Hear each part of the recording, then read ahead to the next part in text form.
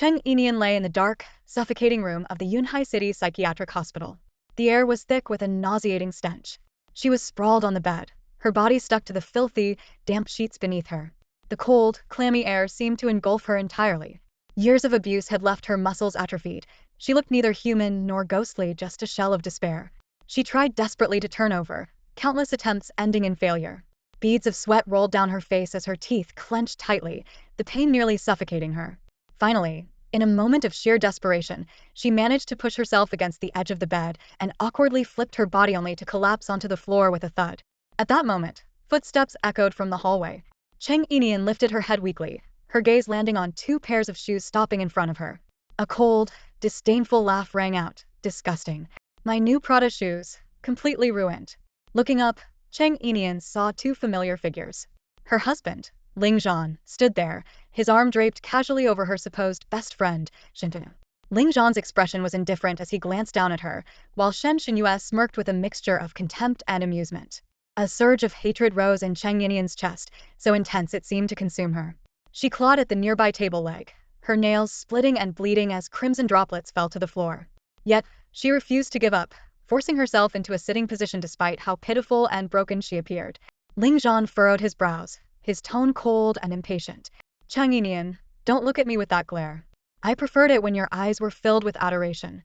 A bitter laugh escaped Cheng Yinian's lips, her tear-filled eyes shimmering with a mix of pain and defiance. You say you like the way I used to look at you, Ling Zhan. Her voice was low and tinged with bitterness. Then why have you made me like this? I gave you everything, but now you repay me with cruelty. Tell me, how can I still love you? Ling Zhan's expression remained icy. Cheng Yinian, so this is the extent of your so-called love for me? She murmured softly, almost as if speaking to herself, the extent of my love. Memories of the past flooded her mind like relentless waves. She had once loved this man deeply. Back in their university days, they had fallen for each other. Ling Zhan came from a poor family, but Cheng Yinian never let him pay for anything: meals, outings, living expenses. She even gifted him a house, only for him to insist on transferring the deed to his name to avoid being labeled as dependent. She had supported his family, taking care of his mother and sister as if she were their personal caretaker, all to maintain the illusion of a perfect family. After graduation, she received an offer from a Fortune 500 company, but Ling Zhan chose to start his own business. Without hesitation, she gave up her career to help him build his dreams. She endured endless drinking at business dinners, even to the point of stomach bleeding, and suffered humiliation to secure clients. She worked tirelessly for him, missing the chance to see her father one last time before he passed. For him, she had sacrificed her family, her friends, and even herself. But all of that seemed to have been forgotten by him. Enough with the theatrics, Ling Zhan interrupted coldly. Sign the share transfer agreement, and I promise you'll live comfortably for the rest of your life. Cheng Yinian let out a bitter chuckle, her eyes hardening with a cold resolve. Live comfortably? Look at me now, how exactly am I supposed to live well? She lifted her gaze to meet Ling Zhan's, her tone sharp. And as for the 20 of the company shares that I earned through my own efforts, why should I hand them over to you? And why should I create designs for Shen Xinyue, help her rise to fame, and let her bask in the spotlight? Why? Ling Zhan remained silent, his slightly furrowed brows revealing his impatience. Meanwhile, Shen Xinyue put on a look of concern, as if she was doing it all for Yinyan's sake, and urged her, Yinyan, just agree to it. If you agree, you can live a better life. We'll arrange everything for you, and you'll. This is none of your business. Cheng Yinian's cold, sharp voice cut through Shen Xinyue's words like a blade. Her piercing gaze locked onto Shen Xinyue, her tone dripping with sarcasm. You? The daughter of a chauffeur? You're not even qualified to negotiate with me. Once upon a time, she had considered Shen Xinyue her closest friend, someone she could share everything with. Whenever she bought something, she'd always buy one for Shen Xinyue and one for herself. In her eyes, they were inseparable, like sisters. But never in her wildest dreams did she imagine that this person she had cherished as family would conspire with Ling Zhan and cruelly abandon her in this godforsaken place. Shen Xinyue's face darkened in an instant. Her jaw clenched, and her fists tightened in anger. Yet, in Ling Zhan's presence, she forced herself to maintain her usual facade. With a delicate, aggrieved tone, she said, Yinyan, I've always thought of you as my best sister. I didn't expect you to see me in such a despicable light. So, in your eyes, I was never your friend? Have you always looked down on me? Cheng Yinian let out a cold, mirthless laugh. She had long seen through Shen Xinyue's pitiful act. That's right, she retorted mercilessly. I do look down on you. From the very beginning, you've been inferior to me in every way: looks, grades, family background, even popularity. Someone as insignificant as you has no right to earn my respect. Cheng Yinian. Ling Zhan's icy, commanding voice rang out, carrying an oppressive weight. Don't overstep your bounds. Xinyue is giving you a chance to redeem yourself. Have you even taken a good look at yourself? You're nothing but a shadow of your former self. Right now, Xinyue is the esteemed daughter of the Shen family, while you're just a lunatic rotting away in a mental institution. Shen Xinyue, though enraged to the point of nearly losing her composure, maintained her appearance of gentle vulnerability. Softly, she tried to soothe Ling Zhan. Don't speak to Yinian like that. Let me handle this. Xinyu, you don't need to lower yourself for her, Ling Zhan said, his tone tinged with concern. It's fine, Shen Xinyue replied tenderly, her voice laced with false kindness. For you, I don't mind enduring a little grievance. You can go now. I'll make sure Yinian agrees to hand over those 20 shares. Ling Zhan let out a disdainful snort, casting one last cold glance at Cheng Yinian before turning to leave, shutting the door behind him. The moment the door clicked shut, Shen Xinyue's mask of vulnerability dropped entirely. The pitiful expression vanished, replaced by a malicious smirk. She turned to face Cheng Yinian, who, despite her frail, emaciated frame and her weakened state leaning against the table leg, still exuded an unyielding pride. Her back remained straight, her slender neck slightly raised. Even in her current predicament, there was an air of defiance about her, a sense of unshakable dignity. Her unrestrained smile seemed to mock the very situation she was in. Shen Xinyue looked at Cheng Yinian with a mix of jealousy and hatred. Even now, reduced to such a pitiful state, Cheng Yinian was still the proud and untouchable woman she had always been, radiating an undeniable charm. Though she sat with difficulty, there was not the slightest trace of humiliation in her demeanor. Cheng Yinian, Shen Xinyue sneered, her voice dripping with malice. What are you so proud of?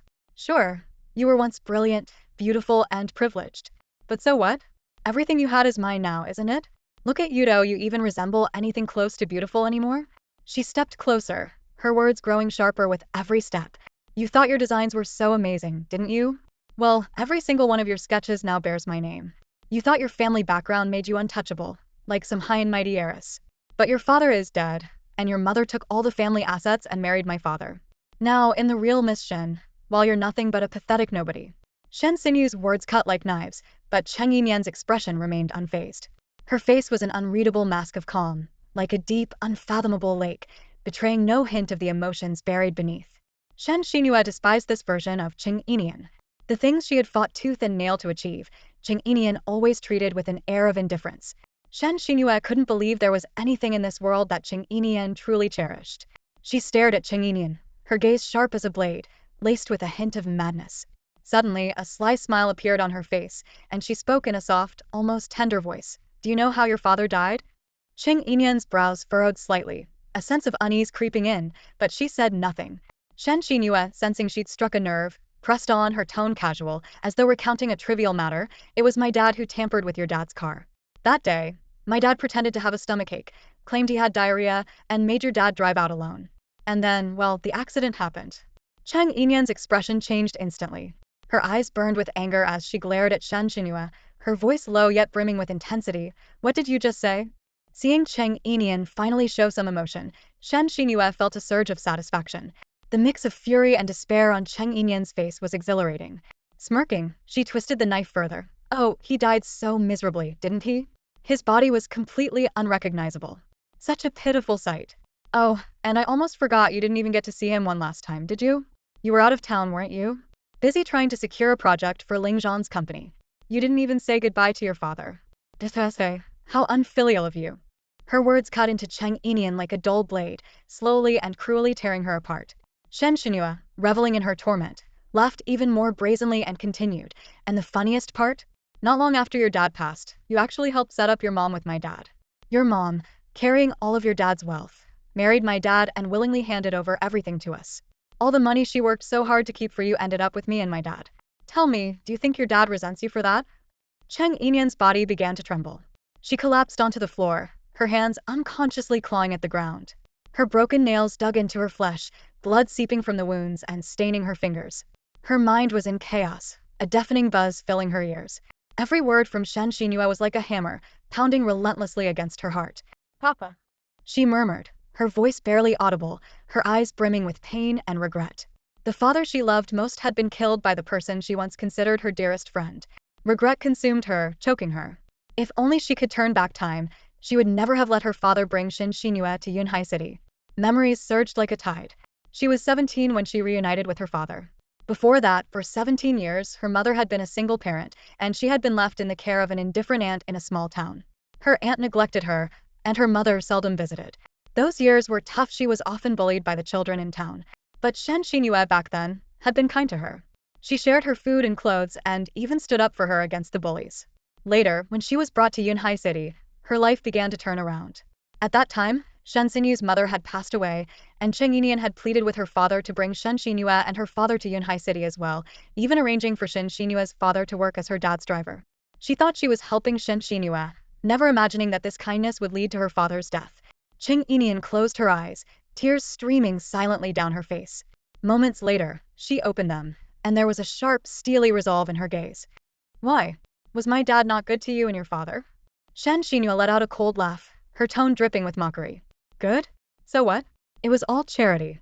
Just like when I gave you my old clothes and food back in that little tone, it wasn't kindness, just a way to feel superior. If he really cared about me, why did he buy a house for you but not for me? Cheng Yinian suddenly laughed, a laugh tinged with bitterness, madness, and despair. She finally understood that Shen Xinyue's so-called kindness toward her in the past had only ever been a form of condescension. Shen Xinyue watched Cheng Yinian's tears fall, a trace of false pity flickering in her eyes. She reached out, gently brushing Cheng Yinian's face, wiping away her tears with her fingers. Her voice was soft, almost coaxing, like comforting a child. You really are pitiful. But I like you like this. Just like back in the village, so weak, so helpless, so entirely dependent on me. She finished with a sharp, grating laugh that cut through the air, filled with twisted pleasure. Abruptly, her laughter died. She crouched down, leaning close to Cheng Yinian's ear, her voice low and chilling. Don't blame me. It's just that your life was too perfect for me to bear. How could I settle for mediocrity while you had it all? I'm telling you this today so you can die with some understanding. In your next life, be smarter, and don't let people take advantage of you again. If you miss your dad, just go find him. Don't worry, I'll take good care of your perfect life for you. The air seemed to freeze. Cheng Yinian's world crumbled in an instant. Shen Xinyue's every word was a dagger, stabbing deeply into her shattered heart. Cheng Yinian's gaze suddenly locked onto Shen Xinyue, her eyes cold and sharp, as if they could pierce through Shen Xinyue's facade. A mocking smile tugged at the corner of her lips, her voice laced with undisguised anger and sarcasm. Shen Xinyue, you sent Ling Zhan away just to provoke me, to push me to the brink of suicide, didn't you?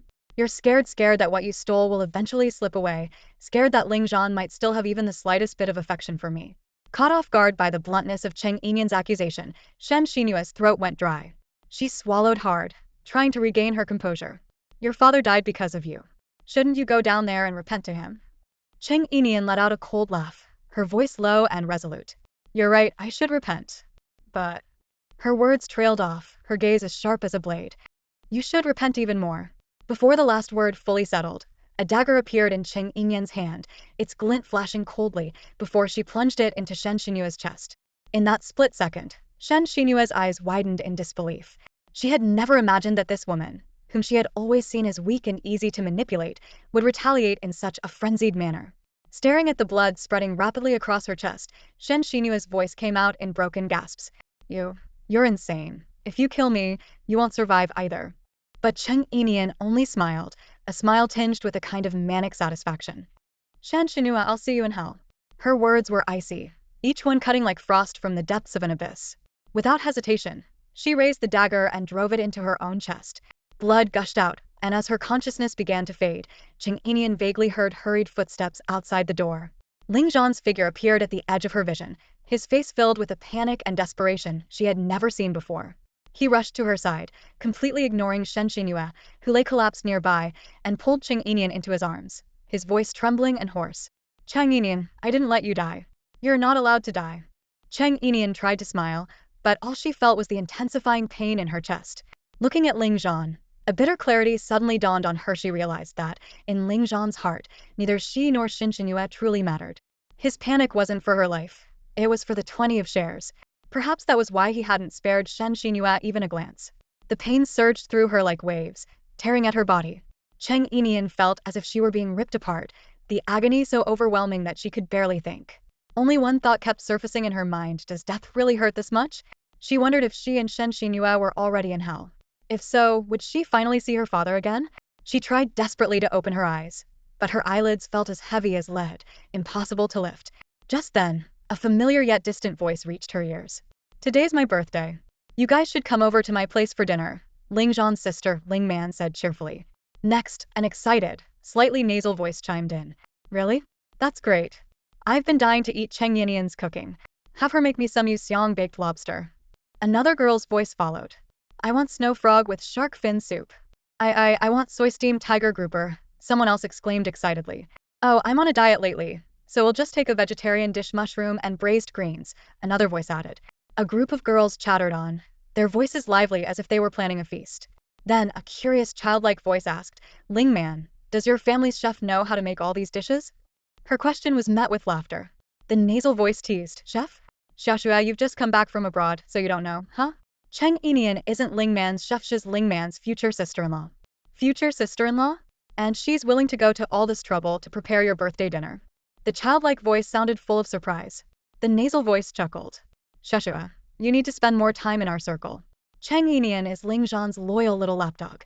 She's so obedient, if you told her to eat dirt, she'd do it. Cooking an entire banquet? That's nothing, right, Ling Man?" Ling Man smugly replied, "My brother is handsome, rich, and owns his own companion, textbook example of a young, successful man. Cheng Yinian doesn't even have a job. She clings to my brother like a leech, so of course she wouldn't want to break up with him. The only thing she's good at is cooking, thanks to learning from a Michelin chef. If she wants to marry my brother, she has to keep my mom and me happy. Otherwise, my brother wouldn't even consider her." The girls' laughter and chatter continued unabated, as if it were nothing more than light-hearted gossip. But amidst the noise, Cheng Yinian's consciousness began to slip further away, like she was falling into endless darkness. The noisy clamor from outside pierced her eardrums, jolting Cheng Yinian awake. Her eyes snapped open, meeting the sight of a pale blue ceiling intricately carved with lotus patterns. Her breath hitched as she quickly scanned her surroundings. The familiar decor, the familiar scent, this was the home she once shared with Ling Zhan. She wasn't in the psychiatric hospital anymore? She wasn't dead? In that instant, her heartbeat quickened like a drumbeat. Her gaze landed on the perpetual calendar hanging on the wall, and the clear date stung her eyes. July 8, 2015. Her mind went blank, her entire body freezing in place. 5 years ago? It was actually 5 years ago. Staring blankly, she slowly raised her wrist, her eyes falling on the smooth, unblemished skin.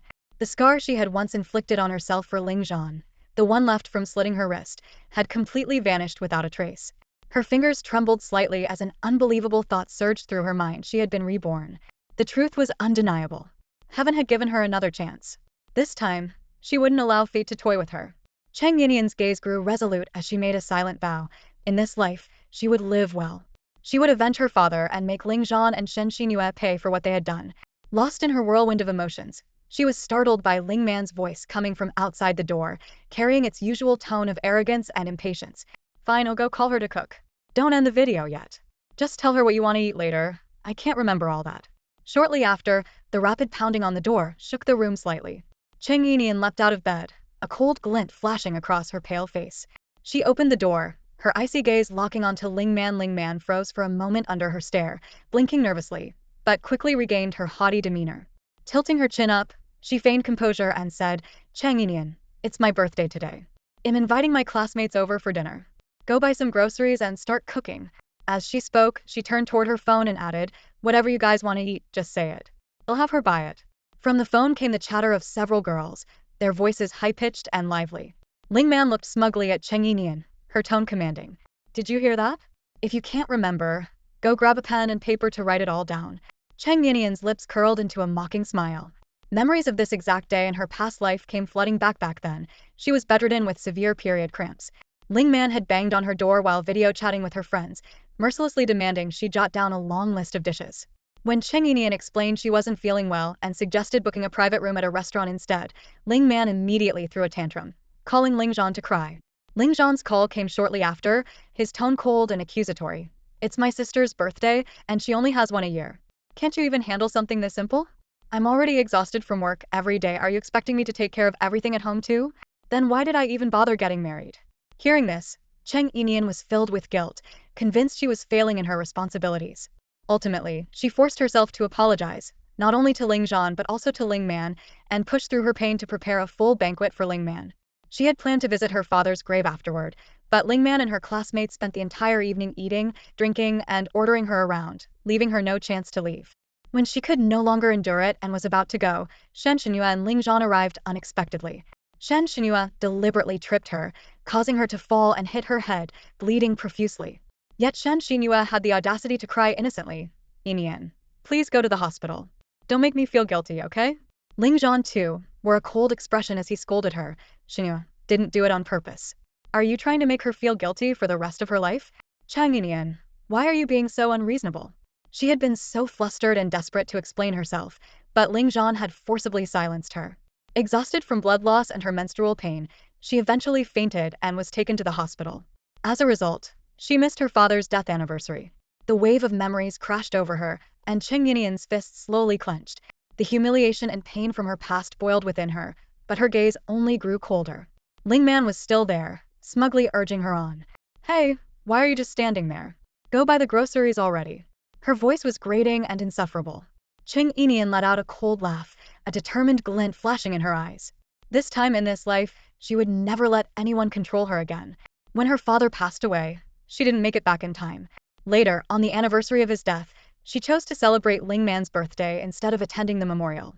To make matters worse, Shen Xinyue sent a video of her busy preparing for Ling Man's celebration all day to her late father's friends. Upon seeing the video, those uncles and family friends were furious, accusing her of being unfilial and even calling her an ungrateful wretch. Meanwhile, Shen Xinyue's chauffeur's daughter attended the memorial and appeared deeply sorrowful. As a result, the uncles all claimed that Shen Xinyue was more of a daughter to her father than she was. When she later encountered difficulties, none of them offered her any help. Instead, they treated Shen Xinyue like their late friend's orphan, showering her with care and affection. In this lifetime, she was determined not to repeat her mistakes. She decided to attend her father's memorial not just to gain the future support of those uncles, but because she genuinely missed her father and wanted to repent. After calming the turbulent emotions in her heart, Cheng Yinian spoke coldly. If you want to host a party, do it yourself. Ling Man froze, completely caught off guard by Cheng Yinian's refusal. At that moment, she was on a video call with her friends, and Cheng Yinian's attitude instantly darkened her expression. Gritting her teeth, she asked, "What did you just say? Already hard of hearing at such a young age?" Cheng Yinian's voice was indifferent as she repeated herself. "I said, if you want to host a party, do it yourself." Ling Man trembled with rage, her teeth clenched tightly as she snapped. "My brother told you to do it." Before she could finish, Cheng Yinian had already slammed the door in her face, shutting her out. Bang! Furious, Ling Man kicked the door with all her might and screamed, "Tin! Do you think just because my brother and my mom aren't here, you can slack off and stop taking care of me? I'm calling my brother right now to see how he scolds you." After her outburst, Ling Man turned to her friends on the video call, trying to save face. "I'm gonna call my brother now. This Cheng Yinian, just because my brother and my mom aren't around, she thinks she can treat me like this. I'll make sure my brother gives her a proper lesson." The girls on the other end of the call instantly chimed in, their voices full of encouragement.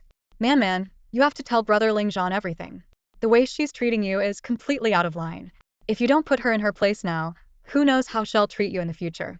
"Exactly, man. Make her apologize to you. On her knees if you must. Teach her a lesson she'll never forget." "Oh, I'd love to see Cheng Yinian grovel in front of brother Ling Zhan. My dad used to tell me to learn from her, saying she was so capable at work and all that nonsense. Man, make sure you record a video for me when it happens. I'll show it to my dad and ask him if he still wants me to learn from her." The girls chattered away, offering all sorts of schemes. Ling Man smirked triumphantly, her lips curling into a satisfied smile. "Alright, I'm hanging up now to call my brother. Today's my birthday, he'll definitely come back. Once he's here, I'll reopen the call so you can all watch her apologize to me." Inside the room, Cheng Yinian listened to the conversation outside with a cold sneer. She couldn't be bothered with their petty drama and headed straight to the bathroom for a shower. Afterward, she changed into a black dress, quickly tidied her hair, and prepared to leave. As soon as she stepped out of her room, she saw Ling Zhan had already returned. He was dressed in a dark red plaid suit from Al brand, paired with a blue tie from the same designer. His hair was meticulously styled, and his polished appearance exuded a mature, composed charm. Every gesture and movement radiated the confidence of a successful man, a far cry from the awkward and uncertain person he used to be. Cheng Yinian stood still, watching everything with cold, detached eyes. Her heart remained calm, knowing full well that the situation ahead wouldn't be easy. But in this lifetime, she vowed to never again let anyone trample on her dignity. Yes, Ling Zhan hated being called Phoenix Man more than anything. To mask this insecurity, he became particularly conscious of his image after achieving some success in his career. At this moment, he strode into the room with measured steps, dressed in a perfectly tailored suit. Following closely behind him was Shen Xinyue, clad in a striking red spaghetti strap dress. Her chestnut curls cascaded like silk over her shoulders, and her face bore meticulous makeup, exuding confidence and allure. In stark contrast, Cheng Yinian wore a plain black dress, her face bare of makeup, appearing dull and out of place in the lively scene. The moment Ling Zhan stepped through the door, Ling Man's face lit up with a smug smile. She discreetly pulled out her phone, started a group video call, and once the call connected, she jogged over to Ling Zhan, clutching his arm in a playful, whining tone. "Brother, you and Mom haven't been around lately, and Cheng Yinian hasn't been taking care of me at all. It's my birthday today, and I invited friends over for dinner, but she refused to cook and even scolded me. Look at her now dressed so strangely. Who knows if she's secretly meeting someone behind your back?" Ling Man's voice was sweet and laced with grievance, as though she had suffered some great injustice. Her words immediately caused Ling Zhan's expression to darken. He turned to Cheng Yinian, his gaze sharp and his tone hostile. "What nonsense are you up to now?" Cheng Yinian let out a cold laugh, refusing to back down. "Me? What am I up to? You're not causing trouble? Then why won't you cook?" Ling Zhan retorted, as if it were the most natural thing in the world, as if it was her unquestionable duty to handle the cooking. "Not cooking means I'm causing trouble?" Cheng Yinian's voice turned colder, her eyes locking onto his.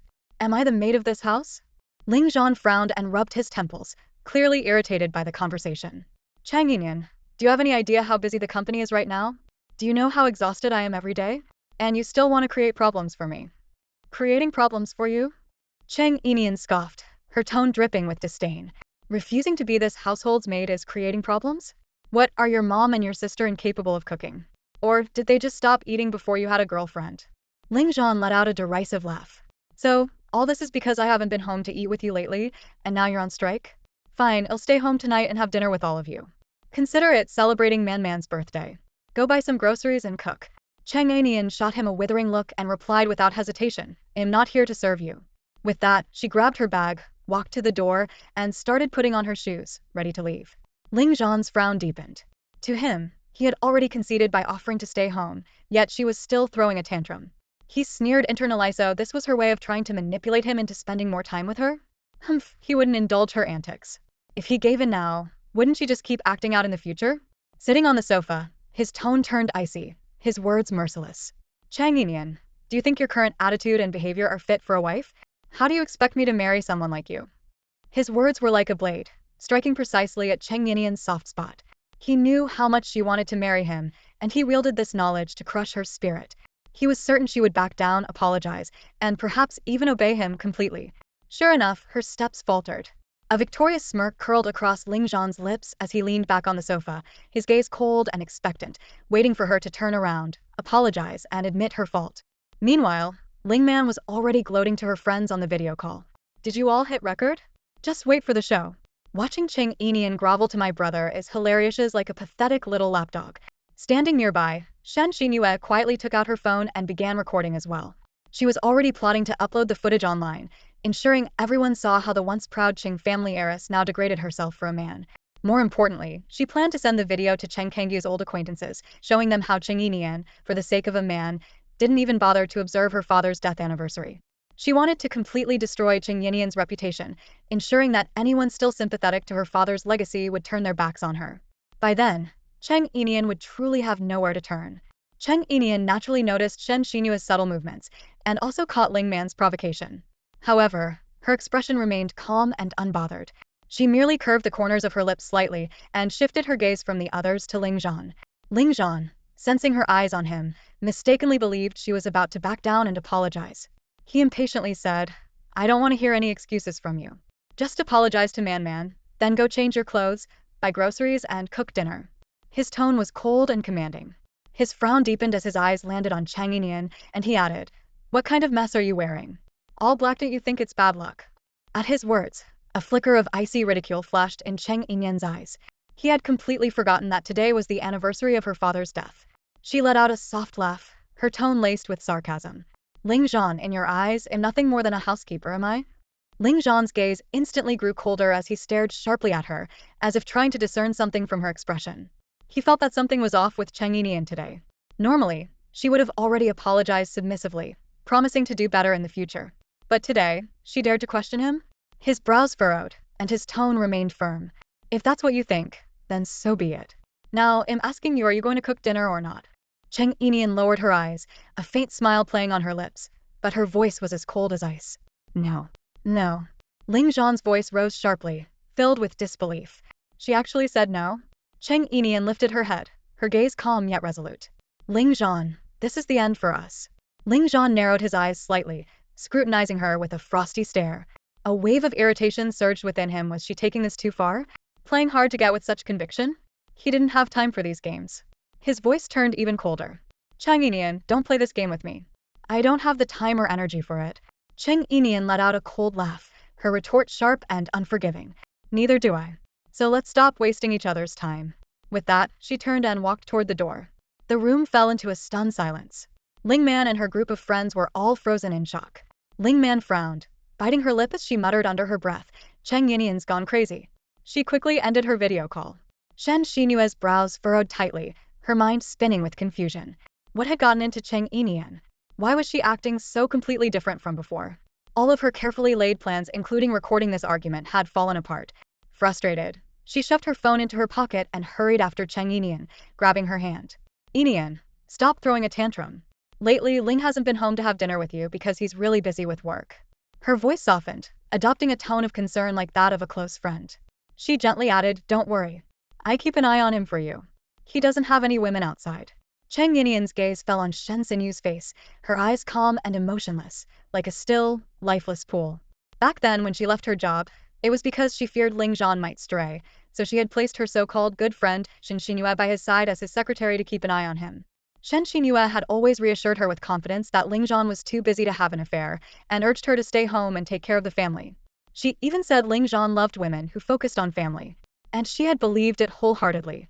She had willingly spent years acting as a housekeeper for Ling Zhan's mother and sister. But now, she saw everything clearly. Ling Zhan and Shen Xinyue had been involved with each other all along. Yet Shen Xinyue remained oblivious to the fact that her secret was already exposed, continuing to put on her facade of sisterly concern. If she wanted to act, Cheng Yinian didn't mind playing along. With a faint smile and a voice tinged with subtle irony, Cheng Yinian said, really? Then Xinyue, you'll help me, won't you? Shen Xinyue nodded quickly, her tone eager to please. Of course I'll help you. Just apologize to Man and focus more on the family. Ling Zhan won't hold it against you. You know he loves women who prioritize family. Internally, Cheng Yinian sneered. Shen Xinyue was still trying to deceive her? But she was no longer the naive and submissive Cheng Yinian she once was. She would reclaim everything Shen Xinyue had taken from her piece by piece. And it all started today. On the anniversary of her father's death in her previous life, Cheng Yinian didn't attend the memorial. Shen Xinyue seized the opportunity, gaining the sympathy of the uncles and elders, while Yinian was branded as unfilial and became the ungrateful wolf in everyone's eyes. In this life, she vowed never to let such a thing happen again. She would make sure the uncles saw Shen Xinyue's true face for themselves. However, to make Shen Xinyue expose her hypocrisy, she first needed to give her some motivation. A faint smile tugged at Cheng Yinian's lips as she spoke. Today is my father's death anniversary. Sigh, because of this, I'm feeling really down and just had a bit of a temper.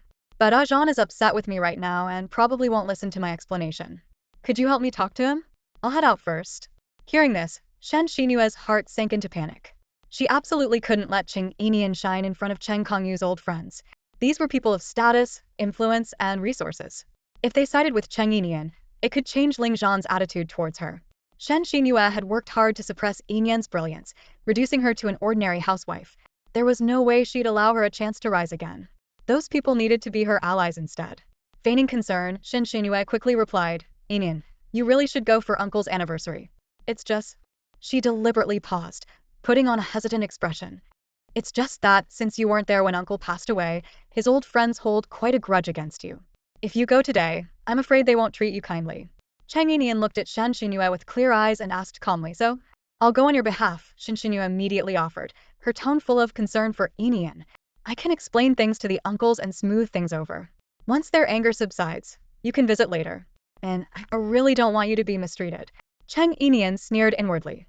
Shen Xinyue's plan was indeed clever, pretending to care while actually tarnishing her reputation further with the uncles. Playing the role of a thoughtful sister? Two could play that game. With a gentle yet resolute smile, Cheng Yinian said, no need. You're worried about me being mistreated, but I can't let you face them and risk being mistreated either. I'll go myself. Just remember to explain to Ajan for me. Without giving Shen Xinyue a chance to respond, Cheng Yinian turned and left the room. As she reached the ground floor, Cheng Yinian entered a nearby flower shop. The cozy interior was filled with a faint floral fragrance. A shop assistant greeted her warmly. Hello, miss. What kind of flowers are you looking for today? What's the occasion? To honor someone who has passed, Cheng Yinian replied simply. The assistant immediately suggested. In that case, chrysanthemums would be perfect. We have both white and yellow varieties, which are traditional and very fitting. Cheng Yinian glanced around the shop, her gaze sweeping over the flower displays until it landed on a cluster of pristine white blooms. She was drawn to their elegance and simplicity. A bouquet of white magnolias. They instantly reminded her of her father's preferences when he was alive. A glimmer of delight flashed in her eyes as she said, "The magnolias, please." The assistant hesitated for a moment but quickly nodded. "Of course, I'll wrap them up for you right away." In no time, the bouquet was ready and handed to Cheng Yinian.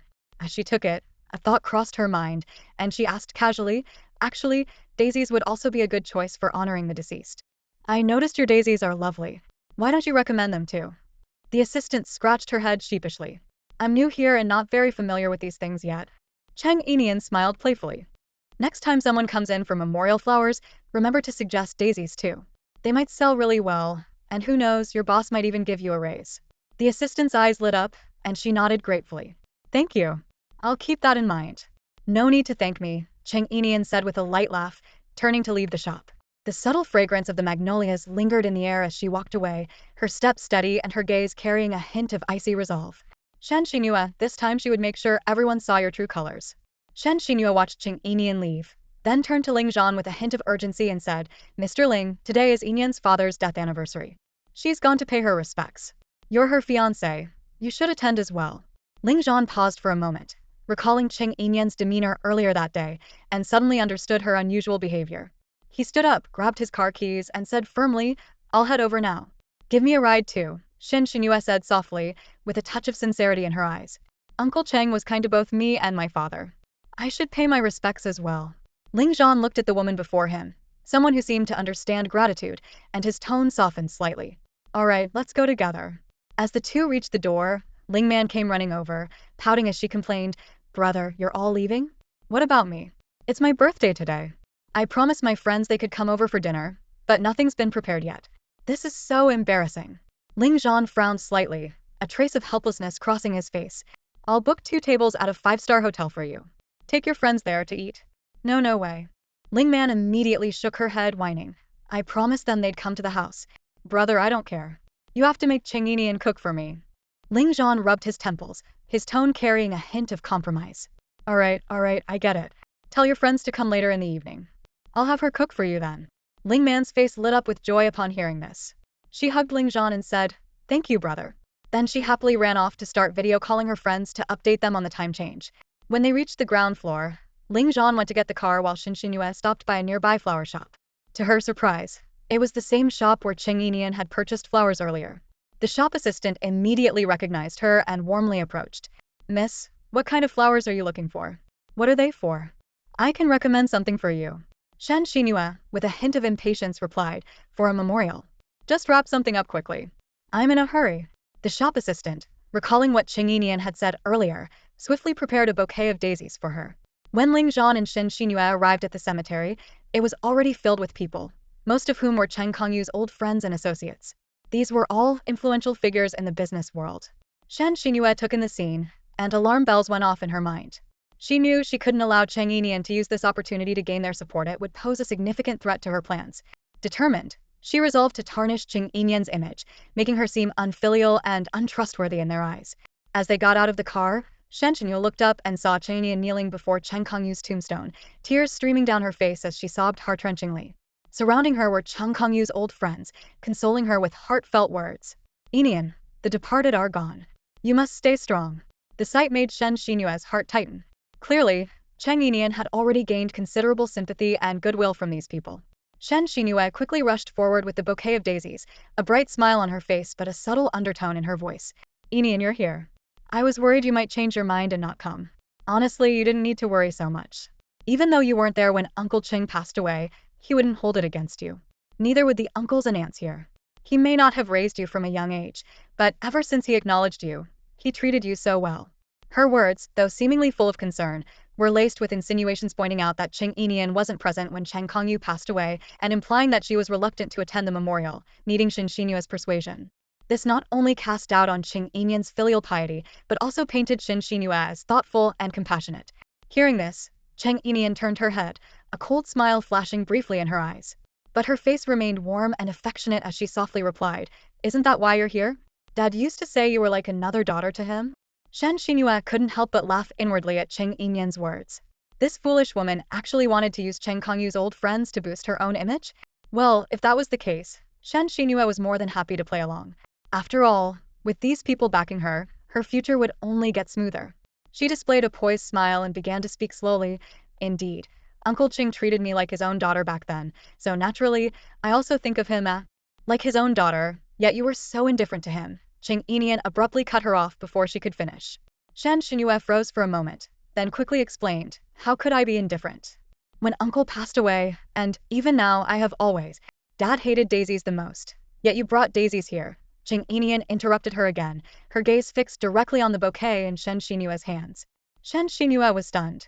She instinctively looked down at the daisies she was holding, then glanced around at the other bouquets in front of the tombstone. Sure enough, none of them contained daisies. Everyone here was one of Cheng Kongyu's closest friends in life, and without exception, they all knew his preferences.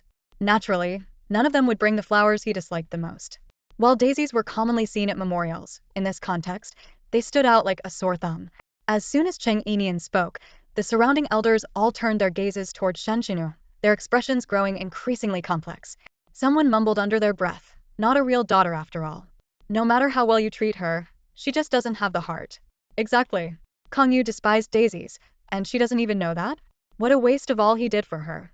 I heard he treated that driver's daughter just as well as he treated Yinian. Ungrateful. Anyone who spent even a little time with Kongyu would know his preferences, let alone the fact that daisies bring back painful memories for him. She claims Uncle Cheng treated her like his own daughter, yet she brings daisies to his memorial? Was this deliberate, or just sheer carelessness? Whether it was intentional or not, it's unacceptable. If it was deliberate, that's malicious. If it was carelessness, that's cold-hearted. Ungrateful wretch. Kongyu was so good to her, and this is how she repays him. The murmurs of disapproval buzzed in Shen Xinyue's ears like sharp blades, piercing her heart. She clenched her fists tightly, her nails digging into her palms as she struggled to suppress her anger. She had never cared about what kind of flowers Cheng Kongyu liked, but she hadn't expected Cheng Yinian to seize on this detail in such a setting, leaving her completely on the defensive. Standing there, Shen Xinyue's face turned ashen, and she was at a loss for what to do. Ling Zhan, standing nearby, noticed Shen Xinyue's discomfiture and frowned slightly. His gaze swept coldly over Cheng Yinian, displeased. Why did this woman have to make an issue out of the daisies at a time like this? Weren't flowers just flowers? What was so wrong with using daisies for a memorial? It was clear she was deliberately picking a fight to embarrass Xinyue. Just as he was about to step forward to comfort Shen Xinyue, he heard Cheng Yinian's voice call out, "Zhan." Her soft call immediately drew everyone's attention, and all eyes turned toward Ling Zhan. The step he had been about to take froze midair. Ling Zhan's expression darkened slightly. At this moment, he was still Cheng Yinian's fiancé. Comforting Shen Xinyue in such a setting would undoubtedly be inappropriate. Suppressing his irritation, he asked curtly, "What is it?" Cheng Yinian looked at him quietly, her tone calm but tinged with a hint of coldness. "When Dad passed away, it was because you sent me on a business trip that I couldn't see him one last time. I've always felt deeply saddened and regretful about this. This is something we owe Dad. Ah, Zhan, come over here and kneel with me to pay our respects to him." Her words brought a sudden silence to the crowd. Not only did she explain why she hadn't been able to see Cheng Kongyu one last time, but she also subtly shifted the blame onto Ling Zhan. At the same time, she made a request that he couldn't easily refuse. Ling Zhan's face darkened instantly, a surge of frustration welling up inside him. Typically, offering flowers and bowing sufficed for a memorial. Now Cheng Yinian wanted him to kneel? Was she out of her mind? He remained rooted in place, clearly unwilling to comply. Cheng Yinian, however, stood her ground, her cold gaze fixed on him. She neither pressed him further nor said another word, simply waiting silently. She wanted to see if Ling Zhan would bow his head. If he refused, he might as well forget about gaining any favor from her father's old friends in the future. The air grew thick with unspoken tension, and everyone waited for Ling Zhan's response. Ling Zhan's company experienced rapid growth, largely thanks to the significant support from Cheng Yinian's father, Cheng Kongyu. Back then, Yinian had pleaded with her father to use his connections to create opportunities for Ling Zhan's company. When the company faced financial difficulties, it was these uncles and family friends who stepped in, offering project support to help Ling Zhan weather the storm. Even after the company expanded, these connections continued to provide assistance, both openly and discreetly. Now, however, all these people were watching Ling Zhan, and he felt as though he were being roasted over an open flame. In the past, he had begrudgingly bowed to Cheng Xinyue, but he knew that if he refused now, these old friends would never offer him another project. Gritting his teeth, he forced himself forward and knelt down beside Cheng Yinian. Cheng Yinian's gaze fell on the tombstone, which bore a photo of her father, Cheng Xinyue. His smile remained as kind and warm as ever. Memories of her father calling her came flooding back, his voice always indulgent as he said, "My Yi is the best daughter in the world, my little princess. Whatever you want, Daddy will give you." Others called her Nian or Nian Nian, but only her father affectionately called her Yi because she was his one and only. Thinking of this, Cheng Yinian's tears streamed down uncontrollably, like a dam that had burst. Regret pierced her heart like a knife, the pain unbearable. She berated herself for her foolishness back then. Suddenly, she slammed her head down onto the cold marble slab of the tombstone. Her forehead instantly turned bruised and purple, but the pain on her skin was nothing compared to the agony in her heart. She continued to bow her head repeatedly, until blood began to trickle down her forehead. Ling Zhan, standing nearby, was stunned by Cheng Yinian's desperate actions, but deep down, he felt even more resentment toward her. Seeing her injure herself so severely, if he didn't act solemnly, wouldn't he appear heartless and ungrateful? Left with no choice, he gritted his teeth and followed suit, bowing his head forcefully against the marble. The sharp pain made his brows furrow deeply, but he restrained himself from going as far as Cheng Yinian, ensuring he didn't break the skin. He knew full well how crucial appearances were to him. The uncles and family friends around them quickly stepped forward to stop Cheng Yinian, offering words of comfort. "Yinian, that's enough, stop bowing. Your father in heaven surely knows your filial piety. His passing was a complete accident, and you being away on a business trip and missing the final farewell was not your fault." With their support, Cheng Yinian stood up, though tears continued to stream down her face. Shen Xinyue watched as Cheng Yinian not only earned the forgiveness of the elders, but also their sympathy, and jealousy nearly consumed her. Clenching her teeth, she ignored the earlier embarrassment of bringing the wrong daisies and forced herself to step forward. She supported Cheng Yinian with a soft voice, saying, "Yinian, please don't do this. Uncle definitely wouldn't want to see you so heartbroken. He was so kind and forgiving. He must have already absolved us. You didn't mean to miss his funeral back then, just as I didn't mean to bring the wrong flowers. Uncle was so generous, how could he blame us?" Cheng Yinian lifted her eyes to look at Shen Xinyue, her gaze growing colder. Shen Xinyue's words sounded like comfort, but in reality, they were an attempt to excuse herself. However, today, Cheng Yinian had no intention of letting Shen Xinyue get away so easily. Grabbing Shen Xinyue's hand, she spoke with an earnest and emotional tone. "You're right. Dad must have forgiven us, and so have the uncles and aunts. But you told me earlier not to come, saying they would surely make things difficult for me. See, they didn't make trouble for me at all. Have been so kind to me, haven't they?" Shen Xinyue froze, her face darkening as her mind raced with frustration. She cursed Cheng Yinian internally for being so utterly foolish. This statement had practically thrown her under the bus. For a moment, she even suspected Cheng Yinian had done it on purpose. But looking at her seemingly innocent and naive expression, Shen Xinyue reluctantly dismissed the thought. Cheng Yinian was just hopelessly stupid to the point of being infuriating. As soon as Cheng Yinian finished speaking, Cheng Kengyu's old friends turned their gaze towards Shen Xinyue, their expressions noticeably colder. One of their wives even pulled Cheng Yinian closer, shielding her, and said directly to Shen Xinyue, "Don't be so naive. Not everyone is worth calling a friend." Shen Xinyue trembled with anger, but she had no retort. All she could do was swallow her fury and force herself to endure. After paying respects to Cheng Kongyu, the crowd gradually dispersed, and the cemetery returned to its quiet stillness. However, Ling Zhan could no longer suppress his anger. Standing in front of Cheng Yinian, his gaze was icy, and his voice cut like a blade. "Cheng Yinian, what's the matter with you? She knew I was only looking out for you, and yet you deliberately embarrassed her. Was that necessary?" Cheng Yinian looked up, blinking innocently, her expression full of bewilderment. "How could that be? Did she do something to embarrass herself?" Ling Zhan's gaze grew even colder, his tone filled with undisguised reproach. "She knew I was worried those uncles and elders would give you a hard time and wouldn't let you come to the memorial. But what did you do? The moment you showed up, you threw her under the bus. Is that how you treat a friend?" "Ugh." Cheng Yinian tilted her head slightly, her voice still laced with naivety. "Did I say anything that wasn't true?"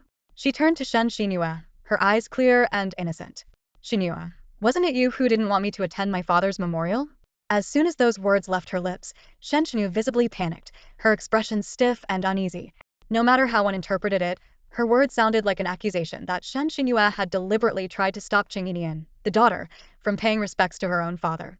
Shen Xinyue cleared her throat awkwardly, trying to explain, I was just worried those uncles and elders might blame you. Oh, Cheng Yinian nodded, her tone still calm. Well, I was just letting you know that the uncles and elders were actually quite kind and didn't blame me at all. Did I do something wrong? Shen Xinyue was rendered speechless by her response, struggling to catch her breath but unable to lash out. She could only force out a stiff reply. You did nothing wrong. Cheng Yinian immediately turned back to Ling Zhan, her tone carrying a hint of satisfaction. Did you hear that? Xinyue said I did nothing wrong. For a moment, Ling Zhan was at a loss for words. He could only glare at her coldly, unable to come up with a rebuttal. Seeing this, Cheng Yinian smiled faintly and turned to leave. Where do you think you're going? Ling Zhan's voice came from behind, tinged with irritation. Cheng Yinian stopped in her tracks, turning back with a mocking smile. Where I go is none of your business. Didn't you say you wouldn't dare marry me anymore? Ling Zhan clenched his teeth, his expression growing darker, but he struggled to find the words to respond. As Cheng Yinian prepared to leave again, Ling Zhan finally dropped his tone, his voice sharp and commanding. Come back home with me. We still need to prepare for Man's birthday banquet tonight. If you don't come back, who's going to handle everything? At that moment, Shen Xinyue joined in, taking Cheng Yinian's arm and speaking in a soft, coaxing tone. Yinian, you should go back with Mr. Ling. It's already late, where else would you go? It's dangerous for a young woman to be out alone at night. My dad always says that girls from good families don't spend the night outside. Her words seemed to support Ling Zhan, portraying herself as a considerate and well-mannered lady. However, to Cheng Yinian, they felt like a sharp jab, hitting her where it hurt most. Yes, it was late, where could she go? Her father was gone, and she no longer had a real home. Her mind drifted to the house that once belonged to her, a birthday gift from her father. Back then, Ling Zhan had nothing to his name and had held her in his arms, saying, Nian Nian, living in your house makes me feel so much pressure. People are even saying I'm freeloading off you. Maybe I should move out. The gap between us is just too big, maybe we're not meant to last. She had been terrified then, afraid he would leave her. So, without hesitation, she transferred the ownership of the house to him. Thinking about it now, Cheng Yinian could only feel her past self was utterly foolish. How many irreversible mistakes had she made, blinded by love? She closed her eyes, taking a deep breath to suppress the tide of emotions. This time, she vowed to take back what was rightfully hers. When she opened her eyes, her expression was composed, and a faint smile played on her lips. Fine, let's go home. Hearing her agreement, Ling Zhan let out a cold laugh, his eyes filled with disdain. He had thought Cheng Yinian had more backbone, but it turned out she was nothing special. He turned and got into the driver's seat of the car. Shen Xinyue followed closely, opening the passenger door. She turned back to Cheng Yinian with a sweet smile. And, I get carsick, so we'll take the front seat. Cheng Yinian shot her a cold glance, then let out a soft scoff. Without a word, she opened the back door, her voice indifferent. Suit yourself. With that, she got in and said no more. The three of them returned home together. Ling Man crossed her arms over her chest, her gaze sweeping over Cheng Yinian with a hint of mockery. Her tone was sharp as she said, Wow, you were so bold earlier. I really thought you were going to break up with my brother. But here you are back again so soon. Her voice dripped with provocation, as if every word was designed to test Cheng Yinian's limits. Cheng Yinian couldn't be bothered to engage with her. She walked straight toward her room, intending to rest. However, just as she took a few steps, a familiar voice came from the direction of the sofa. Man, watch your tone. The voice wasn't loud, but it carried an undeniable authority. Cheng Yinian turned her head and noticed Yu Huishan, Ling Zhan's mother, who had been away on a trip last week, sitting quietly on the sofa. Her demeanor was composed, and her gaze swept over everyone with an air of calm detachment. Ling Zhan's face lit up with a smile as he approached her. Mom, you're back. Shen Xinyue, standing to the side, quickly chimed in with a wide grin. Auntie, you're home. Yu Huishi nodded gently, her smile refined and graceful. It's Man's birthday today. Of course, I came back to celebrate with her. After she spoke, her eyes shifted to Cheng Yinian. Her tone paused slightly, carrying an undertone that was hard to miss. The dead are gone, but the living must carry on. Don't let a dead person cause a rift between you and Azan. You're about to get married soon, so I'm sure you understand what it takes to be a good daughter-in-law. Go cook. There's a lot to prepare for today's meal, so you'd better start early. Hearing this, Cheng Yinian's lips curled into a cold smirk. Yu Huishin had assumed the role of a proper mother-in-law, appearing reasonable yet clearly siding with Ling Zhan. She dressed up her belief that a wife should serve her husband in a way that left no room for argument. In her past life, Cheng Yinian had regarded Yu Huixin as the best mother-in-law in the world, giving her unconditional trust and devotion, only to end up entirely manipulated and emotionally drained. Hearing those same words now, she found them nothing short of ironic. She lifted her gaze and replied with a faint smile, "I'm tired and need to rest. Auntie, since it's Man-Man's birthday, wouldn't it be fitting for her mother to cook a meal for her?" Without waiting for a response, she turned and headed upstairs. Yu Huixin froze, her eyes widening in shock. She clearly hadn't anticipated that the usually obedient Cheng Yinian would dare to talk back to her today. Her hands trembled slightly with anger as she turned to Ling Zhan, her voice laced with disapproval. "As in, is this the girlfriend you've chosen?" Ling Zhan frowned and stepped forward to block Cheng Yinian's path. His tone was cold and commanding. "Today is your father's death anniversary. You threw a tantrum this morning, and I let it slide. But now the memorial is over. My mom is right, don't let a dead person cause problems with the living. Go cook." His words were delivered like an order, leaving no room for negotiation. Cheng Yinian stopped walking and raised an eyebrow. "And if I refuse?" "Why?" Ling Zhan's voice grew even colder. Cheng Yinian smiled faintly, her tone light but deliberate. "No reason. I just didn't feel a kite." She emphasized the last three words with deliberate clarity.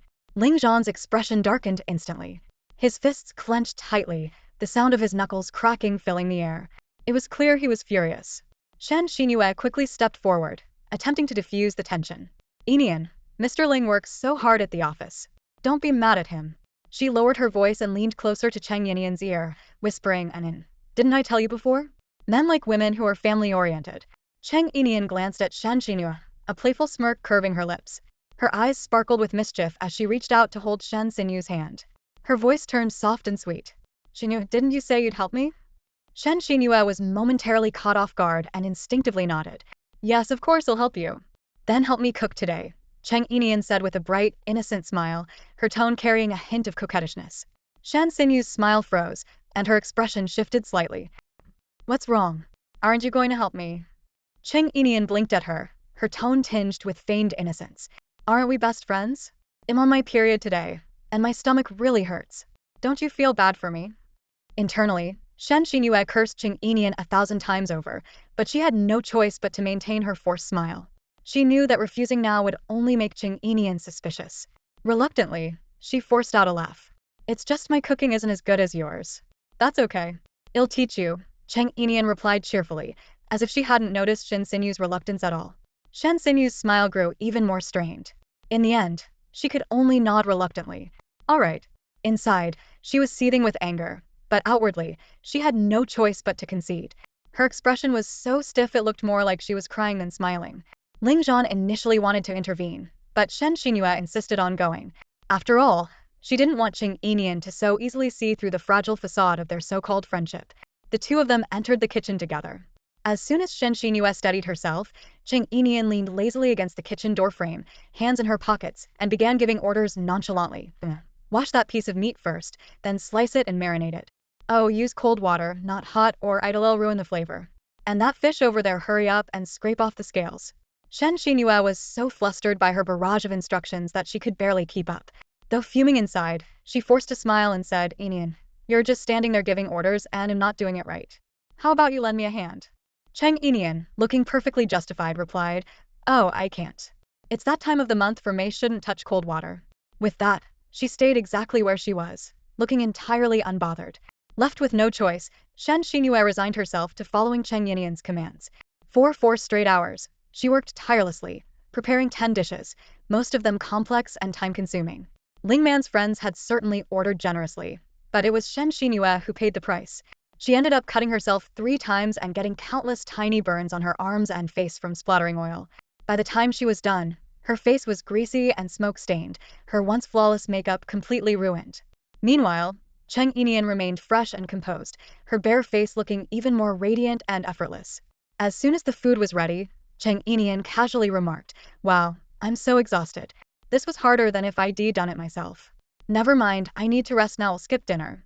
With that, she turned and retreated to her room, leaving the messy aftermath for Shen Xinyue to handle alone. Grinding her teeth, Shen Xinyue carried the dishes to the dining table. By then, Ling Man's friends had arrived. Some of them were visiting for the first time and hadn't met Cheng Yinian before. Mistakenly assuming Shen Xinyue was the rumored future sister-in-law, they began mocking her in an effort to curry favor with Ling Man. Oh my man, your future sister-in-law really is something else. Always busy in the kitchen, yet still puts on makeup. I don't even dare eat this, I'm afraid her fake lashes might fall into the food. Exactly. She looks just like a housewife. With a face like that, who would even want her? Ling Zhan must be such a kind soul to settle for someone like her. I didn't see the video today, but I heard she had the nerve to say she wouldn't cook for you. Yet here she is now. What a hypocrite. Just look at her face. You can tell she's no good, sharp features and all. Their comments grew increasingly vicious. Someone even took a bite of the food, only to grimace and say, ugh, I thought maybe if she's unattractive, at least she'd be a good cook. But this is awful. Poor Ling Zhan, being stuck with a woman like this. They spoke quickly and loudly, leaving Ling Man no time to intervene. Shen Xinyue heard every word, her eyes reddening with anger and humiliation.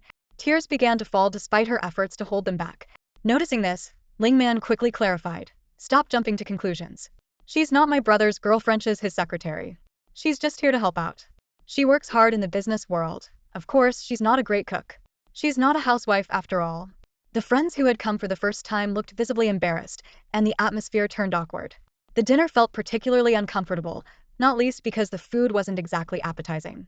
Meanwhile, Cheng Yinian was lounging in her room, enjoying the air conditioning and a face mask. Listening to Ling Man's friends mocking Shen Xinyue, she felt utterly satisfied, a faint smile playing at the corners of her lips. After Ling Man's friends left, Ling Zhan pulled Cheng Yinian out of the room, his tone laced with obvious displeasure. Cheng Yinian, you went too far today. Apologize to Xinyue. Cheng Yinian blinked slowly, her tone calm yet tinged with sarcasm. What did I do? She knew very well that the ones who had hurt Shen Xinyue were Ling Man's friends, not her. But why did he choose to scold her instead of them? Ling Zhan's voice turned colder. Everything Xinyue endured today, she endured for you. Don't you think you owe her an apology? Ling Man quickly nodded in agreement, chiming in, exactly. Xinyue even cooked for you today, something you were supposed to do. Cheng Yinian's lips curved into a faint smile, her gaze locking onto Ling Zhan. She endured it for me? Then why should I endure such humiliation to begin with? Am I inherently beneath others? Or, in your eyes, do I deserve to be treated this way? Her voice dropped, each word sharp as a blade. Ling Zhan, I'm your girlfriend. Ling Zhan opened his mouth but couldn't manage a single word. The air grew thick, and the atmosphere turned unbearably tense. Seeing this, Shen Xinyue quickly stepped forward with a look of understanding, trying to ease the situation. It's okay. Yinian and I are close friends. I don't mind going through this for her. Xinyue, you're just too kind. Ling Man clung to Shen Xinyue's arm, her tone indignant. You treat her like a sister, but I don't think she even cares about you. Standing nearby, Yu Huixin joined in, her voice dripping with derision. Xinyue is Zhan's secretary. She shouldn't even have to do these things. Her hands are meant for typing and writing, not chopping vegetables and cooking. Cheng Yinian ignored Yu Huixin's sarcastic remarks, her gaze fixed firmly on Ling Zhan. Her voice was cold, but the suppressed anger within was unmistakable. Once, my hands were also used for typing and writing. Who was it that turned me into what I am today? Ling Zhan, it was you who did this to me. And now you think this is what I deserve. Ling Zhan remained silent. He knew Cheng Yinian was right, but he refused to admit it. Deep down, he was aware that when they started their business together, Cheng Yinian had been far more capable than he was. Many of their successful deals were secured because of her skills, not his. This had made him jealous and fearful, afraid that she would reach heights he could never attain. So he had tried to suppress her, even hoping she'd live a less fulfilling life, just so he could feel worthy of being with her. Yet, ironically, he now despised the person she had become. This inner conflict left him unable to face her accusations. Finally, he spoke in a cold, harsh tone. You don't think you're wrong, do you? Fine. Take all the time you need to figure it out. Until then, I won't be coming back. When you've thought it through, come find me. With that, he grabbed his car keys and walked out. Ling Man sneered, her tone full of mockery. Well, you've really angered my brother now. Let's see how you'll fix this. She spun around and returned to her room. Yu Huixin also threw in a parting jab. It's late. I need my beauty sleep. Don't forget to clean up the kitchen and dining table. With that, she left as well. The living room was now silent, leaving only Cheng Yinian and Shen Xinyue. Shen Xinyue took Cheng Yinian's hand, her usual gentle smile still plastered on her face. Yinian, you've really upset Mr. Ling today. Her tone sounded concerned, but there was a hint of satisfaction in her eyes. Cheng Yinian looked up, her gaze icy as she stared at Shen Xinyue. But Shen Xinyue remained unbothered, her voice still soft and sweet. Don't worry, Yinian. I'll help you. She paused, as if deliberating, then suggested, How about this: when Ling Zhan's birthday comes, you can give him a big gift to apologize and make amends. Cheng Yinian's gaze was locked firmly onto Shen Xinyue, whose face displayed a look of concern that seemed genuinely caring. That innocent and kind demeanor, if not for her rebirth, Cheng Yinian might still have been deceived by Shen Xinyue's facade. The memories of her previous life surged vividly in her mind. Back then, in an effort to please Ling Zhan, she had gone out of her way to cook a meal for Ling Man. Yet even after all her efforts, Ling Zhan had lashed out at her in fury. The reason? Simply because Yu Huixin couldn't eat spicy food, and Cheng Yinian had added chili to all three dishes. After the meal, Yu Huixin clutched her chest, feigning discomfort, and accused Cheng Yinian of intentionally spicing the food to intimidate her future mother-in-law. Following that incident, Shen Xinyue had helpfully offered her advice. She suggested that Cheng Yinian should gift herself to Ling Zhan on his birthday, reasoning that they were going to get married sooner or later, so the timing didn't matter. Shen Xinyue even took care of all the arrangements, booking a presidential suite and preparing lingerie. Although Cheng Yinian was inherently conservative and reluctant to wear such revealing clothing, Shen Xinyue was clearly displeased by her hesitation. Ultimately, they compromised. Shen Xinyue told her she didn't have to wear it, but she should leave the lingerie on the bed to create a seductive atmosphere. Cheng Yinian reluctantly agreed, placing the lingerie on the bed and waiting in the room for Ling Zhan. However, events took an unexpected and humiliating turn. As she sat there waiting, an overwhelming heat consumed her body, as though she were burning from the inside out. She found herself involuntarily shedding her clothes, writhing in discomfort to alleviate the sensation. When the door finally opened, it wasn't just Ling Zhan who entered. He walked in with a group of his colleagues and friends, filling the room. In that moment, her world crumbled. Her disheveled and vulnerable state became a spectacle for everyone present, turning her into a laughingstock. Waves of humiliation engulfed her. From that day forward, she became the subject of gossip throughout the company. The men openly objectified her, making lewd comments about her body and speculating about her performance in bed, while the women sneered and called her shameless. To make matters worse, someone had recorded the entire debacle and posted it online. The internet erupted with scorn and ridicule. Strangers mocked her, calling her vulgar and indecent, and even made fun of the lingerie she had strategically placed. She was vilified to the point where she could barely leave her home. Even her own mother turned against her, berating her for her perceived disgrace. Her mother, who had remarried Shen Xinyue's father, always favored Shen Xinyue's words over hers. Despite this, Cheng Yinian had yearned for her mother's love and had endured the cold treatment to maintain a semblance of harmony. But after this incident, their relationship hit rock bottom. Even so, Ling Zhan married her. Naively, she thought it was because he still cared for her. But after the wedding, she realized the cruel truth: Ling Zhan had only married her for the 20 of company shares she held. On the third day of their marriage, he coldly demanded she transfer the shares to him. "After everything you've done, I still married you. Don't you trust me? Or are you refusing to transfer the shares? If you don't trust me, we might as well divorce," he said, his tone devoid of warmth. It was in that moment that Cheng Yinian fully grasped the gravity of her situation. She knew that if she gave up the shares, she would be discarded without hesitation. Determined not to lose everything, she refused. From that point on, Ling Zhan treated her with icy indifference. He never touched her, viewing her only as a free servant to care for his family. Every time Yu Huixin assigned her tedious chores, she would bring up the scandal to humiliate her. "You've already been seen naked by so many men, and yet my son still married you. You should be grateful and serve this family well," Yu Huixin would sneer. Each word cut into Cheng Yinian like a knife, but she had no way to fight back and could only silently endure.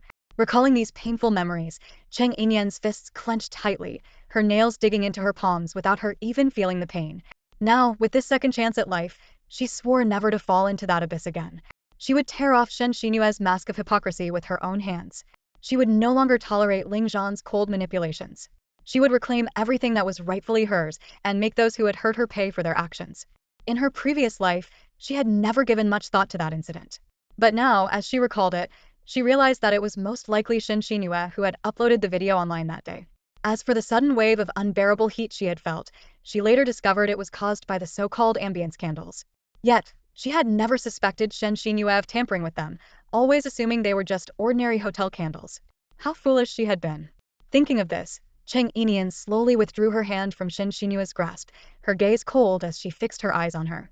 Her tone was calm, yet carried a chilling edge. "So, what do you think I should give him as a gift?" Shen Xinyue flashed a sweet smile, a sly glint flickering in her eyes as she blinked innocently. "Why not give yourself to him?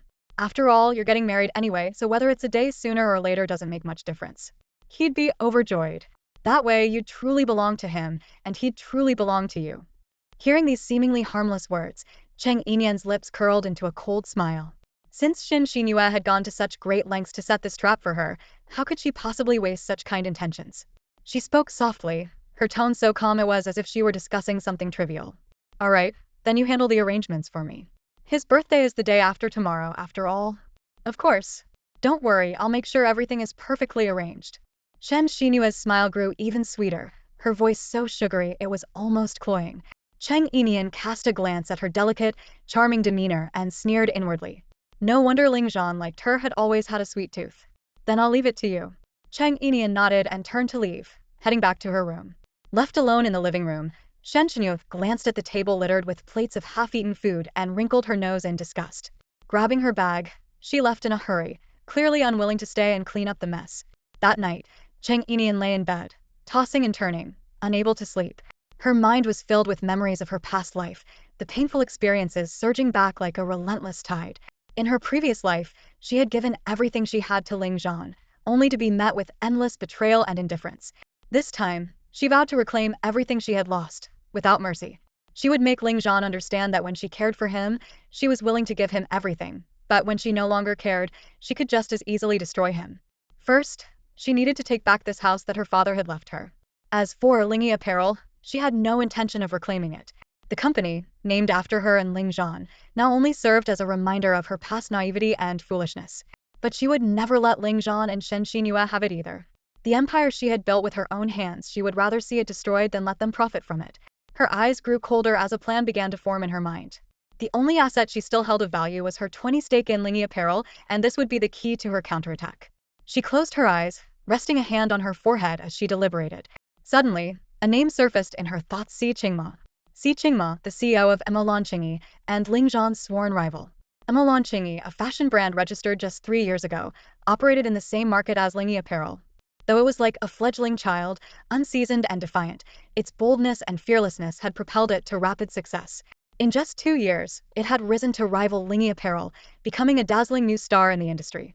She vividly remembered how, during her time at Lingy Apparel, she had gone to great lengths to beat Emma to market with new product launches and to secure collaborations with renowned designers and models for promotions. Despite Emma fierce momentum, Lingy Apparel had always managed to maintain a slight edge. However, Cheng Yinian knew that Emma leadership was formidable. Their occasional setbacks were merely due to slight lapses in execution. A faint smile slowly appeared on her lips. Si Qingma. Perhaps he would be the most critical piece in this game of chess. Cheng Yinian vividly remembered that 2 years ago, Si Qingma, the CEO of Emma had extended an olive branch to her, attempting to recruit her into his company.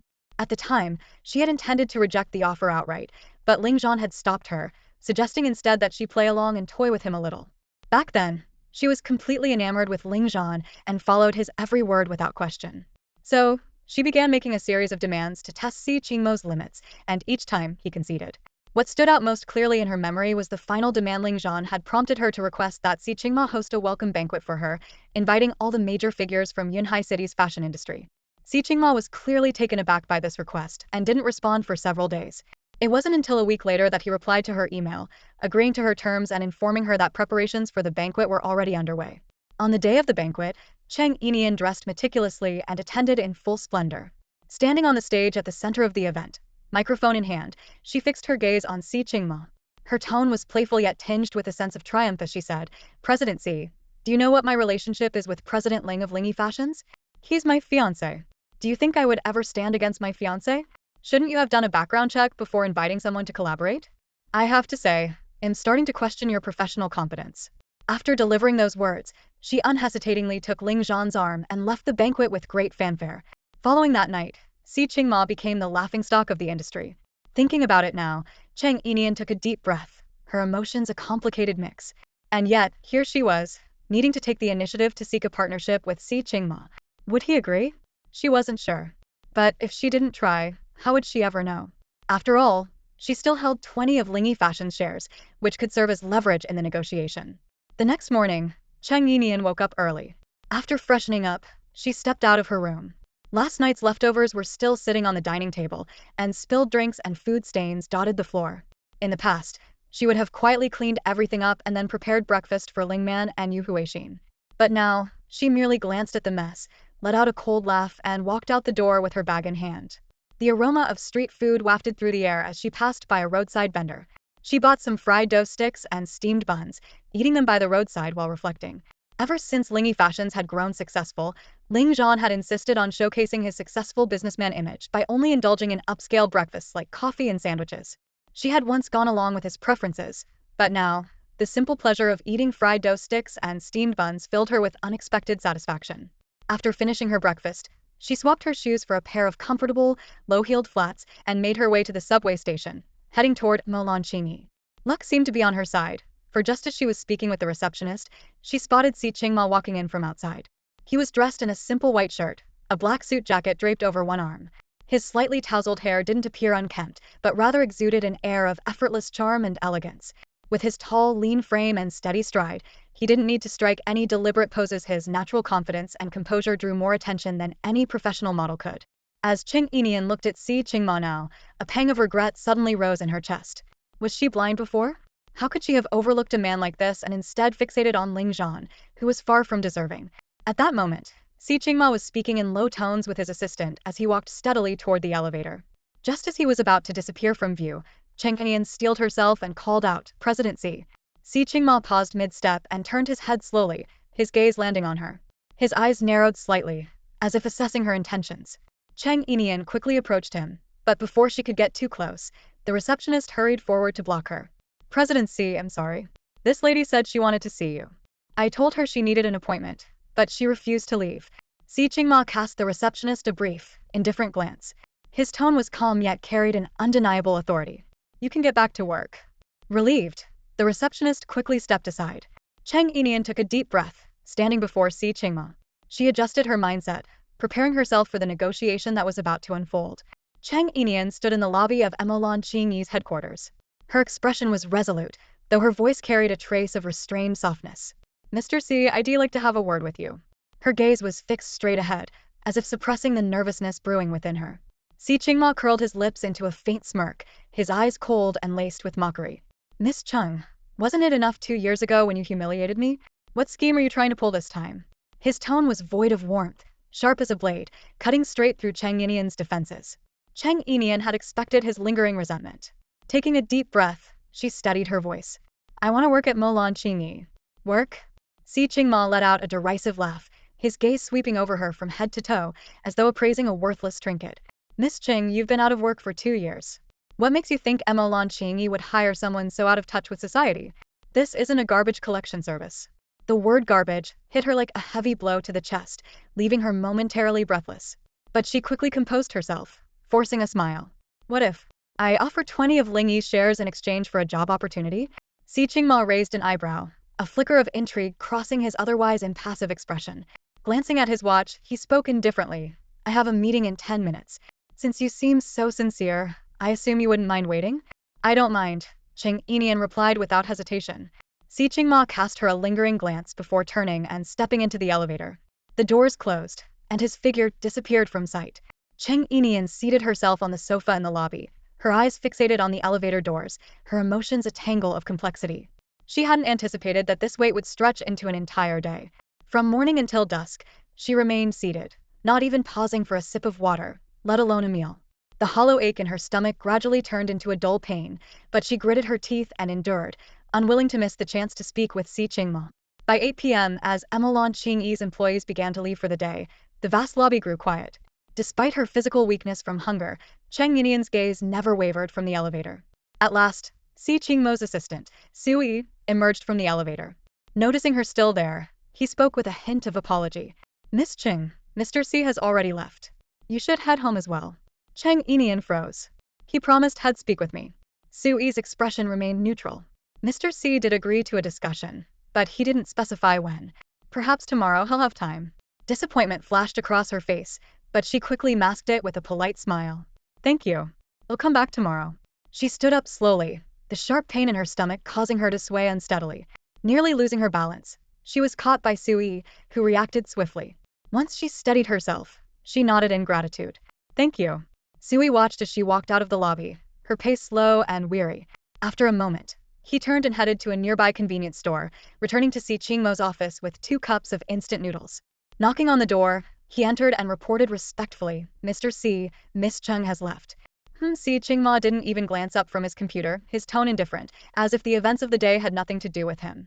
Sui hesitated before adding, "Miss Cheng mentioned she'll come back tomorrow." Si Qingma finally looked up, his expression unreadable.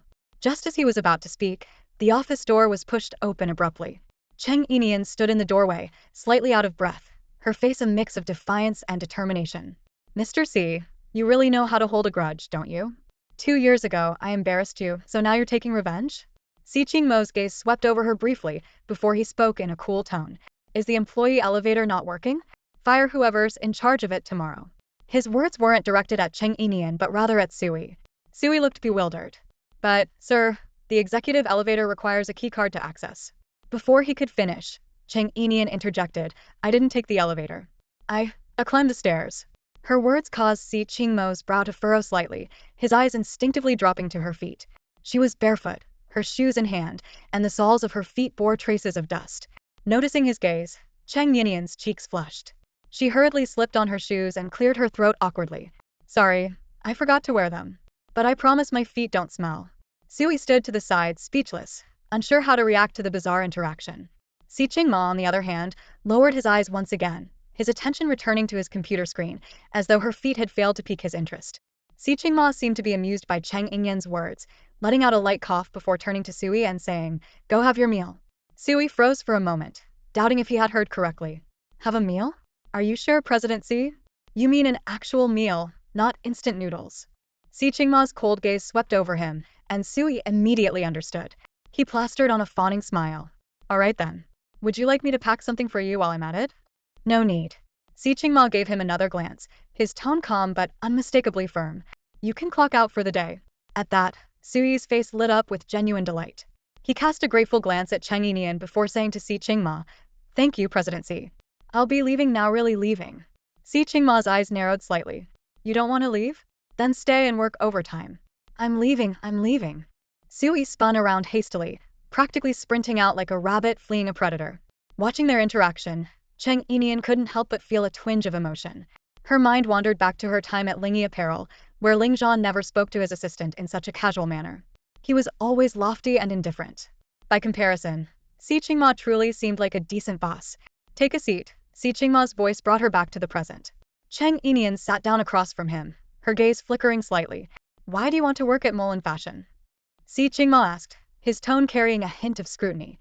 "Didn't you once say you'd never stand on the opposite side of your fiancé?" Cheng Yinian's face paled instantly. She pressed her lips together and ultimately decided to answer truthfully. "He's not my fiancé anymore. He's my enemy." Si Qingmo raised an eyebrow, the corners of his mouth lifting into a faint smile, as if unsurprised by her response. Cheng Yinian continued, "The enemy of my enemy is my friend. I think we can work together. I can help Mole Fashion reach new heights and crush Ling Apparel beneath us." As she spoke, Si Qingma's phone buzzed. He glanced at the screen before looking back at her. "I'll say it again, Miss Cheng. You've been out of work for 2 years.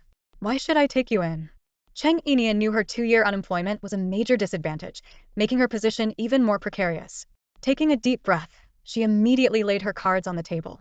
"President Si, I can transfer the 20 of Ling Apparel shares I own to you in exchange for a position at Mole Fashion. I promise that within 2 years, I'll help Mole Fashion acquire Ling Apparel." She paused, her gaze steady as she looked directly at Si Qingma, then added, "Of course, I have one condition. Once the deal is done, President Si must help me secure the property at number 3 Lin Hai Pavilion."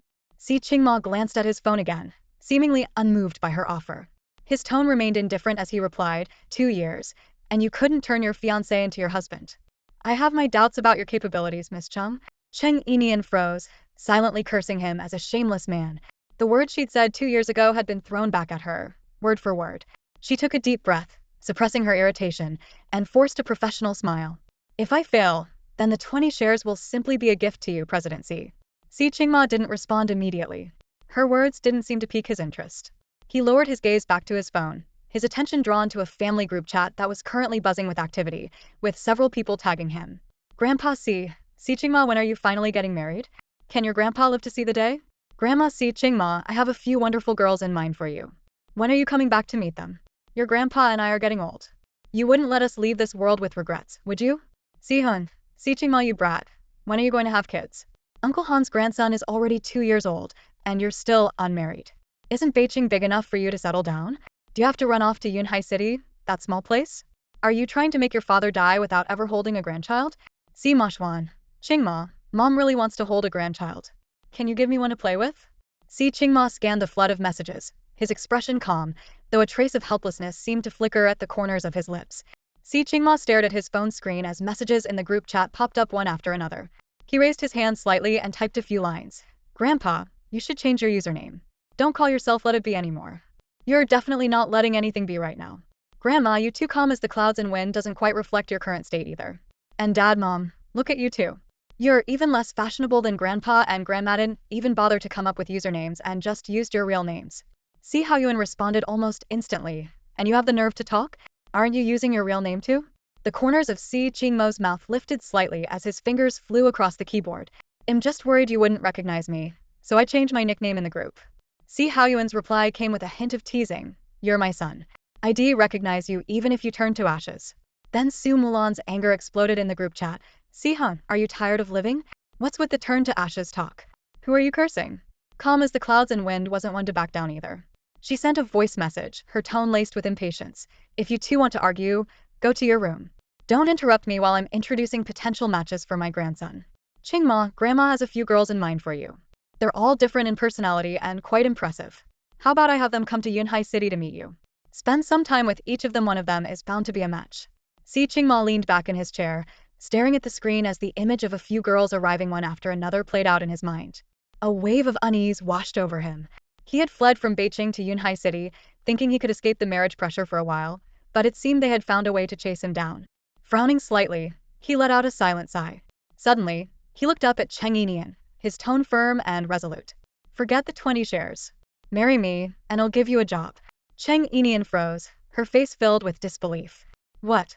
Si Chingma set his phone down, his gaze steady as it rested on her. His voice was calm yet commanding. If we get married, I'll know for sure you've completely cut ties with President Ling, otherwise, I'll suspect you're here as a spy for Lingy fashions. After all, their business has been stagnant these past 2 years. Cheng Yinian opened her mouth, wanting to argue, but found herself at a loss for words. She paused, weighing the proposition in her mind.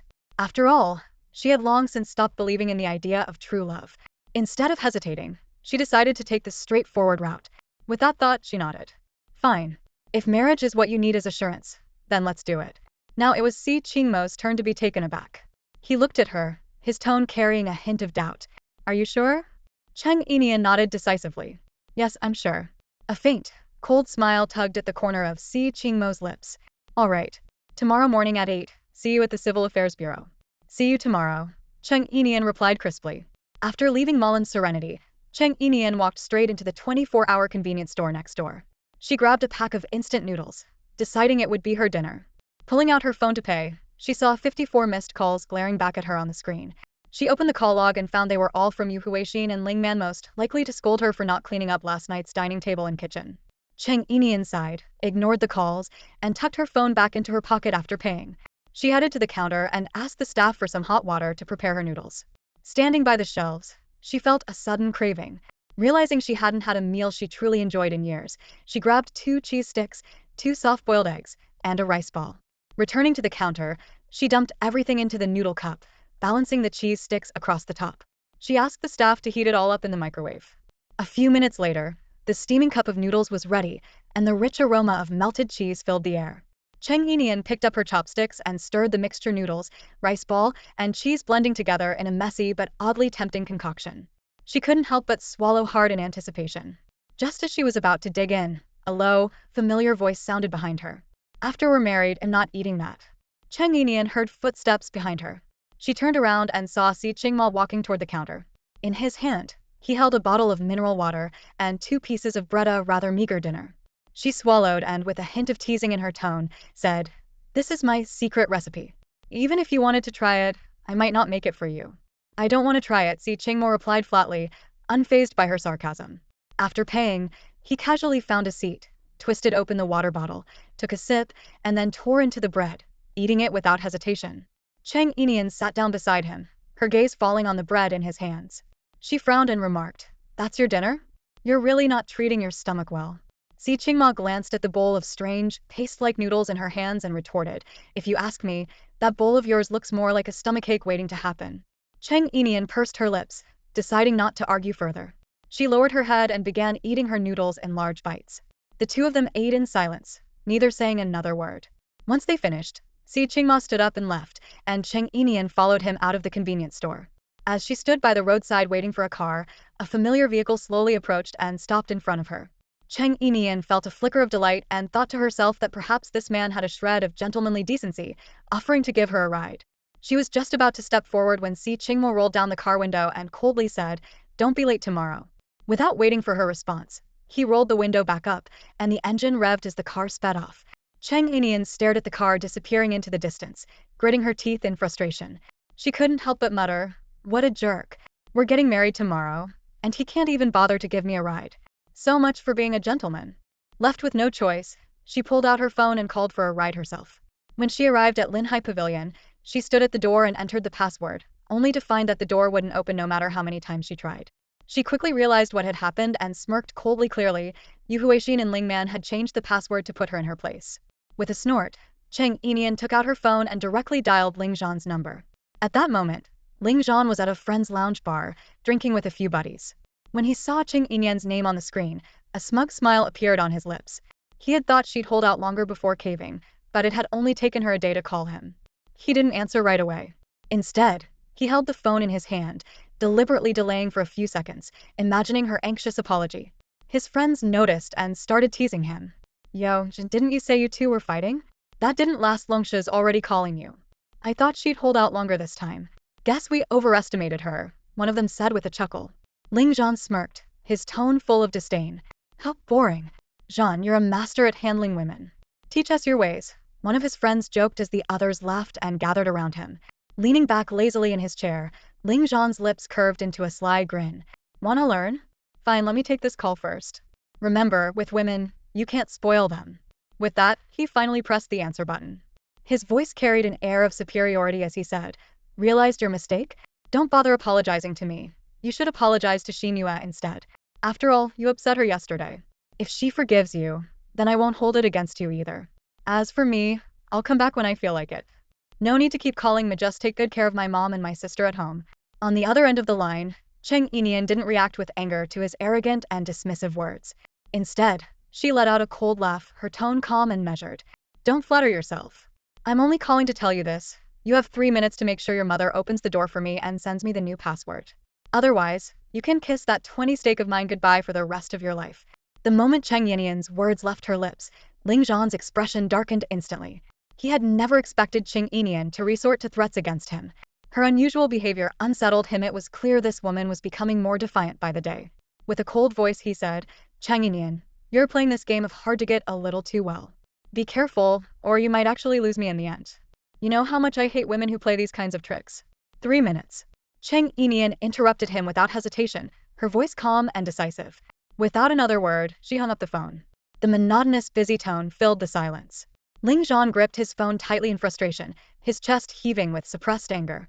He forced himself to maintain composure, glancing at the group of brothers around him who were watching intently.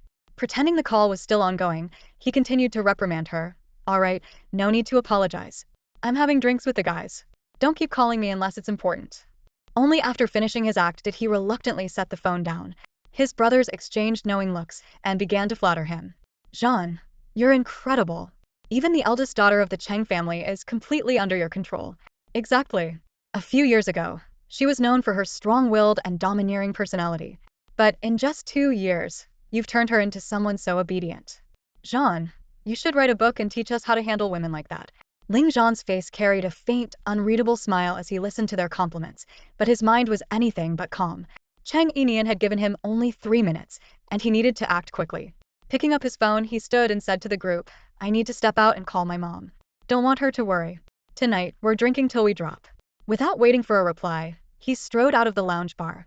The night breeze greeted him with a hint of chill as he stood outside and quickly dialed Yu Huixin's number. The call barely rang twice before it was answered. Yu Huixin's voice came through, laced with annoyance and urgency. "Zhan, do you know Cheng Yinian hasn't been home all day? No one cooked for me in Xiaoman, and the kitchen and dining table from last night are still a mess.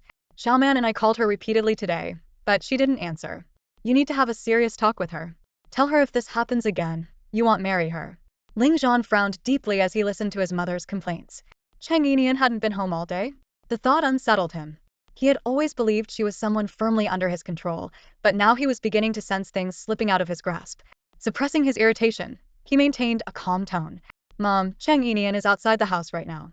Open the door for her and give her the passcode to the main gate. She's outside? Yu Huixin paused, then let out a cold laugh of disapproval. She still remembers how to come home?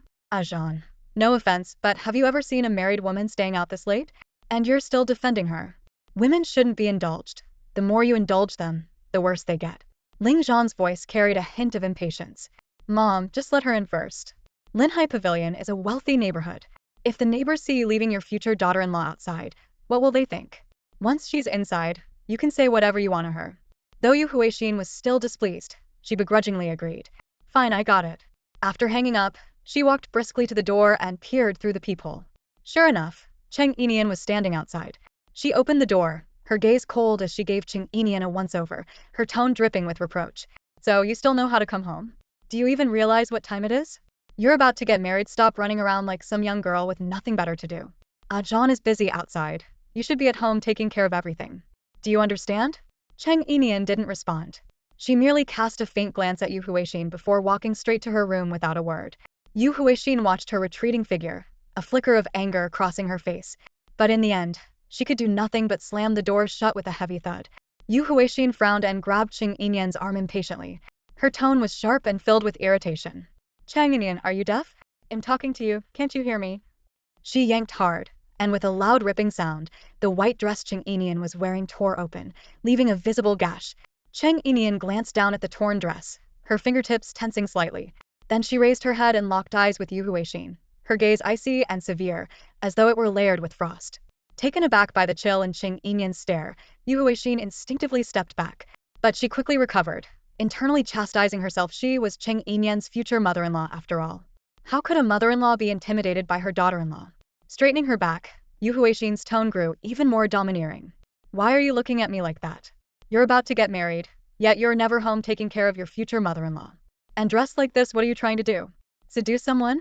Well, the dress is ruined now, and that's for the best. Don't wear it again. Our Ling family's daughters-in-law don't wear dresses after marriage. Fine, you're wearing it today, but this is the last time. Now, go and make some white fungus soup. That takeout from lunch upset my stomach. Oh, and ask Xiaoman what she wants for dinner. Make it all together. As she spoke, Ling Man strolled lazily out of her room, chiming in casually, I want steamed sea urchin egg custard tonight. Make extra.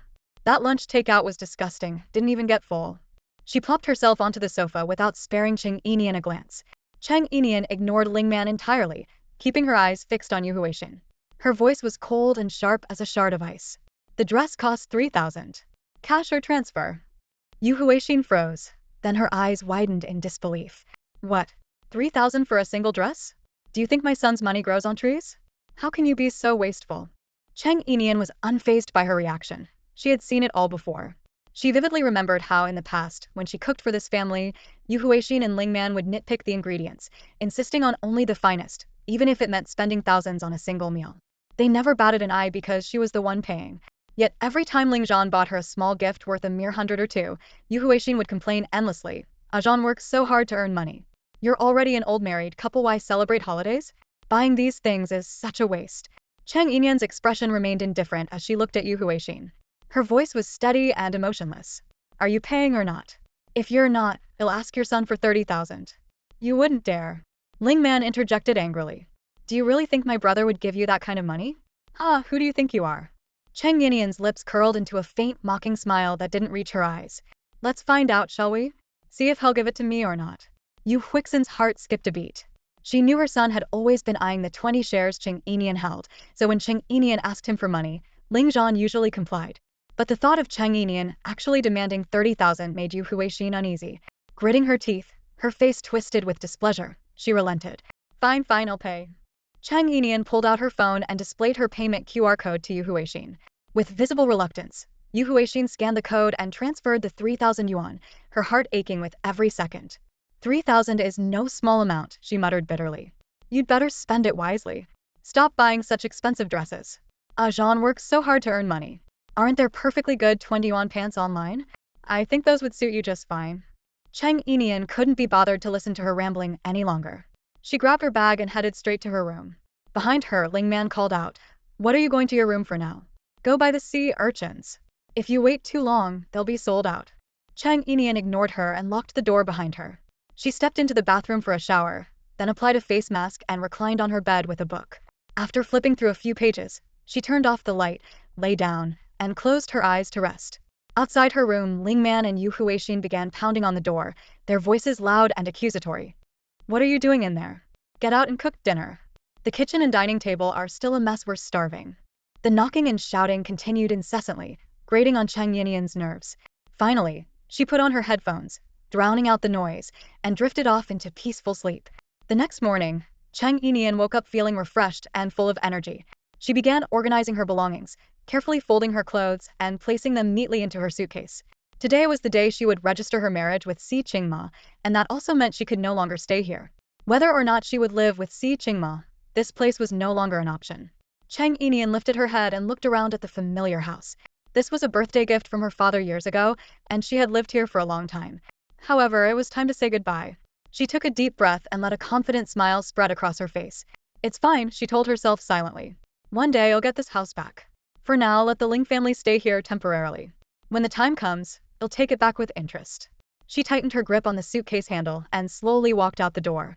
In the living room, the dining table was still cluttered with leftovers from 2 nights ago, emitting a sour and unpleasant smell. It was a common occurrence during the sweltering summer, where even the air carried a hint of discomfort. Cheng Yinian frowned slightly, didn't spare it another glance, and walked straight out the door. Standing by the street, she took out her phone and dialed her best friend Lan Yingying's number. When the call connected, she spoke softly, "Yingying, can I stay at your place for a few days?" On the other end of the line, Lan Yingying, who was at work, kept her voice low, sounding a bit anxious. "What happened? Did you have a fight with Ling Zhan?" "No," Cheng Yinian replied calmly. "We broke up." "What?" Lan Yingying's voice shot up in pitch, but she quickly lowered it again. "Wait a second, let me step outside. The office is too quiet, and I don't dare to speak loudly." A few rustling sounds came through the phone, and soon Lan Yingying's voice returned, this time filled with barely contained excitement. "Cheng Yinian, are you serious? You really broke up with Ling Zhan?" "Really," Cheng Yinian said, her tone still composed. However, Lan Yingying was ecstatic. "That's amazing. Finally, you're free. No more slaving away in the kitchen every day. No more being the maid for your future mother-in-law and sister-in-law. Now we can go out for hot pot, to the movie, so I haven't had hot pot or seen a movie in ages." Listening to her best friend's jubilant tone, a pang of bitterness rose in Cheng Yinian's heart. So, in the eyes of others, she had always just been a maid in Ling Zhan's household. She let out a self-deprecating chuckle, realizing how blind she had been all this time. Just as she was about to respond, a cold male voice suddenly interrupted through the phone. "Lan Yingying, slacking off during work hours? Forget about your bonus this month." This was followed by Lan Yingying's protest. "Mr. Ming, I wasn't slacking. I just stepped out to take a quick call, it's not even 2 minutes." That icy voice responded again, "Work overtime tonight. Go to a hot pot restaurant and a movie theater to shoot 2 short videos." "Fine," Lan Yingying replied reluctantly, and then there was the sound of her footsteps retreating. Lowering her voice, Lan Yingying grumbled through clenched teeth, "Evil capitalist, always finding ways to make me work overtime." Cheng Yinian raised an eyebrow, a faint smile tugging at her lips. She couldn't help but feel that this evil capitalist Mr. Ming might have some special feelings for Lan Yingying. But, as the saying goes, the person involved is often the last to realize it. Perhaps Yingying herself hadn't noticed yet. She thought back to a time when Lan Yingying had tried to persuade her to leave Ling Zhan, but she had foolishly believed Shen Xinyue's instigations and even blamed Yingying for trying to ruin her relationship. Because of this, she had deliberately distanced herself from Lan Yingying for a while. Looking back now, she realized how utterly foolish she had been. She spoke again, "Yingying, I'll just stay at your place for a few days. Once I find a new place, I'll move out." Lan Yingying immediately let out a sharp cry of protest. "Cheng Yinian, do you even consider me your best friend? What's with this talk about moving out? Just stay as long as you want. My place is huge, and I get lonely living there by myself. Think of it as keeping me company." Hearing her friend's enthusiastic response, a warm feeling surged in Cheng Yinian's heart. Perhaps this was the turning point in her life, and everything would start anew from this day forward. Although Cheng Yinian verbally agreed to Lan Yingying's kind offer, she had already made her own plans. She knew that what she was about to do would likely offend Ling Zhan and Shen Xinyue. If she continued staying at Lan Yingying's place, it might implicate her friend. After all, when Lan Yingying once advised her not to spend all her time cooking, Ling Zhan had overheard it. Since then, Ling Zhan had developed some resentment toward Lan Yingying. Cheng Yinian couldn't let her friend suffer because of her decisions. Alright, you go ahead. I have to head to work. The key is still in the usual spot, you know where it is, Lan Yingying said casually, her tone light. Got it. I'll wait for you to come back, Cheng Yinian replied with a slight smile. Work hard tonight. Lan Yingying let out a disgruntled hum, her tone tinged with annoyance. One of these days, I'm going to quit. After hanging up the phone, Cheng Yinian flagged down a taxi and went straight to Lan Yingying's house. She dropped off her suitcase and checked the time. It was already 7:30 a.m. Not wanting to waste any time, she grabbed her ID and household registration booklet before rushing out the door, heading straight to the Civil Affairs Bureau. But she hadn't been in the taxi for long before they got stuck in the morning rush hour traffic. The car barely moved, while time ticked away relentlessly. She kept glancing at the time on her phone. It was 7:50, and there were still 2 kilometers to go. Gritting her teeth, she decided to get out of the taxi. She ran to the side of the road, scanned a shared bike, and hopped on, pedaling furiously. Though it was early spring, she was cycling so fast that a thin layer of sweat formed on her forehead. Meanwhile, outside the Civil Affairs Bureau, Si Qingma leaned against a black Mercedes-Benz, glancing at his watch with a furrowed brow. It was already 8:10, and the woman still hadn't shown up. Irritated, he pulled out a cigarette, lit it, and took a deep drag. His thin lips pressed into a tight line, his expression icy. This was the second time Si Qingma had been stood up by the same woman. Growing up in Beijing, he had always gotten his way. When had he ever been treated like this? Yet here he was, in the relatively small city of Yunhai, being played by a woman twice. Clenching his jaw, he felt a wave of frustration. He had risen early for this meeting, even skipping the office, only to be left waiting here. He silently cursed himself for his foolishness. When the cigarette burned down to the filter, he took a final drag before extinguishing it in the ashtray on a nearby trash can. Just as he was about to open the car door and leave, a yellow blur came speeding toward him. It was a shared bike, and on it was a girl with her hair tied back in a ponytail. She was cycling so fast that she nearly ran into him. Instinctively, Si Qingma stepped back, his cold gaze fixed on the figure approaching him. It was Cheng Yinian. Jumping off the bike, Cheng Yinian was panting as she smiled apologetically. Sorry. The traffic was terrible, so I had to bike here. I'm 12 minutes late. As she spoke, she silently thanked her lucky stars that she'd worn a white shirt and jeans today. If she'd been in a skirt, she would have looked completely disheveled after this mad dash, let alone achieved this rocket speed. Si Qingma gave her a once-over, his frown deepening. I believe I reminded you yesterday not to be late. Cheng Yinian was momentarily taken aback, not expecting him to be so particular. It was just 12 minutes. It's not like the Civil Affairs Bureau was going to close. She spread her hands helplessly and said, Well, I'm already late. What do you want me to do about it? After a pause, she added, How about I compensate you? Si Qingma stared at her coldly without responding. She, however, continued smiling and said, I'll compensate you 12 yuan. He raised an eyebrow, his tone laced with sarcasm. Do you have any idea how much I earn in a minute? Cheng Yinian maintained her polite smile, her tone calm. Oh, I know, Mr. Si. You're incredibly good at making money. But as far as I know, you usually don't arrive at the office until 8:30 or 9 o'clock. At this time, you should still be sleeping. So I apologize for taking 12 minutes of your sleep, but I think 12 yuan should cover it. Hearing this, Si Qingma suddenly smirked, a faintly amused expression crossing his face. It seems you know my schedule quite well. Cheng Yinian smiled serenely, her tone light. Of course. After all, you're about to be the name on my marriage certificate. Si Qingma stared at Cheng Yinian, his gaze intense, as if scrutinizing every detail about her. Beads of sweat glistened faintly on her forehead, clearly a result of her rushing over on a shared bike. For some inexplicable reason, Si Qingma's mood improved slightly. Her effort to come all the way here indicated that she took today's registration seriously. Did you bring your household registration booklet and ID card? Si Qingma asked, his tone calm but leaving no room for doubt. Of course, Cheng Yinian replied, a confident smile playing on her lips. I know exactly what I'm here for today. Si Qingma nodded and said no more, turning to walk toward the entrance of the Civil Affairs Bureau. Cheng Yinian quickly locked the shared bike and hurried to catch up with him. The entire registration process went surprisingly smoothly. In just half an hour, they were holding 2 bright red marriage certificates. Si Qingma casually but carefully tucked his into his inner pocket, then looked up at Cheng Yinian. His deep voice carried an air of undeniable authority. Now that we're married, I have 3 conditions. First, I don't like being cheated on, so I expect you to sort out your relationship with your ex-fiancé as soon as possible. Second, as a married couple, we have a duty to help each other deal with our respective families. Third, and most importantly, he paused, fixing his gaze on her, don't fall in love with me. I don't like complications, and love is the most troublesome thing of all. Cheng Yinian listened, unfazed by his cold demeanor. Instead, her smile deepened. All right, then I have a few conditions of my own, she replied lightly, as though negotiating a business deal. First, I don't like being cheated on either, so I expect Mr. C to keep himself in check during our marriage. Second, I hope Mr. C will honor all the terms we agreed upon before marriage. Third, I have my own life to live. I won't be taking care of your family, nor will I be cooking. And lastly, I hope Mr. C will stay out of my personal affairs. Si Qingma chuckled lowly at her last remark, his tone carrying a hint of mockery. With the kind of inedible food you make, you still want to be in the kitchen? Stay out of it. In the future you'll save everyone a lot of suffering. For a moment, Cheng Yinian was at a loss for words.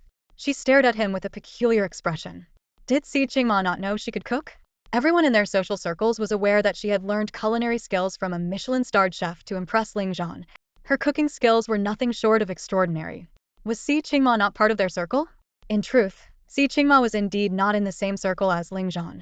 As the heir of the most prominent family in Beijing, he had come to Yunhai City for business under the guise of expanding his ventures, though in reality, it was more of a personal retreat. Si Qingma kept his true identity well hidden, and only a handful of people in Yunhai City knew who he really was. Naturally, Cheng Yinian had no clue either. She had simply categorized him as someone like Ling Zhan, a newcomer to high society, still far from being part of the true elite. Why are you staring at me like that? Si Qingma frowned slightly, raising a hand to his face as if checking for something out of place. Cheng Yinian inwardly breathed a sigh of relief. It was just as well that he didn't know she could cook. After years of being with Ling Zhan, she had grown to despise the kitchen. All the effort she had put into crafting exquisite dishes had been treated as ordinary meals by Ling Man and Yu Huixin, who devoured them without a second thought or any appreciation. It made her feel like all her hard work had been wasted. All right then, that's settled, Cheng Yinian said breezily before waving her hand. I have something to do, so I'll be heading off. She turned and pulled out her phone, ready to unlock another shared bike, when Si Qingma's voice called out behind her. Miss Cheng. She looked up at him, a hint of curiosity in her eyes. Si Qingma pressed his lips together slightly before speaking in a calm tone. Since we're married now, let's exchange contact information. Si Qingma was worried that his family might suddenly show up in Yunhai City and catch him off guard. If that happened, he'd have no choice but to pull Cheng Yinian into the situation to help him handle it. When he voiced his concerns, Cheng Yinian felt something was amiss but didn't ask further. Instead, she pulled out her phone and asked, Do you want to scan me, or should I scan you? Without a word, Si Qingma raised his phone, displaying his QR code. Cheng Yinian rolled her eyes and, with a hint of sass, scanned his code. After adding him as a friend, she quickly used her phone to unlock a shared bike, hopped on, and rode off without looking back. Her first stop was a shop where she purchased a tiny pinhole camera. After setting it up and connecting it to her phone, she got back on the bike and headed to the hotel Shen Xinyue had booked. Upon arriving, she checked into a room, deliberately choosing one on the floor directly beneath the room Shen Xinyue had reserved for her. Once everything was arranged, she sprawled out on the bed, enjoying the air conditioning, and dialed Shen Xinyue's number. When the call connected, Cheng Yinian's voice sounded helpless and urgent. Xinyue, it's Jean's birthday today. You said you'd help me. Listening to her feigned tone, Shen Xinyue couldn't help but sneer internally. What an idiot, still so reliant on her after all this time. With a gentle tone she replied, Of course I'll help you. We're best friends, aren't we? I've already booked the hotel for you. But he's still mad at me. I'm afraid if I invite him, he won't come, Cheng Yinian said, her voice trembling with anxiety. I'll invite him for you, Shen Xinyue offered casually. Hearing this, the corners of Cheng Yinian's lips curled up slightly, and a glint of calculation flashed in her eyes. She replied softly, Thank you. You're so kind to me. By the way, Xinyue, are you at the hotel now? I'd like to come over and take a look. This is my first time doing something special for a Jean, and I want it to be perfect. I just want to see how everything is set up. Shen Xinyue hesitated for a moment before agreeing. All right, I'll send you the hotel address. Come on over. After hanging up, a mocking smile appeared on her face.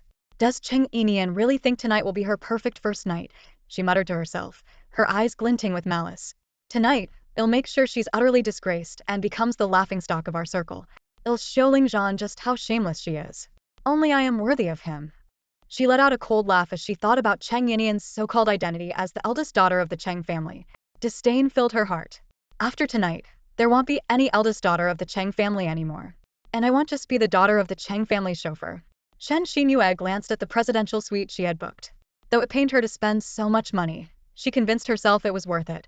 She had invested a lot into this plan, but it didn't matter. She'd just asked Bai Jinxiu to reimburse her later.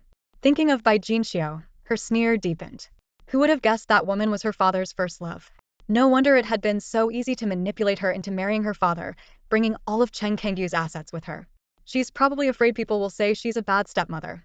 That's why she treats me better than Cheng Yinian, even being more generous with money, Shen Xinyue thought coldly. She began decorating the room, replacing the hotel's candles with the special ones she had brought. These candles, sourced through a discreet channel, were laced with aphrodisiacs. Satisfied with her setup, she smiled smugly. Once these candles are lit, even the most virtuous woman will lose all her inhibitions. Meanwhile, Cheng Yinian was leisurely enjoying a cup of coffee at a nearby cafe. She took her time sipping it before heading upstairs, knowing she needed to give Shen Xinyue enough time to switch out the candles. After all, the performance couldn't feel rushed.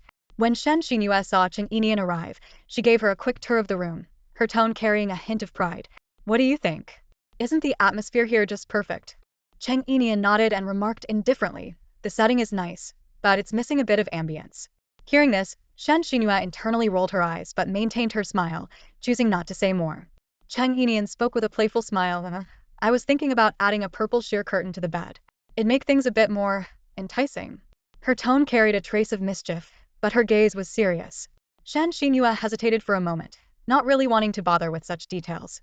But after a second thought, she realized that the addition might indeed create a more intimate atmosphere, aligning perfectly with her plans. The more flirtatious Cheng Yinian appeared, the better the results would be. With a sly smile, she responded eagerly, sure. Just make sure to wear something pretty underneath. I'll head out now to buy the curtain and pick up some sexy lingerie while I'm at it. Sounds great, Cheng Yinian nodded, her expression sweet and obedient. Thank you, Xinyue. Go ahead, I'll stay here and think about what else we might need. Shen Xinyue agreed without hesitation. Alright, take your time. But inwardly she couldn't help but roll her eyes. This presidential suite is already luxurious enough, what else could possibly be added? She turned and left the room.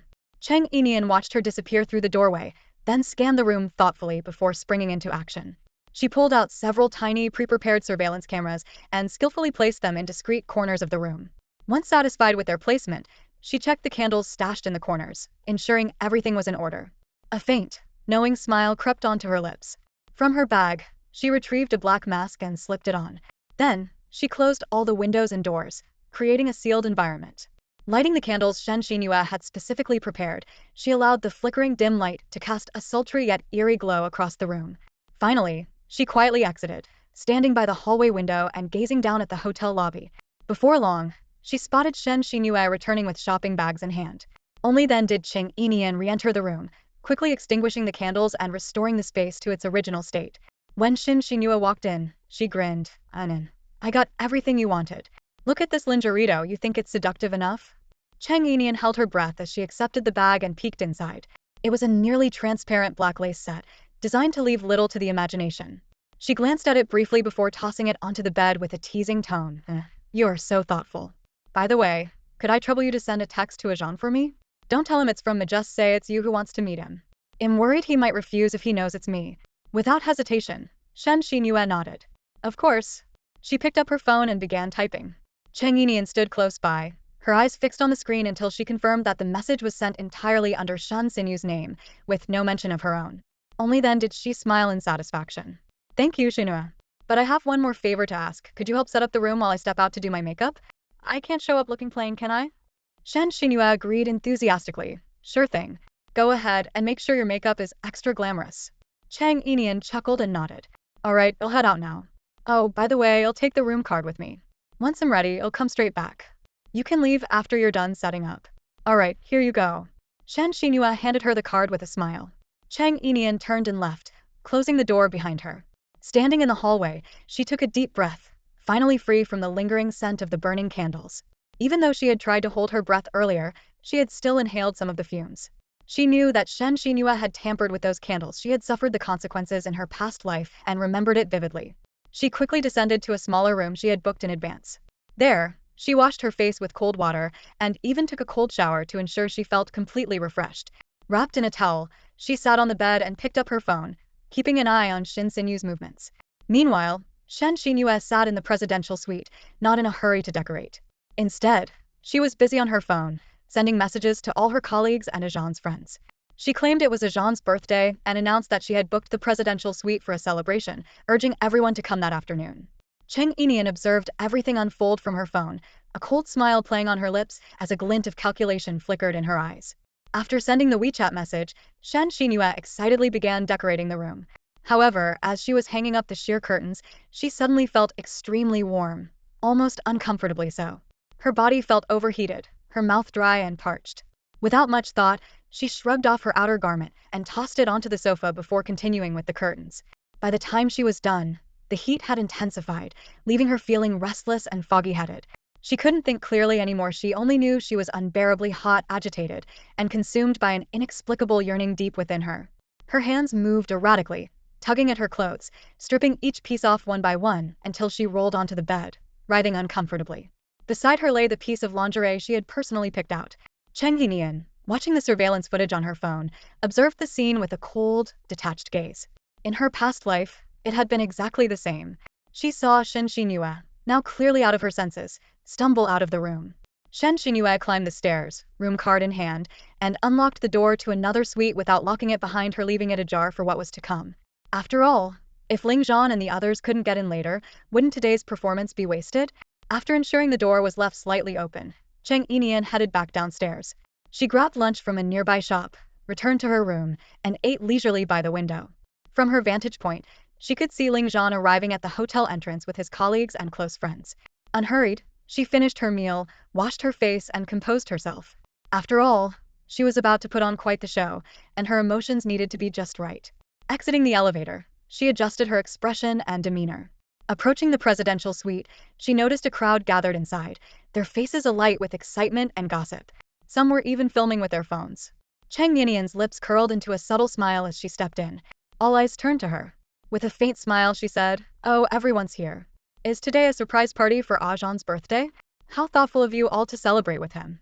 Without waiting for a response, she walked further into the room. That's when she saw Shen Xinyue on the bed, her body twisting and turning. Ling Zhan had taken off his jacket and attempted to cover her with it, but Shen Xinyue refused, flinging it aside and instead burrowing into his arms. Her hands clung to his neck, and she kept pressing her lips against his. Seeing this, Cheng Yinian sneered inwardly, but forced tears to well up in her eyes. With a dramatic burst of emotion, she stormed forward, grabbed Shen Xinyue, and yanked her away from Ling Zhan. Summoning all her strength, she slapped Shen Xinyue hard across the face.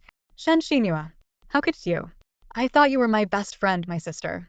And yet you blatantly seduced my fiancé right in front of me? How dare you? How could you?" Cheng Yinian's voice trembled with rage, heartbreak, and betrayal. She made sure to channel all her pent-up emotions into her performance. Though not all of it was an act, there was genuine anger, sadness, and disappointment buried deep within her. But that was all in the past now. Shen Xinyue's cheek turned bright red and swollen from the slap, but she remained in a dazed state. Cheng Yinian grabbed a glass of water from the nearby table and splashed it directly onto Shen Xinyue's face. "Wake up," she snapped. "Feel the humiliation you've brought upon yourself today." The icy water seemed to jolt Shen Xinyue partially awake. Seeing the scene before her, she instinctively tried to crawl back into Ling Zhan's arms, using his body to shield her own disheveled state. Ling Zhan quickly wrapped her in his suit jacket to cover her up. Shen Xinyue, overwhelmed and panicked, kept muttering, "How did this happen? How could this happen?" Cheng Yinian laughed bitterly to herself but outwardly erupted with fury. "How could this happen? Who are you asking?" she screamed, her voice trembling with a mix of mockery and rage. Cheng Yinian raised her hand, about to slap again when Ling Zhan grabbed her wrist and pushed her away with a frown.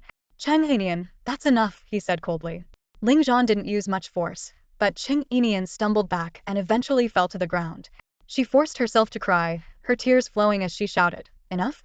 Ling Zhan, we've known each other since university. I stood by you when you started from scratch, and now your company is listed. We fought for this together. You promised to marry me, to make me the happiest woman in the world. But now, for this shameless woman, you raise your hand against me." Ling Zhan hadn't expected Cheng Yinian to fall. He stared at his hand, momentarily stunned. But he had long grown used to looking down on her and coldly retorted, "And you is your best friend. Is this how you treat your own friend?" Cheng Yinian cried harder. "Yes, she's my best friend, the person I trusted the most. And yet, she went behind my back to seduce my fiancé. Shouldn't I be asking if this is how she treats her friend?" Shen Xinyue shook her head.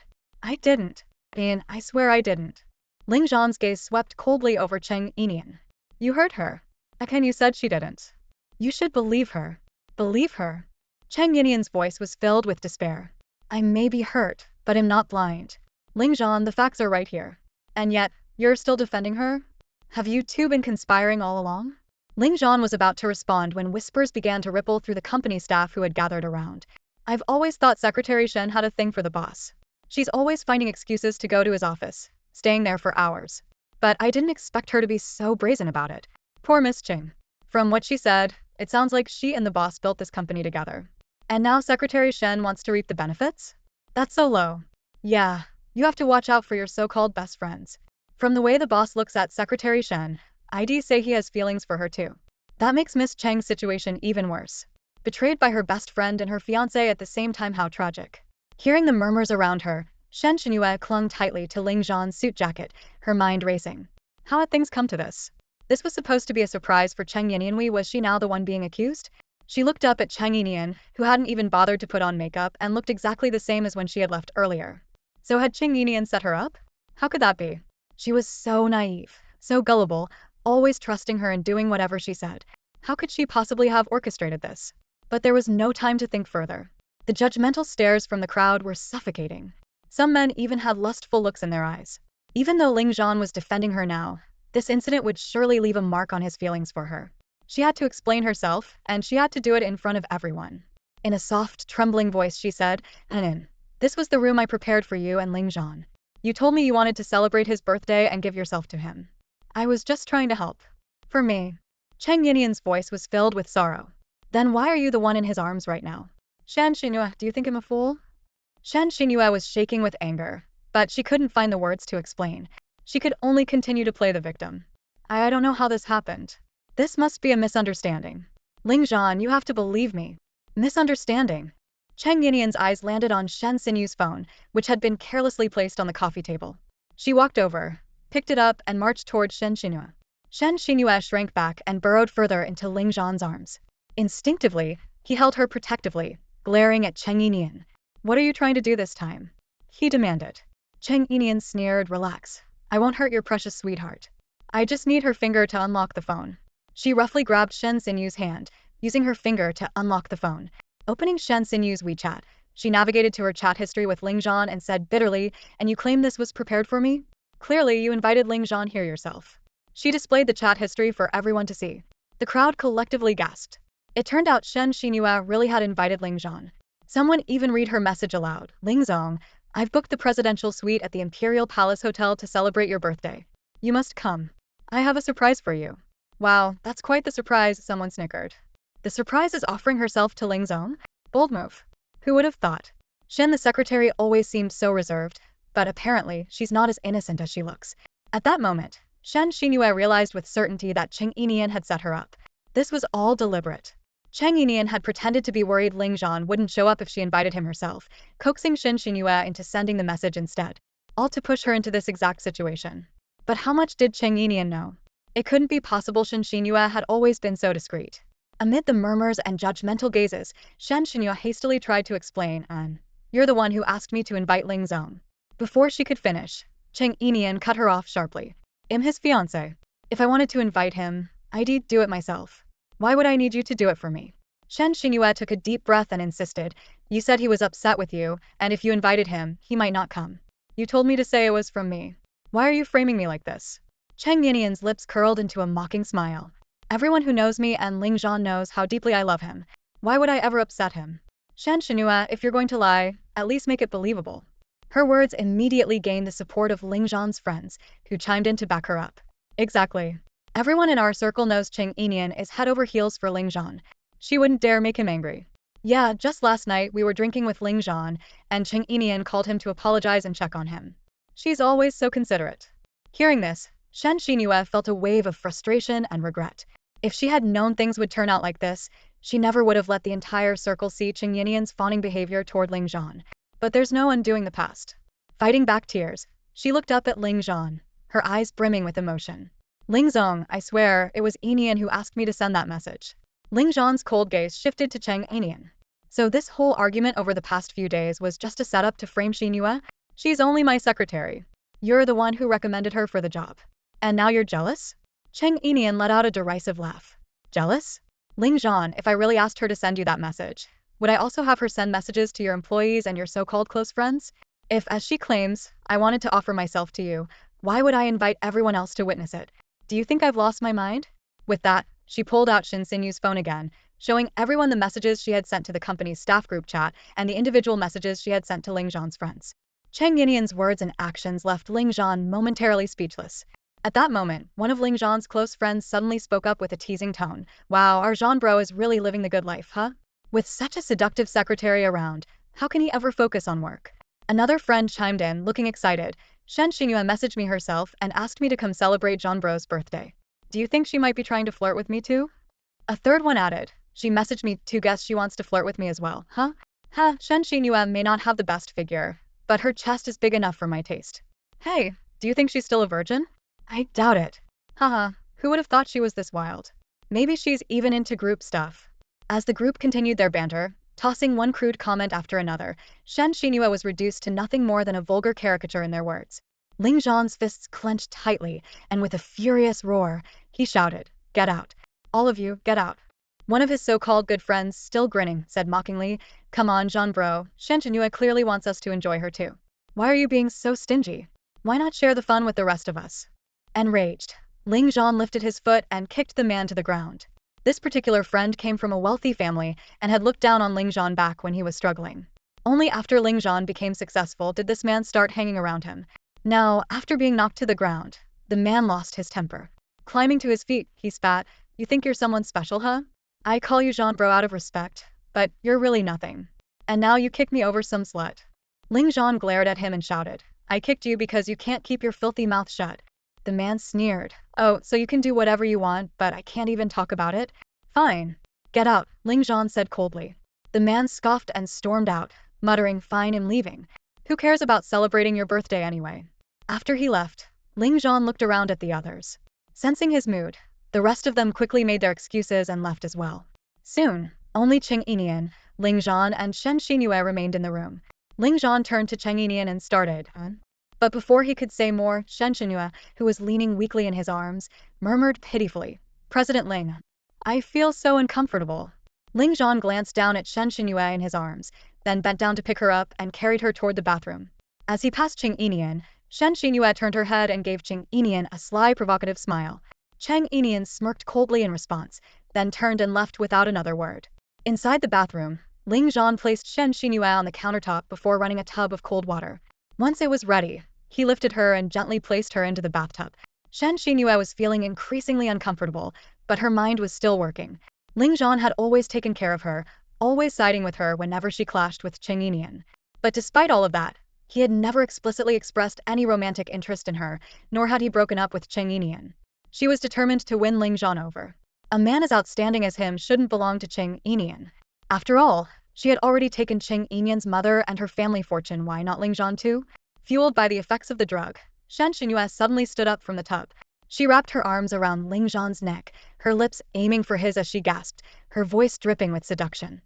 "President Ling, I feel so uncomfortable. Please help me. Help me." The unexpected softness of her body pressing against him made Ling Zhan freeze momentarily. He tilted his head back to avoid her lips and, breathing heavily, said, "You're not thinking clearly right now. Don't do something you'll regret. Be good, soak in the cold water for a bit. You'll feel better soon." I don't want to, I want you." Shen Xinyue whispered as she saw Ling Zhan tilt his head back to avoid her kiss. Instead of going for his lips again, she leaned in and bit gently at his Adam's apple. Ling Zhan's body stiffened even more, and Shen Xinyue could clearly feel the change in his demeanor. She knew he couldn't resist her, and a sly smile crept across her face. In her mind, she thought smugly, "Cheng Yinian, oh Cheng Yinian, you've practically handed your man over to me. I was just worrying about how to get closer to Ling Zhan, and now, thanks to this drug, I can make him fall for me completely." Shen Xinyue had always maintained a pure and innocent image in front of Ling Zhan, even pretending to be a close friend of Cheng Yinian. She couldn't risk destroying the pristine image she had built. But tonight, everything was falling into place. As long as something happened between her and Ling Zhan tonight, she would have the leverage to make him marry her. Then, everything that belonged to Cheng Yinian would be hers. With this thought, she grew bolder, her actions more unrestrained. Just as it seemed Ling Zhan was about to lose control, his phone rang. Flustered, he pushed Shen Xinyue away and muttered, "I need to take this call." The call was from Yu Huixin. As soon as Ling Zhan answered, she cheerfully wished him a happy birthday before launching into a tirade. Zhan, you really need to talk to Cheng Yinian. She's getting lazier by the day. The dining table from 2 days ago is still a mess, and yesterday she didn't cook anything for me and Man. She came home really late, so we had to eat takeout, and now our stomachs are killing us. I even asked her to make some white fungus soup, but she didn't bother. I'm telling you, I can't accept a daughter-in-law like this. Ling Zhan, already overwhelmed, replied irritably. Just leave her alone. Leave her alone? Then who's going to clean up the mess on the dining table? Who's going to cook and clean the house? Yu Huixin fumed. I'll take care of her later. For now, just don't worry about her. Go out and have some fun today, consider it a celebration for my birthday. I'm busy right now, Ling Zhan said, trying to end the conversation. Yu Huixin, clearly annoyed, retorted. Fine. But what about the mess at home? Who's going to deal with it? I'll send you 100,000 yuan. Go out and enjoy yourselves, Ling Zhan replied, his patience wearing thin. 100,000? Thanks, brother. Ling Man's voice chimed in from the background. Mom, there's this trendy beach in the neighboring city I've been wanting to check out. Let's go there. Yu Huixin sighed and glanced at Ling Man before saying to Ling Zhan, take care of yourself too, Zhan. Don't overwork. Alright, I'll hang up now. Okay, Ling Zhan replied curtly before ending the call. He quickly transferred 100,000 yuan to Yu Huixin and returned to the room. Standing outside the bathroom door, he knocked lightly but didn't step inside. Xinyue, I'm heading back to the office. Take some time to cool off here, he said through the door before briskly leaving. Inside the bathroom, Shen Xinyue sat in the cold bathtub, her anger boiling over. She splashed water everywhere in frustration, fuming. I was so close. Who on earth had the nerve to call Ling Zhan at that moment? Then it dawned on her. It must have been Cheng Yinian. That wretched woman, she hissed through gritted teeth. Cheng Yinian, don't get too comfortable. Ling Zhan will be mine sooner or later. Meanwhile, Cheng Yinian had just stepped out of a hotel when her phone buzzed with a WeChat voice call from an unfamiliar number. She stared at it for a moment, wondering if it could be someone from the event earlier trying to check in with her. Uninterested, she declined the call. Moments later, a message popped up from the same number, come to my place tonight. Cheng Yinian frowned, muttering, what's wrong with this person? Do they think I'm Shen Xinyue or something? Without hesitation, she blocked the number.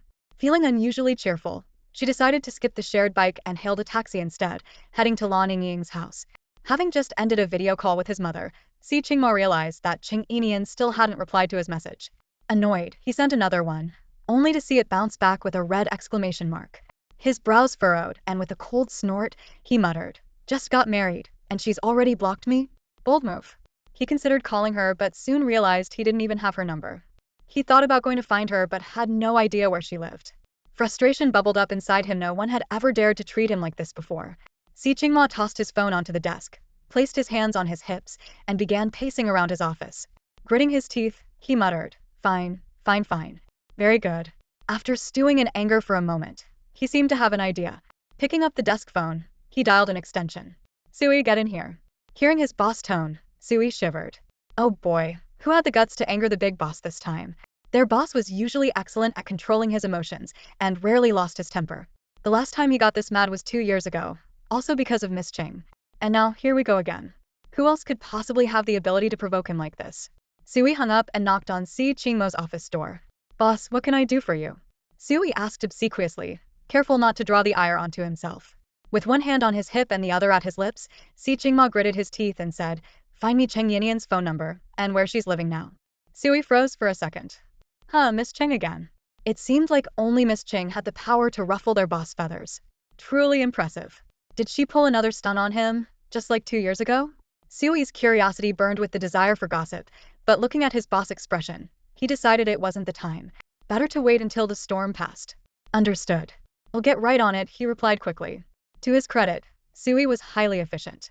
In no time, he had tracked down Cheng Yinian's phone number and address. Presenting the information to Si Qingma, he watched as his boss stared at the address for a long moment. Finally, Si Qingma said, Number 3 Linhai Pavilion? Isn't that Ling Zhan's property? Sui nodded. Yes, it is. Then why is she still living there? Si Qingmo's brows furrowed deeply. Sui was momentarily taken aback. Did their boss have amnesia? Did he forget that Miss Cheng was Ling Zhan's fiancée? Though the boss was clearly furious, Sui couldn't help but gently remind him, Miss Cheng is Mr. Ling Zhan's fiancée after all. It's not that surprising that she's staying there. Si Qingmo's expression darkened even further, and he let out a cold snort. This woman was truly something else. She had married him, yet she was still living with her ex-fiance. So, why did she marry him? For a job? And why did she join him along Chingy? Was she here to spy for Ling Zhan? This woman would do anything for Ling Zhan. Back then, she had stayed up all night drinking, shamelessly begging for sponsorships for Ling Zhan. And now, she had gone so far as to marry him. Did she think he was an idiot? Grinding his teeth, Si Qingma grabbed the piece of paper Sui had handed him, crumpled it into a ball, and threw it into the trash can. Sui, watching his boss grow angrier, felt a surge of panic. "Boss, if there's nothing else, I'll take my leave now," he said hurriedly. Without waiting for a response, he bolted out of the office like a rabbit fleeing a predator. Si Qingma, still fuming, paced around his office a few more times. Finally, he reached into the trash can, retrieved the crumpled paper, and dialed the number written on it. Cheng Yinian had just returned to Lan Yingying's house and was lying on the sofa with a face mask on, eating watermelon. She was in an exceptionally good mood after accomplishing something significant today. When an unfamiliar number appeared on her phone, she answered cheerfully, still munching on her watermelon. Her greeting was muffled. "Hello, who's this?" Hearing her muffled voice, Si Qingmo's mind instantly conjured up some inappropriate images. Was she kissing Ling Zhan right now? Is that why her voice sounded so unclear? Was she curled up in Ling Zhan's arms, mocking him together with Ling Zhan, mocking how he kept getting fooled by Cheng Yinian, looking like a complete idiot? The more he thought about it, the angrier he became. Gritting his teeth, he said, not good at all." Cheng Yinian immediately recognized his voice. Blinking, she asked, "Si Qingma?" "Humph." Si Qingma snorted coldly. Cheng Yinian pursed her lips and asked again, "You're calling me to say you're not good? Are you expecting me to comfort you?" Si Qingma sneered. "Who do you think you are? Who needs your comfort? Then why are you calling me?" Cheng Yinian was a little confused. "Where are you?" Si Qingma asked. "At my friend's house," Cheng Yinian answered honestly. "Boyfriend?" Si Qingma asked mockingly. "No, girlfriend," Cheng Yinian replied, blinking. "I'm your wife now. How could I possibly have a boyfriend?" "Humph, as long as you know." Si Qingma snorted again. "Of course I know," Cheng Yinian said. "Send me the address. I'll come pick you up after work," Si Qingma instructed. "Huh? Pick me up? Why?" Cheng Yinian asked, puzzled. "You just said you know you're my wife. What do you think I'm picking you up for? Don't husbands and wives live together?" Si Qingma said coldly. "Is that necessary?" Cheng Yinian asked tentatively. "Does that mean we'll also need to fulfill, marital obligations? Don't want to?" Si Qingma raised an eyebrow. Cheng Yinian thought for a moment. Well, they were already married, so fulfilling marital obligations wasn't out of the question. It was just a bit regrettable she and Ling Zhan had been together for so many years and had always respected that final boundary. Now it seemed Si Qingma was going to benefit from it. She sighed and said, "It's not that I don't want to. It's just a little awkward." Si Qingma suddenly chuckled and said, "You might be willing, but I'm not. Send the address, quickly." Cheng Yinian let out a sigh of relief and replied brightly, "Okay, I'll send it to you on WeChat." As soon as she mentioned WeChat, Si Qingma got annoyed again. Clenching his teeth, he said, "Send it on WeChat? Do you even have me as a contact on WeChat?" "Of course. Didn't we add each other after getting our marriage certificate today?" Cheng Yinian said, confused. "Add me back," Si Qingma snapped, not wanting to waste any more words with her, and hung up immediately. Hearing the dial tone, Cheng Yinian was left a little dazed. What's with this man? She pulled out her phone and searched her contacts for Si Qingmo's WeChat, but after a long time, she couldn't find it. The problem was, she couldn't even remember what his WeChat username was. Then, recalling his earlier words, a realization hit her. Could it be the account she blocked this afternoon was his? She quickly unblocked the contact and sent a message. "Si Qingma?" She received a reply almost instantly. It was just one word, "Humph," with no emojis or punctuation. Looking at that single, emotionless humph, Cheng Yinian couldn't help but laugh. She could almost picture his expression at that moment. After all, this wasn't the first time she had managed to irritate him. Cheng Yinian quickly sent Lan Yingying's address to him. The response she received was just a single one. But she knew exactly what it meant. She often did the same when she was busy and didn't have time to reply properly. It simply meant, got it or received. She put her phone down and continued eating watermelon. After finishing, she laid on the bed and enjoyed a comfortable nap. By the time she woke up, it was almost dark. She glanced at the time. It was already 7 p.m., and Lan Yingying still hadn't come back. She figured her friend was likely out on a date with her boss. Not knowing when Si Qingma would arrive, she got up and tidied herself. She sent Lan Yingying a message, letting her know she wouldn't be staying over at her place anymore. "Lan Yingying, what? You're not staying at my place again? Ugh, I thought we could finally spend some time together, cook together, eat together, watch movies, gossip, and hang out. Why are you leaving? Where are you going to stay now?" Cheng Yinian was still thinking about how to reply when another message from Ling Ying popped up. Ling Ying, no way. No, wait, don't tell me you're going back to Ling Zhan's place again? Cheng Yinian let out a helpless laugh. No, I'm not. Ling Ying, good. Don't go back there, have some backbone. Cheng Yinian, Ying, I need to pack up now. Someone is coming to pick me up, and I don't want to keep them waiting. Let's catch up tomorrow when I'm free, okay? After sending the message, Cheng Yinian went to wash up. However, when she was done, she still hadn't heard from Si Qingmano call, no message. Checking her phone, she noticed 5 missed calls, all from her mother, by Jinxiu. She didn't need to guess what the calls were about. It was obvious that Shen Xinyue had exaggerated the events from this afternoon and tattled on her. Her mother must have called to scold her again, likely demanding that she apologize to or compensate Shen Xinyue. Her mother, by Jinxiu, was probably the best stepmother in the world, always treating Shen Xinyue better than her own biological daughter.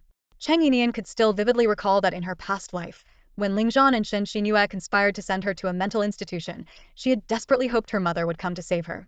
Eventually, her mother did show up.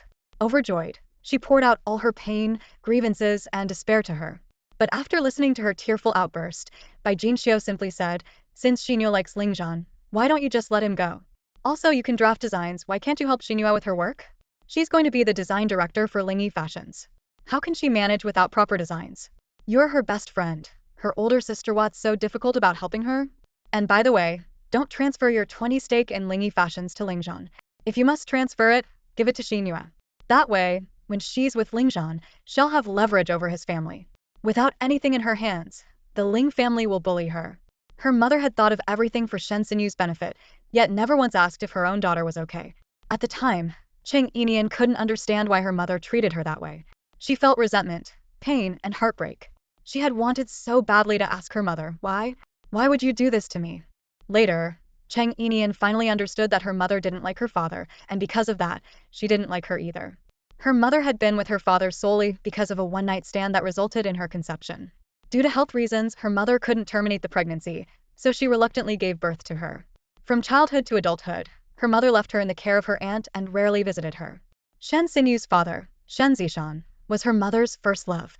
Her mother deeply loved Shen Zishan, and because of that, she extended that love to Shen Xinyue as well. In her previous life, Cheng Yinian only realized before her death that even her name was chosen by her mother to commemorate Shen Xinyue, meaning still remembering. Thinking of this, Cheng Yinian let out a bitter smile. In her past life, she longed for familial love and motherly affection. She was obedient to her mother's every word. When her mother told her to give in to Shen Xinyue, she did as told. Her mother asked her to cook for Shen Xinyue and help her take care of her stomach, and she complied. Her mother asked her to be kind to Shen Xinyue, and she did her best to be kind. But in the end, what did she get? Nothing. No family love, no motherly affection. Instead, she caused her father's death and was ultimately sent to a mental hospital herself. In this life, she no longer craved motherly love. All she wanted was to reclaim what was rightfully hers and avenge her father. She wasn't planning to return by Jinxius call either. However, there was still one thing left undone.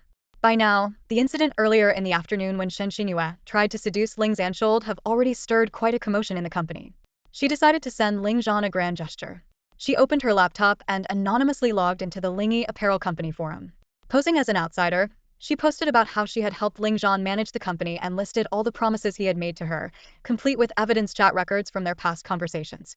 Thankfully, her love-struck self back then had saved every little moment they'd shared, including their chats, which she had never deleted. Now, they came in handy. After posting those, she also uploaded an audio recording from that afternoon where Ling Zhan defended Shen Xinyue. As an observer, she logically analyzed the current relationships between Ling Zhan, herself, and Shen Xinyue, branding Ling Zhan as an ungrateful man. She knew that Ling Yi Apparel was already a strong and successful company. These revelations might affect it, but not significantly. She didn't care. Even the smallest ant can bring down an elephant eventually, bit by bit. Her plan was to dismantle Ling Yi Apparel piece by piece, making Ling Zhan realize that the same person who built Ling Yi could also destroy it. After finishing everything, she noticed that Si Qingma still hadn't arrived. She turned on the TV and began watching while waiting. Unexpectedly, she waited until 9 p.m., and Lan Yingying had already returned home, yet Si Qingma was still nowhere to be seen. The moment Lan Yingying saw Cheng Yinian still there, she excitedly hugged her. Nian Nian, you're still here. Hee, does this mean you're not leaving? Cheng Yinian sighed helplessly. Maybe I'm not leaving. The person picking me up hasn't shown up. Hearing the disappointment in Cheng Yinian's tone, Lan Yingying immediately assumed she was waiting for Ling Zhan. Over the years, she had witnessed how much Yinian had sacrificed for Ling Zhan and knew how deeply Yinian loved him. Matters of the heart can't just be forgotten with a snap of the fingers. Earlier, Yinian had texted her on WeChat, saying she wasn't going back to Ling Zhan. Lan Yingying figured she probably said that to avoid being called spineless. Lan Yingying gave Cheng Yinian a hug and said, "That jerk Ling Zhan blew you off again, didn't he? Oh, come on, don't be upset. Let's not think about him. How about we go sing karaoke? I just installed a new karaoke system at home last week. Let's give it a try." Cheng Yinian twitched the corner of her mouth and replied, "With your soundproofing? Are you sure you're not afraid of the neighbors complaining if we sing this late at night?" Lan Yingying scratched her head. "Let them complain. Let's let loose for once." "Let loose my foot." Cheng Yinian reached out and flicked her on the forehead. Lan Yingying rubbed her head and said, "I just don't want you to feel down. And I know you can't seem to let go of Ling Zhan after all these years. I've seen how much you've done for him. But can we at least stay mad at him for a little longer? Make that jerk feel some sense of crisis. Look at you, this morning you said you'd stay at my place. But as soon as he said he'd pick you up tonight, you packed up and got ready to leave. How's he ever going to cherish you like this?" Cheng Yinian paused and said, "It's not Ling Zhan." Then before Lan Yingying could finish, Cheng Yinian's phone started ringing, interrupting her. The ringtone was a playful tune. "If you took what's mine, give it back. If you ate what's mine, spit it out." Cheng Yinian glanced at the caller ID. It was the same number that had called her earlier that afternoon. She quickly answered, "Hello?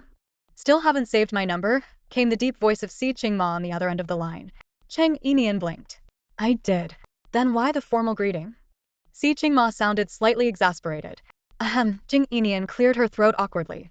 "I just didn't know what to say to start the conversation." "Come downstairs," Si Qingma said directly.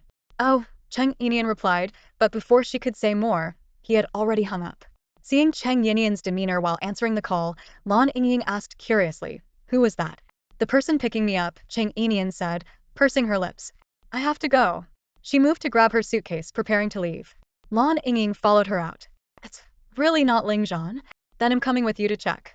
"If it's Ling Zhan, you're not Levangier staying over tonight with me." "All right." Cheng Yinian nodded in agreement. The two of them headed downstairs together. As they stepped outside, they spotted a sleek Mercedes parked below. Leaning casually against the car was a strikingly handsome man, a cigarette between his fingers. He looked like he had stepped straight out of a comic book. Lan Yingying couldn't help but squeal, "Oh my gosh. When did our neighborhood get such a gorgeous guy? Oh my, he's too handsome. Way better than those pretty boys on TV. And most importantly, he's got real masculine charm." Cheng Yinian looked up and saw Si Qingma narrowing his eyes slightly as he glanced in their direction. His face, partly obscured by the cigarette smoke, carried an air of enigmatic depth. Lan Yingying, utterly smitten, grabbed Cheng Yinian's sleeve excitedly. "He's so attractive. This guy is pure perfection. Yinian, is he looking at us?" Cheng Yinian swatted her hand away. "I see him. Now get your greasy fingers off my white shirt, you just ate roast chicken." Lan Yingying quickly withdrew her hand but continued staring at Si Qingma with a starry-eyed expression. As Si Qingma saw Cheng Yinian coming down, he extinguished his cigarette and began walking toward her. Lan Yingying whispered excitedly, "An Yinian. He's coming over. Do you think he's going to hit on us? Listen to Met, his guy is way better than Ling Zhan. Why waste your time on Ling Zhan when you could have someone like this? With your looks and figure, you could totally win him over."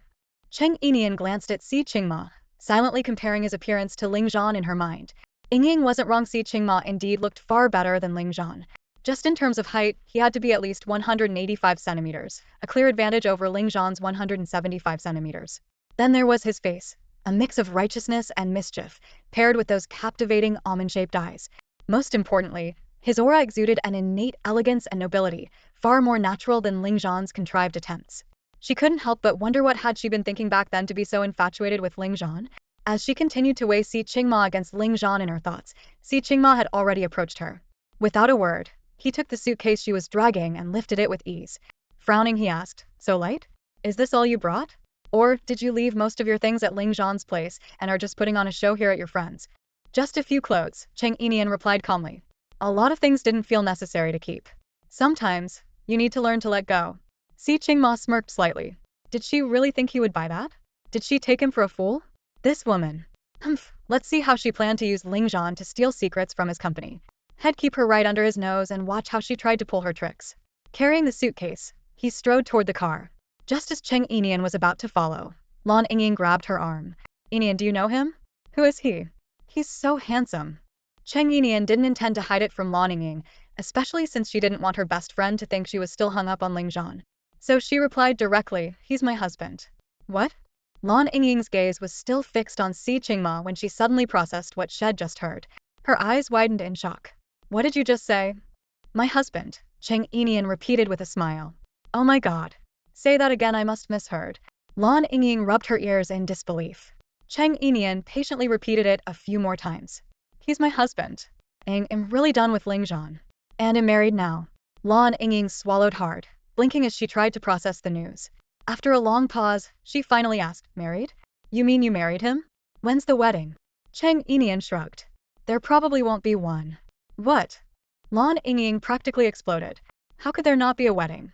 Yinian, this is your marriage, we're talking about a huge deal. You're committing your entire life to him, and he can't even give you a proper wedding? That's unacceptable. What about the bride price? How much did he give?"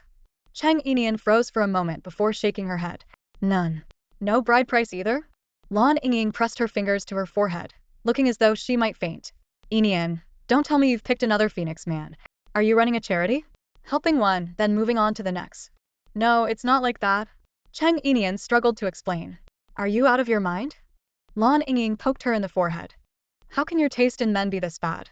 Just as Cheng Yinian opened her mouth to respond, Si Qingmo's voice sounded from behind them. "Ready to go?"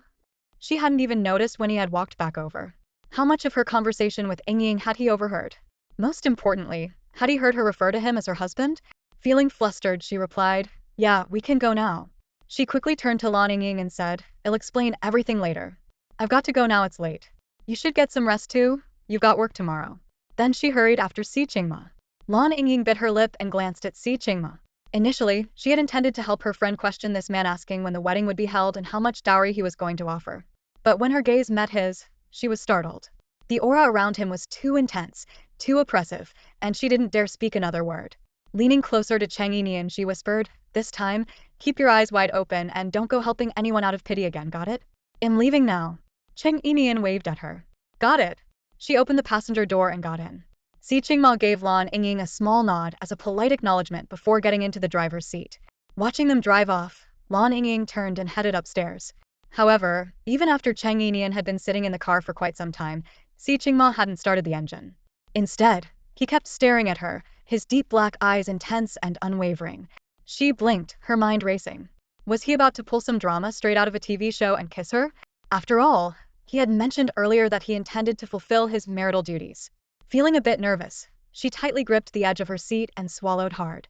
Her voice trembled slightly as she said, Maybe we should head back first? Doing anything here doesn't seem appropriate." Si Qingmo raised an eyebrow. "How about you buckle your seatbelt first?" Startled, Cheng Yinian realized she hadn't fastened her seatbelt. When she'd gotten in earlier, she'd been so preoccupied wondering whether or not had overheard her conversation with Lan Yingying that she'd completely forgotten. Flustered, she fumbled with the seatbelt. Watching her clumsy attempts, Si Qingmo leaned over and pulled the seatbelt across her, fastening it for her. Unable to resist, he muttered, "Your friend was absolutely right. You're not too bright." Cheng Yinian's face twitched. "Mr. C, you're the CEO of a company. Isn't eavesdropping on others a bit beneath you?" "Eavesdropping?" Si Qingma smirked. "I was listening openly. You two were standing in the middle of the road chatting away. What, should I have covered my ears?" He cast her a sidelong glance. Cheng Yinian stared at him for a long moment before grinding her teeth. "Do you have no sense of gentlemanly behavior at all?" Si Qingma let out a cold laugh. "Me? No gentlemanly behavior? Who does then? Ling Zhan? Huh. Your friend wasn't wrong, you have got poor judgment not only in general but also when it comes to picking men." Cheng Yinian was fuming. Forcing a smile, she said, "Exactly. My judgment is terrible, which is why I ended up choosing you as my husband, Mr. C." Si Qingma glanced at her through the rearview mirror and replied coolly, "I wasn't the one you chose. I chose you." Cheng Yinian took a deep breath. How had she never realized before that this Mr. C was so sharp-tongued? Struggling to calm herself, she plastered on a pleasant smile and said, "Thank you, Mr. C, for choosing me. Now, may I ask when you plan to honor the promise you made in exchange for this marriage? When can I start working?" Si Qingma paused for a few seconds before saying, "Tomorrow morning." Then, after a brief moment, he added, "Work starts at 8:30. Don't be late."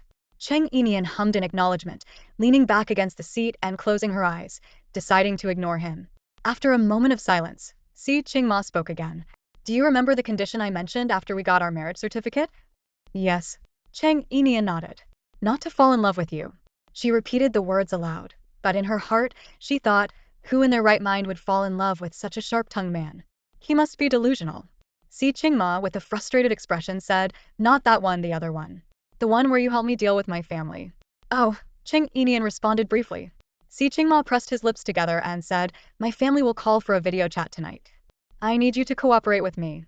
Yes, the entire reason he was in such a rush to bring her over tonight was to handle this family video call. Earlier in the afternoon, his family had been pestering him about marriage, as they always did. In a moment of desperation, he had dropped a picture of a marriage certificate in the family group chat, hoping it would shut them up. But instead of believing him, they accused him of faking it. They insisted on seeing the person in question before they would leave him alone. So he promised them that their daughter-in-law, their future granddaughter-in-law, will join the video call tonight. That was the only way to calm them down. Hearing this, Cheng Yinian instinctively glanced at her phone to check the time. It was already 9:30 p.m. She frowned slightly. By the time we get to your place and settle in, it'll probably be past 10. Are you sure your family will still call at that hour? They will, Si Qingmo replied. Their nightlife is quite lively. 10 o'clock is still early for them. Cheng Yinian's mouth twitched. What kind of family is this where even the elders have such an active nightlife? After about half an hour of driving, they finally arrived at Si Qingma's residential area Tianhuamingan. It was a high-end neighborhood, with a great location and beautiful surroundings. Though it wasn't as luxurious as her father's Linhai Pavilion property, it was still far from affordable for most people. Si Qingma had come to Yunhai City under the radar, deliberately keeping a low profile. His lifestyle, housing, clothing, everything had been toned down several notches. He couldn't choose a place too extravagant, and Tianhuamingyuan was the perfect middle ground. The neighborhood was secure, the environment pleasant, and it suited someone like him, a successful entrepreneur who had just stepped into the upper echelons of society but wasn't quite at the level of true wealth and power yet. He drove the car straight into the underground parking lot and then took the elevator up. Cheng Yinian didn't ask any questions, simply following him closely. Though he wasn't exactly the most gentlemanly person, he did help her carry her suitcase this time. The elevator stopped on the 8th floor. As they stepped out, Cheng Yinian noticed that it was a only apartment per floor setup. Not bad at all. Si Qingma unlocked the door with a fingerprint scan and said as he opened it, you should add your fingerprint too. Okay, Cheng Yinian nodded. They entered together. Si Qingma immediately placed the suitcase to the side and headed straight to the bathroom, looking like he was in a hurry. Standing alone in the living room, Cheng Yinian took a moment to look around. The apartment was surprisingly spacious, comparable in size to the Linhai Pavilion property her father had gifted her. The decor was modern and minimalist, with a bright and sunny vibe. It was nothing like the stereotypical black, white, or gray color schemes so often described in novels about domineering CEOs. The apartment's color palette was harmonious and thoughtfully designed, as if a professional interior designer had been involved. What surprised her even more was how clean and tidy the place was. For a single man like Si Qingma, maintaining such a spotless home was unexpected. When she had been with Ling Zhan, he never lifted a finger to do housework. To him and to his mother and sister, household chores were solely her responsibility. While she was quietly taking in the details of the apartment, her phone rang again. She glanced at the caller ID, Bai Jinxiu. She smirked and answered the call. Before she could even say a word, Bai Jinxiu's exasperated voice came through the line. Cheng Yinian, are you trying to prove something? I've called you so many times today, and you just ignored me. I didn't feel like answering, Cheng Yinian replied calmly, without offering any further explanation. It was probably unexpected for Cheng Yinian to say such things, leaving Bai Jinxiu momentarily stunned. After a long pause, Bai Jinxiu finally spoke. What are you trying to pull here? Do you even have the audacity to cause trouble? Do you know what you did today? What did you do to Xinyue? Right now, immediately, you need to come back and apologize to Xinyue. Cheng Yinian let out a dry laugh. Apologize to her?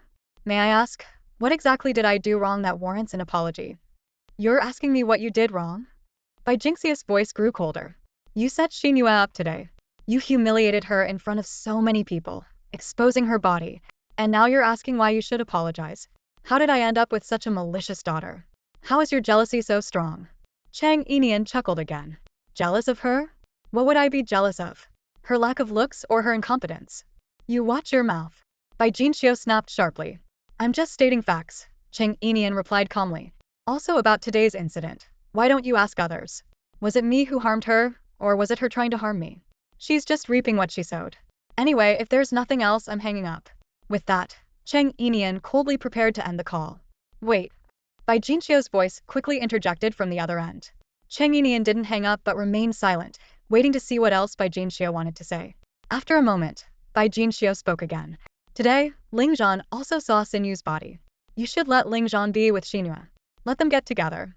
Cheng Yinian let out a faint scoff. If she's capable, she can convince Ling Zhan to marry her herself. Bai Jinxiu sneered. You think Xinyue isn't capable of making him marry her? If it weren't for the 20 stake in Lingyi fashion you're holding, Ling Zhan would have been with Xinyue long ago. Transfer your shares to Xinyue, and Ling Zhan will definitely marry her. My shares are my own. Why should I give them to her? Is she a robber? Cheng Yinian retorted with a cold laugh.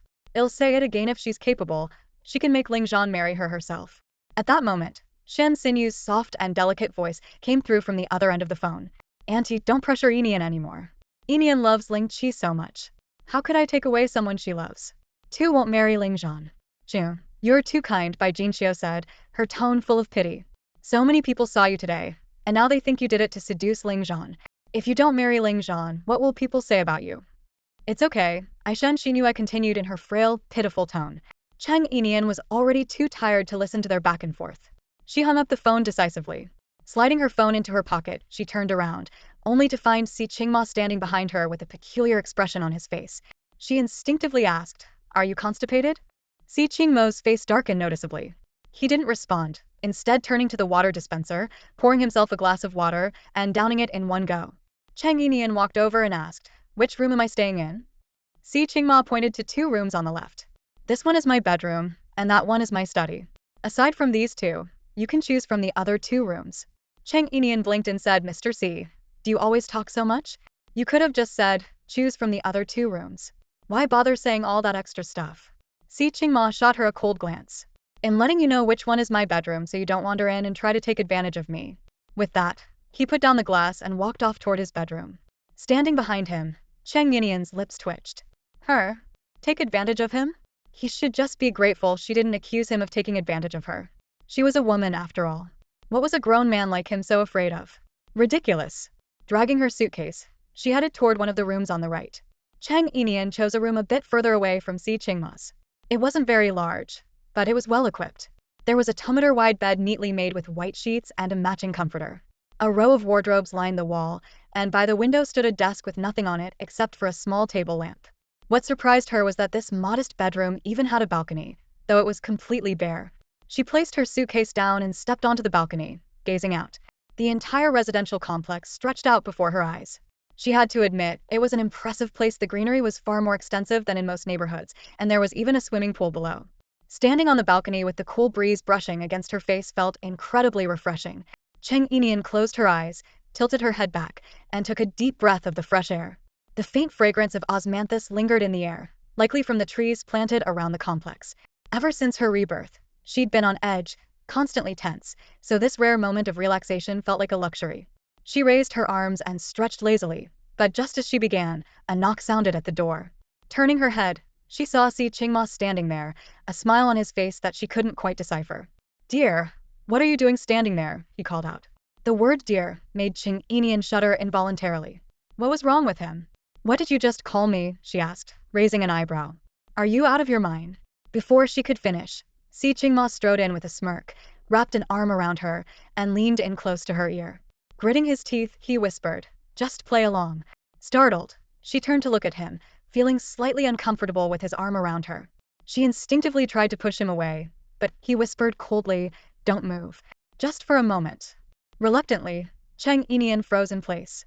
Si Qingma's face softened into a gentle smile, his eyes brimming with feigned affection. Even his voice became syrupy sweet.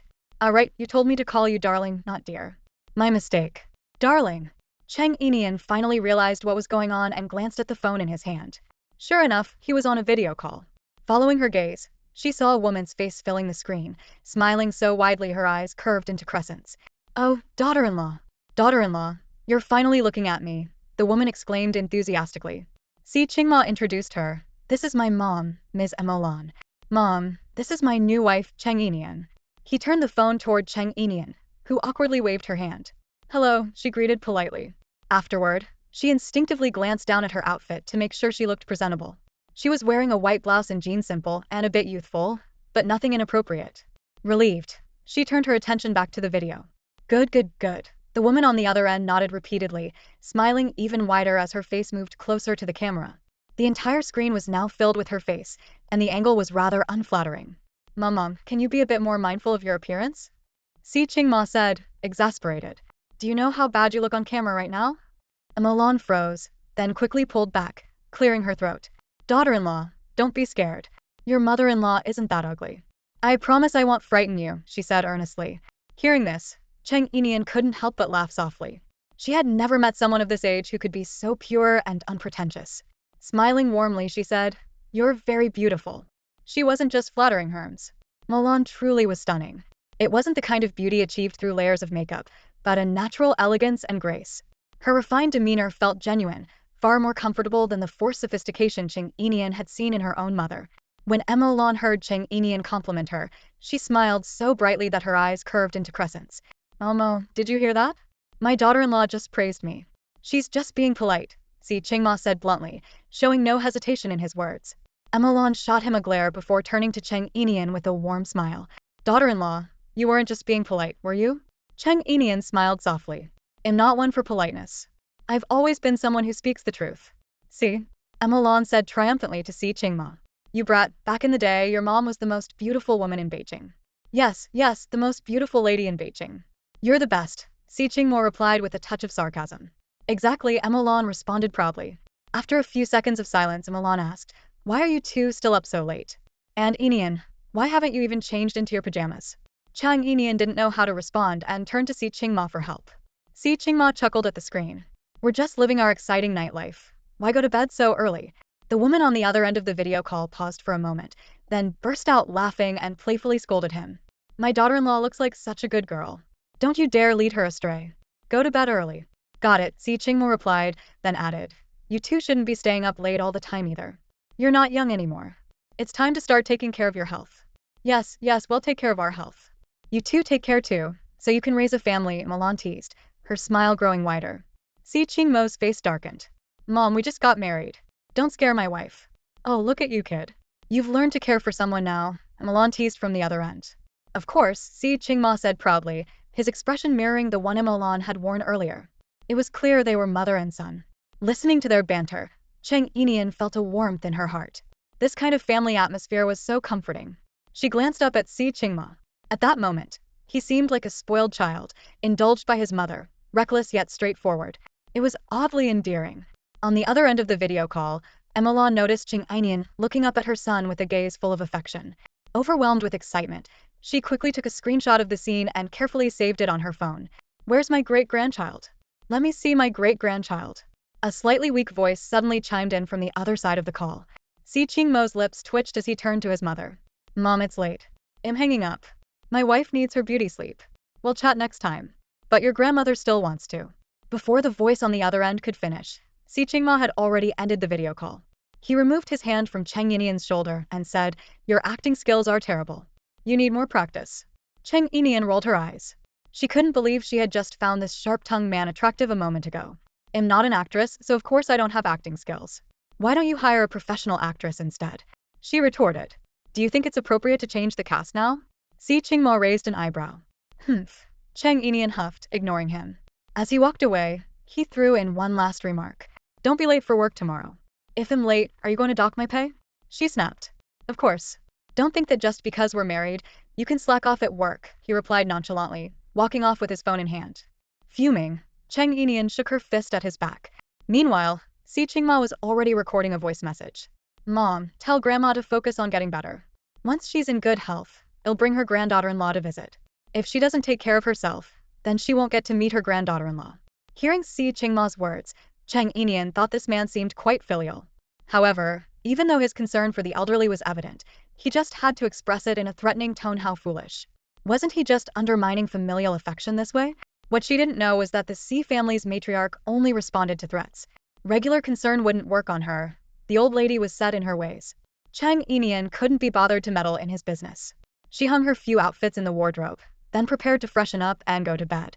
That's when she realized the room she had chosen didn't have an ensuite bathroom. Left with no choice, she grabbed her clothes and toiletries to head to the shared bathroom.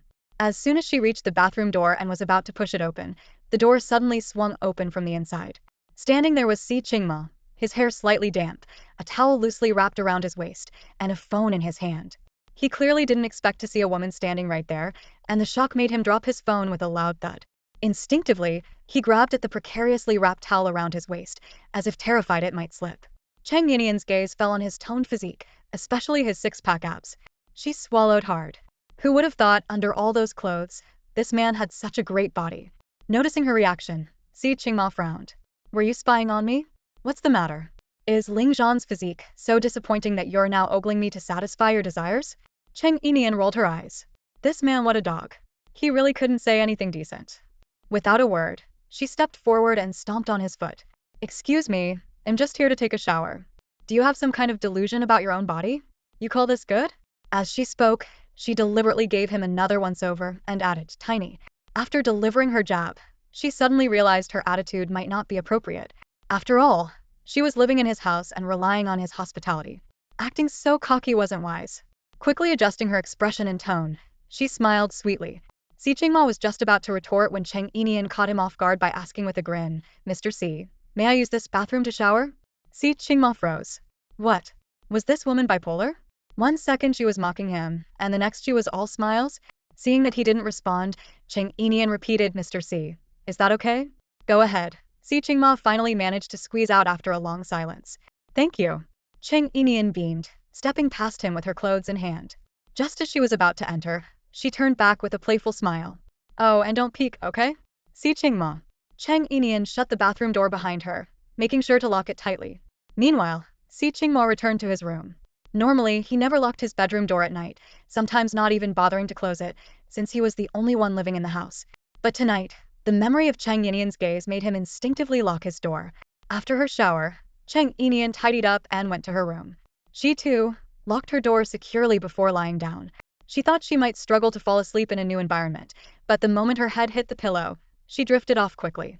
Some people slept soundly, while others couldn't sleep no matter how hard they tried. Shen Xinyue lay in bed, fuming, kicking her blanket in frustration.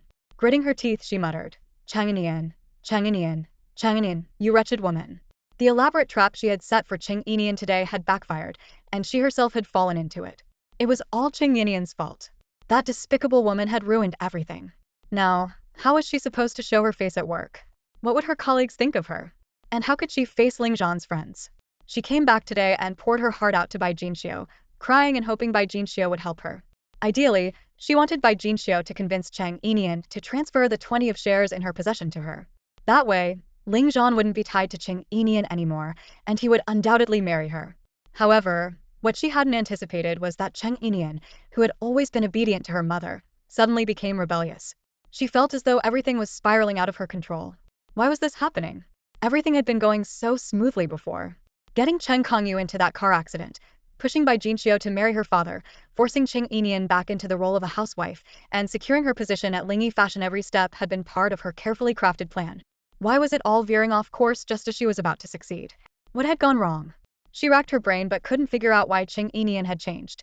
It was as if she had suddenly become incredibly sharp and unyielding overnight. Wasn't she always the one who cared most about her mother, Bai Jinxiu? Yet today, she acted as if she didn't care at all. And what infuriated her the most was when Cheng Yinian outright said, if you're capable, make Ling Zhan marry you yourself. The more she thought about it, the angrier she became.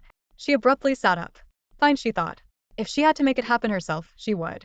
Right now, Ling Zhan's heart was entirely with her. Cheng Yinian was only holding on to those 20 shares as leverage. All she needed to do was make Ling Zhan believe she was more important than those shares, and he would surely marry her. When that happened, Cheng Yinian would have no choice but to regret everything. With this thought, she grabbed her phone and sent a WeChat message to Ling Zhan. Mr. Ling, thank you so much for today. But I really can't face anyone anymore. Starting tomorrow, I won't be coming to work. He'll truly miss everyone. After sending the message, she stared at her phone, waiting. Ling Zhan was bound to try to stop her. Once he did, she would act vulnerable, cry, and play the victim. Men always fell for this. He would definitely feel sorry for her. However, she waited for over half an hour before Ling Zhan finally replied, all right, take care and get some rest. There's no need to thank me. Don't overthink it. I'll find someone to cover your duties. Seeing this message, Shen Xinyue was stunned. She gripped her phone tighter and tighter. Ling Zhan hadn't tried to stop her. If she left Ling Fashion and stayed away from Ling Zhan, their bond would inevitably weaken. No, she couldn't let that happen. She had worked so hard to win his favor and secure her position at Ling Fashion. She couldn't give it all up now. Her goal was to replace Cheng Yinian. Back when Cheng Yinian was at Ling Fashion, she was both the marketing director and the design director. Meanwhile, she was still just a secretary. She hadn't even taken over those key positions yet. How could she leave now? Determined, she immediately dialed Ling Zhan's number. She knew what's wrong? Ling Zhan's voice sounded tired as he asked. The incident at the hotel this afternoon had caused a stir for both of them. Now, the entire company was buzzing about it. Although no one dared to say anything to his face, gossip was rampant behind his back. Many were openly siding with Cheng Yinian.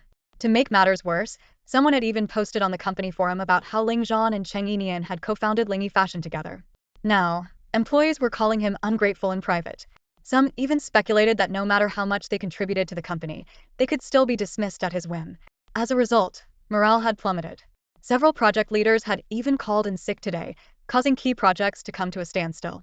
Ling Zhan had spent the entire afternoon dealing with these matters, trying hard to reassure the employees, but the results were underwhelming.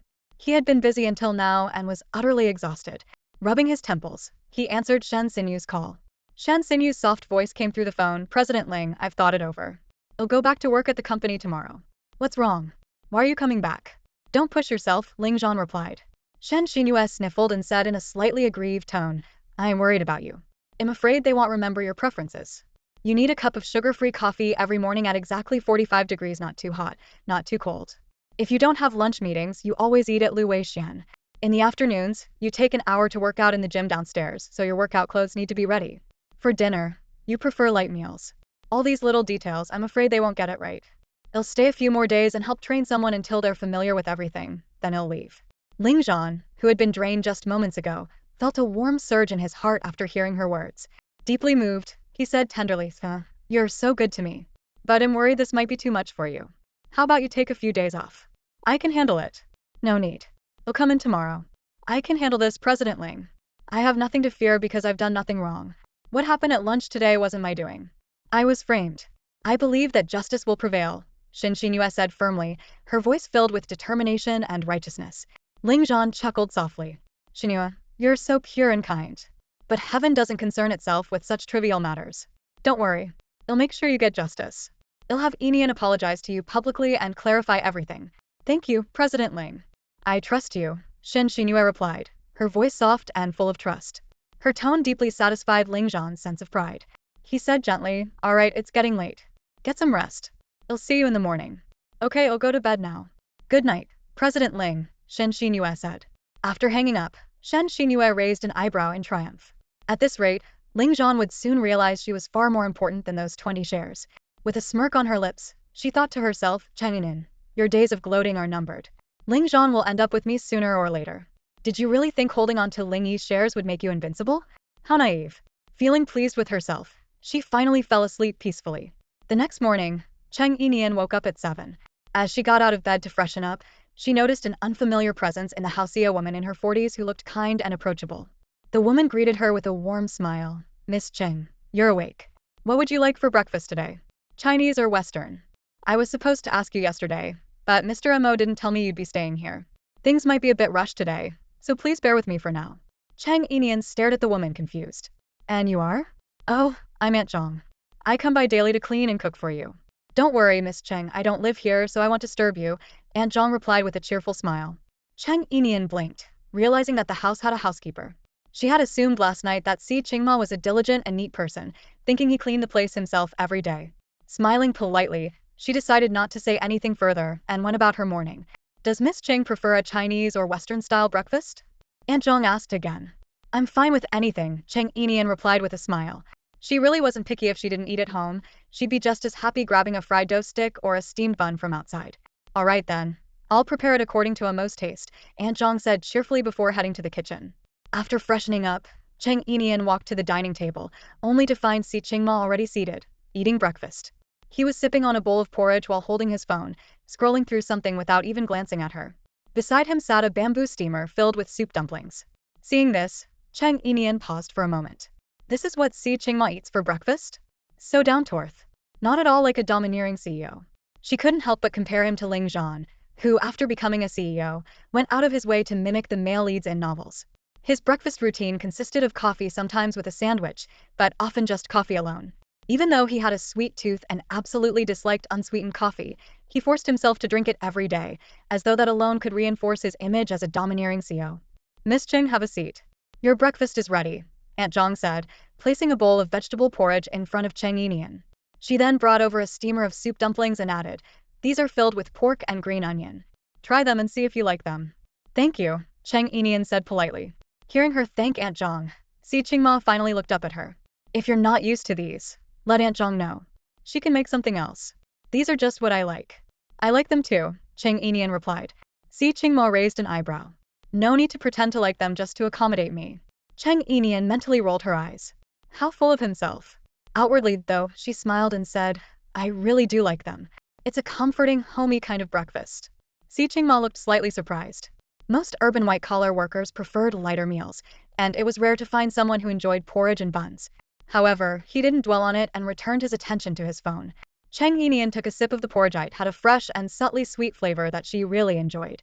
Before she knew it, she had finished the entire bowl. Aunt Zhang noticed and quickly asked, "Would you like another bowl?" "Can I?" Cheng Yinian asked.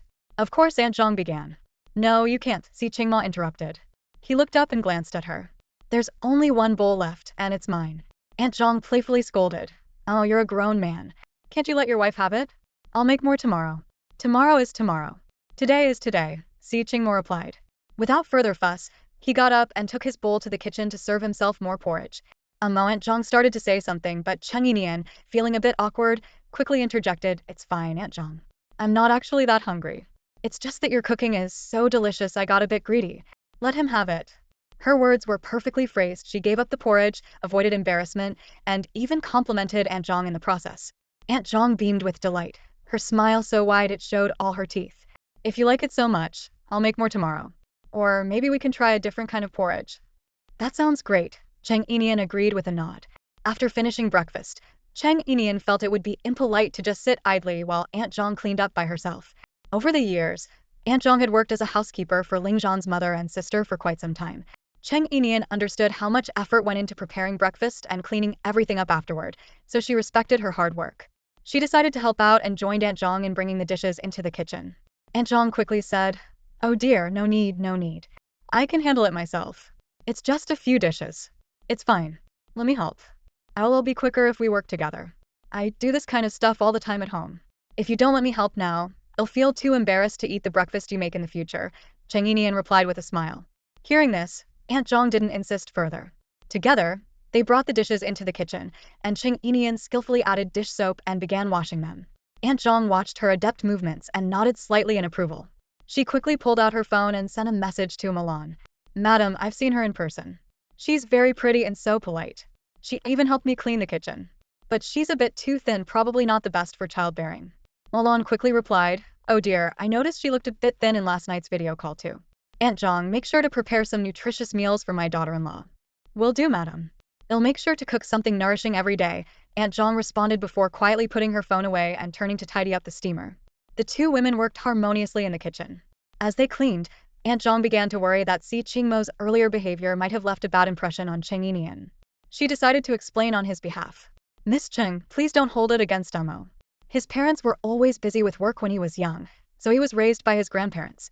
You know how grandparents can be, they tend to spoil their grandchildren. He wasn't really taught much about compromise, but he's not a bad person. With time, I'm sure he'll learn from you." Hearing this, Cheng Yinian thought to herself, so he was a left-behind child. No wonder he's so peculiar and sharp-tongued. But she didn't have the patience or intention to teach him anything. "I'm not upset with him," she replied with a cheerful smile, continuing to wash the last dish. Just then, Si Qingma appeared at the kitchen doorway. "Aunt Zhang, I'm heading to work," he said. "All right, drive safely," Aunt Zhang reminded him. He nodded and turned to leave. Cheng Yinian suddenly remembered that she needed to report to Milan Chingy today.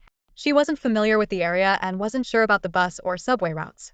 She also wasn't sure how easy it would be to get a taxi. Yesterday, Si Qingma had specifically emphasized not being late. Knowing how petty he could be after all, he had complained endlessly when she was just 12 minutes late to their marriage registration. She decided it would be best to carpool with him. Surely he wouldn't accuse her of being late if she was with him. With that thought, she quickly followed after him and called out, "Mr. C, can I catch a ride with you? I'll split the gas money with you." Si Qingma raised an eyebrow. "Are you sure you want to carpool with me?" "Yes," Cheng Yinian nodded firmly. "Then hurry up," he said indifferently. "Got it." Cheng Yinian rushed back inside, grabbed her bag, and hurried out to the car. Si Qingma was already seated, lightly tapping his fingers on the steering wheel while waiting for her. She quickly got in and made sure to fasten her seatbelt this time. She didn't want to give him another reason to call her careless. Si Qingma started the car and slowly drove out of the neighborhood. He was driving slowly behind a bus, matching its pace. When the bus stopped, he stopped. It was clear he wasn't in any hurry. Cheng Yinian was speechless. She took out her phone and checked the time. It was already 8:20, and there were only 10 minutes left before she'd officially be late. Judging by their current progress and his speed, it would take at least another half hour to get there. With a forced smile, Cheng Yinian said, "Mr. C, your driving is barely faster than a turtle crawling. Don't tell me you bought your driver's license." Si Qingmo raised an eyebrow. "Miss Cheng, you can insult me if you like, but how could you insult the country like that? The government has strict controls over the driving license exams nowadays. How could anyone buy a license? Your mindset is quite concerning. You're even thinking about buying a license." Cheng Yinian was at a loss for words. "Forget it," she muttered. She decided not to care anymore. Let him drive however he wanted. After all, they were heading to the same company. If she was late, so was he. She closed her eyes and tried to rest, ignoring him altogether. After driving for a while longer, Si Qingma glanced at the time. It was 8:40. Only then did he speed up, overtaking the bus and driving at a normal pace toward Emolanqingyi. As they neared Emolanqingyi, Si Qingma asked, "Do you want to get out here?" Cheng Yinian thought about it. No way was she getting out now. She'd still have to cross the road if she got out here. It was more convenient to go with him to the underground parking lot and take the elevator directly to the HR department. "No, I'll go with you to the underground parking lot," she replied. Si Qingma gave her a strange look. "Suit yourself," he said. Then, stepping on the gas, he drove straight into the underground parking lot. Cheng Yinian sat quietly, waiting for him to park. She had already spotted where the elevator was. However, to her surprise, he didn't stop the car. As the elevator entrance got farther and farther away, she couldn't help but remind him, "There's a parking spot here." Si Qingmo responded flatly, "I am not parking here." With that, he turned the wheel, driving the car to an elevator door. He rolled down the window, swiped a card, and with a beep, the elevator door opened. He drove the car straight into the elevator, swiped the card again, and the elevator began ascending to the top floor. When the elevator reached the top, Si Qingma drove the car out. To her surprise, there was a rooftop parking lot, but his car was the only one parked there. Cheng Yinian got out of the car with him, and Sui was already waiting at the entrance of the parking lot. "Mr. C, you're finally here. The meeting is about to start. Today, you'll be discussing next quarter's new products with the senior executive." Cheng Yinian watched as they walked off and quickly followed them. Sui seemed to just notice her. He looked surprised. "Miss Cheng, what are you doing here?" Cheng Yinian was speechless. She didn't know why she was here either. Si Qingma turned to Sui and said, "Tell Miss Cheng how to get to the HR department." With that, he stepped into another elevator, swiped his card, and went downstairs. Sui gave Cheng Yinian a polite smile. "Miss Cheng, this way please." "Thank you," she replied. Cheng Yinian had assumed he would at least point her to an elevator, maybe let her take the employee elevator down. But to her dismay, Sui led her to the stairwell instead. "Miss Cheng, you can head down from here. The HR department is on the 8th floor. This is the 37th floor. Each floor has LED indicators showing the floor number, so make sure you don't miss it," he explained. Cheng Yinian was speechless. Cheng Yinian felt as if 1,000 wild horses were stampeding through her mind. "Take the stairs? Seriously, take the stairs?" She swallowed hard and turned to Sui. "Assistant Sue, could you swipe your card for the elevator and let me take it down?" Sui pressed his lips together and replied, "I'm afraid not. If I swipe my card for you to go down, then I won't be able to get back up. These cards are tied to individual users. If I swipe it for you to go down, ID have to swipe it again to come back up. If I don't, then ID never be able to use it to go down again. Do I look like a saint to you? I'm definitely not self-sacrificing like that." Cheng Yinian. Sui glanced at her shoes and added, "Miss Cheng, since you're wearing flats today, you shouldn't have to take off your shoes to use the stairs." Cheng Yinian. "Sui, take care and have a nice walk." With that, he briskly walked to the elevator that Si Qingma had just taken, swiped his card, and disappeared downstairs. Standing at the stairwell, Cheng Yinian gritted her teeth. What kind of ridiculous elevator system is this? Real name registration? Ugh. Just wait, when I become a key figure in this company, I'll make sure to propose scrapping this stupid setup. She muttered curses under her breath as she begrudgingly started climbing the stairs to the 8th floor. Meanwhile, Sui arrived at Si Qingma's office. Seeing him, he asked, "Boss Si, isn't this a bit harsh on Miss Cheng?" Si Qingma turned his head, raising an eyebrow at him. "Since when did you grow a conscience? Should I book you a ticket to Les Han?" "Les Han? Why Les Han?" Sui asked, confused. So you can go there and replace the Great Buddha. You seem like you're ready to sit in his place, Si Qingmo replied dryly. Sui, never mind. Let's just get to the meeting. Before that, call HR and have them assign Cheng Yinian to the secretary's office. And since she was late today, make sure her pay is docked accordingly, Si Qingma instructed. But the secretary's office is already full. We don't need more secretaries. Besides, someone with Miss Cheng's background in business seems overqualified for a secretary position, Sui argued. Si Qingma shot him a glance. I think you're still angling for that trip to Lesun. No, I'm just thinking about what's best for the company, making the most of our resources, including people, Sui explained hurriedly. She can make herself useful as my personal secretary. That should suffice, Si Qingma said firmly. He had no intention of letting this woman out of his sight. He was going to keep her close and see how she planned to help Ling Zhan steal his company's secrets. Now go. Stop wasting time. If you keep dragging your feet, I'll skip the Leshan trip and send you to Africa to expand our business there, Si Qingma added coldly. Yes, sir, Sui replied quickly before rushing out of the office. Once outside, he let out a sigh of relief.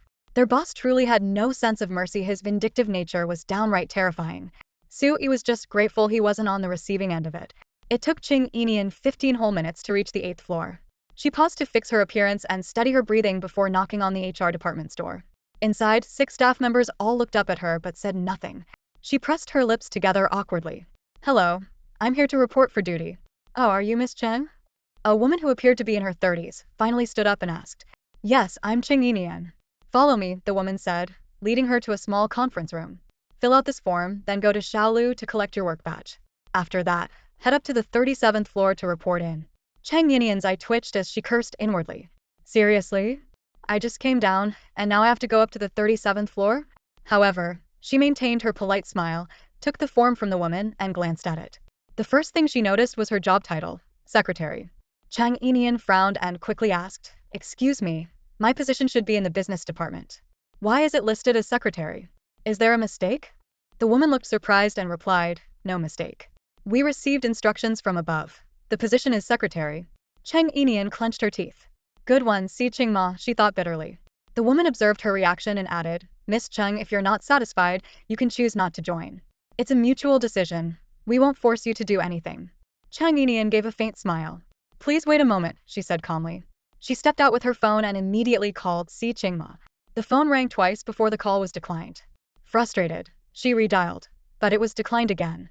On the 3rd attempt, the line indicated it was out of service. She knew all too well what that meant had blocked her. Taking a deep breath, she muttered to herself, Si Qingma, you really hold a grudge. Just because I blocked you on WeChat last time, now you're blocking my calls? Fine. Well played. Since she had secured this job through her own effort, she decided to accept it for now. She could always request a transfer later. With that, she composed herself, put her phone away, and walked back into the small meeting room. All right, I'm ready to proceed with onboarding, she said. Just follow the steps I mentioned earlier, the woman replied. I have other matters to attend to, so I'll leave you to it. Once you've filled out the forms, hand them to Shaolu, the one sitting by the entrance in the red dress. Got it, Cheng Yinian nodded. After the woman left, Cheng Yinian carefully filled out the forms and handed them to Shaolu, who gave her an employee badge in return. Miss Cheng, please report to the 37th floor, Shaolu instructed. However, since you're half an hour late today, your bonus for this month will not be issued. Cheng Yinian forced a smile, gritting her teeth. Oh, wonderful. Just great. Si Qingma was really pushing her limits.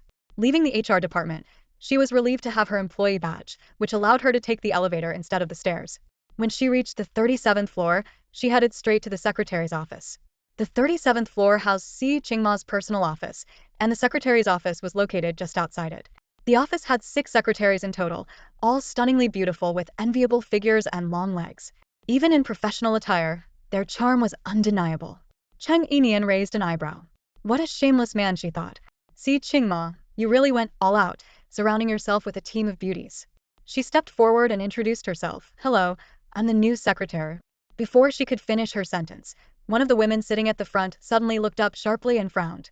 Excuse me, miss, are you sure you're in the right place? The secretary's office is fully staffed. We're not hiring any new secretaries, the woman said, her tone skeptical. There shouldn't be a mistake, Cheng Yinian replied, though she secretly hoped there was. She had no interest in being a secretary. With her skills in business and design, this role felt beneath her. The woman's frown deepened. What do you mean shouldn't? Our secretary's office has always been fully staffed, and we're not hiring. You must be mistaken. Oh, I think the PR department's director, Mr. Su, has been looking for a secretary recently.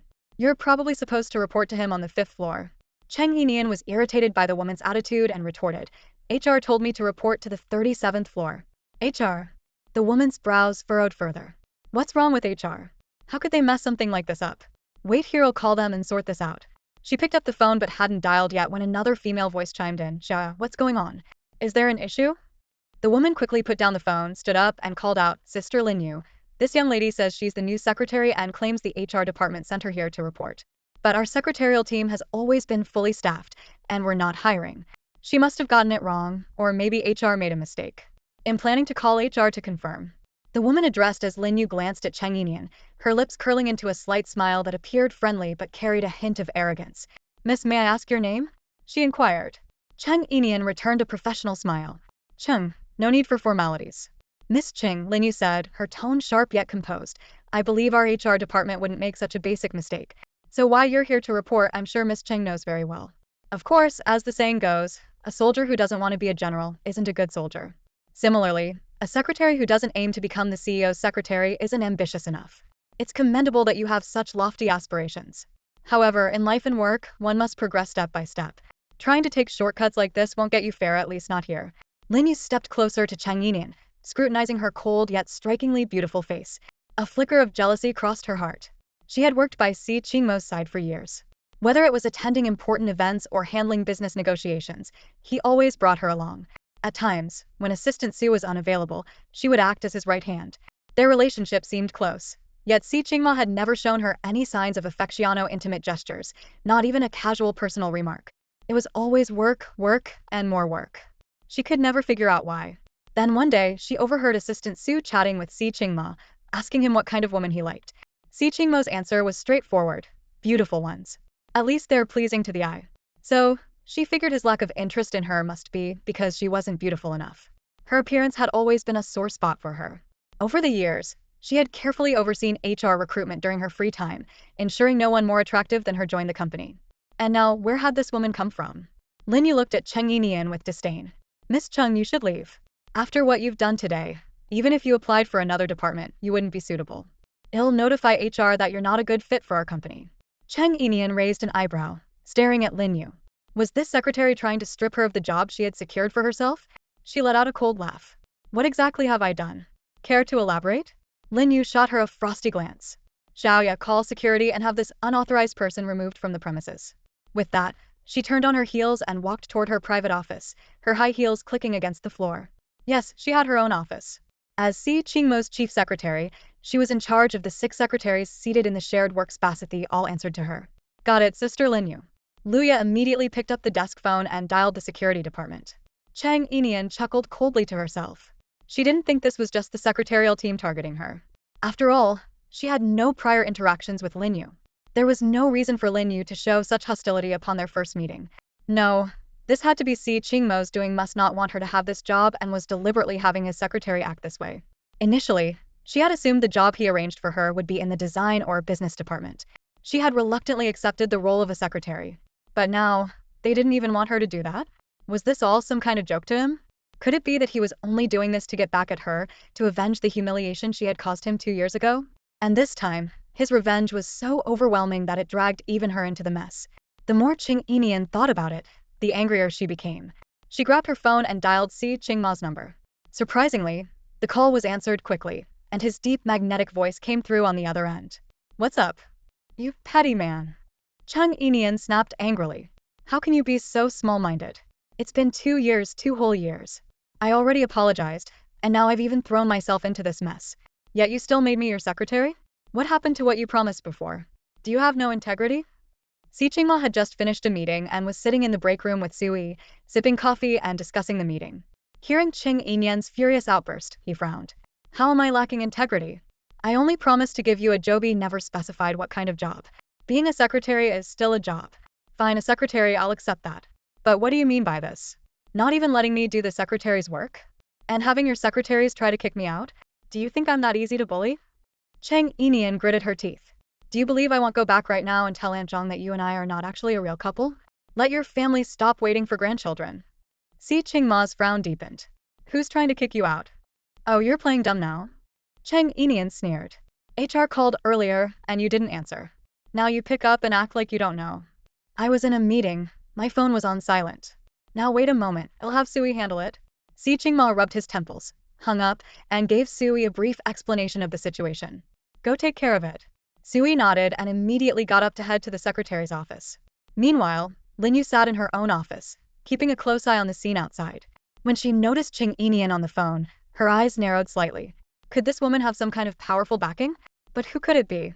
It didn't matter, no one would be able to stay here. Lin Yu was determined not to let a woman like her hover around Si Qingma. Gripping her mouse tightly, she continued to stare outside. It didn't take long for Sui to arrive. Assistant Su, Luya greeted him immediately as he entered. Sui glanced at her and said, assign Miss Cheng a workspace. She's the new secretary. Assistant Su, we don't have any vacancies in the secretary's office. All the positions are filled, Luya replied cautiously. Sui gave her a pointed look. The number of positions isn't up to you or me to decide. Luya opened her mouth to argue, but hesitated. Sui's gaze sharpened. It seems Secretary Liu hasn't memorized the employee handbook thoroughly. If that's the case, I wouldn't mind letting Miss Cheng take your spot. A wave of panic washed over Luya, and she quickly responded, I'll arrange it right away. Only then did Sui turn and leave. As soon as Sui was out of sight, Luya sneered. So you got in through the back door, huh? But don't think cozying up to Assistant Su will secure your spot. Whether you get to stay or not depends on Sister Lin Yu. Assistant Su might be favored by President Si, but when it comes to the secretary's office, Sister Lin Yu has the final say. Let me tell you something, Sister Lin Yu isn't just President Si's chief secretary, she's also going to be the future Mrs. Si. So, who do you think President Si will side with? Assistant Sus woman, or his own woman? Hearing this, Cheng Yinian froze. Mrs. Si? Then what does that make her? Cheng Yinian gave a faint smile. Well then, let's see if I can stay here or not. Humph. Luya let out a cold snort. At that moment, Lin Yu came out of her office again. Luya hurriedly ran over and said, Sister Lin Yu. She got in through the back door. It was Assistant Su who helped her. Someone like her definitely cannot stay. Lin Yu raised her hand, cutting Luya off. She gave Cheng Yinian a once-over, then sneered. You must be quite capable. Assistant Su is known for only listening to President Si. Yet, you managed to get him to open the back door for you. That's impressive. Cheng Yinian raised an eyebrow and smiled faintly at her. In the future, I'll show you what's even more impressive. Lin Yu snorted coldly. Don't think a pretty face is everything. Here at Emelan Qingyi, we value ability. Without real skills, you won't last here. After saying that, she turned to Luya. Process her onboarding. Sister Lin Yu, Luya tried to protest, but Lin Yu gave her a deep, meaningful look, silencing her. Lin Yu walked away, leaving Luya fuming. She turned to Cheng Yinian and said through gritted teeth, Give me your ID badge. I'll handle your onboarding. Cheng Yinian calmly handed over her badge. Luya glanced at the photo on the badge and muttered under her breath, such a seductive face. After her quiet grumble, she took the badge and went off to register Cheng Yinian's details. Cheng Yinian waited quietly. Once the registration was done, Luya brought the file to Lin Yu's office. Lin Yu looked at Cheng Yinian's records, her brows furrowing slightly. It's her. So it's actually her. Who? Luya asked, surprised. Sister Lin Yu, you know her? She's the woman who humiliated President Si 2 years ago, the fiancée of the CEO of our rival company, Lin Yu replied coldly. What? She has a man already, and yet she's involved with Assistant Su, Luya exclaimed in shock. Does Assistant Su not know her identity? Has she fooled him? Should we warn Assistant Su? Lin Yu let out a mocking laugh. Assistant Su is as sharp as they come. Do you think he wouldn't know her identity? Then why is Assistant Su still involved with her? Luya frowned in confusion. Even heroes can't resist a Bowtie's charm. With her looks, no man can, Lin Yu said icily. Sigh, Luya bit her lower lip in frustration. Assistant Su, such a heroic and admirable man, has also fallen for this kind of vixen. Lin Yu clenched her teeth, her long nails digging into Cheng Yinian's file, crumpling the thin sheets of paper. She muttered to herself, no man can resist her. Then, with a venomous tone, she added, we absolutely cannot let President Si see her. Then, Sister Lin Yu, why don't you think of a way to get her to resign? Luya suggested eagerly. Lin Yu pursed her lips. Assistant Su's position in the company is not something we can afford to challenge for now. Then what should we do? Luya asked, her brows furrowing. Lin Yu replied, assign her a desk in the last row. You and the others will handle President Si's daily work as usual. Keep her away from him. Have her run errands for other departments, delivering documents, collecting reports, that sort of thing. Make sure she's rarely at her desk. Got it. Luya nodded but hesitated before saying, but as long as she's here, there's always a chance she might run into President Si. Lin Yu sneered. We can't afford to offend Assistant Su, But if she makes a mistake and gets fired, Assistant Sue won't have any reason to defend her. Hearing this, Luya was delighted. I get it now. Sister Linyu, you're so clever. This way, we don't have to offend Assistant Sue, and we can still get rid of her. That's amazing, killing two birds with one stone. No, Linyu said with a smug smile, curling her lips. It's actually 3 birds with 1 stone. 3? Luya looked puzzled. What's the third? Linyu explained. We're also helping President Xi get revenge for the humiliation he suffered 2 years ago. But President Xi doesn't even know about this, Luya said regretfully. It doesn't matter whether he knows or not. What's important is, I've avenged him, Linyu said with deep emotion. Sister Linyu, you're so good to President Xi. When are you two going to make your relationship public? When will you get engaged or married? Luya couldn't help but ask. Linyu cleared her throat softly. President Xi's career is on the rise right now. We're not considering those things for the time being. In everyone's eyes, Linyu and Xi Qingma were already a couple. After all, Xi Qingma brought Linyu to any banquet or important occasion, leading everyone to assume they were romantically involved, just not officially. Even Linyu herself believed this to be true. Perhaps President Xi wasn't entirely satisfied with her appearance, but he clearly liked her. Otherwise, why would he bring her along to everything for so many years? The fact that he only talked about work with her, avoiding personal topics, was simply because he was a reserved man who focused solely on his career. He wasn't the type to discuss other matters. Linyu firmly believed that when President Xi grew tired of the flirty and superficial women outside, he would choose to marry her in the end. Oh, I can't wait for you two to go public. I'm so looking forward to your wedding. President Xi will definitely give you a wedding of the century, Luya said with envy. Linyu's lips curled slightly as a hint of redness crept onto her face. Alright, stop talking about this. Focus on your work. Luya laughed. Sister Linyu, are you blushing? Go work. Linyu said, feigning annoyance. Only then did Luya leave her office. As soon as she stepped out, she found someone to move a desk to the farthest corner of the common area and set it up for Cheng Yinian. Cheng Yinian didn't mind at all.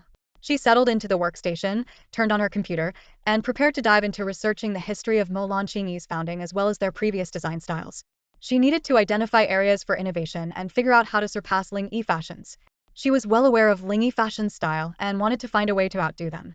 However, she had barely started her research when she heard Luya calling her. Cheng Yinian, take these documents, make copies, and distribute them to every department. Everyone needs a copy. Cheng Yinian stood up and walked over, only to see Luya handing her a thick stack of papers easily over 1,000 pages. Each page needed to be copied hundreds of times. Just the copying alone would likely take her an entire day, maybe even until the next morning. Narrowing her eyes slightly, she wondered if this was a deliberate attempt to make things difficult for her. Was this Linyu's doing? Or perhaps Xi Qingmo's? She glanced at the documents, which turned out to be basic company files. Frowning, she asked, aren't these available on the company's computer? Can't they be sent out as digital files? Luya was caught off guard by her question, swallowing nervously before replying, there's no digital version. Cheng Yinian frowned deeper. The company's management is really outdated if basic files like these don't even have a digital version. Relying on photocopying and distributing hard copies to every department and every individual wastes both resources and manpower. Hearing what Cheng Yinian said, Luya's face darkened. That's none of your business to say. Just do what you're told. Why so much talking? Cheng Yinian nodded. Okay. She took the documents and headed to the front desk's copy area, but there were already people in line using the copier. Seeing this, she thought for a moment. Since she had so many pages to copy, it would take the entire day, and others would need to use the copier too. It didn't seem right to monopolize the large copier. So she went straight to the break room, found an empty spot, and pulled out her phone. She began taking photos of the documents page by page. At that moment, Xi Qingma was also in the break room, sipping coffee while discussing the upcoming product launch with Sui. Suddenly, he noticed Cheng Yinian walking in, holding a stack of documents and snapping pictures of them with her phone. He let out a cold chuckle and said to Sui, I knew it. Her coming to our company wasn't that simple. Sure enough, she's here to steal our company's secrets for Ling Zhan. Sui frowned. Then why did you let her join the company in the first place, Mr. C? What do you think? Xi Qingma glanced at Sui. Sui suddenly seemed to realize something. I see. You're planning to gather evidence and send her straight to prison. Now that we have some proof, how about I call the police right now and report her for stealing company secrets? Xi Qingma raised an eyebrow and said, no rush. Let's see what exactly she's taking pictures of first. Alright. Sui nodded. The two of them stood up, walked around a column, and positioned themselves behind a decorative wall that had large and small circular cutouts. From there, they could clearly see Cheng Yinian through the holes as she continued taking photos. The two men watched her intently. Sui frowned and mouthed to Xi Qingma, The company's founding history? That's not even a secret. It's already on our company website. Si Qingma frowned as well and mouthed back, keep watching. They continued observing for quite a while, watching as Cheng Yinian photographed all the documents. Besides the company's founding history, she also took pictures of past clothing releases and even promotional materials, none of which were particularly confidential. It took Cheng Yinian about half an hour to finish photographing everything. She then left with the documents without even grabbing a drink of water. After she left, Sui finally spoke. None of that seems confidential. I have no idea why Miss Cheng would bother taking pictures of those. Si Qingma frowned again. She can't possibly be foolish enough to think those are company secrets. Go find out what she plans to do with them. Got it. Sui nodded and quickly followed Cheng Yinian's trail to the secretary's office. Luya frowned when she saw Cheng Yinian return after just half an hour. Cheng Yinian, weren't you supposed to copy the documents and distribute them to everyone? Why are you back so soon? Were you slacking off? Cheng Yinian looked at her calmly and said, I plan to send everyone a digital version. It'll be much faster than copying and distributing physical documents. I already told you, there's no digital version.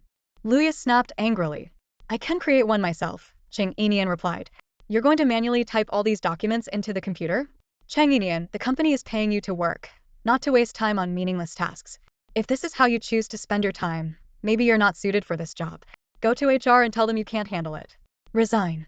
Who said I'd type them manually? Cheng Yinian raised an eyebrow. Then how do you plan to do it? Luya asked, frowning. Just wait. I promise to have all these files ready in an hour, Cheng Yinian said as she returned to her desk. Luya sneered. If these files aren't sent to everyone within an hour, you should resign.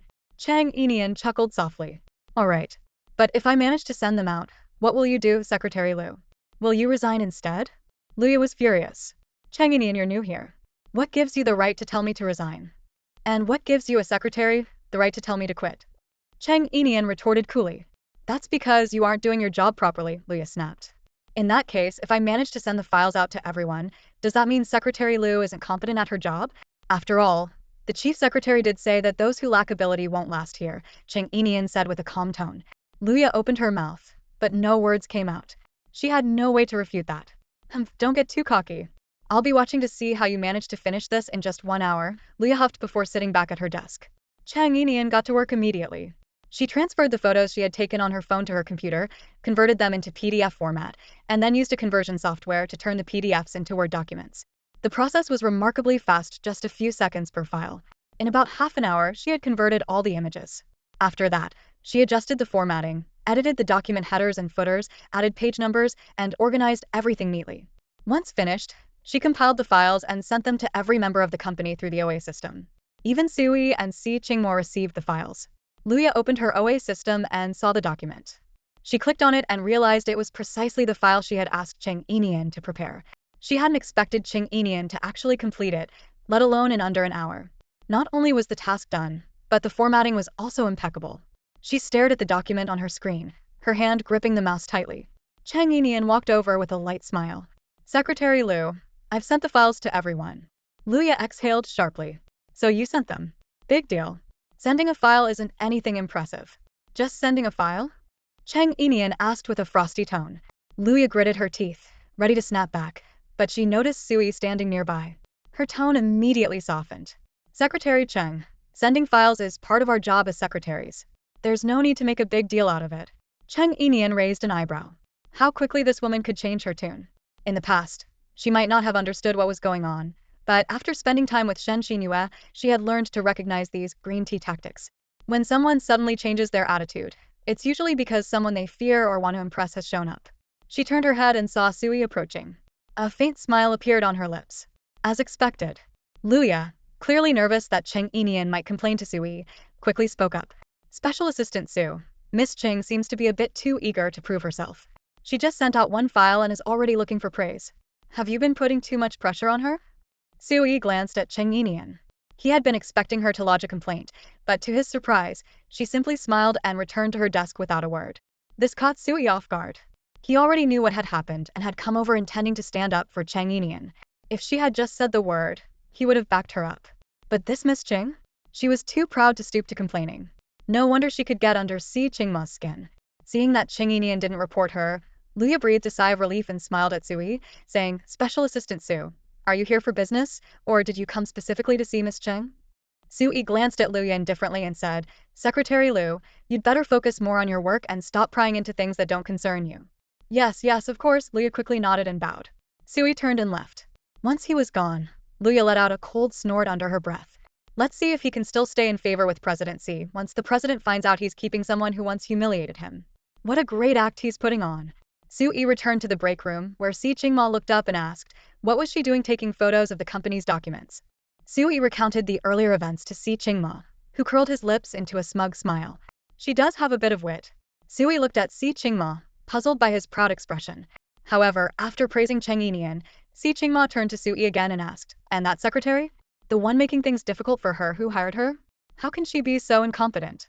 Sui thought for a moment before replying, the HR department hired her. Oh, and who approved it? Xi Qingma pressed further. It was you, Sui started, but before he could finish, Xi Qingma shot him a sharp look, as if his gaze could cut through him. Sui chuckled nervously and quickly corrected himself. It was me. My mistake. Keep an eye on her. If she doesn't improve, fire her, Xi Qingma instructed. Got it, Sui nodded. The two of them continued discussing the details of the upcoming product launch event before Xi Qingma finally returned to his office. On his way back from the break room, he instinctively glanced toward the secretary's office, as if searching for Cheng Yinian. Lin Yu, who was in her own office, noticed Xi Qingma approaching and quickly stepped out, deliberately blocking his line of sight to Cheng Yinian.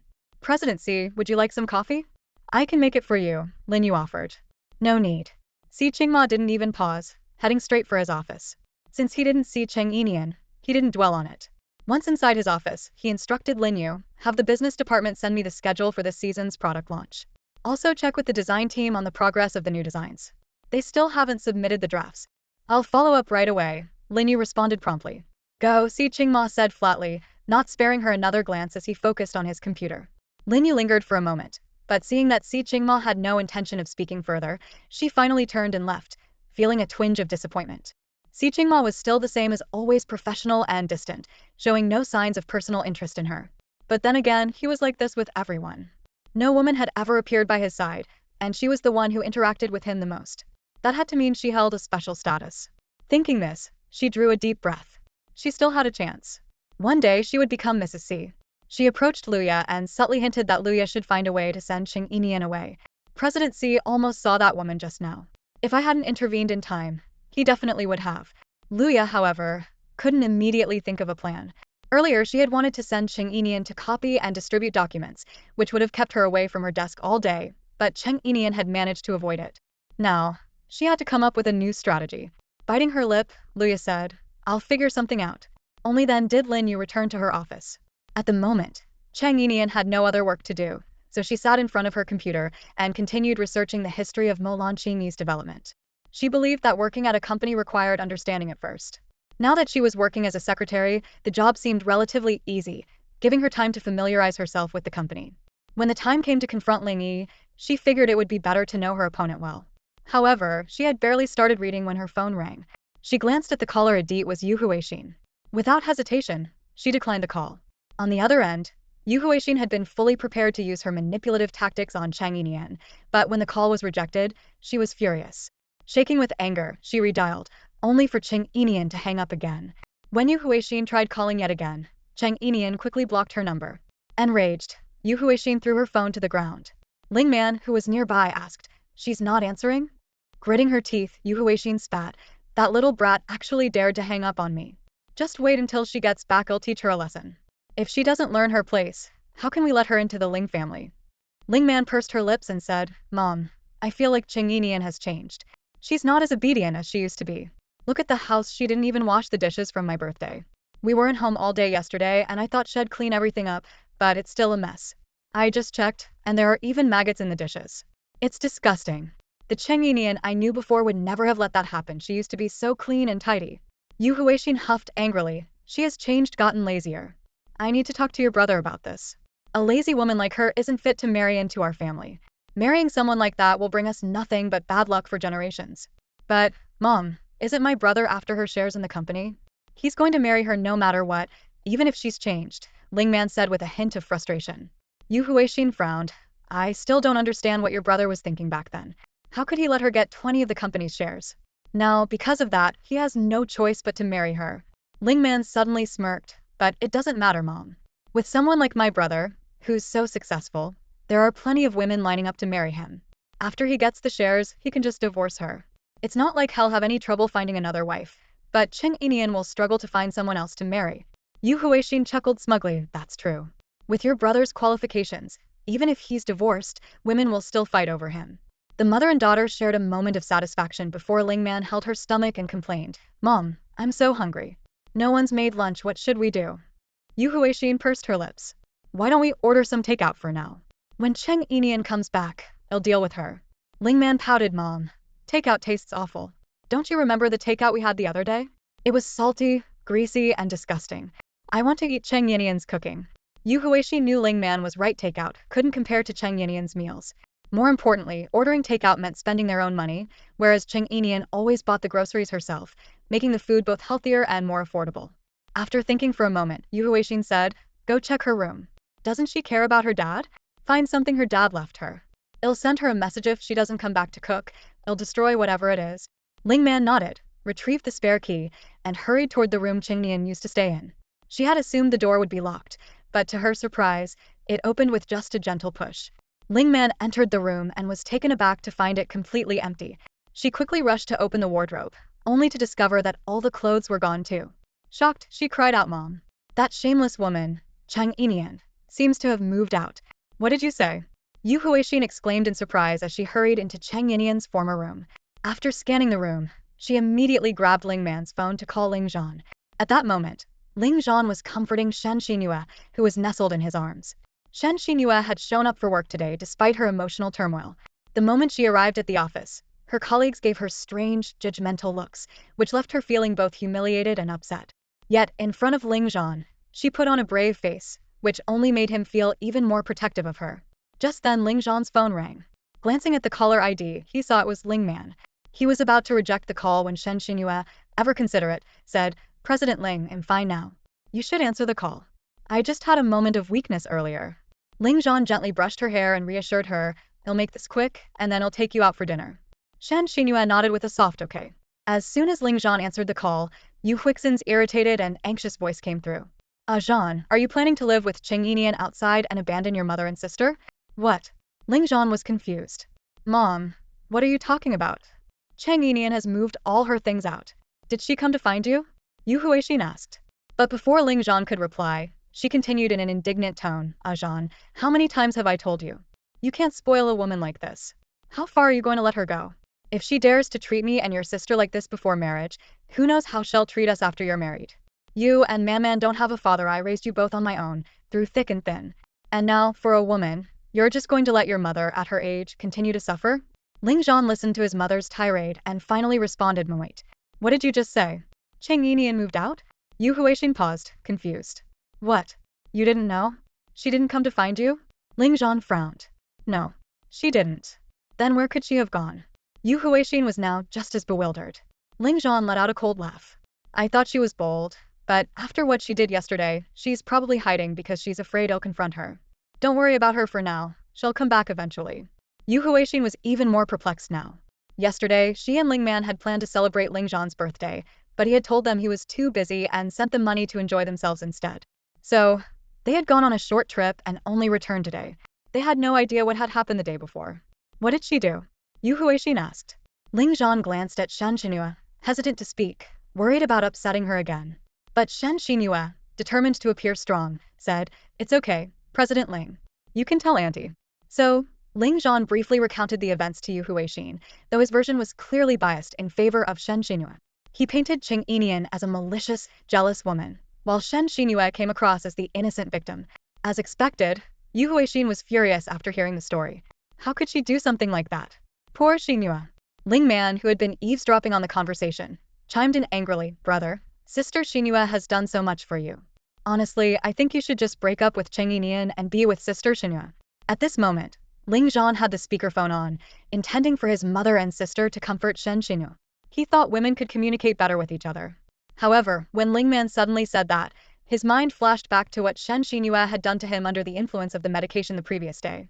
He cast an awkward glance at Shen Xinyue, whose face flushed slightly. In a soft voice, she said, Man, don't say things like that. Everything I've done for Ling Zong has been voluntary. He doesn't need to take responsibility for anything. He and Yinian are the real couple. By the time she spoke the last sentence, her voice was filled with a mix of calm acceptance and quiet sorrow. Ling Zhan's gaze was fixed on Shen Xinyue. Yesterday, he had assumed her actions were solely due to the medication's effects. But now, hearing her words, he suddenly realized Shen Xinyue had feelings for him. A trace of joy flickered in his heart. However, he knew he couldn't be with Shen Xinyue now. He had to marry Cheng Yinian and secure that 20 shareholding. Without it, the company wouldn't truly belong to him, and that thought made him uneasy. So he said, yes, ma'am, stop saying such things. There's nothing between your sister Xinyue and me, and you shouldn't tarnish her reputation. As soon as these words left his mouth, tears welled up in Shen Xinyue's eyes. Yet, she maintained a strong front, her voice choked as she said, I am going to the restroom for a moment. Then she quickly turned and ran off. Ling Zhan felt a pang of anxiety and wanted to chase after her, but he held back. He knew that if he went after her now, he might end up with Xinyue. But he couldn't be with her, only to eventually marry Cheng Yinian later. That would be far too unfair to Xinyue. She had already endured enough, he couldn't let her suffer more. So he restrained himself and didn't follow her. On the other end of the call, Ling Man exclaimed, Brother, you've hurt Sister Xinyue. She likes you. She really likes you. Go after her. Yu Huixin chimed in, Zhan, comfort Xinyue. She's a good girl. Ling Zhan frowned and replied, Maman, don't meddle in my affairs. I know what I'm doing. Brother, what do you know? Ling Man shot back angrily. Are you seriously still thinking about being with that Cheng Yinian? She's not good enough for you. Her voice grew sharp with frustration at her brother's stubbornness. Yu Huixin, understanding that Ling Zhan's focus was on the shares, guessed that he might indeed have feelings for Shen Xinyue. She turned to Ling Man and said, Your brother will handle his own matters. Stop interfering. Humph. Ling Man huffed in irritation and plopped onto the sofa, sulking. Yu Huixin then addressed Ling Zhan. Cheng Yinian has moved out now, and you don't even know where she went. Are you sure you can still get those shares? You don't even know where to find her. Ling Zhan sneered, Mom, she'll show up on her own. She can't live without me. If I buy a ring for another woman, I don't believe she'll be able to stay calm. When she comes back this time, I'll make her kneel outside for hours. She's gone too far this time, Yu Huixin said, huffing in anger. Fine, when she comes back, you can make her kneel as long as you like, Ling Zhan replied with a chuckle. Alright, I'm hanging up now. But you should comfort Xinyue. Don't let her get too upset.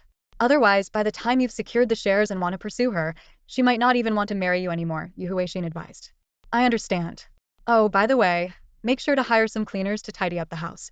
I'll be bringing Xinyue home for dinner tonight, Ling Zhan said. Alright, I'll take care of it. Yu Huixin was overjoyed. After hanging up the phone, Yu Huixin immediately called a housekeeping company to request cleaners to tidy up her home. The company sent 2 people over. But when they arrived and saw the dining table covered in dishes with maggots crawling on the greasy plates, they demanded extra payment. Yu, being stingy, refused to pay more, so the cleaners declined the job and left. Furious, she called to complain about the cleaners and demanded replacements. However, upon hearing about the maggots, the housekeeping company bluntly told her that she either had to pay extra or clean it herself. Outraged, she blocked the company and switched to another one, but the result was the same. In the end, she had no choice but to pay extra. Normally, such cleaning would cost a little over 1,000, but this time it cost her more than 3,000.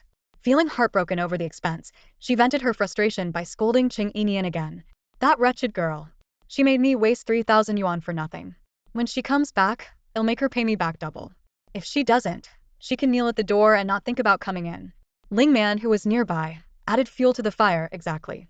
If she had cleaned up, we wouldn't have spent a single cent. Now we're out 3,000 because of her. She's such a money-draining disaster. The mother and daughter spent the entire afternoon berating Cheng Yinian over the 3,000 yuan. Meanwhile, Cheng Yinian had no idea that Yu Huixin and Ling Man had been cursing her all afternoon.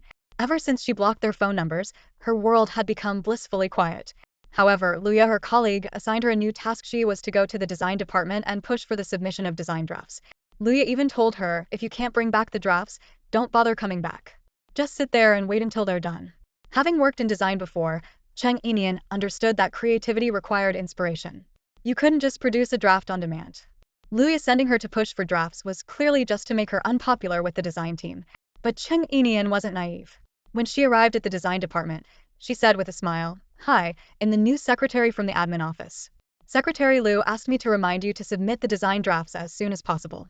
She told me to bring them back, but if I can't, I shouldn't return to the office.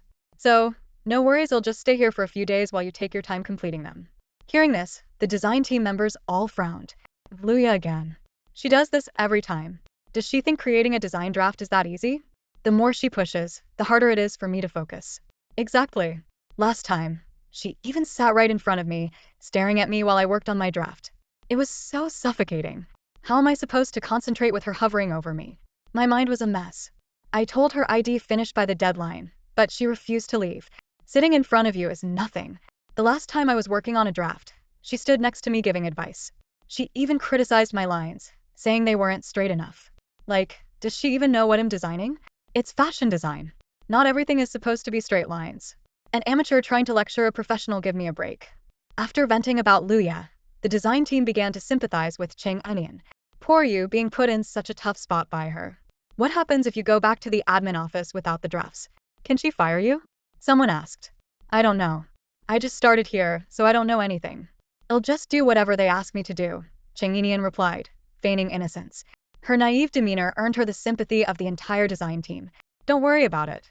She's just been here a little longer than you. You're both secretaries for presidency. She doesn't have the authority to fire you. Don't be afraid, said one of the more senior designers, reassuring her. Another person nodded in agreement, saying, exactly, she's not qualified. But she's really close with your office's chief secretary, so you should still be careful. Don't worry, we won't make things difficult for you on purpose. We'll get the designs done as soon as possible. Thank you. Cheng Yinian smiled faintly and expressed her gratitude. The design department staff showed her to the lounge and even made her a cup of coffee. You can sit here and relax. We'll bring the designs to you once they're ready. All right, Cheng Yinian nodded. In the lounge, there were some old design albums from the department, showcasing past clothing designs released by Emma Lan Qingyi. Sipping her coffee, Cheng Yinian flipped through the albums, taking the opportunity to familiarize herself with the brand's design style and direction. Before she realized it, it was already the end of the workday. Meanwhile, Luya noticed that Cheng Yinian hadn't returned yet, and she gleefully went to Lin Yu to boast about her plan. Sister Lin, I came up with a brilliant idea to send Cheng Yinian over to the design department. She still hasn't come back. Knowing the people there, she's likely stuck with them for a few days. Lin Yu smirked and nodded. Well done. This works perfectly. I can use this as an excuse to fire her. You've got a plan, Sister Lin? Luya asked eagerly. Lin Yu's smile grew more self-satisfied. All right, you can head off now. Don't you have a date with your boyfriend? Then I'll get going. Bye, Sister Lin.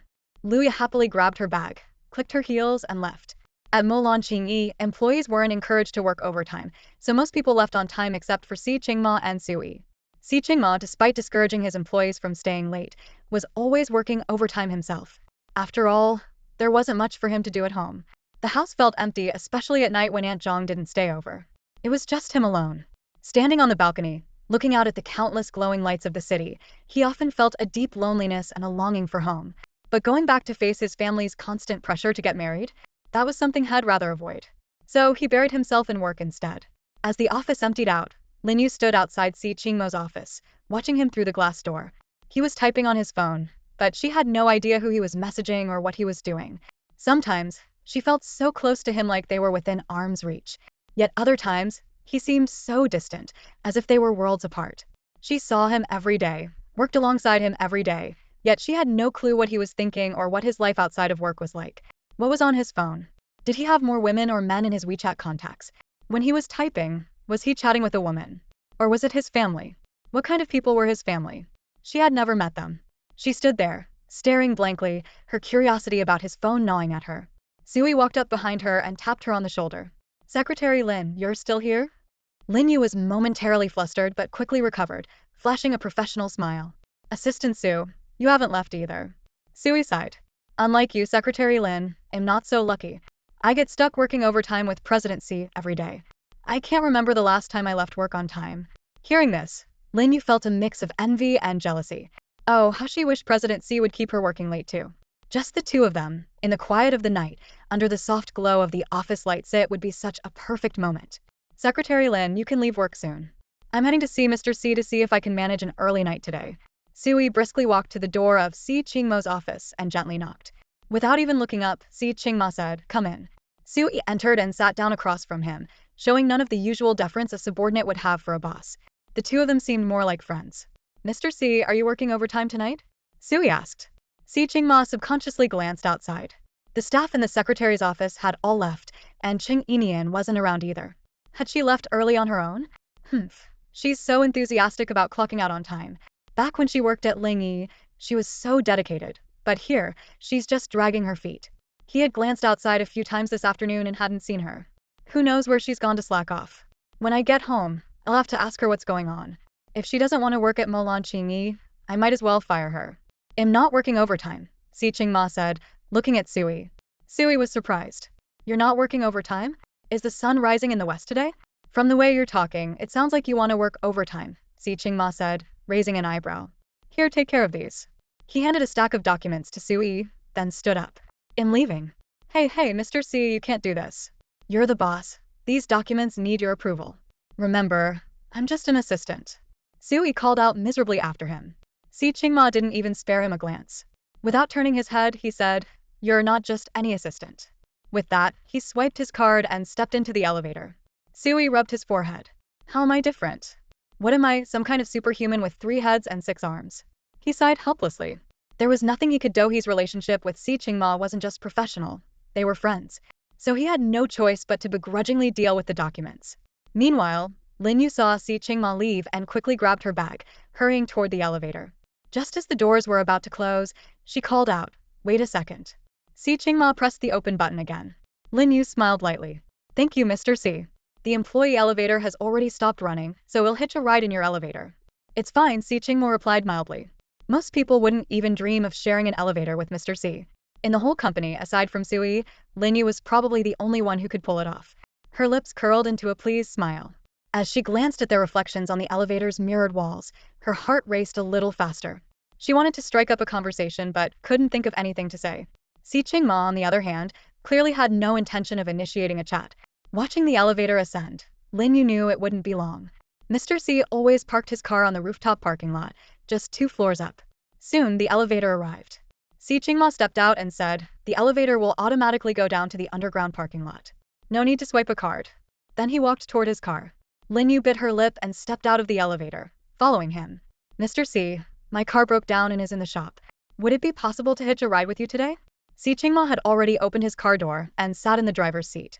While fastening his seatbelt, he replied indifferently, Not going your way.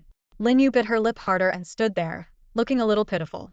I'm going to. She had intended to name a place in the same direction as Si Qingmo's destination, but she suddenly realized she didn't even know where he lived. Previously, she had even gone so far as to follow him in her car to find out where he lived. However, she lost him quickly. Si Zong's driving skills were exceptional, almost as if he had professional racing experience. He easily left her far behind. Si Qingma looked at her with a detached and businesslike expression and said, Have Sui swipe the card for you to go downstairs, or? His gaze grew colder. Walk down yourself. With that, he started the car and drove into the vehicle elevator. The elevator descended floor by floor. Lin Yu stood there, watching helplessly as Si Qingma left. Her heart felt sour and heavy. She couldn't understand why was he so capable of separating work and personal feelings. They spent the most time together every day. Did he really not feel anything for her at all? Was it because she wasn't attractive enough?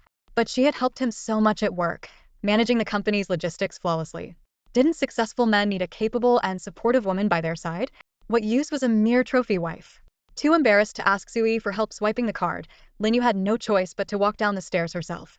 Unlike Cheng Yinian, she lacked the courage to act boldly. Her sense of image was strong, and she worried about running into someone on another floor. She refused to take off her high heels and painstakingly made her way down from the 39th floor step by step. Meanwhile, Cheng Yinian had been reviewing design drafts in the design department all afternoon. She noticed something interesting every year. Molan Qingyi featured one particularly remarkable design created by a mysterious designer. The designs had no signature or name attached, yet they consistently became the brand's bestsellers. She became so engrossed in her observations that she lost track of time. It was only when Tianyu, the last employee to leave, came to turn off the lights in the break room that she noticed Cheng Yinian was still there. Startled, Tianyu exclaimed, Secretary Cheng, you're still here? You're so dedicated. But I don't think anyone will be able to hand in their drafts today. Everyone's already gone home. We don't encourage overtime here at Molan Qingyi. Cheng Yinian smiled warmly and replied, No rush, no rush. I'll come by again tomorrow. Take your time with the designs. Wow, you're so considerate, Tianyu said sincerely. Cheng Yinian chuckled. Just make sure to stick to the submission deadlines. Don't worry, we always meet our deadlines. Our manager, Yan, is very efficient. He assigns tasks based on everyone's strengths and manages time well. We've never turned in a late draft. Whenever the secretary department comes to follow up, it's usually because they're the ones feeling anxious, Tianyu explained. Cheng Yinian nodded with a smile. Got it. Well, I'm heading out now. Are you done for the day too? Yep, let's go, Tianyu replied with a nod. The two left together. The employee elevator was no longer operating, but luckily, the design department was on the third floor. They decided to take the stairs. However, as soon as they entered the staircase, they suddenly heard a loud thump, thump, thump coming from above. Both froze in place. What? What is that sound? It's so creepy, Tianyu said, clearly alarmed. Cheng Yinian blinked. It sounds like high heels to me. Oh my god, no way. It sounds like something straight out of a horror movie. So scary. Could it be a ghost? Tianyu gulped nervously. Cheng Yinian pursed her lips. Have there been ghost sightings here before? No, never, Tianyu quickly shook her head. That must be a company employee, Cheng Yinian said. Our company discourages overtime. Everyone takes the employee elevator, so why would anyone use the stairs? Tianyu whispered as the sound of high heels grew closer. She quickly pulled Cheng Yinian aside. Let's hide, hurry. The two of them started running back, but Cheng Yinian, unfamiliar with the layout and hindered by the dim lighting, accidentally bumped her leg against a door, making a loud noise. Lin Yu, who was just descending to the third floor, immediately called out. Who's there? Come out now. Cheng Yinian had no choice but to step out. Tianyu tried to stop her but couldn't. Instead, she stayed hidden behind the door, peeking out cautiously. Cheng Yinian was startled when she saw Lin Yu. Oh, Secretary Lin. Why are you taking the stairs? Isn't the CEO's elevator working? Are you trying to lose weight? Lin Yu's face darkened. Everyone in the company knew she didn't have access to the CEO's elevator card. Was Cheng Yinian mocking her on purpose? Her gaze turned icy as she glared at Cheng Yinian, catching her breath. Unaware of Lin Yu's lack of access, Cheng Yinian genuinely thought that as the CEO's executive secretary for years, Lin Yu would surely have an elevator card. Seeing her in high heels on the stairs, Cheng Yinian kindly suggested, it might be easier if you took off your heels. Lin Yu's glare grew colder, as if she wished she could bore a hole through Cheng Yinian with her eyes. Seeing Lin Yu's intense stare, Cheng Yinian stepped aside nervously. Sorry, am I in your way? Please, go ahead. Lin Yu didn't move, still glaring. Cheng Yinian, confused, touched her nose. Is there something on my face? Lin Yu finally spoke in a cold tone. Pretend you didn't see me here today. Understand. Although Cheng Yinian didn't understand, she had no interest in meddling in others' affairs. She nodded. All right. Only then did Lin Yu walk off, her high heels clicking sharply against the stairs. Cheng Yinian watched her descend step by step, sighed, and muttered. If you're trying to lose weight, why wear high heels on the stairs? It's just asking for trouble. She's not losing weight. She doesn't have the CEO's elevator card, Tianyu said as she stepped out from behind the door to stand beside Cheng Yinian. Cheng Yinian stared at her in surprise. What did you say? She doesn't have the CEO's elevator card. That's right, Tianyu nodded. Cheng Yinian rubbed her forehead. Does that mean what I just said probably sounded super annoying to her? Tianyu shook her head. Not just super annoying. Oh, that's a relief then, Cheng Yinian said, patting her chest. Relief? What relief? Tianyu retorted. It wasn't just super annoying, it was extremely annoying. You basically hit her right where it hurts. Not having the CEO's elevator card has always been a sore spot for Lin Yu. Cheng Yinian raised an eyebrow. Why is that? Lin Yu is the second person who joined the company after it was founded, practically a company veteran. The CEO trusts her immensely. Most importantly, she's the one the CEO takes along whenever he needs a female companion. Everyone assumes she has that kind of relationship with him, Tianyu said, her tone full of gossip. What kind of relationship? Cheng Yinian asked. Oh, don't play innocent. That kind of relationship between a man and a woman. Tianyu gave her a knowing wink. Cheng Yinian nodded. Got it. Cheng Yinian couldn't help but wonder, do all secretaries have affairs with their bosses? Ling Zhan and Shen Xinyue did, and now Si Qingma and Lin Yu too. Because of Ling Zhan and Shen Xinyue, she already had a terrible impression of Si Qingma and Lin Yu. But the most frustrating part? Why was it always her who ended up the victim? Back when she was with Ling Zhan, he cheated on her with his secretary. Now she was married to Si Qingma, and he had a secretary as his confidant. What kind of bad luck was this? They had agreed when they got married no cheating. If he was so involved with Lin Yu, why didn't he marry her instead? What? Did she look like she was easier to betray? Just as anger flared up in Cheng Yinian's heart, Tianyu added.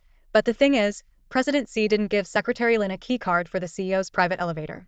So, their relationship is a bit of a mystery. Cheng Yinian snorted angrily. He just loves to mess with people. Exactly. Secretary Lin loves to mess with people. Tianyu agreed. Except Cheng Yinian was talking about Si Qingma, while Tianyu was referring to Lin Yu. After all, in Tianyu's eyes, Cheng Yinian was just a low-level secretary who hadn't even met the CEO in person. How could she possibly know whether President Xi liked to mess with people or not? The two gossiped for a while before leaving the office and each catching a cab home. When Cheng Yinian reached her apartment door, she suddenly remembered that she hadn't registered her fingerprint yet, so she had no choice but to ring the doorbell. At the same time, Si Qingma was being scolded by his grandmother over a video call. It had been half an hour, and he was still smiling and coaxing her to calm down. "You didn't let me see my granddaughter-in-law last night," his grandmother huffed. "Don't even think about sweet-talking me this time. I'm not hanging up until I see her today. Grandma, it's late. I still need to shower and go to bed. Or are you planning to watch your grandson take a shower?" Si Qingma joked with a grin. "Why would I want to see you? I just want to see my granddaughter-in-law," his grandmother shot back. Next to her, Milan chimed in, "I heard from Zhang Sa that you two left for work together this morning. So why couldn't you bring my daughter-in-law home after work? Are you that clueless? She's your wife. It's this late, and she's not home yet. Aren't you worried?" Si Qingma rubbed his forehead. "Mom, you've said this a million times. She's a grown woman. What's there to worry about?" "You might not be worried, but I am. What if someone tricks her?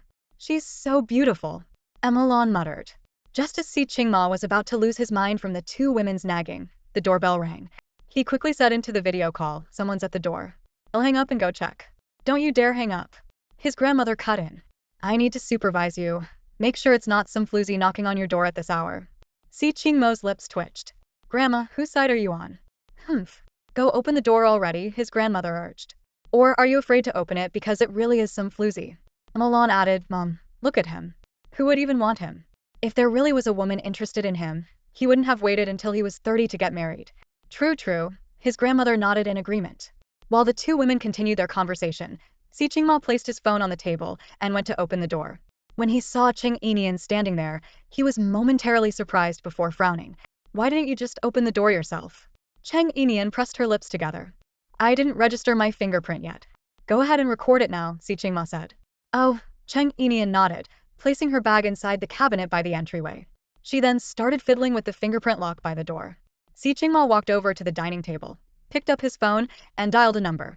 On the other end of the line, Grandma Si eagerly asked, "Who is it?" "Your granddaughter-in-law," Si Qingma replied. Quick, let me see her." Grandma Si said excitedly. Si Qingma walked over to Cheng Yinian with his phone in hand. She was still struggling with the fingerprint lock, unable to set it up properly even after several tries. Feeling impatient, he handed her the phone. "Let me do it." "You hold the phone." Cheng Yinian instinctively took the phone from him. Suddenly, she heard an enthusiastic voice coming from the other end. "Granddaughter-in-law. Granddaughter-in-law. Let me see you." Realizing it was a video call, Cheng Yinian quickly smiled at the screen. Her gaze fell on the video, where she saw an elderly woman with white hair. Despite her age, the woman looked spirited and elegant, her face bearing the natural marks of time. Her kind smile radiated warmth and grace. For a moment, Cheng Yinian was reminded of an old grandmother she used to live with at her aunt's house. That grandmother had treated her very kindly. Without thinking, she softly said, "Grandma." Hearing this, Grandma Si clapped her hands in delight and said to Milan, "Did you hear that? She called me Grandma." Milan, feeling a little jealous, said pitifully, "Mom, you're so lucky. She hasn't even called me Mom yet, and she's already calling you Grandma." Grandma Si looked immensely proud. Meanwhile, Si Qingma fiddled with the fingerprint lock for a moment. Then, without warning, he reached over, grabbed Cheng Yinian's hand, and guided her index finger to press against the fingerprint scanner. Caught off guard by his action, Cheng Yinian froze slightly. His hand was large and warm, the kind of dry warmth that felt oddly comforting. However, it was also rough, with calluses that pressed uncomfortably against her skin. She turned to look at him, her thoughts wandering. His current wealth was comparable to Ling Zhan's, but Ling Zhan's hands had never been this rough. Perhaps Si Qingma's family background had been even worse. For him to achieve so much, no, it was no small feat. She found herself feeling a bit of admiration for him. But she had misunderstood. Si Qingma's rough hands weren't due to poverty. On the contrary, it was because his family was too wealthy. The Si family, with its vast fortune, had always been cautious of potential kidnappings. As a result, every family member, male or female, was trained in self-defense from a young age. Si Qingma, in particular, had a passion for martial arts, taekwondo, fencing, and other combat sports. He had trained far more than the rest of his family, which explained the calluses on his hands. Unfortunately, Cheng Yinian didn't know this. On the other end of the video call, Grandma Si and Milan, seeing the two holding hands, were so excited that they quickly took a series of screenshots. Afterward, Grandma C thought about how inconvenient it was to always contact her granddaughter-in-law through her grandson. She asked, my dear, can I add you on WeChat? Hearing the affectionate nickname, Cheng Yinian suddenly looked up at the video. This was the first time, apart from her father, that someone had called hurry. Her nose tingled as emotions welled up, and for a moment, she was at a loss for words. The elderly lady noticed that Cheng Yinian hadn't responded, thinking she might not want to add her on WeChat. She quickly said, "Oh dear, look at this old lady here. Honestly, I don't even know how to use that WeChat properly. If you don't want to add me, that's fine really. Don't feel pressured. Grandma isn't trying to pry into your life." Hearing this, Cheng Yinian realized the misunderstanding and immediately replied, "Grandma, no, that's not it. I just felt it so warm and endearing that you call me. It's been a long time since someone called me that." She nodded and added, "Of course, Grandma, you can call me whatever you like. I'll ask Mr. C to share your WeChat with me later." "No need, no need. Let's just scan and add each other right now," the elderly lady said eagerly, delighted. She brought out her phone, opened her QR code, and held it up for Cheng Yinian to scan. Interestingly, the elderly lady was using Emma Lan's phone for the video call, while Cheng Yinian was using Si Qingmo's phone. Yet both of their personal phones were free, and they managed to add each other on WeChat through the two spare devices. Once the friend request was accepted, the elderly lady beamed with joy. Great, we're friends now. Can Grandma take a look at your moments?" "Of course," Cheng Yinian replied. "All right then, I won't keep you on video anymore," the elderly lady said, happily walking off with her phone. Milan, feeling a bit left out, chimed in, "How about adding me on WeChat too?" Calling the elderly lady Grandma hadn't been awkward for Cheng Yinian, as she was used to addressing older women that way. But now, with Emma Lan referring to herself as Mom, Cheng Yinian couldn't help but feel a little uncomfortable. She cleared her throat lightly and said, "Sure, Auntie." Milan looked hurt and said, "Do you not like me? You won't even call me Mom." Hearing his mother's disappointed tone, Si Qingma glanced at Cheng Yinian, silently urging her to cooperate. Cheng Yinian pressed her lips together and, though still feeling a bit unnatural, reluctantly said, "All right, Mom." Good. I'll ask Grandma to share your WeChat with me later, and we'll add each other too," Emma Lan said cheerfully. "Okay," Cheng Yinian nodded. "All right, then I'll leave you two to whatever you're doing." "I'll hang up now," Emma Lan said with a smile before ending the video call. After the call ended, Cheng Yinian turned to Si Qingma and said, "Grandma ended the video call." Si Qingma responded casually, not paying much attention as he continued holding her hand to register her fingerprint. The fingerprint lock on his door was particularly intricate, requiring multiple scans from different angles to set up successfully. Cheng Yinian placed her phone on the cabinet near the entrance and watched as Si Qingma helped her with the fingerprint setup. Once he was done, he suddenly realized had been holding a woman's hand this whole time. As if jolted by electricity, he quickly let go, his ears turning slightly red. Trying to sound nonchalant, he said, "It's done. From now on, don't ring the doorbell. I don't have time to keep opening the door for you." "Oh," Cheng Yinian nodded. "Let's eat," Si Qingma said, picking up his phone and heading towards the kitchen. "Aunt Zhang made lunch earlier, but we didn't come back to eat. It's still on the table, and it just needs to be reheated. I'll go heat the food," Cheng Yinian thought to herself. After all, she was staying here without paying for anything. It was only fair to help out a little. So, she suggested reheating the dishes. However, Si Qingma turned his head and looked at her with disdain, saying, "I told you on the day we got our marriage certificate, don't even think about stepping into the kitchen. I have no interest in eating dark cuisine." With that, he headed into the kitchen himself to heat the food. Cheng Yinian stood by the kitchen door, watching him clumsily go about reheating the dishes. Clearly, he wasn't used to doing this kind of work either. She pressed her lips together, wanting to tell him that her cooking skills were actually decent. But before she could say anything, Si Qingma interrupted, "It'll be ready soon. Don't just stand there. Even if you watch, you wouldn't learn anything." Cheng Yinian was speechless. Reheating food, what could there possibly be to not learn? Oh well, she thought. If he didn't want her to do it, she wasn't going to argue. She went back to her room, grabbed some clothes, and took a shower. When she came out, now dressed in a more comfortable set of loungewear, Si Qingma had already set the table. She walked over and sat down across from him. Si Qingma gave her a casual glance and said, "You can at least serve yourself some rice, right? Or do you need me to do that for you too?" Before she could respond, he added, "If you can't even serve rice, you might as well starve." Cheng Yinian was left speechless again. How could someone so perfectly fine have such a sharp tongue? After dinner, she started to clear the table, but Si Qingma looked at her in alarm and said, "Don't touch that. These plates and bowls are part of a limited edition set. If you break one, the whole set will be incomplete." Cheng Yinian sighed internally and watched as he carefully cleared the dishes himself and headed to the kitchen to wash them.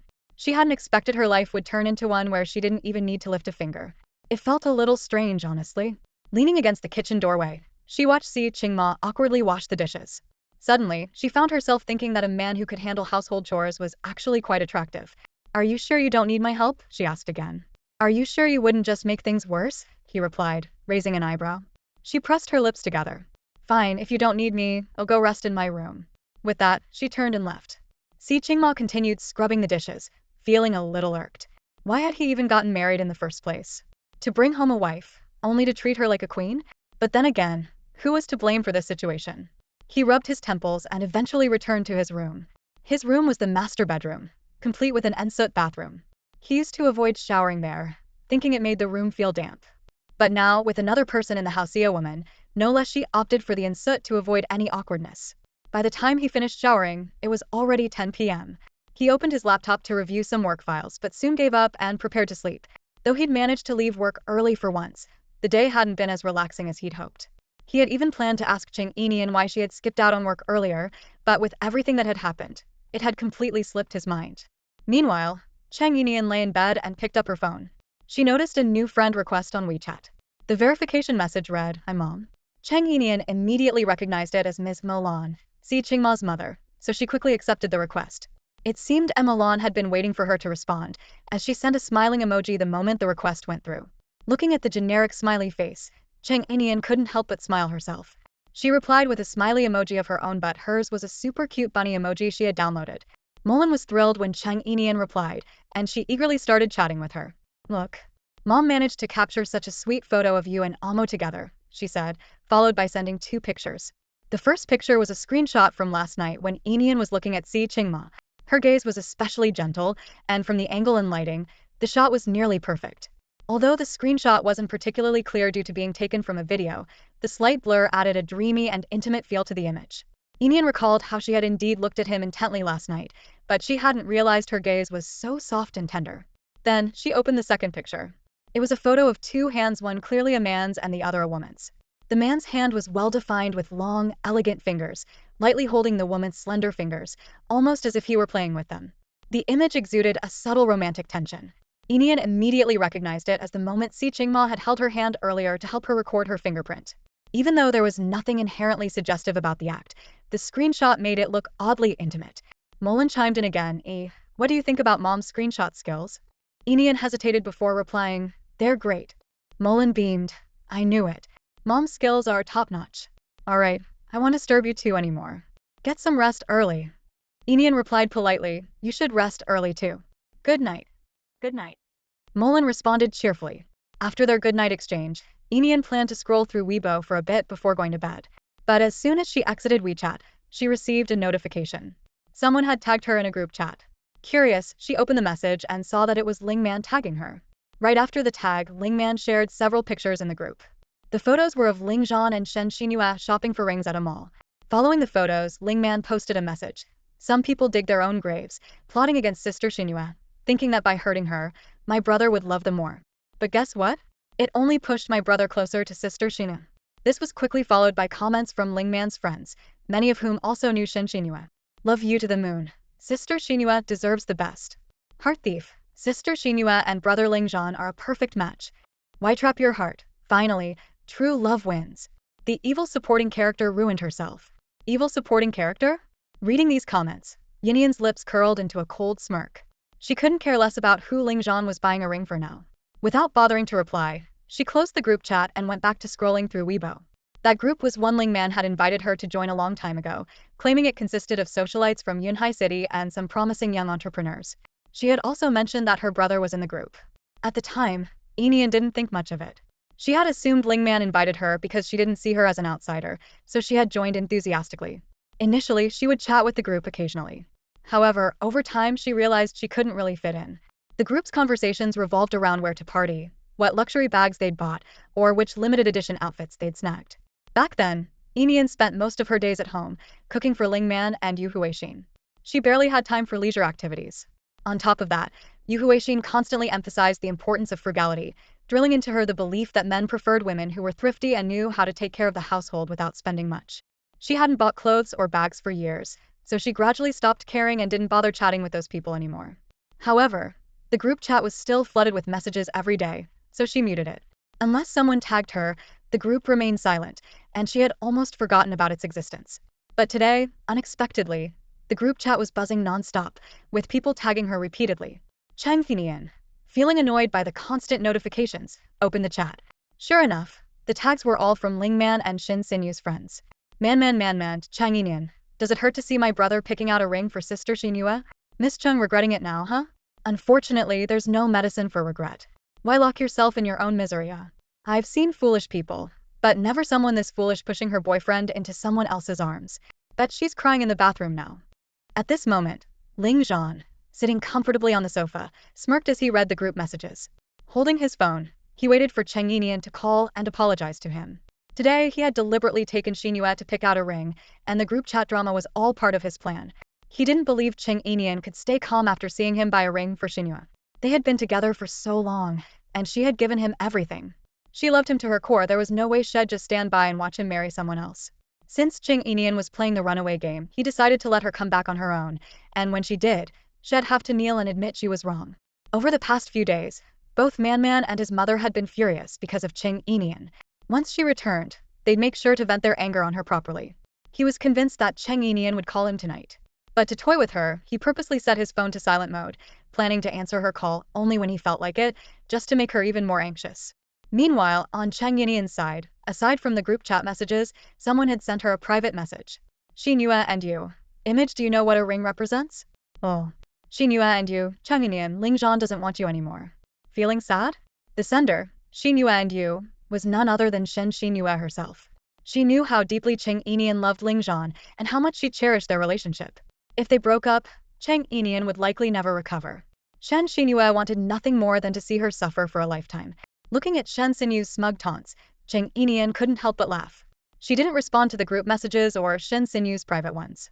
Instead, she quickly composed a post for her social media.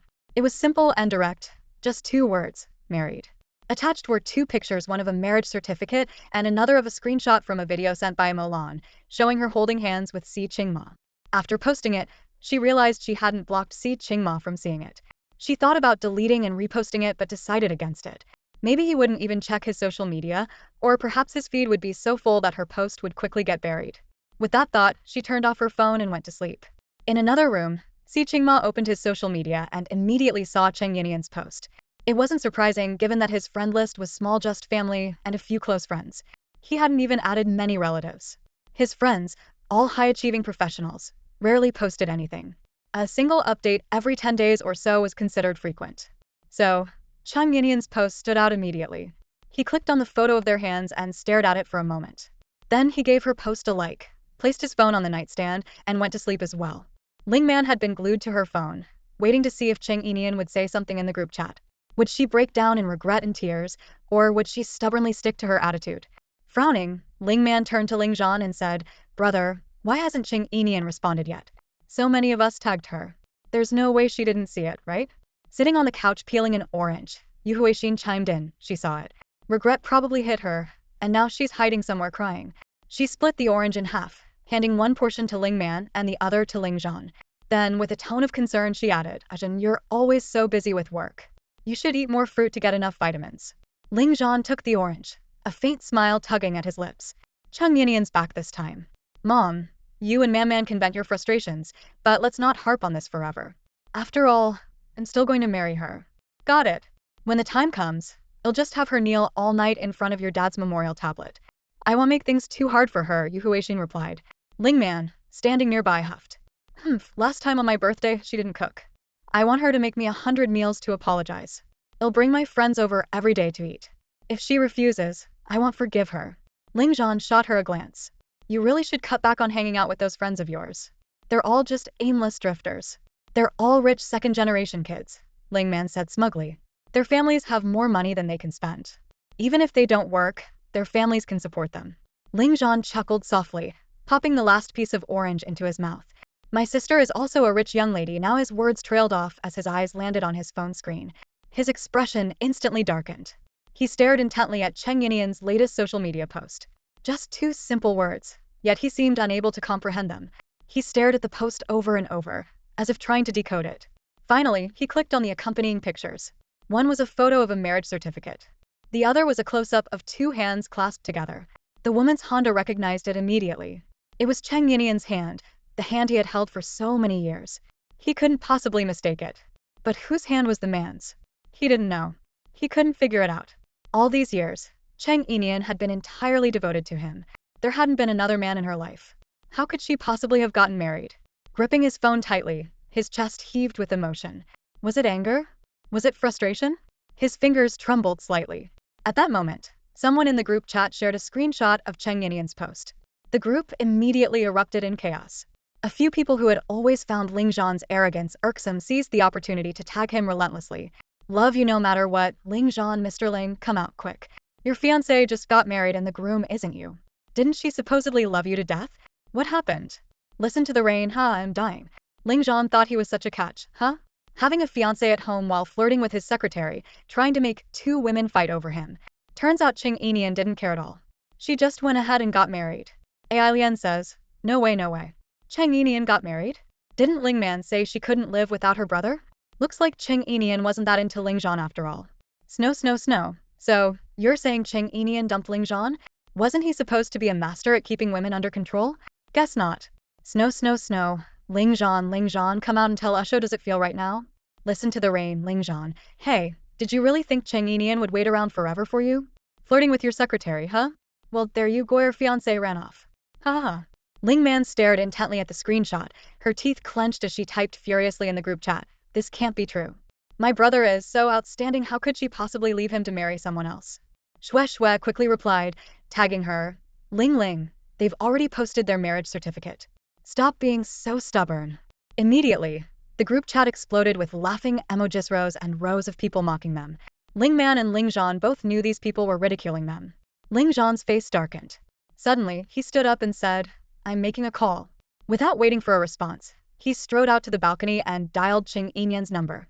He had already prepared what to say and how to confront her, but instead of her voice, he was met with a cold, mechanical message. The number you have dialed is currently unavailable. Please try again later. Frustrated, he redialed again and again, only to hear the same automated response every time. His grip on the phone tightened, his knuckles cracking audibly. Seeing his grim expression, Yu Huixin approached him with concern. Zhan, what's wrong? Ling Zhan didn't hide anything from his mother and handed her the phone. After glancing at the screen, Yu Huixin gasped in surprise. Cheng Yinian got married? To whom? I don't know, Ling Zhan replied, his face ashen. He had always believed Cheng Yinian would stay by his side forever. Now she was married, and he didn't even know who the man was.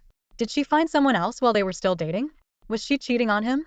Meanwhile, Ling Man was scrutinizing Cheng Yinian's social media post. Suddenly, she burst into laughter. Holding up her phone, she walked over to her mother. Yu Huixin frowned and pinched her lightly. How can you laugh at a time like this? Cheng Yinian's married, and she still holds shares in your brother's company. She hasn't even transferred them to him yet. Ling Man pursed her lips and said, Mom, brother, you're so gullible.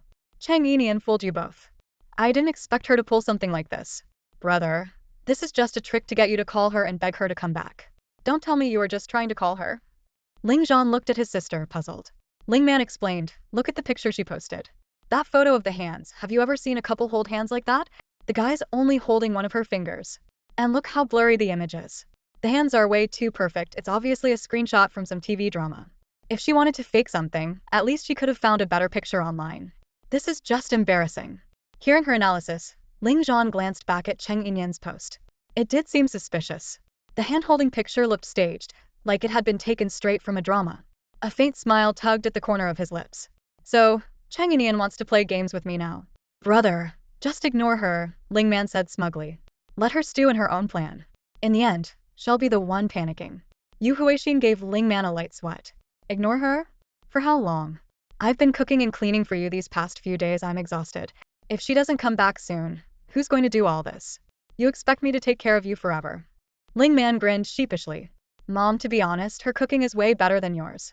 I kinda miss her food too. Fine, let's call her back. But she needs to apologize first. Yu Huixin turned to Ling Zhan. You decide. Ling Zhan pressed his lips together and finally said, this has dragged on long enough. I'll bring her back tomorrow. Yu Huixin nodded approvingly. Good. The sooner the better. The prices at the market are ridiculous these days. My WeChat balance keeps shrinking, it's heartbreaking. Once she's back, she can start buying the groceries again. Ling Zhan gave a small nod. Alright. At 6:30 in the morning, Cheng Yinian woke up and grabbed her phone. She glanced at the post she had shared on her social media the previous night and noticed that Si Qingma had liked it. She felt a bit awkward. Their marriage wasn't exactly a secret, but he had never announced it publicly. Apart from helping her deal with his family, he didn't seem interested in letting others know. Perhaps he preferred to keep it private. By posting publicly, it felt like she was pressuring him to make it official, which made her uneasy. She pulled the blanket over her head and cringed at herself for a while before finally getting up. After freshening up, she even applied light makeup. By the time she was ready, it was 7 o'clock. She stepped out of her room and saw Aunt Zhang preparing breakfast in the kitchen. When Aunt Zhang noticed her, she smiled warmly and said, "Miss Cheng, you're up." Cheng Yinian returned the smile and replied, "Please don't call me Miss Cheng. Just call me Yinian." "Alright, then I'll call you Nian Nian," Aunt Zhang said with a cheerful grin. "Sure." Cheng Yinian nodded. "Nian Nian, today we're having seafood porridge. I also made shumai and crystal shrimp dumplings," Aunt Zhang said, still smiling. "Let me help you," Cheng Yinian offered as she prepared to wash her hands and assist in the kitchen. Just then, Si Qingma emerged from his room, already freshened up. He raised an eyebrow and said, "Didn't I just tell you last night? Stay out of the kitchen." Cheng Yinian. Aunt Zhang chuckled, really dotes on his wife. Cheng Yinian twitched the corner of her mouth. Dotes on her? More like he's just worried about his precious kitchenware and ingredients. Still, she didn't insist on helping. Instead, she sat at the dining table. Si Qingma sat down across from her, scrolling through his phone and not sparing her a glance. Aunt Zhang brought over her breakfast, and as she stirred the porridge with her spoon, she stole a few glances at him. Seeing no reaction from him, she said nothing and picked up her phone. She opened her social media and noticed a comment on her post from last night. When she clicked on it, she saw that it was from Si Qingma. His comment read, "Your photography skills need work." Her mouth twitched. She looked up at him just as he put down his phone and glanced her way.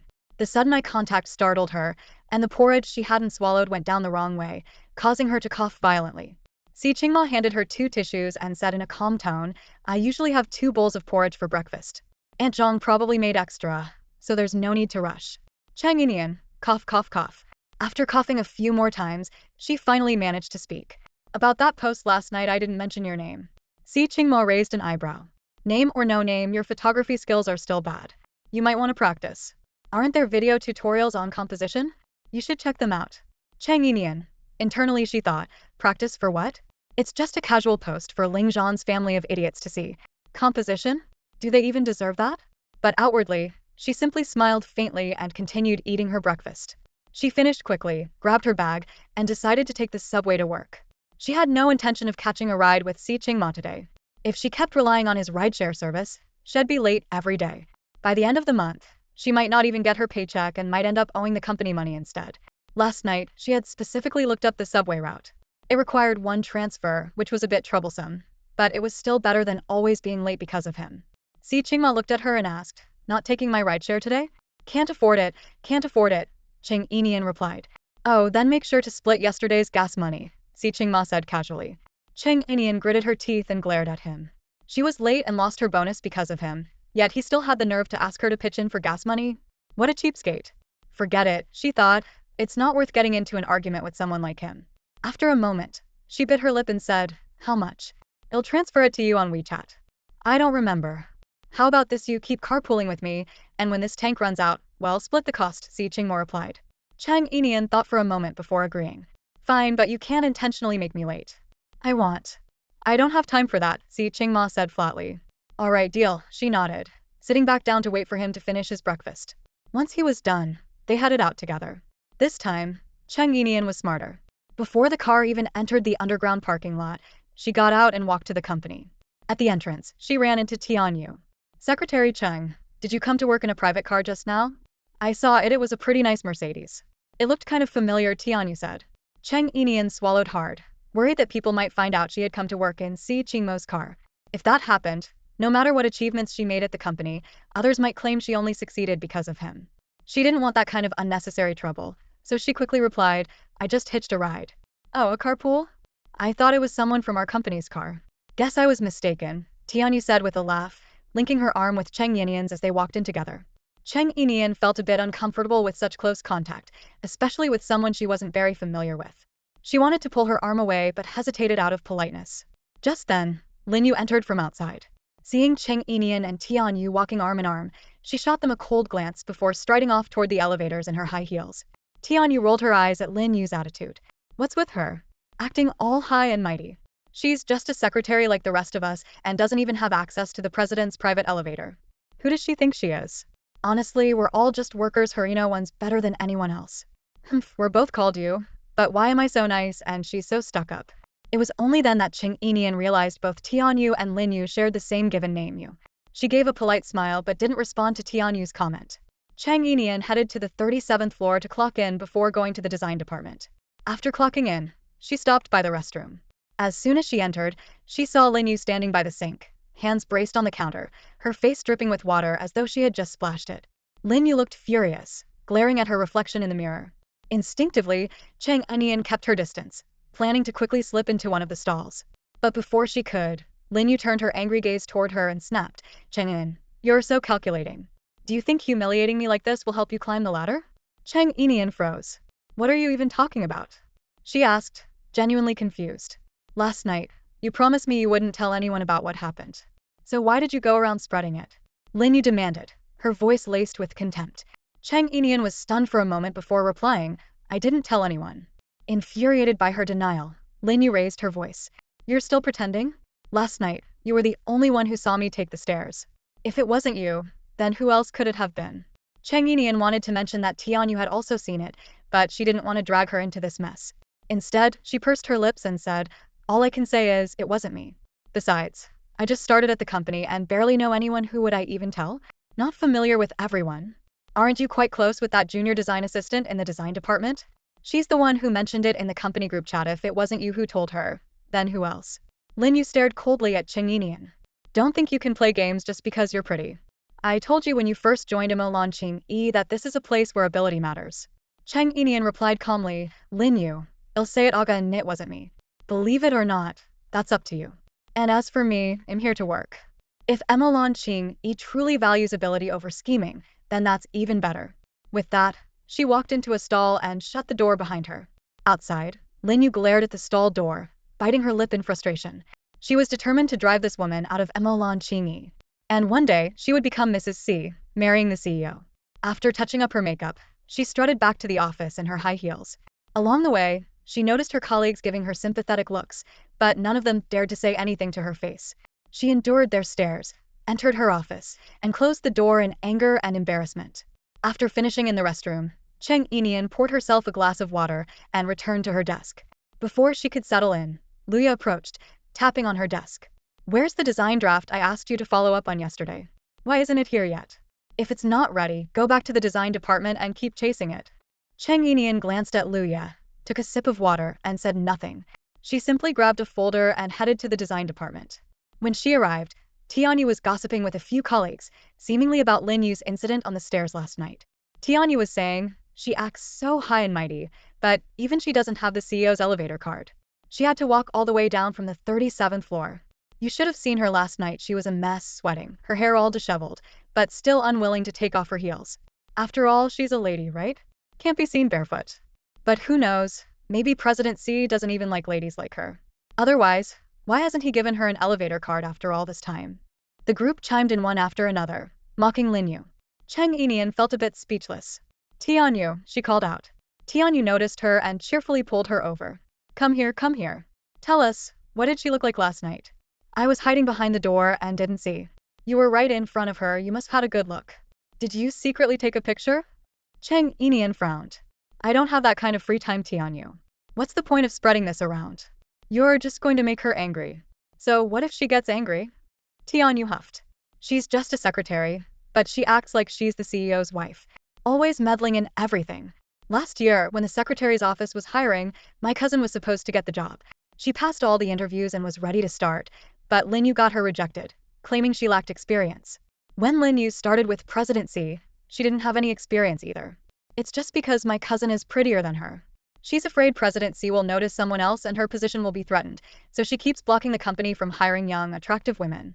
Do whatever you want, but leave me out of it, Cheng Yinian said firmly. I'm here to work, not gossip. And please clarify in the group chat that this has nothing to do with me. Why should I clarify? I never said it was you who spread it, Tianyu retorted. If you want to clear your name, Do it yourself? Cheng Yinian didn't want to say anything more when she saw her acting like this. She turned around and went to find the design department manager to ask about the progress of the design drafts. Tianyu, however, assumed that Cheng Yinian was going to report her behavior. She grabbed Cheng Yinian by the collar and said, Cheng Yinian, where are you going? What does this have to do with you? What? Are you planning to be Lin Yu's lapdog? Going to our manager to snitch on me? Is that it? Cheng Yinian looked at her coldly and said, I'm just going to work. I don't have the time to bother with your petty drama. With that, she pried Tianyu's hand off and walked toward the design department manager's office.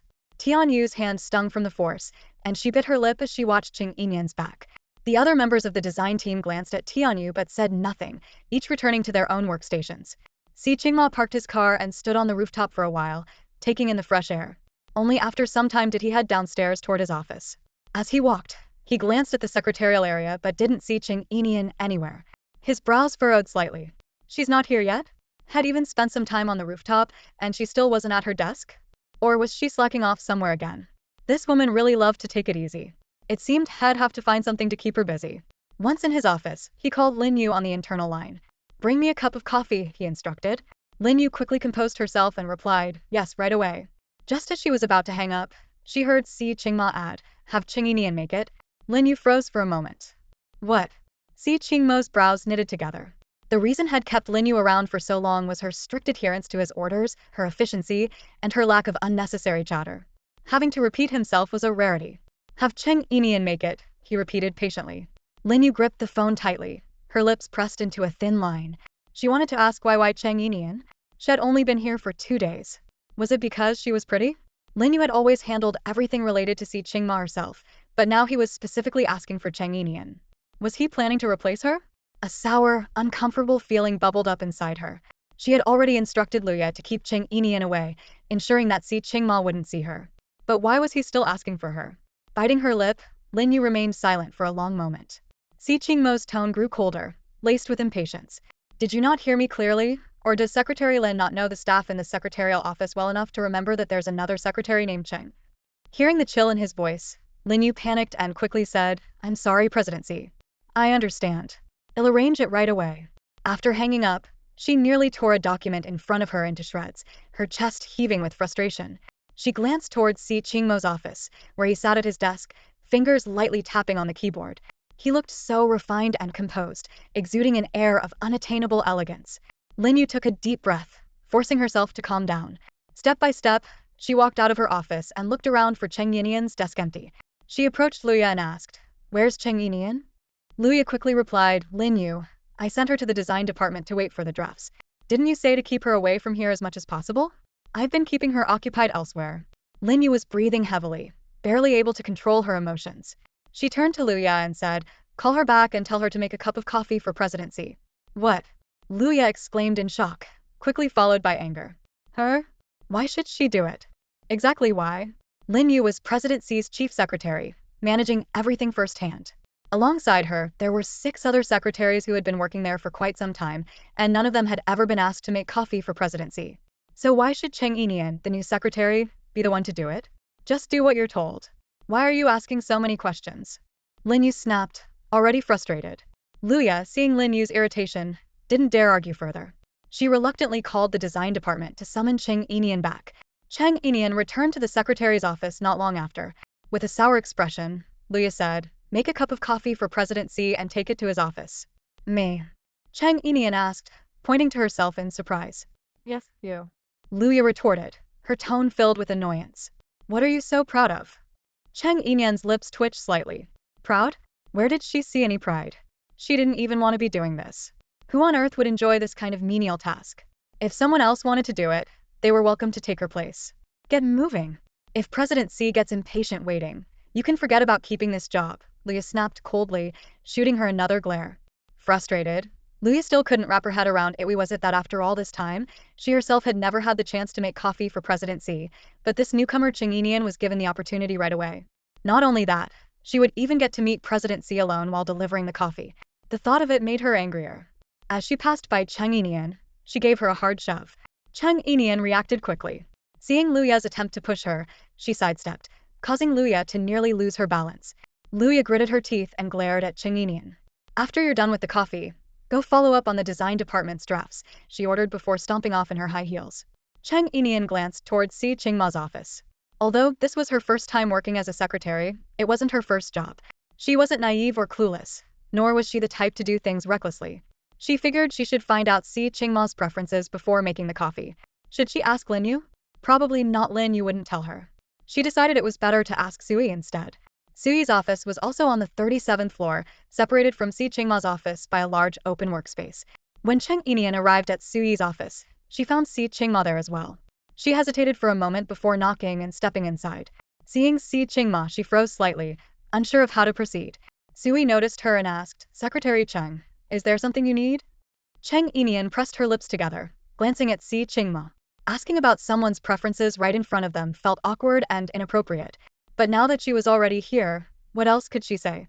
For a moment, she felt at a loss. Si Qingma noticed her glance and the conflicted expression on her face. He let out a cold chuckle.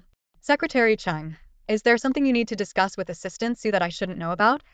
"Yes," Cheng Yinian replied bluntly. She paused, debating whether to continue, but ultimately decided against it. Hopefully he would understand and excuse himself. However, Si Qingma showed no such inclination. He scoffed coldly. "So, my assistant and my secretary during work hours in my company need to discuss something that I, the president, am not allowed to know about." Sui listened to Si Qingma's sarcastic remark and quickly responded, No such thing."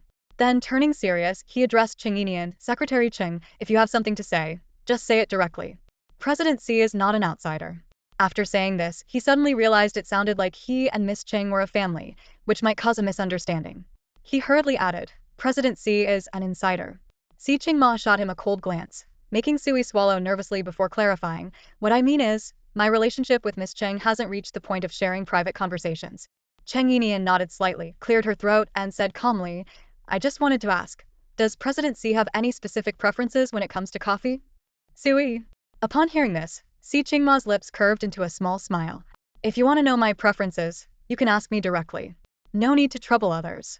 Cheng Yinian turned to him and asked, "So, President Si, what are your preferences?" "Freshly ground and brewed, with milk but no sugar," Si Qingma replied. "Got it," Cheng Yinian nodded. "I'll remember that. Well, I'll leave you both to your work." She turned and left. Si Qingma watched her retreating figure, the corners of his lips curling slightly. He then turned to Sui and said, "About what I mentioned earlier, organize it as soon as possible. I'll head back to my office now." "There are still details about the new product launch that need to be finalized," Sui reminded him. "We'll handle it tomorrow," Si Qingma said while heading out. Once Si Qingma had left, Sui scratched his head in confusion. Wasn't he in such a rush earlier? Now he's suddenly not in a hurry. Back in his office, Si Qingma sat down at his desk, his fingers lightly tapping on the surface as he waited for Cheng Yinian to bring in the coffee. She didn't keep him waiting long. Soon enough, she entered with the coffee prepared just as he had requested. As Cheng Yinian knocked on Si Qingma's office door, all the secretaries turned to look at her. Luya, visibly upset, stormed off to the restroom.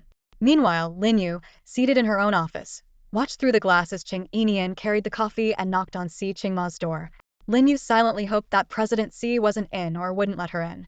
However, her hopes were quickly dashed when, just seconds later, Cheng Yinian pushed open the door and walked into Si Qingma's office. With a loud snap, Lin Yu broke the pen she was holding in half.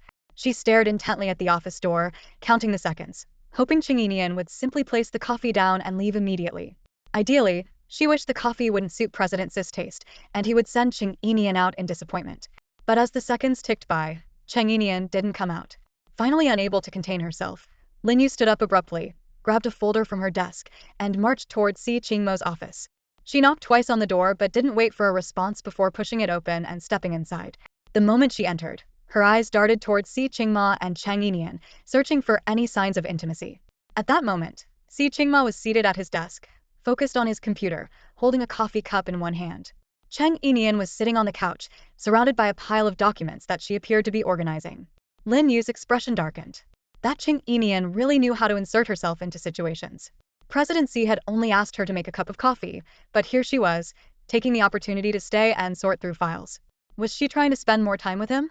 Truly, she wasn't one to be underestimated.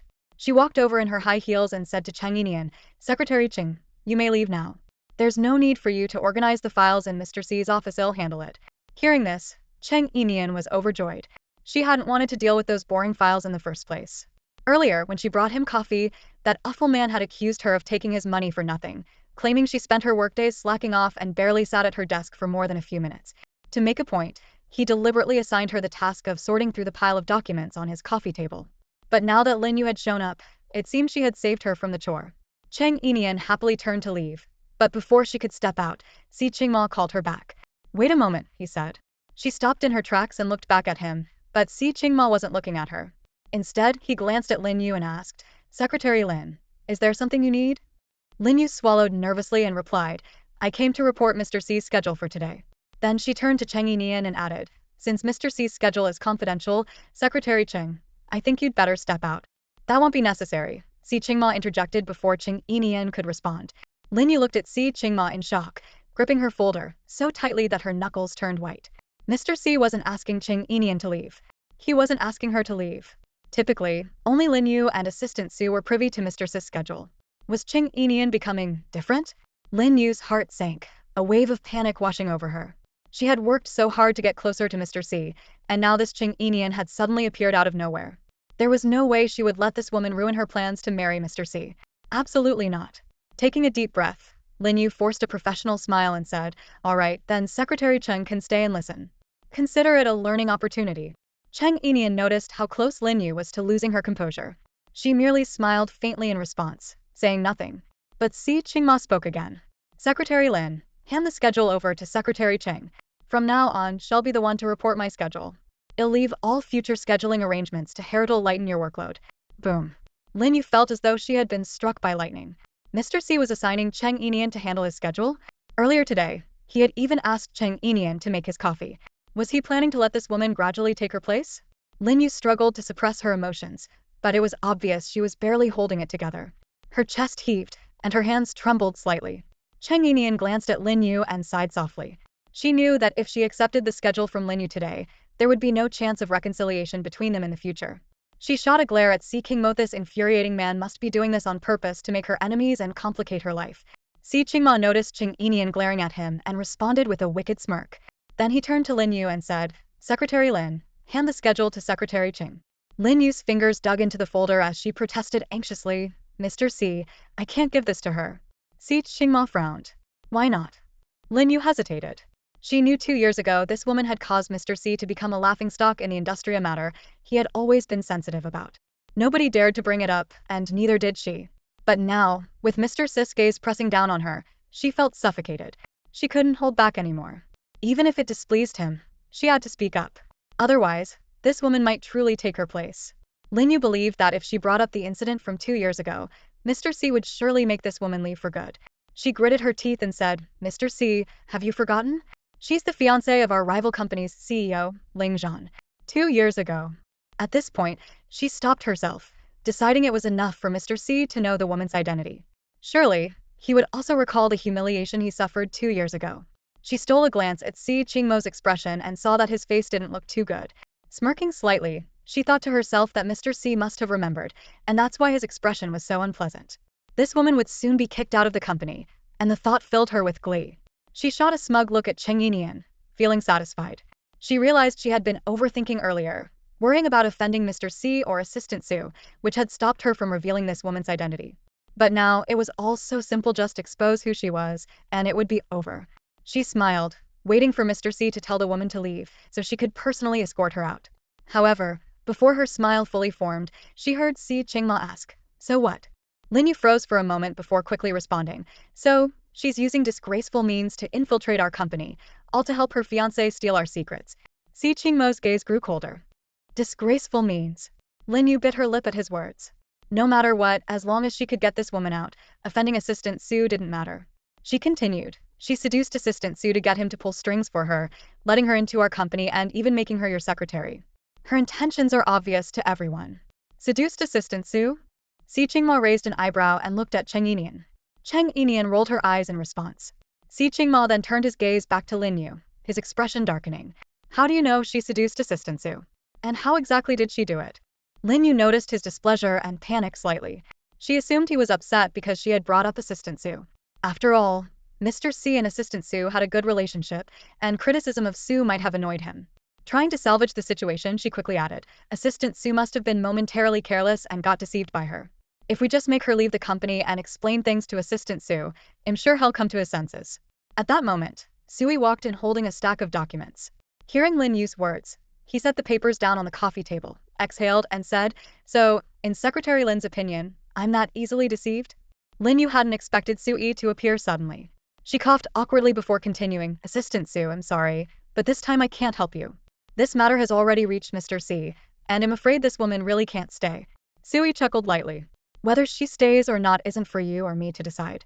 Confused by his response, Lin Yu gave him a puzzled look. Then she heard Si Qingma say, the one who was deceived wasn't Sui. It was me. Lin Yu was stunned, staring at Si Qingma in shock. So, I'm the one who let her into the company. I'm the one who made her my secretary, Si Qingma said, his tone calm but firm. He arched a brow slightly, his voice carrying a hint of amusement.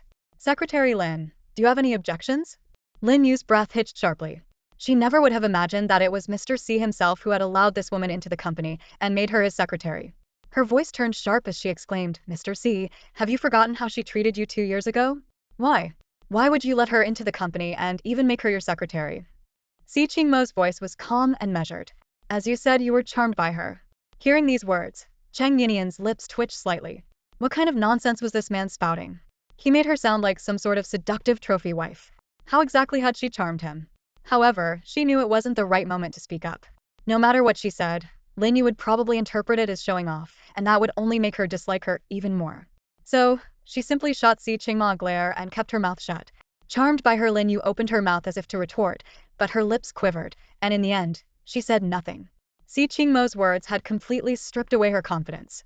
Secretary Lin, hand the schedule to Secretary Cheng and leave, Si Qingma instructed, his tone indifferent. Lin Yu stood frozen, feeling dizzy with humiliation. Why? Why was this happening? Secretary Lin? Sui called out her name, pulling her out of her daze. Lin Yu took a deep breath, forcing herself to regain composure. Reluctantly, she handed the folder in her hand to Cheng Yinian. Here, Secretary Cheng. Take it. Cheng Yinian accepted the folder, noticing Lin Yu's venomous glare and unsteady steps as she turned to leave.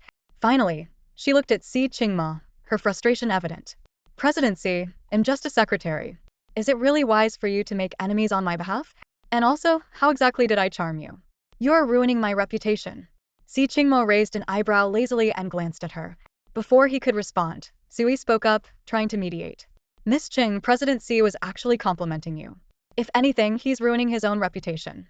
By saying he was charmed, he's acknowledging your beauty, but he's also implying he's a weak-willed man. Honestly, he's the one taking the bigger hit here. Cheng Yinian thought about it for a moment and realized Sui might have a point. She looked up at Si Qingma again, and somehow, he didn't seem quite as detestable as before. Si Qingma smirked faintly. I'm helping you do your job, Secretary Cheng. You should be thanking me. And as a secretary, you should act like one. Stop finding excuses to slack off. Now, read me the schedule. Sui handed over another set of documents. Presidency, here are the files you requested. I'll take my leave now. With that, he turned and left the room. Cheng Yinian opened the folder and glanced at the schedule Lin Yu had prepared. Her jaw nearly dropped. She hadn't expected Si Qingmo's daily schedule to be this packed. There wasn't even a moment to catch his breath. No wonder he had managed to elevate Emma Chenyi to the same level as Lingy Fashions in just over 2 years. She began reading the schedule aloud, one item at a time. Si Qingma listened quietly, not interrupting her once. When she finished, he finally spoke. You'll accompany me for all these appointments. Cheng Yinian. And make sure tomorrow's schedule is ready, he added, taking a sip from his cup. Once you've sorted the files, you can leave and get to work. Inwardly, Cheng Yinian cursed. Seriously? After dumping all this work on her, he wanted her to organize the files too? She had only been on the job for 2 days. And most of that time had been spent in the design department. She barely understood what was going on, and now she was expected to handle such complicated tasks. If she had someone to guide her, it might have been manageable. But there was no way Lin Yu would help her. She'd be lucky if Lin Yu didn't sabotage her. With a resigned sigh, she placed the folder aside and began organizing the files on the coffee table. Si Qingma didn't pay her any more attention, focusing instead on the emails on his computer. Once she finished tidying up, Cheng Yinian glanced at him. He was engrossed in his work, his expression serious. She observed him for a few seconds before quietly leaving the room. Lin Yu walked out of Si Qingma's office with a smile still lingering on her face.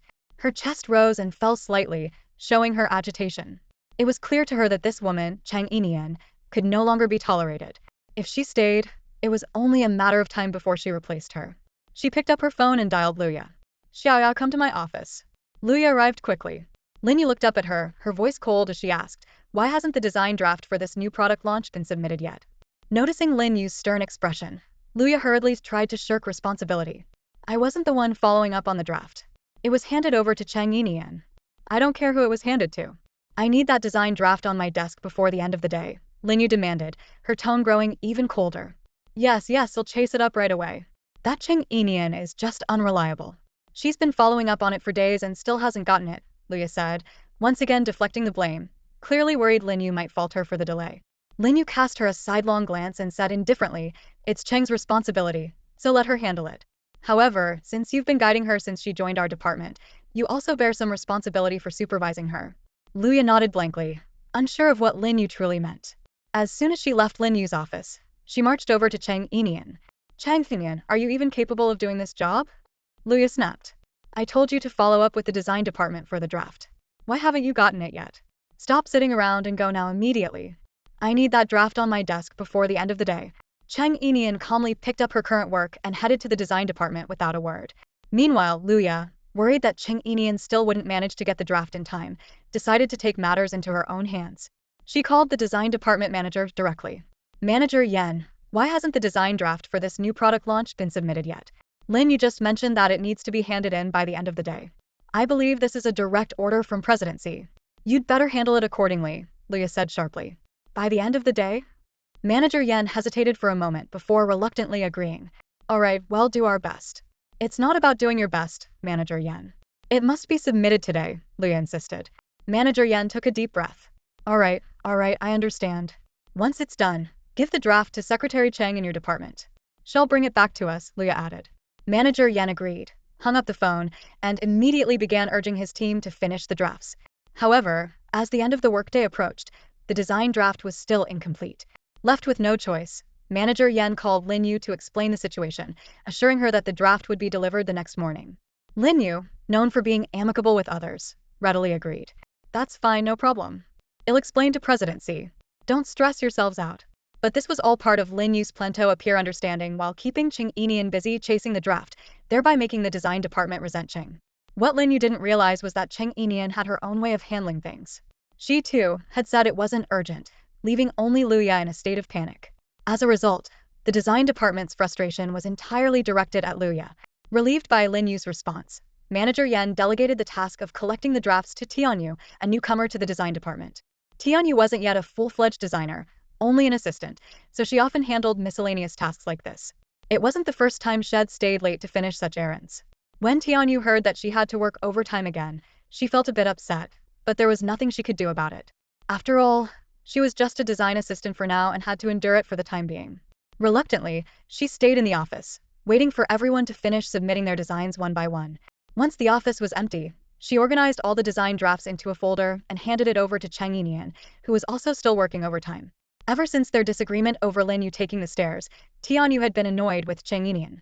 As she handed over the folder, her attitude was noticeably colder. Here are all the design drafts, she said. I don't know why you're rushing so much. Even Lin Yu said there's no hurry, but you're pushing everyone. Impressive. You always say it's not your urgency but the higher-ups. Now I see it's just you trying to show off, making me work overtime with you. Cheng Yinian took the folder with a faint smile. Are you working overtime because of me? Or is it because you're just a design assistant? She glanced around at the empty desks of the designers and continued. If you were a designer like them, you'd have left early too. Her words hit a sore spot for Tianyu, who bit her lip and glared at Cheng Yinian but couldn't find a retort. Cheng Yinian, holding the folder, left the office without hesitation. She had no intention of going up to the 37th floor to drop off the folder and then coming back down. With the staff elevators already out of service, she'd have to take the stairs both ways. Instead, she decided to take the folder home with her. Slipping it into her bag, she headed for the staircase. Tianyu quickly locked the office door and followed Cheng Yinian down the stairs. To Cheng Yinian's surprise, as soon as she exited the company building, she saw Si Qingma coming out of the convenience store next door. He was holding 2 pieces of bread. Upon seeing her, he handed one over. Dinner. Cheng Yinian's lips twitched. Bread again? You really seem to love bread. I don't, Si Qingma replied quietly. But it's late. What else is there to eat? Well, how about we buy some ingredients and I'll cook for you? Cheng Yinian suggested, not wanting to eat bread again. "Am not a fan of experimental cooking." Cheng raised an eyebrow at her, walked to the car parked in front of the convenience store, opened the door and got into the driver's seat. "Get in," he said. Cheng Yinian walked over, got in the car, and buckled her seatbelt. She tried to negotiate again. "Mr. C, I can actually cook pretty well. How about we buy some ingredients and I'll make something?" Cheng gave her a long look. "Do you have a misunderstanding about what pretty well means?" Cheng Yinian forced an awkward laugh, realizing that he probably thought she couldn't cook at all. Cheng started the car and said, "From now on, I'll ask Aunt Zhang to prepare dinner before I come home." He had always been working late, resolving dinner with a piece of bread from the convenience store downstairs. But now that there were two of them, it didn't seem right for both to rely on bread. Cheng Yinian pressed her lips together. "Fine, as you wish." Cheng didn't respond and, with a step on the gas, drove home. Back at the house, the two of them sat at the dining table, each with a glass of plain water and a cold piece of bread. Cheng Yinian felt like she hadn't had such a pitiful dinner in ages. She took a small bite of her bread, forced a smile, and said, "Well, I still have work to do. I'll head to my room." "Enjoy your meal, Mr. C." With that, she picked up her bread and water and retreated to her room. Cheng looked at the bread and water in front of him. Taking a bite of bread, then a sip of water, he ate slowly and deliberately.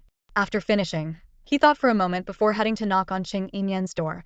Cheng Yinian was indeed busy with work. She had just taken over Lin Yu's responsibilities today, and there were many things she hadn't figured out yet. Simply arranging Cheng's schedule for tomorrow had already kept her occupied. She opened the door and asked, "Mr. C, do you need something?" Cheng pressed his lips together and said, "How about we order some takeout?" Cheng Yinian smiled and replied, "No need, I'm on a diet." Cheng gave her a once-over before calmly stating, "You're already skinny as a stick.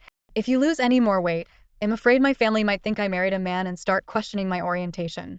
Cheng Yinian glared at him, gritting her teeth, then plastered on a fake signature smile. "No problem, Mr. C. You can just tell them you're actually a woman, so your orientation is perfectly normal. That should ease their concerns." Cheng raised an eyebrow. "Sharp-tongued, aren't you? If that's all, Mr. C, please go back to your work." Without waiting for his response, Cheng Yinian closed the door on him. Cheng chuckled softly, turned around, and went back to his room. To his credit, Cheng Yinian was impressively capable. By the time she finished working overtime at around 11 o'clock, she had already familiarized herself with Mo Lanqingyi's current situation and prepared a detailed schedule for Cheng.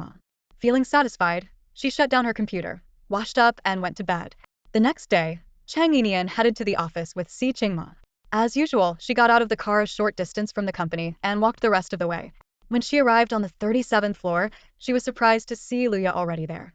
Normally, Luya arrived right on time, but today she was early. As soon as Cheng Yinian sat down, Luya approached her. "Cheng Yinian, did you get the design drafts I asked you to chase yesterday?" "Yes, I have them," Cheng Yinian replied coolly. "Then take them to Sister Lin Yu," Luya instructed. Hearing this, Cheng Yinian paused slightly. Normally, Luya would deliver the drafts to Lin Yu herself since she always liked to show off in front of her. Today, however, she was asking Cheng Yinian to do it, which was unusual. "All right, I'll take them over in a bit," Cheng Yinian agreed. "No, now. Immediately. Yesterday was already the deadline, and you're only bringing them today. Time is tight enough as it is, and you're still delaying. Is this the extent of your work ethic? I really wonder how you even managed at Lingy Fashions before," Luya said arrogantly. Cheng Yinian glanced at her without responding, though she found Luya's behavior particularly odd today. It wasn't even official work hours yet, and Luya was already pushing her to deliver the drafts. Something was definitely off. She took out the folder she had placed in her bag yesterday and carefully reviewed all the drafts inside, confirming there were no issues. Then she took out her phone, recorded a video of the documents, and kept the recording on as she headed to Lin Yu's office with both her phone and the folder. "Secretary Lin, here are all the design drafts for this season's new products," Cheng Yinian said, handing the folder to Lin Yu.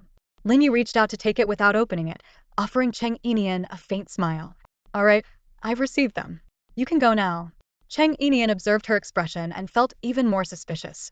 Given Lin Yu's usual dislike for her, it was highly unusual for her to smile so sweetly. She couldn't pinpoint exactly what was wrong, but she was certain something was amiss. Lin Yu and Luya both had issues.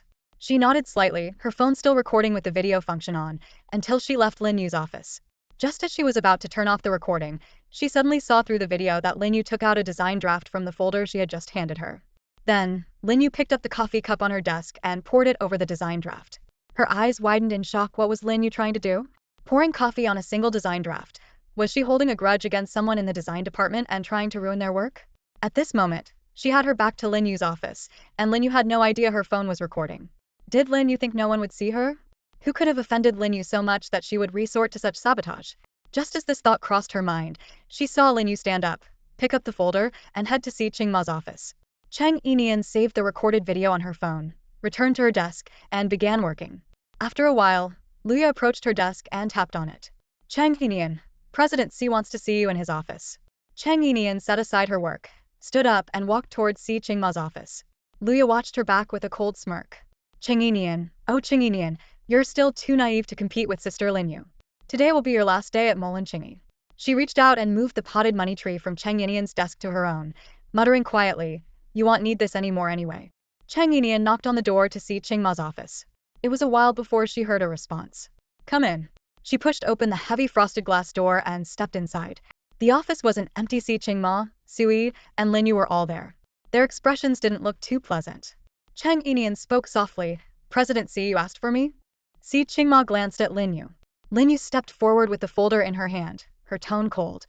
Secretary Cheng, as a secretary, can't you have a bit of common sense? Cheng Yinian was taken aback. Huh? Do you have any idea how important a design draft is to a fashion company? And yet, you were so careless. Lin Yu paused for 2 seconds, her voice suddenly turning icy. Or perhaps you did it on purpose? Cheng Yinian frowned. What is Secretary Lin talking about? Lin Yu gave her a chilly smile and then opened the folder in her hand. Secretary Cheng, are you really going to play dumb? Look at this, what have you done to this design draft? How is it supposed to be used now? Cheng Yinian lowered her gaze and saw a design draft inside the folder, thoroughly soaked in coffee. The stains had blurred the drawing so much that even the general outline was hard to discern. Now she understood Lin Yu wasn't targeting someone else. She was targeting her. Lin Yu had ruined the draft just to frame her. No wonder she had felt something was off the moment she arrived at the office. Luya was acting strange, and so was Lin Yu. But Lin Yu would never have guessed that her actions had been recorded on video. Cheng Yinian curled her lips into a faint smile. And what makes Secretary Lin so sure that I'm the one who did this? Who else could it be if not you? Lin Yu retorted confidently. No one else has touched this folder except you. Are you suggesting that Manager Yan would destroy his own design draft? Does he not want to keep his job? Cheng Yinian's smile deepened. Didn't Secretary Lin also handle this folder? Lin Yu's eyes suddenly widened. Cheng Yinian, do you even realize how long I've been working at this company? What possible motive would I have to ruin the company's designs? What benefit would that bring me? She sneered at Cheng Yinian and continued, on the other hand, Secretary Cheng, you seem to have a motive for such actions. After all, you're the fiancé of the president of Lingyi Fashion. With both companies about to launch new products and hold press conferences, isn't this just a scheme to make Molinqingi lose to Lingyi Fashion? Cheng Yinian curled her lips into a faint smile. Lin Yu's logic was truly impressive. If she didn't have video evidence today, she might have been falsely accused and unable to defend herself. However, she wasn't in a rush to reveal the video just yet. She wanted to see Lin Yu put on a good performance. The more Lin Yu acted now, the harder she would fall when the evidence was revealed. Cheng Yinian simply stared at Lin Yu in silence. Seeing that Cheng Yinian didn't respond, Lin Yu felt victorious. She smirked coldly and said, What's the matter, Secretary Cheng? No words to defend yourself? Does that mean what I said is the truth? Si Chingmo's gaze was fixed firmly on Cheng Yinian. After a long pause, he turned to Sui and said, Call Manager Yan in here. Lin Yu's hands clenched into fists when she heard Si Chingmo's words. Even now, he wanted to protect Cheng Yinian. She gritted her teeth and said, President Si, are you still trying to shield her? Manager Yan has been with Molinqingi for years and has never made such a mistake. Are you really going to push the blame onto Manager Yan just to protect Cheng Yinian? Si Chingma cast a cold glance at Lin Yu. Secretary Lin, the matter hasn't been investigated yet, and you're already certain it's Secretary Cheng's fault? Isn't that a bit premature? Lin Yu bit her lip and retorted, It wasn't a mistake, it was intentional. Si Chingmo's brow furrowed slightly. At Molinqingi, I will not wrongfully accuse anyone who is innocent, nor will I tolerate anyone who harms the company's interests. After speaking, he called out again in a deep voice, Sui. Yes, Sui responded immediately and made a call to the design department's manager Yan. Upon hearing that the president wanted to see him, Manager Yan dropped everything and rushed over. When he walked into the office and saw Special Assistant Su, Secretary Lin, and the new Secretary Cheng all present, he wasn't sure why the president had called for him. He glanced at Sui, hoping for a hint, worried he might say something wrong. Sui handed him a folder containing the design drafts. Manager Yan, take a look at this and explain. Manager Yan accepted the folder and saw the design draft stained with coffee. His hand trembled violently, and his face turned pale as a sheet. How could this happen? He muttered in disbelief as he flipped through the folder. When he finished, his face turned even whiter, and his lips quivered. This is a Das design draft. Ada wasn't a designer for the company. She was the apprentice of Anna, the most renowned international designer. Anna was famously elusive, no one had ever seen her face or even knew her nationality. Her designs were entirely spontaneous, yet every piece was a masterpiece of divine quality. It was said that she only created one piece of clothing each year, and ordinary people couldn't even dream of seeing her work. She exclusively designed for royal families worldwide, and even they had to wait patiently in line. Countless top designers around the world had tried to become her apprentice, but none could even find her. A few years ago, Anna suddenly announced to the public that she had taken Ada as her apprentice. This name, which had never been heard of in the design world before, quickly became the darling of the fashion industry. Ada's designs were always innovative, well-conceived, and beautifully crafted, reaching a level that other designers could only dream of. From that point on, Ada's creations consistently made it to Milan Fashion Week, with every piece prominently featured in major fashion magazines both domestically and internationally. Somehow, Secretary Lin managed to establish a connection with Ada and invited him to join the company as a designer. However, Ada declined the offer to work in-house, agreeing instead to provide designs on a freelance basis, charging per design. He had one condition: none of his designs could carry his name. He explained that he did not want to profit off his mentor Anna's reputation. Initially, the company's executives and shareholders believed that Ada's success was entirely due to his association with Anna and felt it wasn't worth paying such a high price for his anonymous designs. Despite this, President Xi overruled everyone and decided to purchase Ada's unnamed designs at a premium. Later, Ada's creations consistently became the company's best sellers, proving that even without a name attached, consumers were willing to buy them. Only then did the executives and shareholders acknowledge Ada's true talent. Ada began producing a collection for the company every season, and his designs became the company's prized assets. But now, his latest design drafts had been destroyed. Wouldn't that make him the company's eternal scapegoat? Filled with despair, Manager Yan kept going through the folder of designs, hoping he was mistaken. Over and over, he checked the files. Sui, seeing Manager Yan acting as if possessed, repeatedly flipping through the designs in disbelief, finally spoke up to confirm. Yes, these are Ada's designs. After a pause, Sui added, Manager Yan, all the design drafts were stored in your department until this morning when they were handed over to Secretary Lin. She said that when she received them, they were already in this condition. How does your department typically store the designs? Hearing Su Yi's words, Lin Yu felt a surge of anger. Even Assistant Su seemed to be siding with Cheng Yinian. This was clearly an attempt to shift the blame onto Manager Yan. What was so special about Cheng Yinian? Why did every man seem to side with her? Lin Yu pressed her lips together, softened her tone, and said to Manager Yan, we all know that your department has never made such a mistake before. We're not here to place blame on you, but we need to find out who damaged the designs. Can you explain the situation? A layer of cold sweat formed on Manager Yan's forehead. He swallowed nervously and stammered. President Xi, Assistant Su, Secretary Lin, the designs were kept in our department and locked in a cabinet. I stored them carefully. Yesterday, just before leaving work, I took the designs out, placed them with the others, and prepared to hand them over to the secretary's office. They were in perfect condition when I left them. Then why are they like this now? Sui asked. I don't know. Manager Yan's voice trailed off. He glanced nervously at Si Qingma, knowing that the president despised excuses and shirking responsibility. Pressing his lips together, he added, it must have happened after I handed them over. Lin Yu slightly curled her lips. Mr. Si, did you hear that? The draft became like this after Manager Yan handed it over. Apart from passing through Cheng Yinian's hands, no one else has touched it. Manager Yan hesitated for a moment before speaking timidly. No, Secretary Lin. The draft also passed through our department's design assistant Tianyu. Yesterday, a few designers hadn't submitted their drafts yet, and I had personal matters after work. So I handed the drafts to Tianyu, asking her to organize them all and then give them to Secretary Cheng in the secretary's office. I really have no idea what happened to the drafts afterward. Si Qingma spoke up, call the design assistant here as well. Right away. Manager Yan quickly grabbed his phone and called Tianyu. When Tianyu heard that she was being summoned to Mr. Si's office, she couldn't help but feel a surge of excitement. She was just a lowly design assistant, and now she was being called to meet the company's CEO.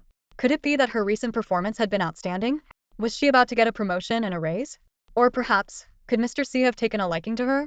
After all, Mr. Si never gave Lin Yu an elevator card to the president's office. Maybe he wasn't into Lin Yu's type and preferred someone like her instead?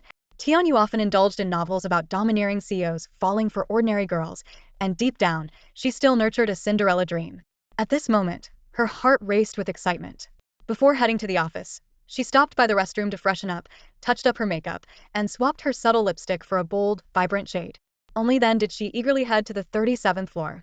Once on the 37th floor, she glanced at Luya and let out a cold snort, silently thinking to herself, just wait.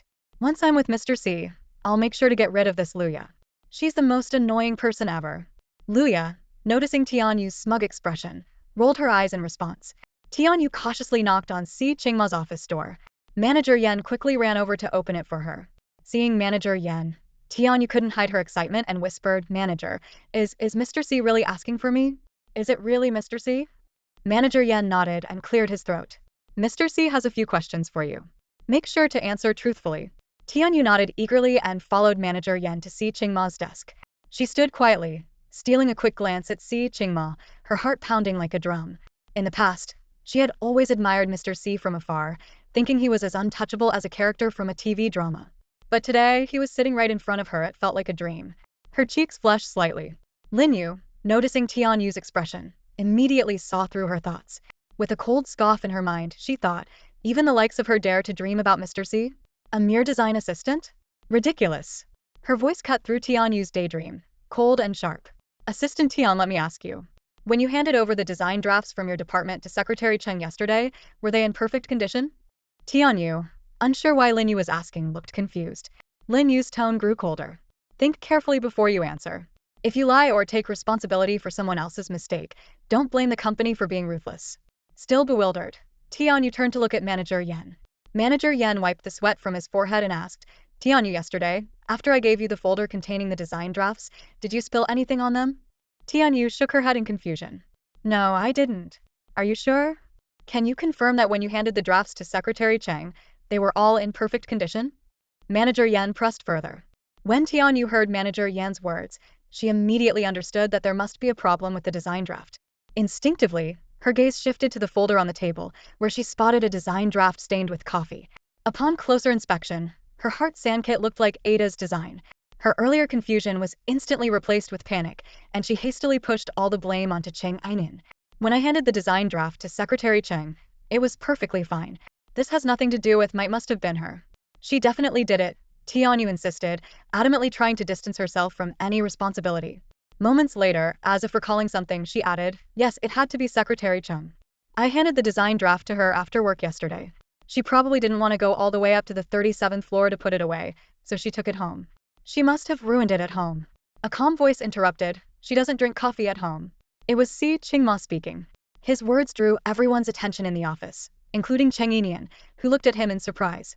Si Qingma cleared his throat and asked her, you didn't drink coffee, did you? Cheng Yinian nodded. No, I didn't. So it wasn't me. As soon as she said this, Tianyu panicked. Secretary Cheng, what do you mean by that? Are you saying I did it? See, I swear it wasn't me. When I gave it to her, it was fine, it must have been her. Cheng Yinian glanced at Tianyu, who glared back at her fiercely.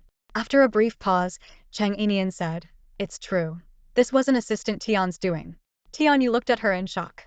Yeah. But Cheng Yinian didn't look back at her. Instead, she turned to Si Qingma and said, this matter has nothing to do with Assistant Tian or Manager Yan.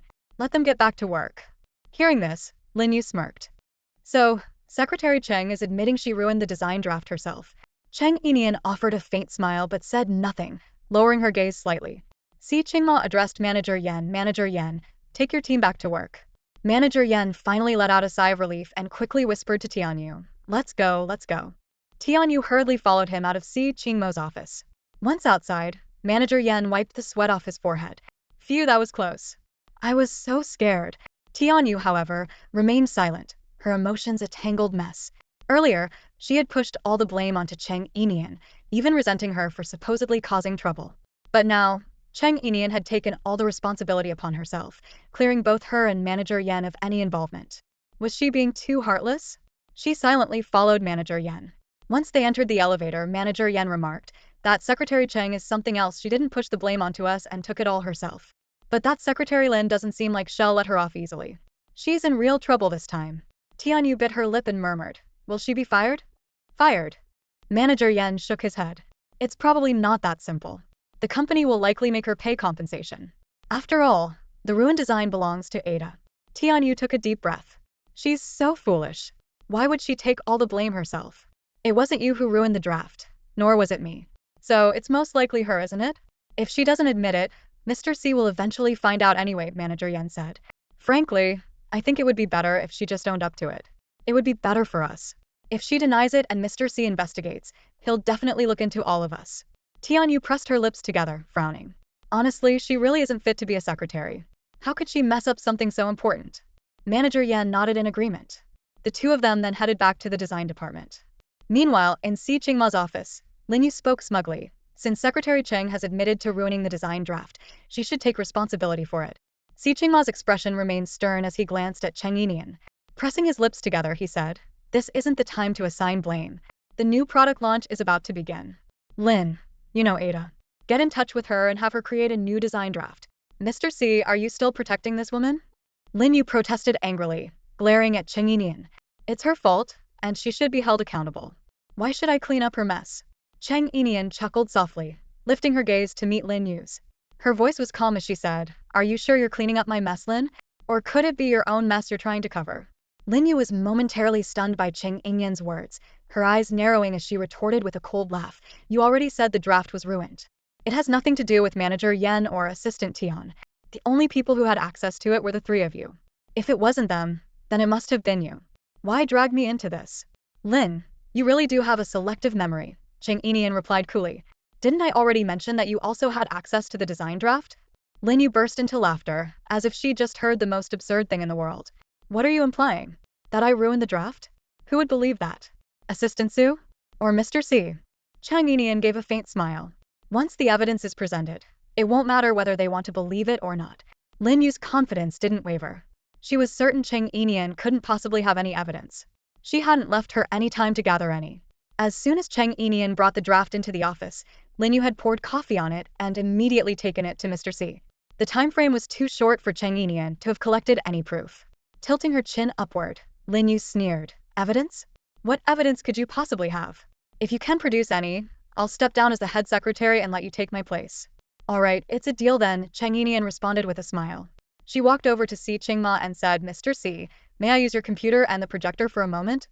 Si Qingma pushed his laptop toward her. Cheng Yinian connected her phone to the computer and then to the projector. She played a video that she had recorded earlier, showing the entire sequence from start to finish. On the screen, Lin Yu could be seen laughing maniacally as she poured her coffee over the design draft. Lin Yu stared at the projection, utterly stunned. She couldn't believe what she was seeing. Cheng Yinian had recorded everything? How? Why had she been recording? When the video ended, Cheng Yinian turned to look at her, still smiling. "Lin, is this proof sufficient?" Lin Yu's legs wobbled slightly, and she reached out to steady herself on the armrest of the nearby sofa. Her lips trembled, but no words came out. Assistant Su frowned deeply and questioned, "Lin, what is the meaning of this? Mr. C has treated you well since you joined the company. Why would you do something like this? Do you realize how catastrophic it would have been for the company if we lost Ada's design draft? Why would you sabotage the company like this?" I wasn't trying to destroy the company." Lin Yu blurted out, her voice trembling with panic. "Are you trying to ruin the company? Do you have any idea how much effort we've put into promoting Ada's designs? If we lose Ada's designs now, all that effort will go to waste, and we won't have a flagship product this quarter," Sui said impatiently. Lin Yu swallowed hard and replied, "Assistant Su, have you forgotten that it was me who brought Ada to the company? He's my friend. I can ask him to create another design." She let out a sinister smile and cast a venomous look at Cheng Yinian, saying, "I just don't want Cheng Yinian to stay in our company any longer. She's the fiancée of a rival company's CEO. There's no way her intentions are pure. But all of you have been blinded by her looks. I can't take it anymore, I really can't. I've watched this company grow from just 3 people to where it is now, stronger and bigger. I won't let it collapse because of one woman. I have to get rid of her." Her last words were spoken through gritted teeth. Si Qingma's expression darkened as he looked at Lin Yu with a complicated gaze. Cheng Yinian calmly spoke up, "Whether my intentions are pure or not, Mr. C will make the judgment. But Lin Yu, using such irrational methods and even harming the company's interests to scheme against a colleague shows you're no longer fit for this job." Si Qingma's eyes turned cold as he looked at Lin Yu. "Secretary Lin, hand over your work to Secretary Cheng. From now on, she will take over as the chief secretary." Lin Yu was in utter disbelief. She looked up sharply at Si Qingma. "Mr. C, are you really firing me?" "Go and hand over your tasks," Si Qingma replied coolly. Lin Yu trembled all over, gritting her teeth, and said with a hint of defiance, "Mr. C, Now that Ada's designs have been destroyed, I'm the only one who can convince him to create a new one. If I leave, this season's product launch will be ruined, and Lingy apparel will overshadow us again. For the past 2 years, we've finally been able to compete with Lingy. Are you really willing to lose to them again? Moreover, if I'm no longer with the company, Ada won't work with us in the future, and will be defeated by Lingy forever. Sui, Si Qingma called out with a frown. Sui, ever the reliable assistant, immediately understood and stepped forward. He walked up to Lin Yu, extending a hand. Secretary Lin, please. Lin Yu took a deep breath, but deep down, she was certain that Si Qingma wouldn't let Milan Qingyi lose to Lingy. Sooner or later, he'd have no choice but to bring her back. All she had to do was wait. Without another word, Lin Yu followed Sui and Cheng Yinian to the chief secretary's office. Sui watched as Lin Yu packed up her belongings. Lin Yu handed a stack of files from her desk to Cheng Yinian, saying, "Here you go, Secretary Cheng. Make sure you hold on to these." Secretary Lin, please prepare a handover checklist, Cheng Yinian requested.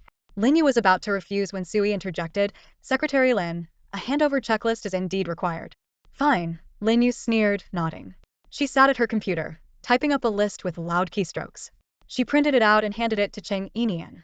Cheng Yinian glanced at the overly simplistic checklist but said nothing further.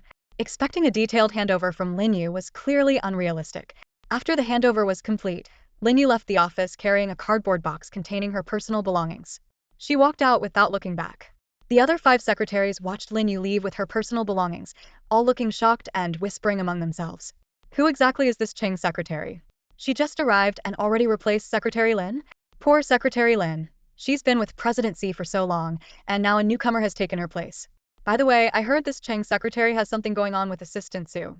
Their voices lowered even further as they furtively glanced at Sui and Cheng Yinian. Sui felt a bit exasperated.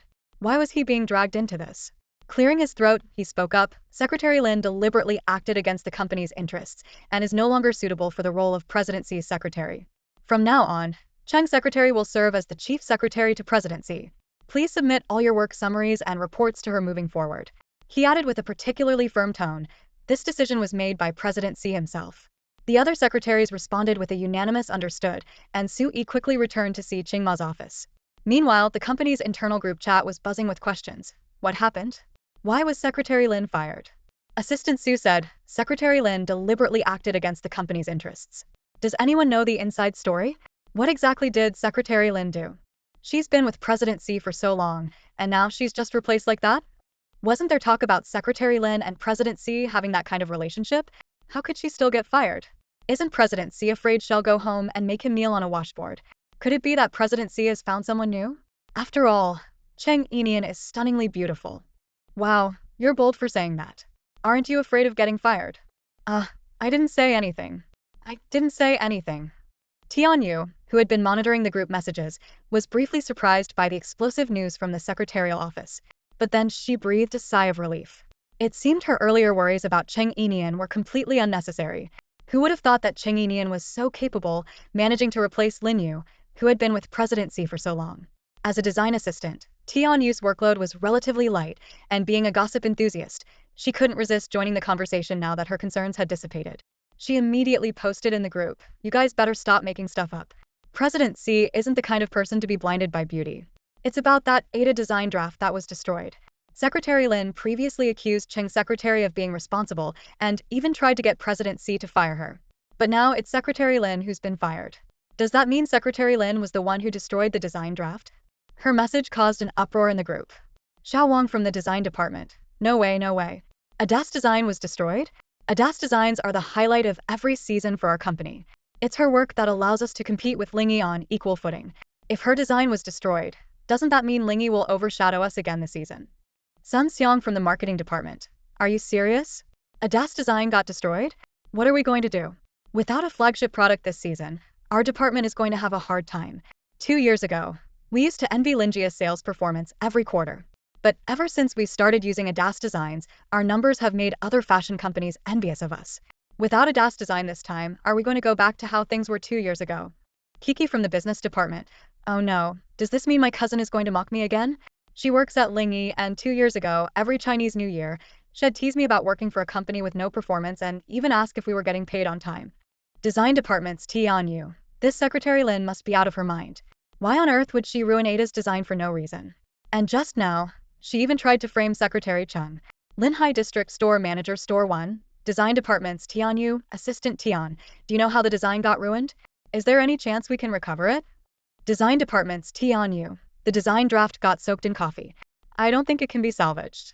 Even the basic outlines are blurred, not to mention the details.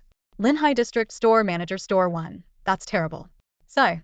Every season Ada's designs are always our store's bestsellers. Even though no one knows they're Ada's designs, those pieces just sell the best. Linhai District Store Manager Store 2. Same here at our store. Everyone active in the group chat started chiming in, expressing their concerns one after another. At this moment, Lin Yu was waiting for the elevator at the employee entrance. Luya, looking at the messages in the group, quickly ran out and called, "Sister Lin Yu." Lin Yu glanced inside, her eyes filled with resentment as they landed on Cheng Yinian. With a cold laugh, she said, "It'll be back sooner or later. Xiaoya, keep a close eye on that Cheng Yinian for me. Don't let her seduce presidency." Luya hesitated. "Sister Lin Yu, do you really think you'll come back?" Lin Yu looked at Luya deeply. "Do you think I want?" "Xiaoya, don't forget who brought you into this company." "I remember. It was you, Sister Lin Yu, who gave me the opportunity to work in such a big company," Luya replied, pursing her lips. Lin Yu smirked. "I'm the only one in this company who knows Ada. I'm the only one who can ensure this season's product launch goes smoothly. And I'm the only one who can make sure the company doesn't get suppressed like it was 2 years ago. President Xi will beg for my return sooner or later." Hearing this, Luya smiled faintly and said, "That's true. After all, it was because of you, Sister Lin Yu, that Ada agreed to design for our company. Ada is your friend, after all." Lin Yu curled her lips into a sly smile. The elevator arrived, and she stepped in without a hint of hesitation. After all, she was only leaving temporarily. There was nothing to feel sentimental about. As the elevator doors were about to close, Leah quickly said, "Sister Lin Yu, I'll keep an eye on President Xi for you. I'll wait for you to come back." "Very soon," Lin Yu replied confidently. The elevator doors closed, and she smiled triumphantly. With the product launch right around the corner, she knew she'd be back in no time. For now, she treated this as a short holiday, a chance to relax. After Lin Yu left, Luya returned to her desk and sent a message in the group chat. "Secretary Offices Luya, what are you all worried about? Sister Lin, you can just ask Ada to draw another design. Don't forget, the only reason Ada designs for our company is because of Sister Lin Yu. Ada is her friend." Design Department's Xiao Wang, that's true. "I remember it was Secretary Lin who persuaded Ada to work with us in the first place." Nanan District Store Manager Store 2, "But didn't someone say earlier that Secretary Lin has already resigned? How could she still help us?" Secretary Offices Luya, "Just because she resigned doesn't mean she can't come back. It's not like it's impossible." Commerce Department's Chi, "You're right. Sai, I think Secretary Lin will eventually be asked to return. President Xi wouldn't want the company to go back to being overshadowed by Ling Yi like it was 2 years ago." Marketing Department's Sun Xiang, "Exactly. Then why are we even worrying? Secretary Lin's resignation is probably just a short vacation. Let's wait for her to come back." Linhai District Store Manager Store 1, "Oh, so that's how it is. Then I won't worry anymore. This season, our store has to win the sales championship." Linhai District Store Manager Store 2, "Our store is aiming for the championship too. Hopefully, Secretary Lin can quickly get Ada's new design draft. I'm counting on that top sales bonus." Everyone in the group was eagerly waiting for Lin Yu to return. At this moment, Luya typed in the group chat, "Sai, Sister Lin Yu actually wants to bring back Ada's design draft as soon as possible. But unfortunately, some people are so full of themselves, thinking they can replace Sister Lin Yu. Too bad their ability doesn't match their ambition. Let's see how long this scheming woman can hold on to Sister Lin Yu's position." Although Luya didn't mention Cheng Yinian's name, everyone knew she was referring to her. Sun Xiang from the marketing department chimed in, "Cheng Secretary, since you can't help the company secure Ada's design, why not just hand the position back to Secretary Lin? Otherwise, our marketing department can't handle the loss." The store manager from the Nanan district added, "How can some people be so selfish? Just to keep their position as chief secretary, they completely disregard the company's performance and our struggles. Someone like that doesn't deserve to be the chief secretary. Honestly, she should be the one resigning." Then the store manager from the Linhai district joined in, "Power without virtue, Sai. What's going on with the HR department these days? How could they hire someone like this? I remember when I interviewed for the company, the process was super strict." Wang Hua from the HR department quickly defended, "Our HR department is innocent here. This person wasn't hired by us, was directly appointed by higher-ups." The Nanan district manager replied, "Higher-ups? Who are the higher-ups? Could this woman be someone's mistress from the board of directors?" The Linhai district manager added, "From what I know, all the directors in the company are quite old, with wives and kids already. If she's someone's mistress, then she'd be a homewrecker." The group chat quickly shifted from discussing work to speculating about Cheng Yinian's background, with most of the comments turning into personal attacks. Luya took screenshots of the group chat and sent them to Lin Yu. Lin Yu smiled smugly. Cheng Yinian wanted to compete with her? What did she have to compete with?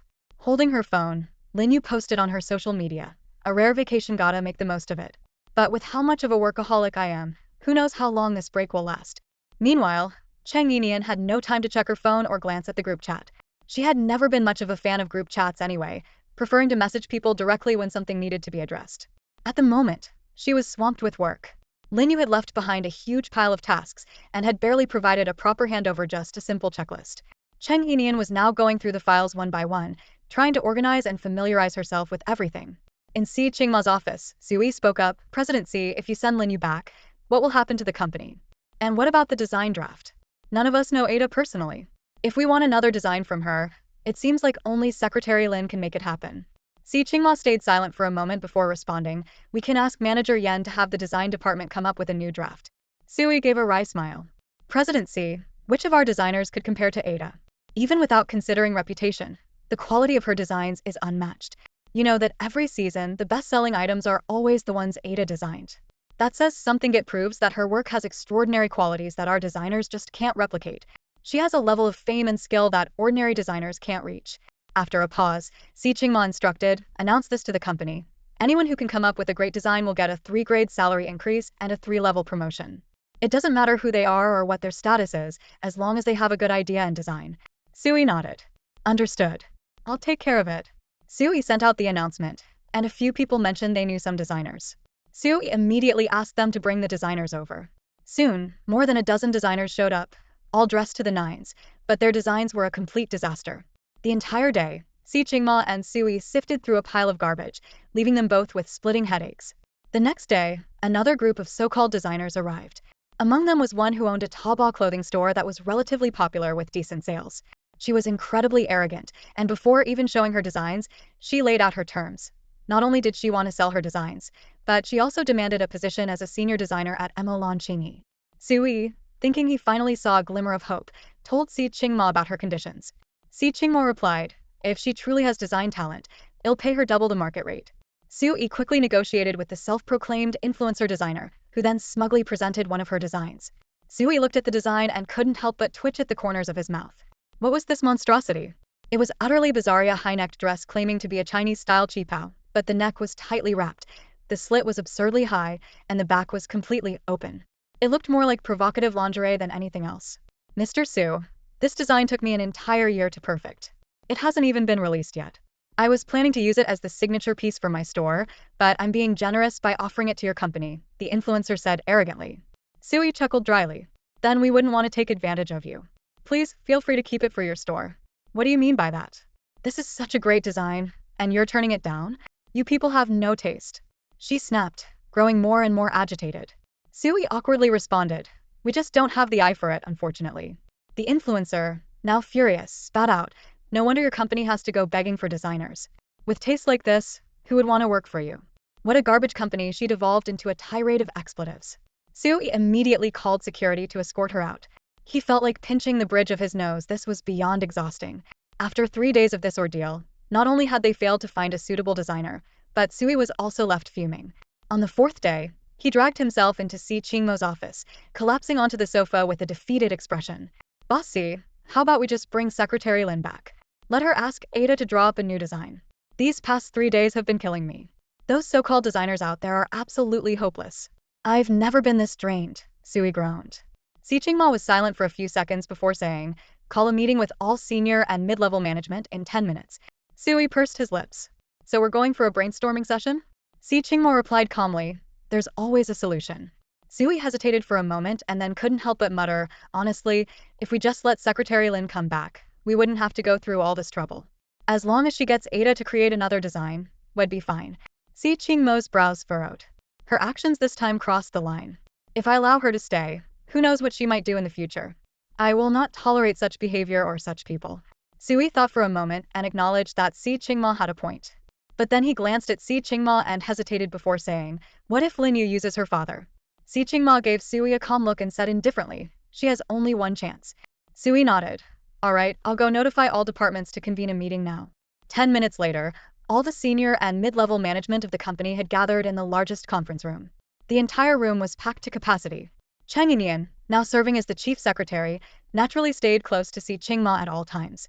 When she entered the conference room, she sat next to Si Qingma, her eyes sweeping over the packed room, a little surprised. However, having experienced major events during her time at Ling Yi, she remained composed and unflustered. When people first entered, there was a low hum of chatter as they whispered among themselves.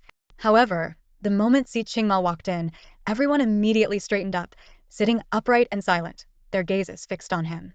Si Qingma glanced at Sui, who stood up and briefly explained the situation to everyone. He concluded by stating the purpose of the meeting. The reason we've gathered everyone here today is to ask if anyone knows Ada or has the ability to persuade her to create another design for our company. If we can get Ada to produce another design for user, better yet, collaborate with our company long-term, we're prepared to offer a significant reward. As soon as Sui finished speaking, the room fell into a hushed murmur.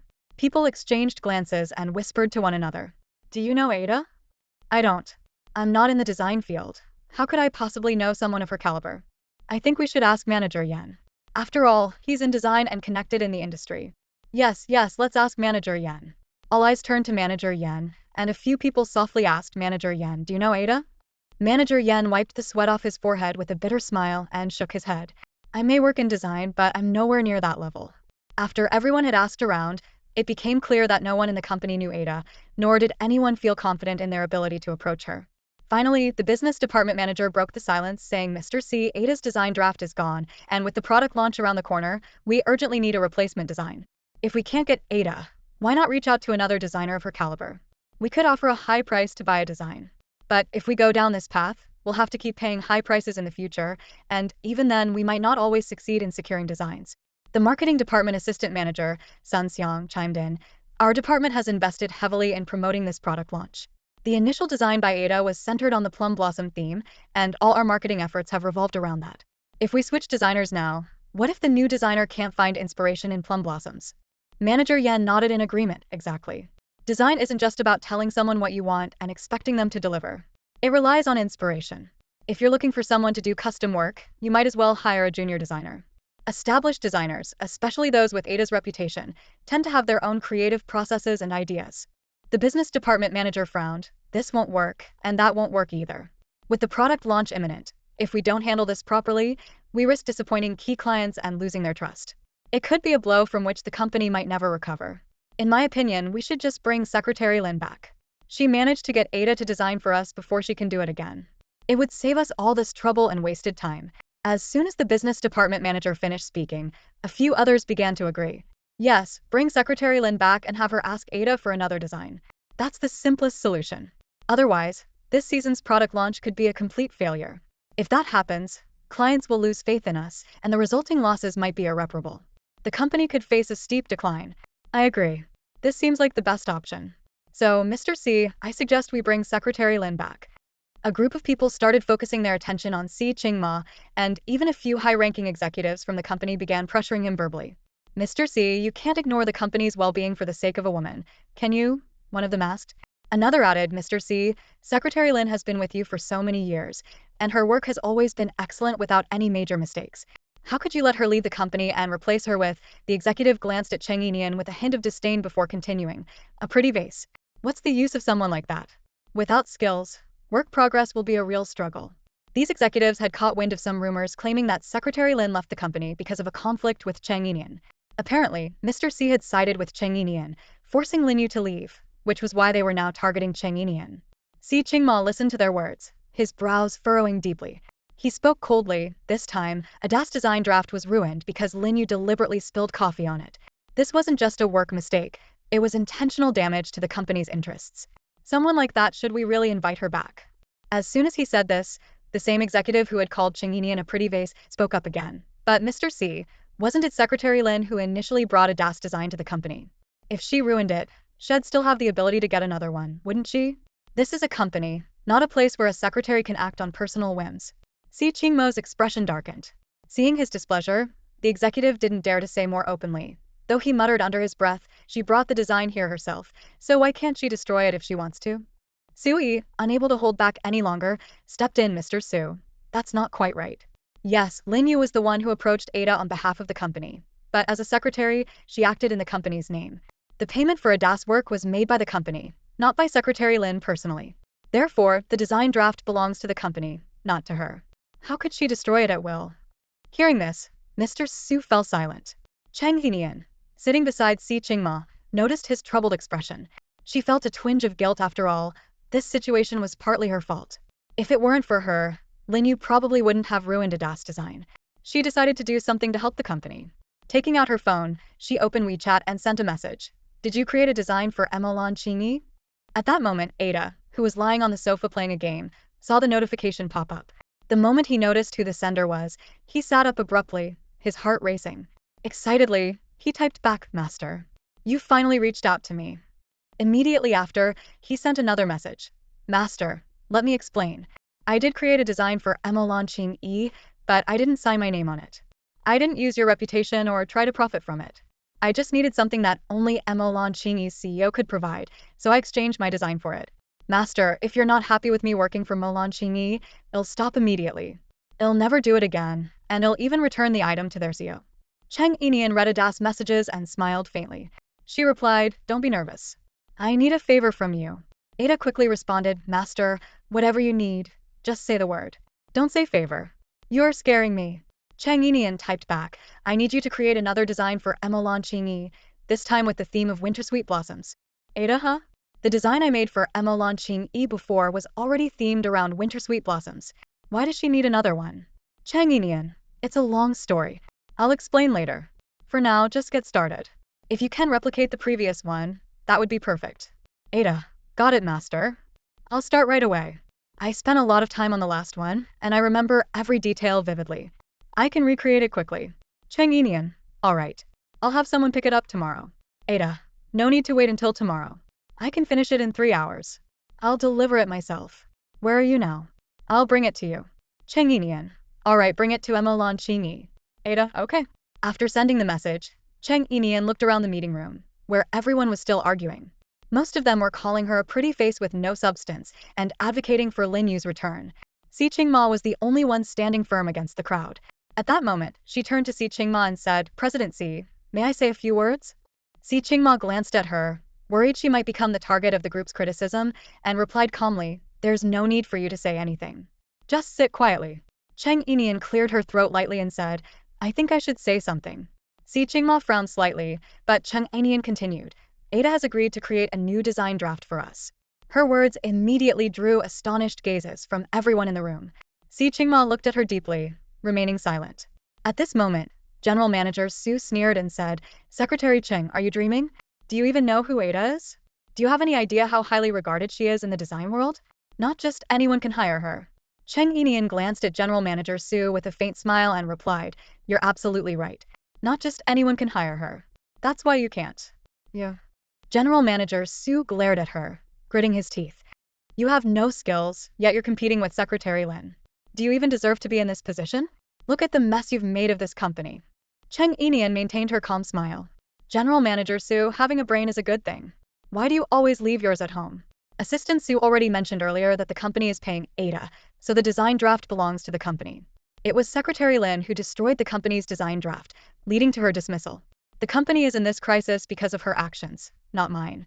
How exactly is this my fault? If you hadn't been competing with Secretary Lin, General Manager Su started to retort, but Cheng Yinian interrupted him. "And now," she said, "I'm the one who reached out to Ada to create a new design draft for the company.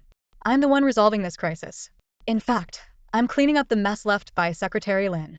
Hearing this, General Manager Su let out a sarcastic laugh. "Secretary Cheng, do you really know Ada? Don't just find someone random to draw up a design and try to pass it off as hers."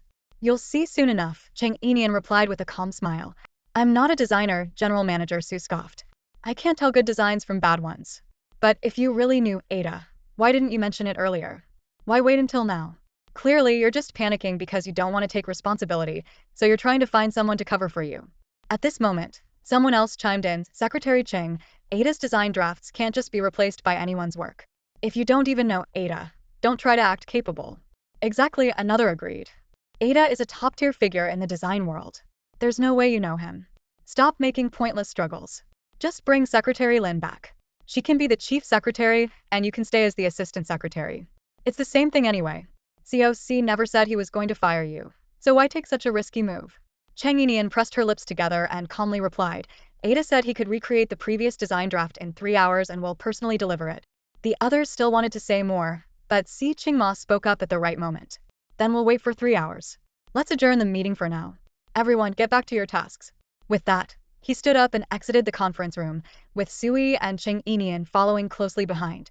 The others remained in the room, continuing their discussion. I think Secretary Cheng has completely lost it. Who knows what kind of design she can come up with? I don't think it's Secretary Cheng who's lost it. It's CEOC. She's spouting nonsense, and he actually believes her? Waiting 3 hours for this. I think CEOC must be out of options. He's probably treating a dead horse like a living one. Maybe he's just too embarrassed to ask Secretary Lin to come back. Sai, is face really more important than the company? If CEOC can't bring himself to ask, why don't we do it? Secretary Lin would probably give us some face. Alright, let's call her then. I have Secretary Lin's WeChat. I'll video call her directly. As they talked, they were already dialing Lin Yu on WeChat video call. Cheng Yinian, overhearing the discussions from the conference room, curled her lips into a faint smile as she walked farther away. She returned to her desk and continued reviewing the documents Lin Yu had handed over to her. Eventually, the people in the conference room dispersed, but even as they came out, they continued their chatter. Luya, who hadn't been eligible to attend the meeting earlier, overheard the gossip about Cheng Yinian claiming to have invited Ada to recreate the design draft. She burst into laughter, walking up to Cheng Yinian while laughing so hard she was almost doubled over. Cheng Yinian, are you serious? Have you completely lost your mind? You actually said you could invite Ada to redo the company's design draft? Do you even know who Ada is? Do you have any idea about his status or how aloof he is? You inviting Ada? Are you dreaming? Cheng Yinian looked up at the hysterically laughing Luya and asked, confused, aloof? Ada? Isn't he more of a cutesy type? Every time she messaged Ada on WeChat, he would respond with all sorts of adorable emojis. Even when speaking face-to-face, he was always playful and charming, like a little puppy. Seeing Cheng Yinian's bewildered expression, Luya laughed even harder. Cheng Yinian, don't tell me you don't even know who Ada is. So, which Ada did you invite? Don't tell me you think someone with the same English name as Ada can magically become a top figure in the fashion world. Cheng Yinian ignored her and went back to her own work. Luya snorted coldly and returned to her desk, immediately sending a message to Lin Yu. Lin Yu Ejia. This is absolutely hilarious. That Cheng Yinian said she could get Ada to redo the company's design draft. But when I mentioned Ada being aloof, she claimed Ada is cutesy. Oh my god, is she being scammed? Or is she just trying to show off? Lin Yu had just finished a video call with several company executives and had promised them she would return to the office immediately. It seemed that in the past few days, even President Xi had realized her importance. She didn't truly want to see the company in crisis, she simply wanted President Xi to understand that only she could provide him the best support. Cheng Yinian was utterly incapable. Today she would return, ask Ada to redraw a design draft, and expose Cheng Yinian in the process. A sly smile curved her lips as she sent a text to Luya. I'm heading back to the company now to expose her. Wait for me, Luya. Today, Lin Yu ditched her usual professional attire and opted for a white chiffon dress, paired with a glamorous makeup look. She donned a sun hat, slipped on high-heeled sandals, and took a cab to Emolan Chingi. The front desk staff at the company, naturally, didn't stop her, even though she was technically no longer employed there. However, since she no longer had an elevator access card, she made a call to one of the executives she had just spoken with. The executive immediately came downstairs to escort her. The receptionist, watching a director-level executive personally come down to fetch Lin Yu, couldn't help but look on with envy. Wow, Secretary Lin is really amazing. Even after resigning, she can still command such respect. Lin Yu relished the admiring gazes and lifted her chin as she followed the executive upstairs to the 37th floor. Upon seeing her arrival, Luya quickly approached with enthusiasm. Lin Yu, you're here. You look absolutely stunning today. Lin Yu adjusted her sun hat with a graceful smile. When I'm at work, I'm always in uniform. Since I'm on a rare break, of course I have to dress up. Luya, ever the sycophant, grinned. Well, it looks like your break might be cut short again. The executive who had escorted Lin Yu chuckled. The more capable someone is, the busier they are. Secretary Lin, with your talent, rest is a luxury. A few other secretaries gathered around to greet Lin Yu warmly, but Cheng Yinian remained seated at her desk, focused on her work. After exchanging a few pleasantries with the others, Lin Yu turned her gaze toward Cheng Yinian, her expression tinged with disdain. She sauntered over, step by step, stopping beside Cheng Yinian and looking down at her with an air of superiority. But Cheng Yinian didn't even glance her way, which irritated Lin Yu. She couldn't help but speak up. Secretary Cheng, I heard you asked Ada to draw a new design draft for the company? Cheng Yinian responded indifferently without looking up. Lin Yu's lips curled into a mocking smile. Do you even know Ada? Cheng Yinian chuckled softly and replied, what do you think? I think you don't know her at all, Lin Yu sneered. Are you trying to fool everyone by getting some random person to pose as Ada? Design drafts aren't something just anyone can create, you know? She let out a derisive laugh. Using such a low-level trick, it's truly foolish. Leaning in closer, Lin Yu's tone turned sharp. Today, I came here to expose you and show President Xi that you can never replace me. Cheng Yinian smiled faintly. Alright then, let's see how you plan to expose me. Her attention shifted toward the elevator. He's here. The sound of the elevator chiming echoed through the floor. Lin Yu's smile grew even more confident. Let's see what kind of person you brought in to pretend. Before she could finish her sentence, she turned around and froze. The receptionist was leading Ada out of the elevator. This had been arranged by Xi Qingmo. Ada was to be escorted directly upstairs upon arrival. Lin Yu's expression changed dramatically. Ada? Why are you here? She hadn't even reached out to Ada yet. How could she already be here? Could it really be that Cheng Yinian had invited her? No, impossible. This couldn't be true. Absolutely not. Several other secretaries, along with Luya, gathered around, and even the senior executive who had brought Lin Yu upstairs joined in. He chuckled and said, Secretary Lin, you really have a way with things. As soon as you arrived, Ada showed up. I'm Yang Ping, the director of the business department at Emolan Qingyi. On behalf of our company, welcome. Oh, someone quickly make Mr. Ada a cup of coffee. However, no one moved. Everyone seemed eager to stay and admire Ada's presence. Yang Ping glanced at Cheng Yinian and said, Secretary Cheng, could you make Mr. Ada a cup of coffee? Cheng Yinian remained seated, a faint smile playing on her lips as she observed the scene. Lin Yu chimed in with a grin. Ada, did you hear about our company's situation and come to help me? Ada cast a cold glance at Lin Yu and replied, I only have a transactional relationship with Secretary Lin. The deal is done. I have no obligation to help you further. Lin Yu's expression shifted slightly. Then, to everyone's surprise, Ada walked straight toward Cheng Yinian, visibly excited. Acting a bit ingratiating, he pulled a design draft out of his bag and stammered, Masahem. Before Ada could finish speaking, Cheng Yinian interrupted him with a look, signaling for him to stop. She clearly didn't want others to know her real identity. If too many people discovered it, they might all seek her out for designs, which she found bothersome. Ada, understanding his mentor better than anyone, immediately corrected himself and said, Miss Cheng, I've brought the design draft you requested. Could you please take a look and let me know if you're satisfied? His expression was one of pure eagerness, almost puppy-like in its devotion. Cheng Yinian took the draft, glanced at it briefly, and said calmly, I'll show this to our you. Ada's face fell slightly, and he pleaded pitifully, Don't you have any suggestions for me? Cheng Yinian met his gaze and said softly, Be good. Wait here for a moment while I consult with our CEO. Oh, Ada responded, fidgeting with his fingers. All right, I'll wait here obediently for you. Cheng Yinian left with the design draft to find Xi Qingmo. Meanwhile, back in the secretarial office, the others stood in stunned disbelief, especially Lin Yu and Luya. Luya, still in a daze, asked, Sister Lin Yu, is that really Ada? Didn't you say he's always so cold and unapproachable? Lin Yu clenched her fists tightly, her whole body trembling. She couldn't understand it. Why? Why did Cheng Yinian also know Ada? If she had known Ada before, why hadn't she asked him to design for Ling Yi? If she had, Ling Yi would have outshone Emolan Qingyi by miles. What Lin Yu didn't know was that, back when Cheng Yinian worked at Ling Yi, she had been the one designing for the company. That was why Ling Yi had repeatedly managed to outperform Emolan Qingyi. However, during that time, Cheng Yinian had also been managing the marketing department, so she only produced about 2 designs a year. Without her designs, Ling Yi wouldn't have stood a chance against Emolan Qingyi, especially with Xi Qingmo being such a capable leader, far outpacing Ling Zhan in ability. Sister Lin Yu? Luya called out again, noticing Lin Yu hadn't responded. How does Cheng Yinian know Ada? And they seem to be really close. I know. I don't need you to remind me, Lin Yu snapped coldly, silencing Luya. Yang Ping, equally stunned by the scene, finally spoke after a long pause, Secretary Lin, so Ada didn't come here for you. Lin Yu's face turned even darker, and she didn't know how to respond. Meanwhile, in Xi Qingmo's office, Cheng Yinian arrived with the design draft. Sui was also present. Mr. Xi, Ada has brought the design draft. Please take a look and let us know if there's anything that needs to be revised. Cheng Yinian placed the design draft on Xi Qingmo's desk. Xi Qingmo glanced at her, and she gave a slight smile, stepping aside to avoid blocking his light. Sui was already stunned. What? You actually got a DAS design draft? Yes, Cheng Yinian nodded.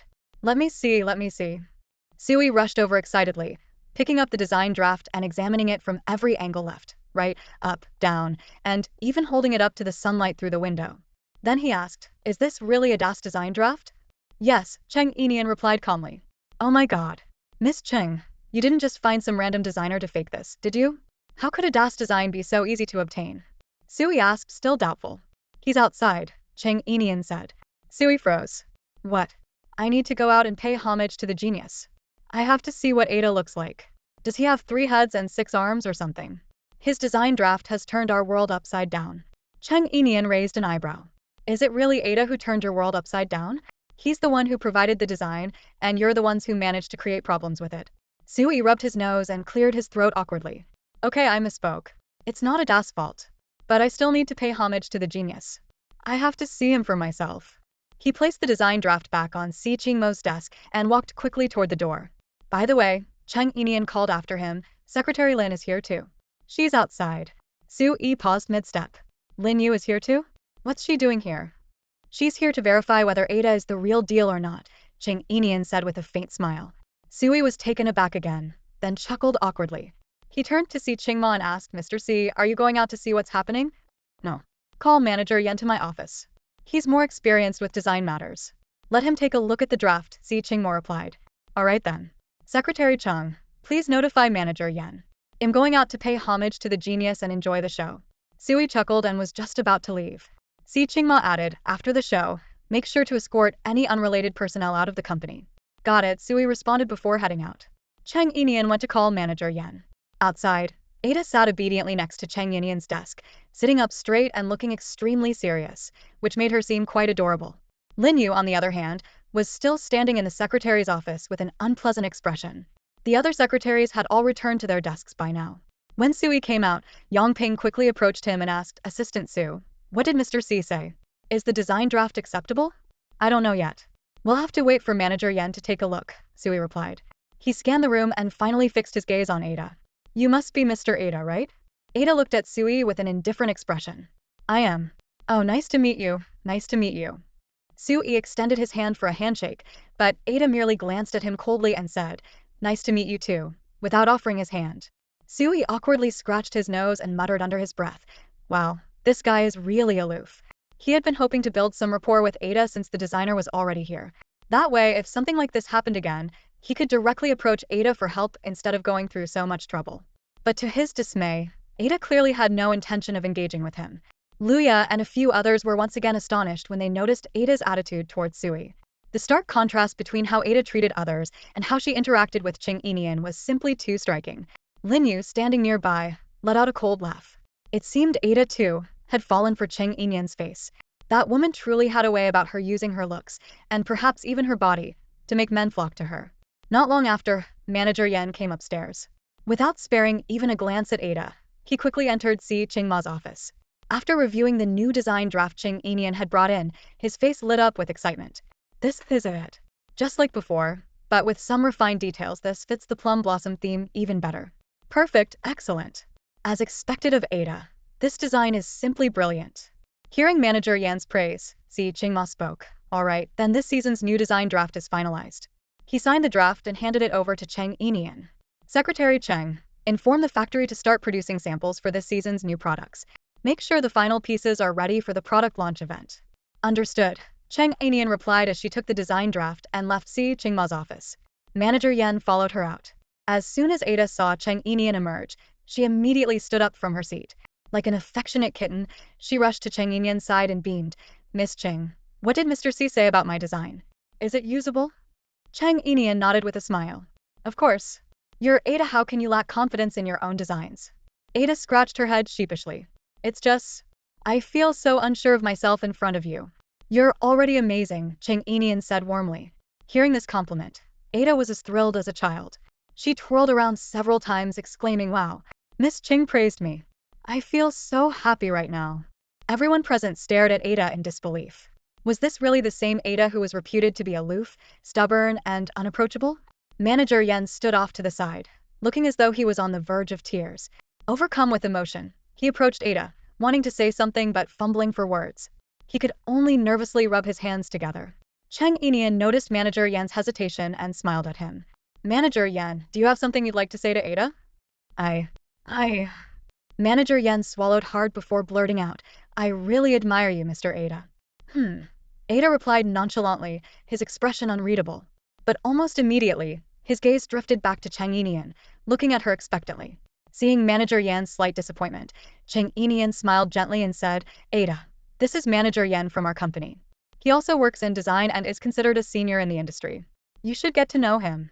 Manager Yan felt a bit embarrassed at this introduction. A senior? Sure, he'd been in the field for many years, but he hadn't accomplished much to deserve such a title.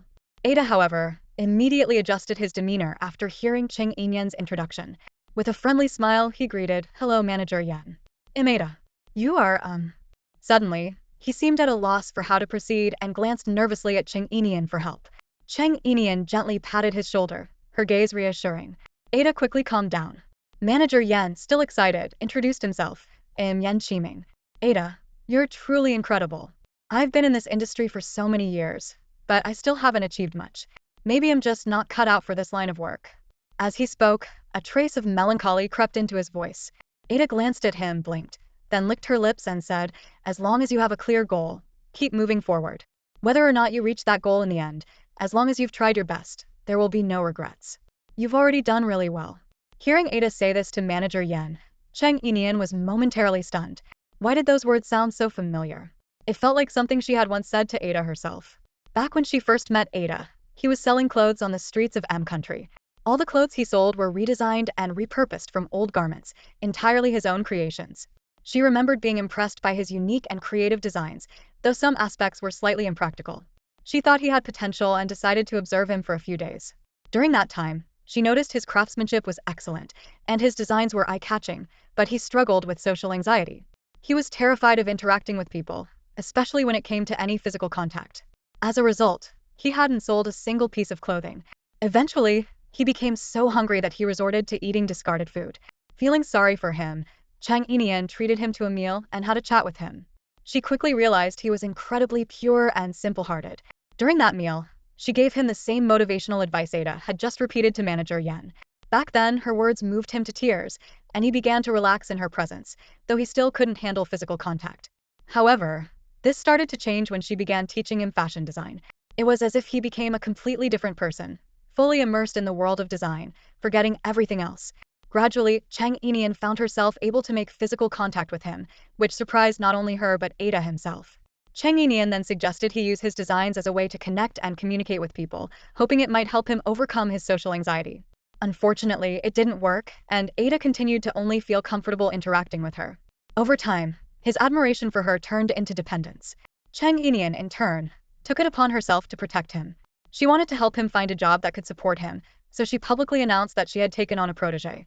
Her original intention was to use her reputation in the design world to help him secure a position. To her surprise, Ada turned out to be incredibly talented and rose to become a top-tier figure in the fashion industry. Cheng Yinian smiled faintly to herself. Wasn't this an unintentional act of passing on positivity?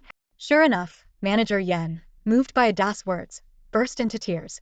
He reached out to shake Ada's hand. "Ada, thank you so much. Truly thank you.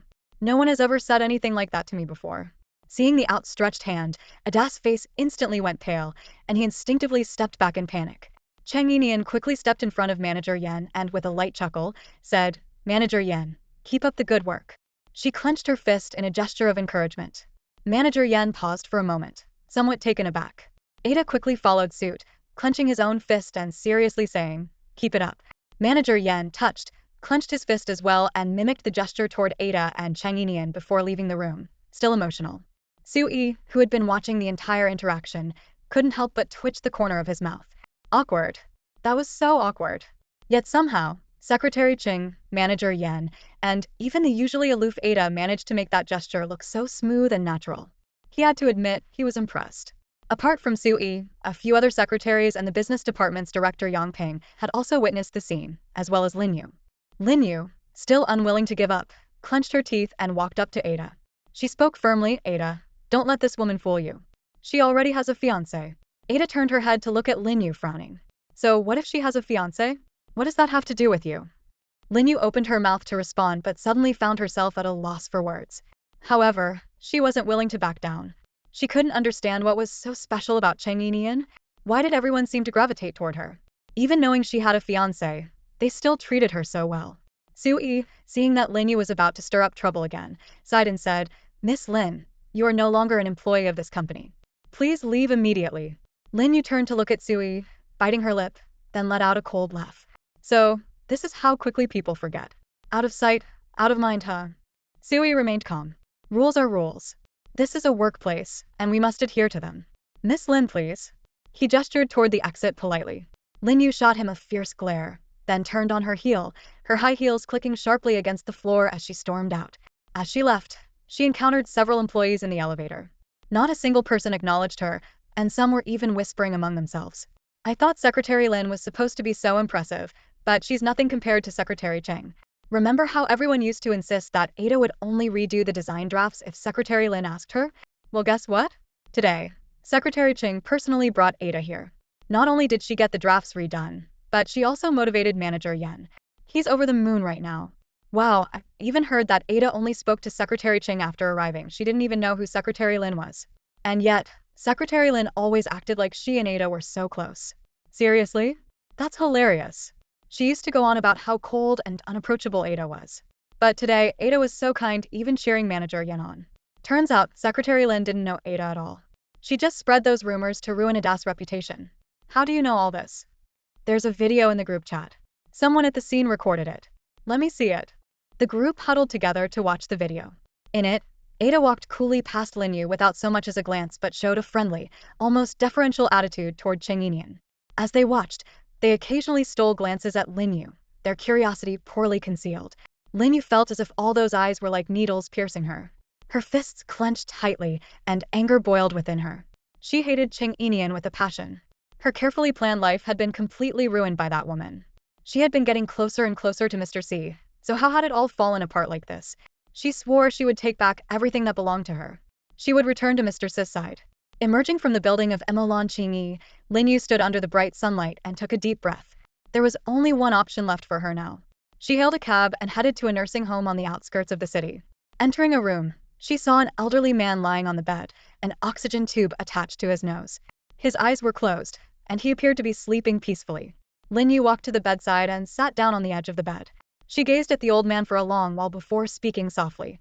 "Dad, the opportunity you gave me with your life has been destroyed by a woman named Cheng Yinian. Mr. C has been bewitched by her. His heart no longer belongs to me. Dad, tell me, what should I do?" The man on the bed remained motionless, his breathing steady and serene, as if he hadn't heard a word. Lin Yu reached out and gently touched the old man's face. Suddenly, a smile broke across her lips. "Dad, you were always the smart one. Back then, our lives were so miserable. You had to drive for 20 hours a day, only resting for 4 hours, and even then you still couldn't pay off Mom's gambling debts. That time in the car accident, you protected Si Qingma like that. Was it because you were just so tired of how hard life was? Is that why you chose this path? Look at you now, so comfortable. All you have to do is lie here, do nothing, and there's someone paying for your medical bills and taking care of you. You've even got me the chance to stay by his side." As she spoke, her smile widened. Do you know? Before that woman, Cheng Yinian, appeared, he was really good to me. He took me everywhere, showed me so many things, and made me realize there's so much beauty in the world that I'd never seen before. But Dad, I want more. I want to be his wife. I want to live a life of luxury and never go back to the way things were. I was so close to succeeding. There was no other woman by his side but me. I just needed to try a little harder, just a little more, and I thought I could marry him. But now, this woman, Cheng Yinian, has appeared and ruined everything. She's taken everything that should have been mine. Dad, I can't accept it. How could I accept it?" Her voice grew more agitated as she spoke. Suddenly, she stood up and gripped her father's shoulders. "Dad, you'll help me, won't you? You'll help me again, right?" The old man remained completely unresponsive. Lin Yu stood there, staring at him for a long moment.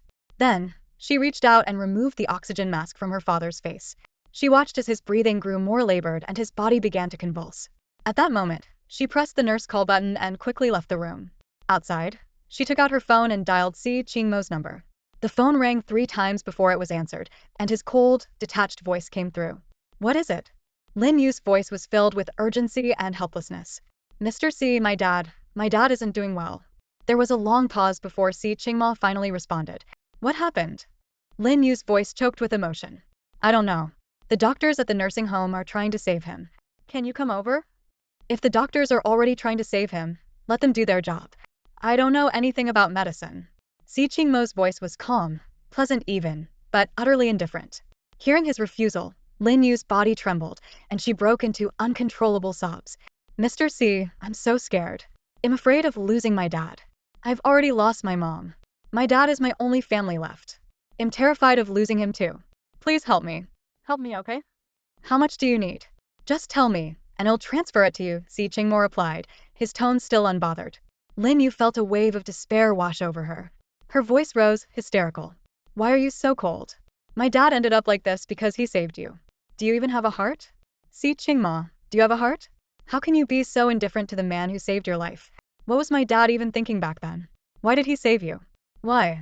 There was a brief silence on the other end of the line before Si Qingmo finally spoke again. It'll come over in a bit. Hearing those words, Lin Yu let out a sigh of relief. Her voice, still tinged with tears, softened. Okay, I'll wait for you. Lin Yu hung up the phone, wiped the tears from her face, and stood outside for a moment, her chest heaving, her breathing rapid. Only after calming herself did she enter the hospital room. She asked the doctor, "How is my father?" The doctor replied plainly, "The patient can no longer breathe on his own.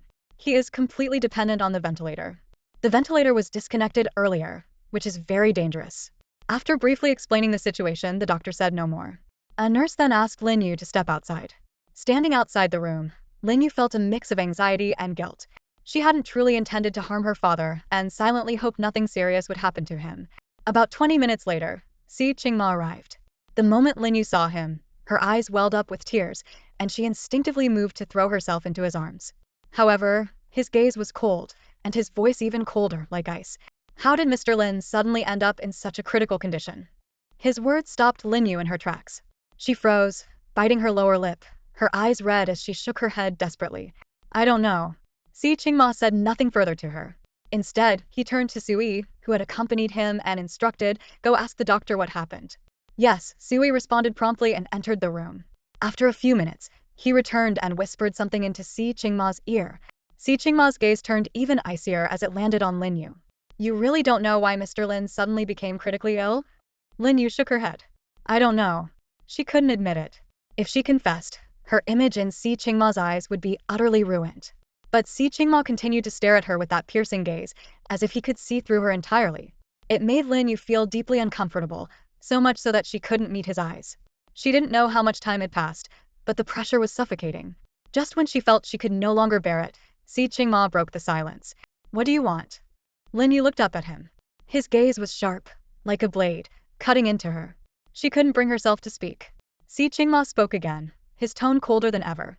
To go to such lengths against your own father, what is it you're after? Lin Yu's head snapped up, and she frantically shook it. I didn't do it.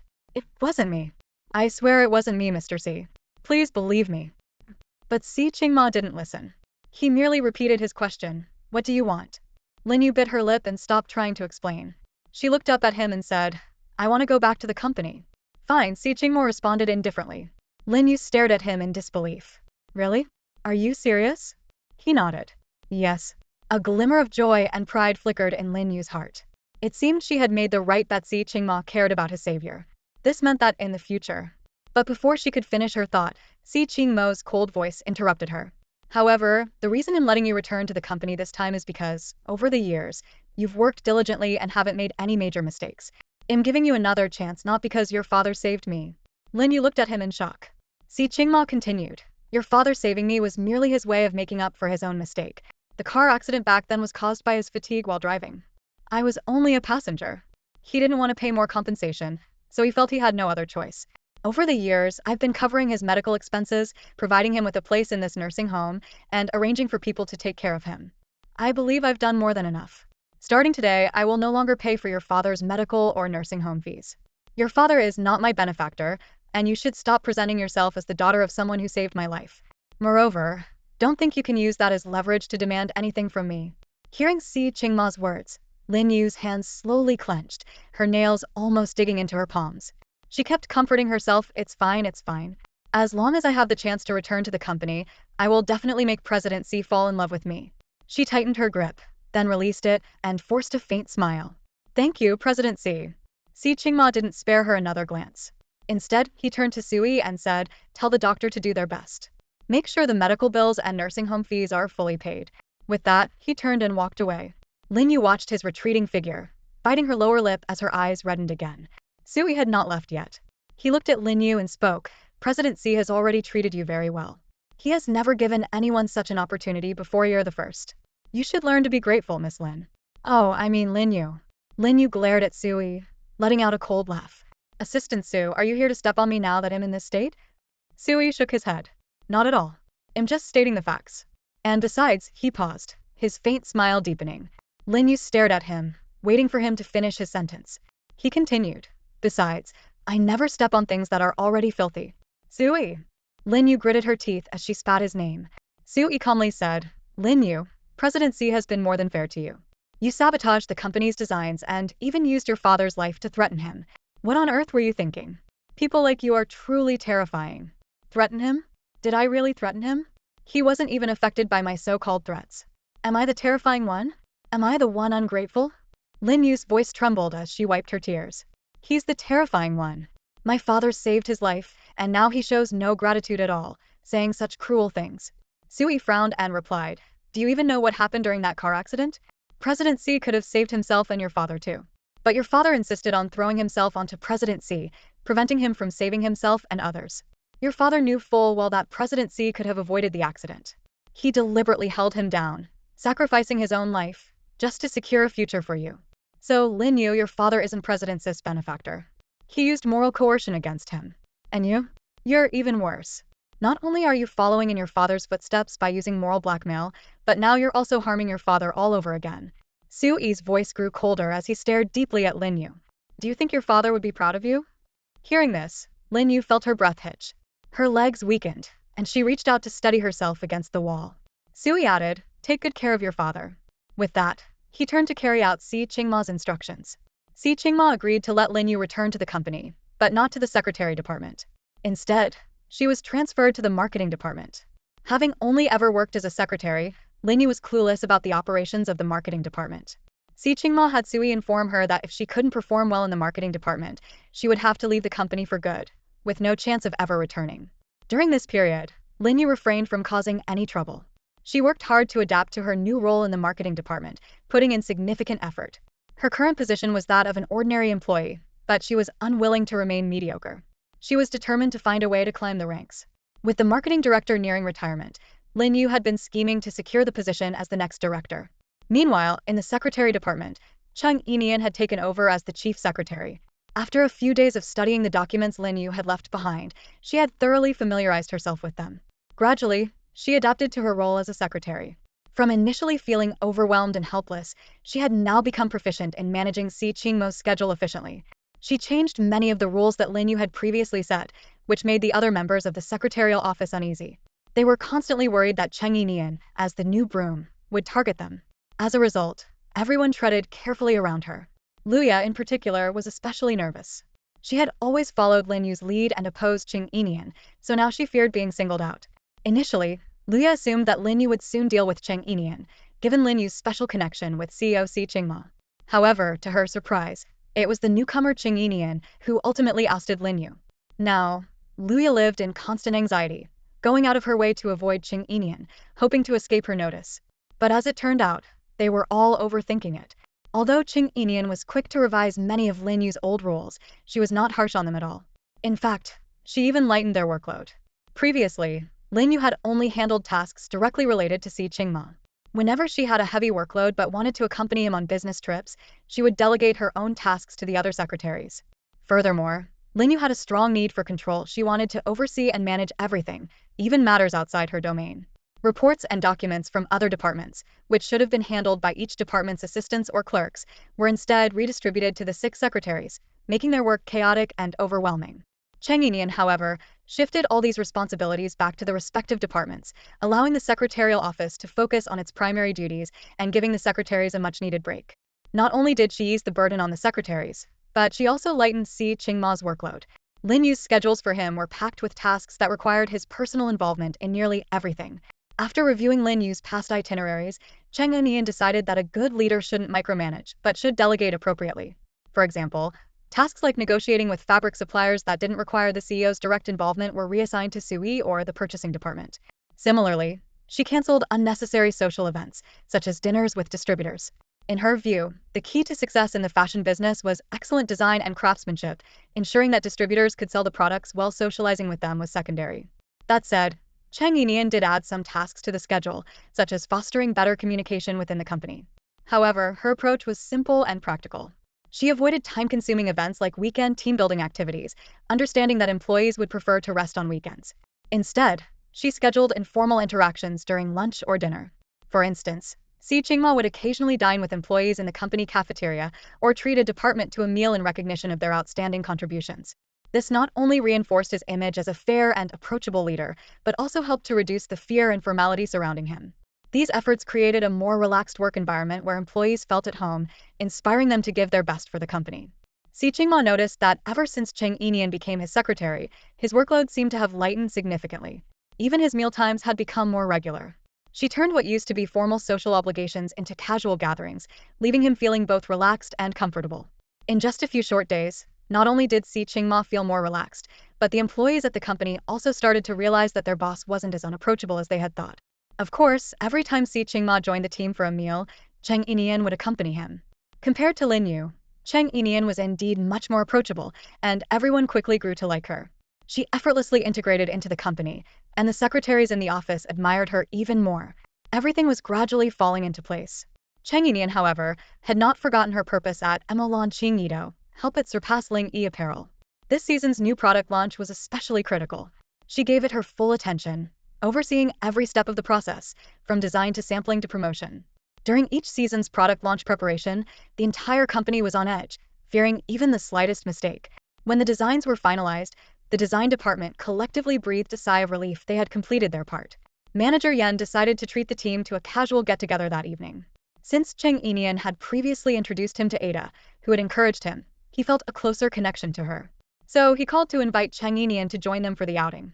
When Cheng Yinian received the call, she had just taken a seat in the passenger seat of Si Qingmo's car. After hanging up, she casually asked him, "The design department is having a gathering tonight. Do you want to join?" Si Qingma thought for a moment. He recalled her earlier suggestion that he should engage more with the staff to foster a sense of respect and camaraderie, rather than fear. He nodded and said, "I think you're right. I should interact with everyone more. Let's go." Cheng Yinian's mouth twitched slightly. She had only asked out of politeness, actually said yes. Clearing her throat, she added, "Actually, you don't have to go this time. It's not work-related. It's just a casual outing among colleagues who are closer." Si Qingma, with a serious expression, replied, "I need to connect with everyone. Not just through work but also in informal settings.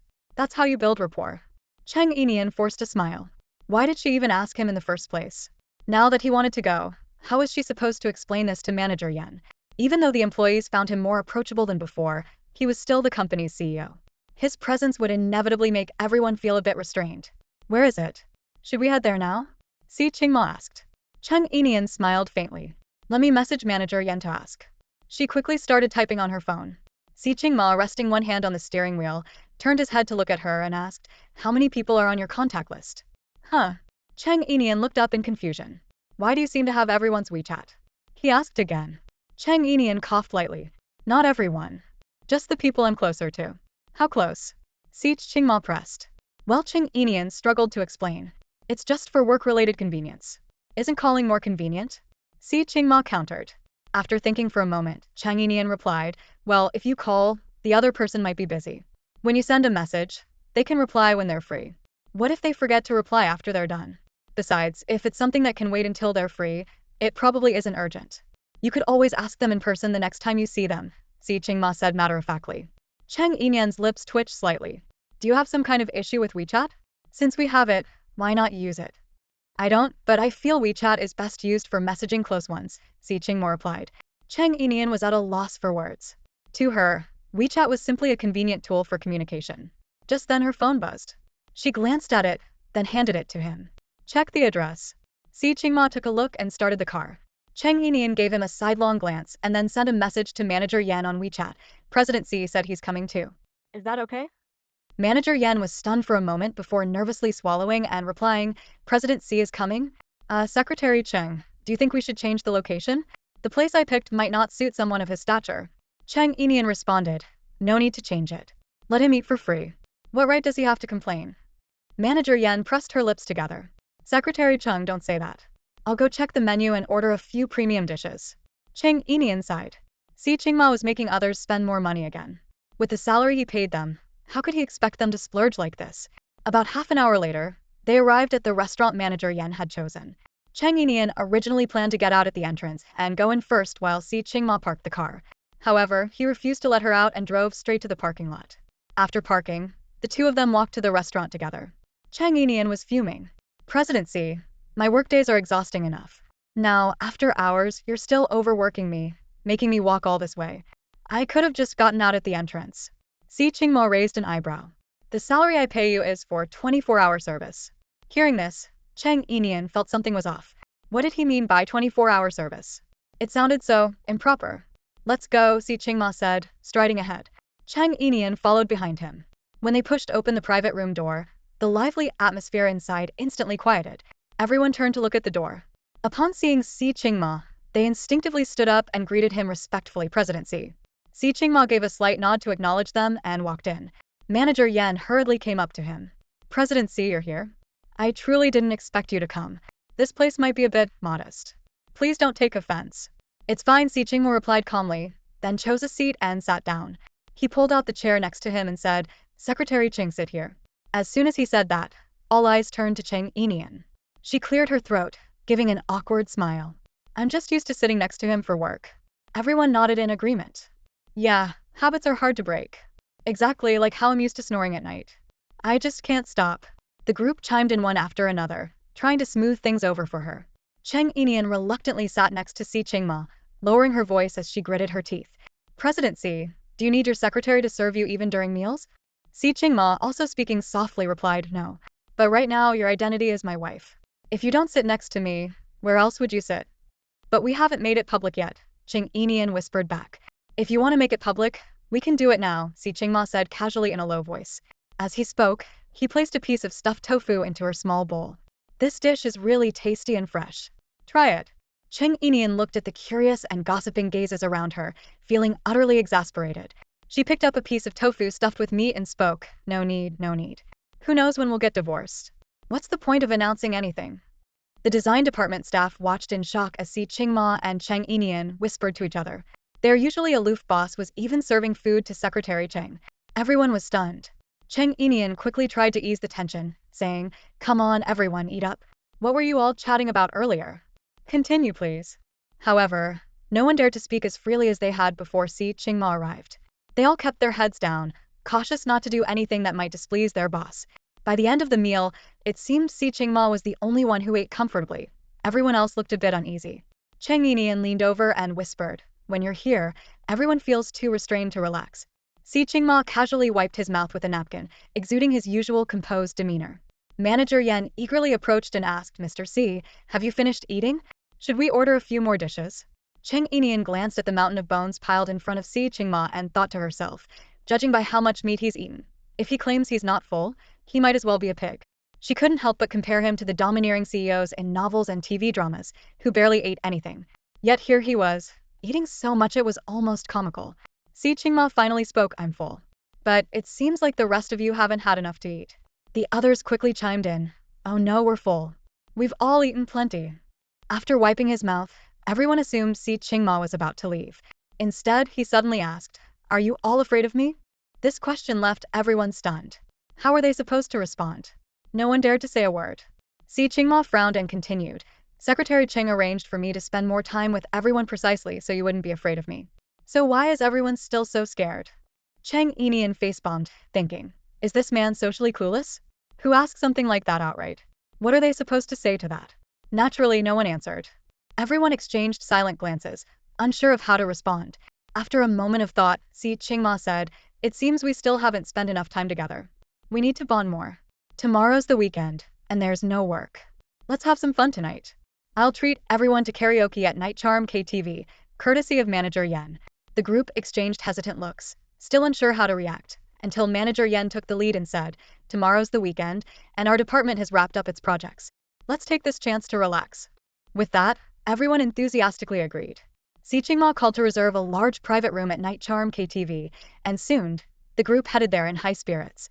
At the KTV, The atmosphere was significantly livelier than it had been at the restaurant. People ordered drinks, sang songs, and seemed much more relaxed perhaps thanks to the alcohol.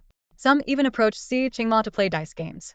A few who had drunk a little too much began casually discussing company policies they found unreasonable. Si Qingma listened patiently, nodding occasionally, and even poured drinks for them, clinking glasses and joining in the toasts. The mood was electric. Of course, he drank only water, as he had to drive later and wasn't a heavy drinker to begin with. He couldn't risk getting drunk in front of his employees. One particularly tipsy employee dared to pat Si Qingma on the shoulder and exclaimed, "Mr. Si, you're the best boss I've ever met. No other company's CEO would drink with us lowly employees, let alone pour us drinks. I promise to work my hardest for you from now on." Si Qingma smiled faintly and poured him another drink, watching as the employee downed it in one gulp. Cheng Yinian observed the scene with a slight curve of her lips. Earlier she had thought Si Qingma might be a bit out of his mind, but now it seemed he was actually quite clever. Quietly, she picked up her wine glass, took a small sip, and smiled faintly. Just then someone came over to pull her along. "Secretary Cheng, come sing with us." She was dragged over to the song selection area where Tianyu was picking songs. Seeing Cheng Yinian, Tianyu asked in a low voice, "What do you want to sing? I'll pick it for you." In truth, Cheng Yinian wasn't much of a singer. She quickly waved her hand and said, "I can't sing. I'll pass. You guys go ahead and sing." "Oh, come on, just sing one song. We're here to have fun. None of us are professional singers anyway. It's all just for laughs," the person who had pulled her over urged. Still, Cheng Yinian shook her head. "I really can't sing. You all sing. I'll just drink, okay?" Seeing her insistence, they didn't push her further. Instead, they poured her another glass of wine and said, "Secretary Cheng, I'd like to toast to you." Cheng Yinian chuckled. "Toast to me? Why not toast to President Xi instead?" "No, this one's for you. If it weren't for you, we'd never have had the chance to dine with President Xi, let alone come to a KTV together. So here's to you." The person seemed a bit tipsy but spoke with genuine sincerity. "I'll finish my drink, and you can do as you like." With that, they downed their glass in one go, not pressuring Cheng Yinian to do the same. Back when Cheng Yinian worked at Ling, she had learned the nuances of drinking culture while securing projects for the company.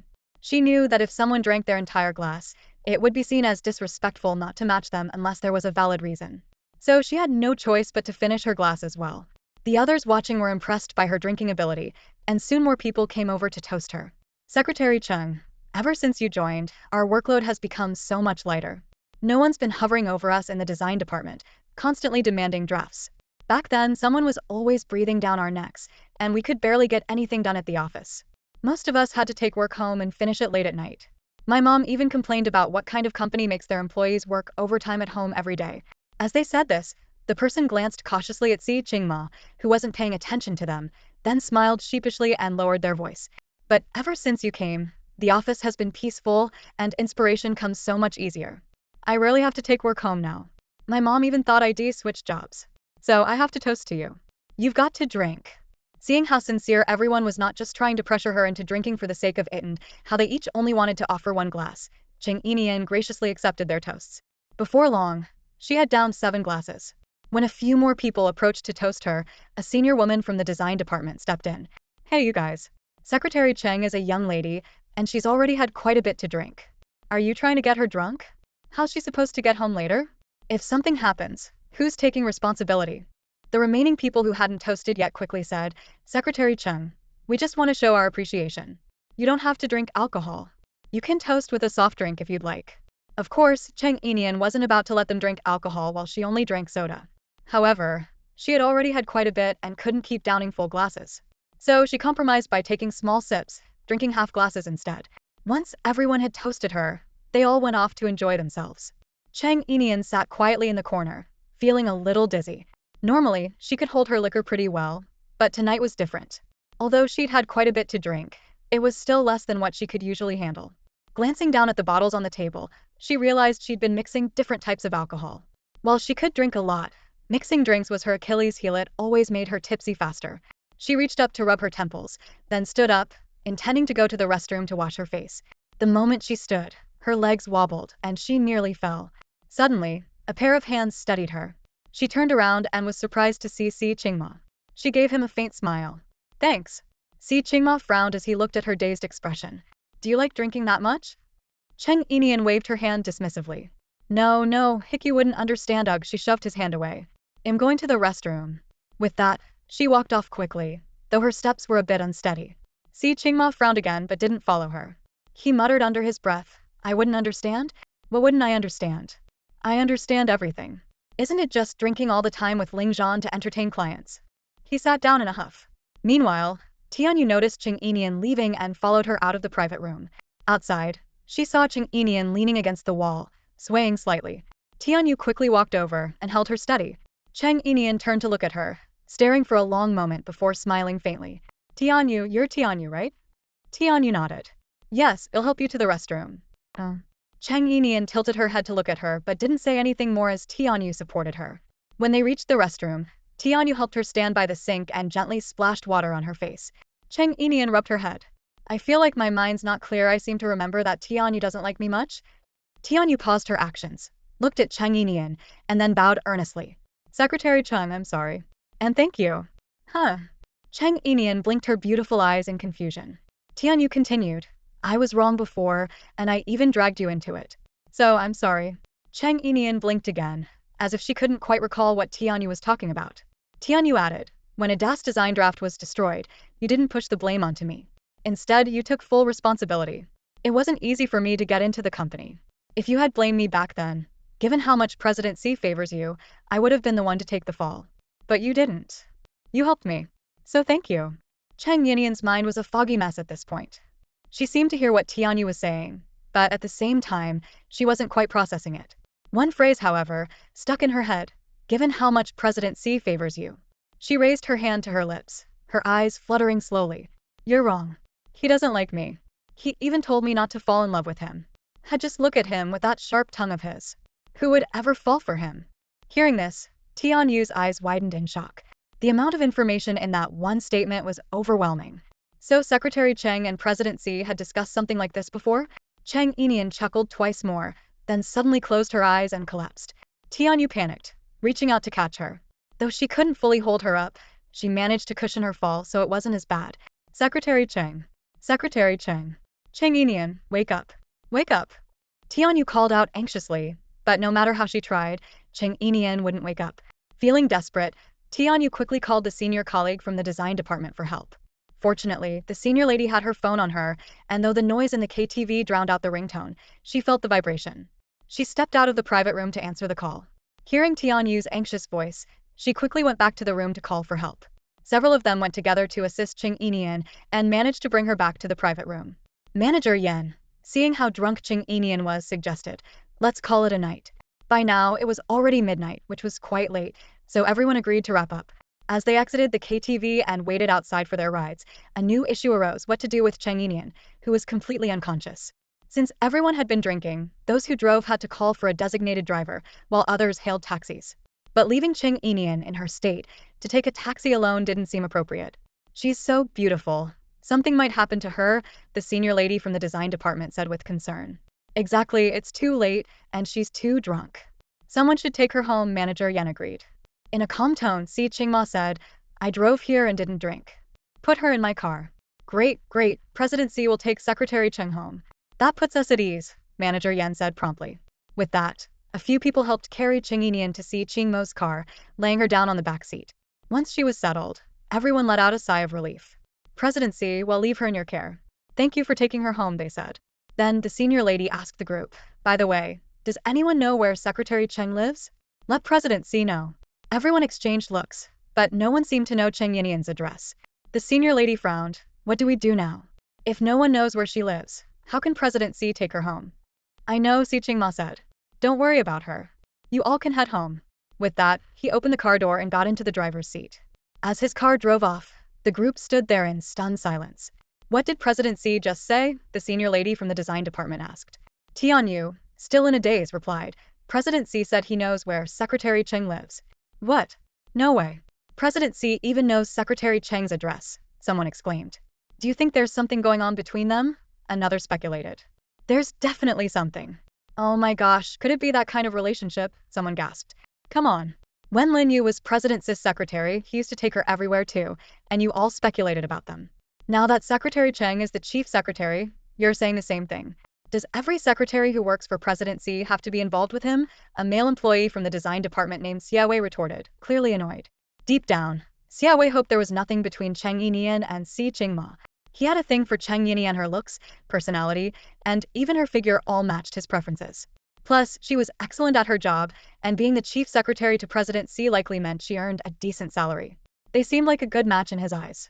His family had been urging him to go on blind dates recently, but none of the women he met caught his interest. He was even planning to find an opportunity to confess to Cheng Yinian. After all, she was already in her mid to late 20s, probably around 26. It was about time to settle down. Xiaowei, you're wrong about one thing. When Lin Yu was the chief secretary, President Xi might have taken her everywhere, but he never personally drove her home. This time, he's taking Secretary Cheng home all by himself. That's different, a self-proclaimed relationship expert among the group analyzed. Xiaowei scoffed. Women these days are so materialistic, always dreaming about landing some domineering CEO without considering if they're even in the same league. In the end, they just get played. His comment left the others speechless. No one responded, and the conversation ended there. Soon, the cars everyone had called arrived, and the group dispersed, each heading home. Si Qingma was driving halfway when Cheng Yinian, who had been sound asleep, suddenly woke up. She opened her eyes, stared blankly at the car ceiling for a moment, then abruptly sat up. Without warning, she lunged from the back seat towards Si Qingma, who was driving, and grabbed his hand. "Where are you taking me?" she demanded. "Home," Si Qingma replied, frowning as he removed her hand from his. Hearing the word home, Cheng Yinian relaxed and sank back into the back seat, closing her eyes again. After a brief silence, her eyes shot open once more. "You haven't even asked me where my home is. How would you know?" she questioned suspiciously. "I just know," Si Qingma said calmly. "What? How do you know?" she exclaimed, lunging at him again and tugging on his hand. "You don't know. You're lying to me. You must be a bad guy. You're going to sell me, aren't you? Stop the car. Let me out." She kept pulling at Si Qingmo's hand, causing the car, which had been driving in a straight line, to swerve dangerously. Si Qingmo couldn't help but recall the car accident he had witnessed when he first arrived in Yunhai City, an accident that left Lin Yu's father, a taxi driver, in a vegetative state. Ever since, Si Qingmo had held life in high regard. Now, with Cheng Yinian tugging at him, he struggled to maintain control of the steering wheel. The screech of tires echoed as he slammed on the brakes, bringing the car to a sudden stop by the roadside. Frustrated, he gritted his teeth and growled her name, Nian. The moment he called her name, she froze, blinking at him in surprise. "Huh, you know my name? Then you're not a bad guy, right? You're not a bad guy after all, are you?" Si Qingmo rolled his eyes. "How much could you possibly be worth? Even if I wanted to sell you, it wouldn't be worth the trouble." Cheng Yinian ignored his sarcasm, retreating to the back seat and closing her eyes once again. Moments later, she slumped over, fast asleep. Through the rearview mirror, Si Qingma saw that she had dozed off again. With about half the journey still ahead, he worried she might wake up and cause more chaos. Frowning, he removed the tie from around his neck, got out of the car, opened the back door, and used the tie to bind her hands together. Only then did he feel at ease to continue driving. Thankfully, Cheng Yinian didn't wake up again and slept soundly for the rest of the trip. When they finally arrived at the underground parking lot of his apartment complex, Si Qingma parked the car and called her name. "Cheng Yinian, we're here. Get out of the car." Cheng Yinian groggily opened her eyes and mumbled, "How much?" Si Qingmo's face darkened. Did this woman just mistake him for a taxi driver? "It's free," he replied with a scowl. "Now get out. It's late." Cheng Yinian blinked at him in confusion. "Free? Why is it free?" As she spoke, she tried to move her hands, only to realize they were tied. Her eyes widened in shock. "Ah, I get it now. You really are a bad guy." Si Qingmo's patience was wearing thin. Here he was, trying to do her a favor, and she had the audacity to call him a bad guy? He huffed in annoyance. "In the best person you'll ever meet." Cheng Yinian shrank back into the car, clutching her tied hands. "I don't believe you. You tied me up, and now you're saying it's free? You're definitely a bad guy. I'm not getting out. You're going to sell me." Normally, Si Qingma was someone who valued a healthy lifestyle and rarely stayed up late. But it was now almost 1 a.m., and he was utterly exhausted. He didn't have the energy to argue with this drunken woman any longer. Without another word, he leaned into the car, grabbed her, and hoisted her onto his shoulder. Cheng Yinian let out a piercing scream. "Ah, bad guy. Put me down. I'm calling the police. Bad guy. Bad guy." She continued shouting all the way up. Si Qingma carried her directly to the elevator. He had assumed that at this late hour, no one would be around, but to his surprise, a couple holding a bag of barbecue was also waiting for the elevator. The couple stared at Si Qingma in astonishment. For a moment, Si Qingma felt a bit awkward, especially as Cheng Yinian kept shouting, "You jerk. You bad guy. Let me go. I'm calling the police. The couple instinctively stepped away from Si Qingma. The woman whispered to her boyfriend, should we call the police to help? Although her voice was low, Si Qingma still heard her. He glanced at the couple, and the man quickly gave him an awkward smile before pulling his girlfriend aside, saying, let's not meddle in other people's business. The woman glanced back at them a few more times, looking somewhat reluctant to ignore the situation. Cheng Yinian, however, only got louder, yelling, let me go, you jerk. Let me go. I'm going to call the police. Si Qingma smacked her lightly on her backside and said, stop shouting. The light slap made Cheng Yinian squirm, and she cried out, this is uncomfortable. So uncomfortable. The woman whispered to her boyfriend again, do you think she's been drugged? The man replied, it's none of our business. The woman hesitated, but she looked so pitiful. Before the man could say anything further, the elevator arrived. Si Qingma carried Cheng Yinian inside and then turned to look at the couple with a sharp gaze. Startled, the man blurted, oh, I just remembered I wanted some spicy hot pot. Let's go buy some. He grabbed his girlfriend and quickly walked away. Si Qingma was left speechless, his face darkening. What kind of assumptions were they making? Did they really think he was abducting someone? Meanwhile, Cheng Yinian was still causing a commotion in the elevator. Si Qingma reached out to cover her mouth, but she opened her mouth and bit his hand. He pulled his hand back immediately. Are you a dog? He asked. Cheng Yinian instinctively responded, no, I'm a cow. Her answer made Si Qingma smirk. This woman was surprisingly easy to get to talk when she was drunk. The elevator dinged as they reached the 8th floor. Si Qingma unlocked the door with his fingerprint and carried Cheng Yinian inside. He tossed her onto the sofa and went to change his shoes. Cheng Yinian curled up on the sofa like a little puppy, her big, watery eyes staring at Si Qingma. Her hands were still tied with his tie. After changing his shoes, Si Qingma looked at her. Her pitiful expression, compared to her usual sharp demeanor, now seemed softer and a little silly actually. Quite adorable. Remembering how talkative she had been in the elevator, he decided to take advantage of her drunken state to satisfy his curiosity. Sitting down next to her, he asked, Cheng Yinian, who do you think is better, Ling Zhan or me? Hearing his question, Cheng Yinian frowned and thought for a long while before suddenly blurting out, Ling Zhan, I remember now. He was my husband in a past life. You're Si Qingma, my husband in this life. Si Qingma couldn't help but laugh. This woman was seriously drunk, talking about past lives and reincarnation. Pinching her chin, he pressed further. Come on, tell me who's better between the two of us? Cheng Yinian nuzzled against him like a little kitten and giggled. Si Qingma, I think you're the most impressive and capable boss ever. You're amazing at what you do. Hearing this, Si Qingma raised an eyebrow in satisfaction. Still curious, he teased, and Ling Zhan? Isn't he impressive too? Cheng Yinian's face was scrunched up like a steamed bun. Ling Zhan? Brilliant. What a joke. He's nothing. After a pause, she added, he's not even a decent person. As she spoke, tears suddenly welled up in her eyes. I treated him so well. How could he treat me like that? How could he? Seeing her cry, and especially crying over Ling Zhan, made him feel inexplicably irritated. He reached out, untied the necktie wrapped around her hand, and shoved a tissue into her palm. Stop crying. You look really ugly when you cry. Cheng Yinian took the tissue, blew her nose loudly, wiped it clean, and then stuffed the tissue back into Si Qingma's hand. Choking back sobs, she said, I'm not ugly. I refuse to be an ugly woman.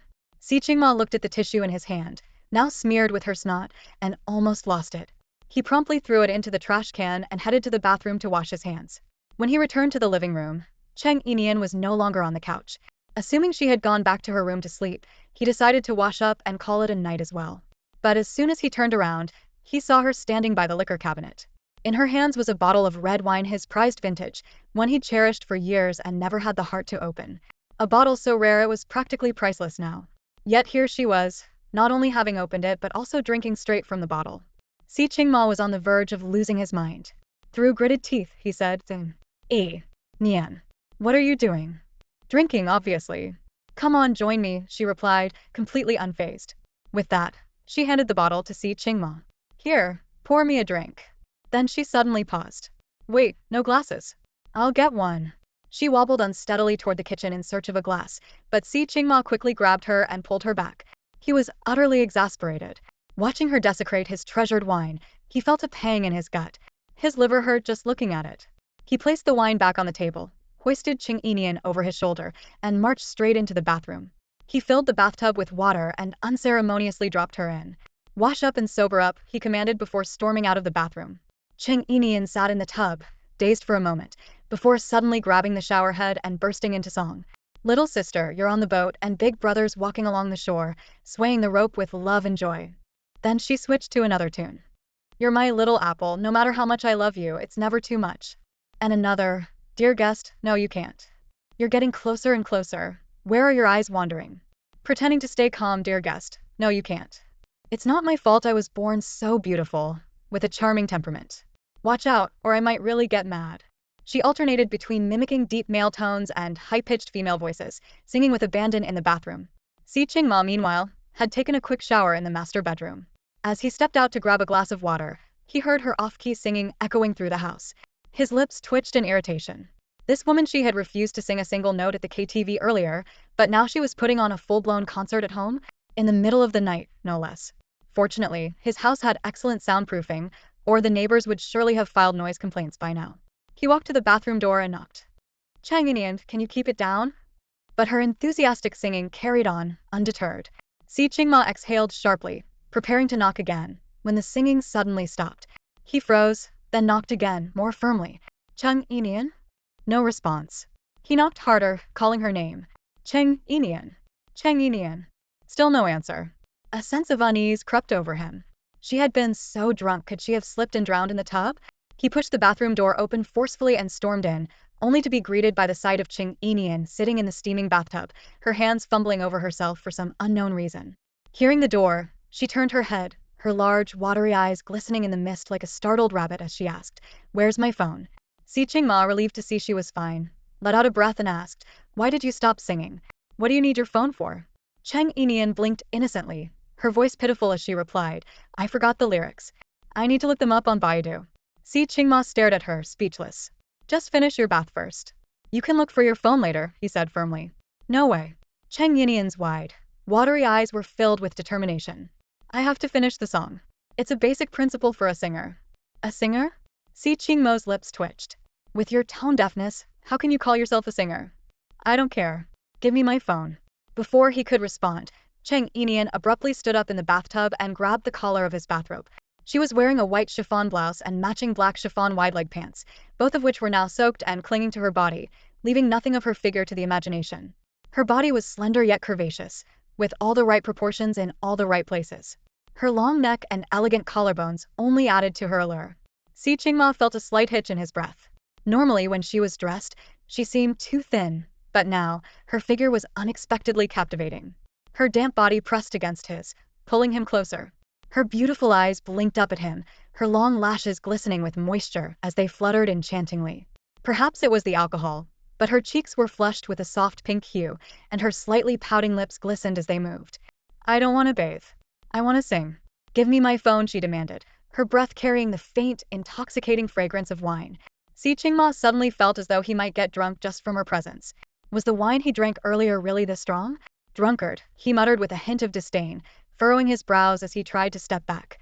But then, her hand reached up and touched his forehead. "With such a handsome face, why are you frowning? Let me smooth it out for you." "Smooth it out, smooth it out." Her warm, damp hand gently stroked his furrowed brows, the motion oddly soothing, though it made him feel like she was petting a dog. Yet, to his surprise, he didn't dislike it. He froze, stunned. What was she doing? And why on earth did he find it comforting? "Cheng Yinian." Before he could finish his sentence, her lips pressed against his, silencing him completely. His eyes widened in shock as he stared at the woman inches from his face. His mind and heart both went blank in an instant. Cheng Yinian's tongue darted out to lightly trace his lips, soft and slick, with a faint sweetness. Si Qingma had never been this close to a woman before. Even with his childhood sweetheart, the most they'd ever done was hold hands. This was his first kiss, and it had been stolen by this woman. Anger bubbled inside him, and just as he was about to push her away, she pulled back on her own. "Not tasty," Cheng Yinian muttered under her breath, pouting. "I like watermelon-flavored ones." Muttering to herself, she plopped back into the bathtub and started singing. "Wash, wash, wash, wash, wash, wash. Baby loves to bathe. Wash, wash, wash, wash, wash. So happy to wash, wash, wash, wash, wash. 1, 2, 3, 4, 5. Wash, wash, wash, wash, wash. 5, 4, 3, 2, 1. As she sang, she splashed water from the tub onto Si Qingma. Having just showered, Si Qingma was now drenched all over again. He gritted his teeth in frustration and growled, "Eh, Nian." Cheng Yinian, seeing his disheveled state, burst into laughter. come on, wash, wash, wash, she teased. Si Qingma pinched the bridge of his nose, exasperated. Finally, he grabbed a towel, wrapped her up like a burrito, and carried her straight to her room, tossing her onto the bed. Cheng Yinian rolled around on the bed, cocooned in the towel, and grinned at him. Si Qingma, I'm a delicious burrito. Come eat me. Si Qingma rubbed his forehead, debating whether to just leave her there. But seeing her soaking wet, he knew she'd catch a cold if she slept like that. Sighing, he decided to play the good guy for once. He rummaged through her wardrobe, pulled out a set of pajamas, and tossed them onto her head. Change into these, he ordered. Cheng Yinian rolled around again, protesting. I'm a burrito. Burritos can't change clothes. Without a word, Si Qingmo reached over and yanked the towel off her. Underneath, her chiffon blouse clung to her skin, soaked through and almost translucent. He could clearly see the outline and color of her underwear, a simple beige, no lace or frills, but it hugged her curves beautifully. Si Qingmo swallowed hard, his jaw tightening. Damn it, woman. Are you trying to seduce me? He growled. He threw the pajamas at her again. Hurry up and change. Cheng Yinian bit her thumb and asked innocently, do you only like the burrito wrap? You don't love the filling. Si Qingma closed his eyes, trying to keep his temper in check. You're not a burrito anymore. You're a good baby who listens. Now, hurry up, change, and go to sleep. Oh, I'm a good baby. I'll listen. Cheng Yinian nodded enthusiastically. Without hesitation, she started unbuttoning her blouse, one button at a time, starting from the top. First, her delicate collarbones came into view, followed by a faint hint of cleavage. Si Qingma quickly turned his back to her. I'm leaving. Change your clothes and go to bed, got it? Okay. Hee, I'm a good baby, she giggled as she continued changing. Si Qingma left her room, gently closing the door behind him. He checked his watch. It was already 3 a.m. He couldn't help but grumble to himself. This woman is such a handful. Finally, he returned to his own room and went to bed. Because they'd gone to bed so late, neither of them woke up early the next day. Si Qingma slept until 10 a.m., and Cheng Yinian didn't get up until 11. Aunt Zhang, the housekeeper, came to prepare breakfast. Noticing that neither of them had come out of their rooms, her imagination ran wild. Could it be that last night had been intense? That's why they were both so exhausted and sleeping in? The more Aunt Zhang thought about it, the more convinced she became. Delighted, she sent a WeChat message to Molan. Madam, I think you'll have a grandchild very soon. Last night must have been quite eventful for young Master Mo and Miss Nian. Neither of them is up yet. Molan replied with equal excitement. Aunt Zhang, thank you for your hard work. Make sure to cook something nutritious for them, they'll need it. Aunt Zhang responded enthusiastically. Got it, madam. She left breakfast warming on the stove and headed out to buy more groceries. Although the fridge was still stocked, she decided to buy a fresh fish and some shrimp to prepare a feast. By the time she returned, Si Qingma was already up and sitting at the dining table, eating breakfast. Mrs. Zhang glanced around and asked Si Qingma, where's Nian Nian? Without looking up, Si Qingma replied casually, she had a rough night and went to bed late. She's probably still sleeping. Hearing this, Mrs. Zhang chuckled and nodded quickly. All right, let her sleep a bit longer. I'll go prepare lunch and make a few extra dishes to nourish her. Si Qingma interrupted, no need, just cook as usual. If there's too much food left, I'll go to waste. Mrs. Zhang scolded him. You silly boy. Don't you know how to take care of your wife? Are you really that stingy about the cost of a few dishes? Without waiting for his response, she headed straight to the kitchen to prepare a nutritious meal. Cheng Yinian didn't emerge until 11 a.m. hungover from the night before, her head was pounding. She rubbed her temples as she made her way to the dining table. Mrs. Zhang hurriedly brought her a bowl of congee. Nian Nian, come. You must be tired. Have some congee first to settle your stomach. Don't eat anything else just yet. I've made something delicious for you. Thank you, Mrs. Zhang, Cheng Yinian replied with a sweet smile. Mrs. Zhang beamed and went back to the kitchen. Cheng Yinian quietly picked up a spoon and started sipping the congee, her mind still a bit foggy. Si Qingma, who had just set aside the iPad he had been reading, silently stared at her. Feeling his gaze, Cheng Yinian looked up at him and asked, why are you staring at me? Si Qingma scoffed. I'm just checking if the drunkard has sobered up yet. Cheng Yinian coughed lightly and said, thanks for bringing me home last night. I'm sober now. Good, Si Qingma replied coldly. Now let's settle the score. Settle what? Cheng Yinian asked, confused. You drank one of my bottles of wine last night, Si Qingma said. That wine is rare and something I've treasured for years. I couldn't even bring myself to drink it, and you finished half of it in one go. Cheng Yinian's lips twitched. How much is it? I'll pay you back. 2 million, Si Qingma said, naming the price. Cheng Yinian reached for her phone to make a transfer, but when she heard the amount, she froze. What kind of wine costs that much? She exclaimed. Si Qingma slid his phone across the table. On the screen were chat records from when he purchased the wine. It had taken him a long time and several connections to acquire it, and the price was indeed 2 million, wasn't exaggerating. Looking at the figure, Cheng Yinian's heart ached. She couldn't say a word since she was the one who drank it.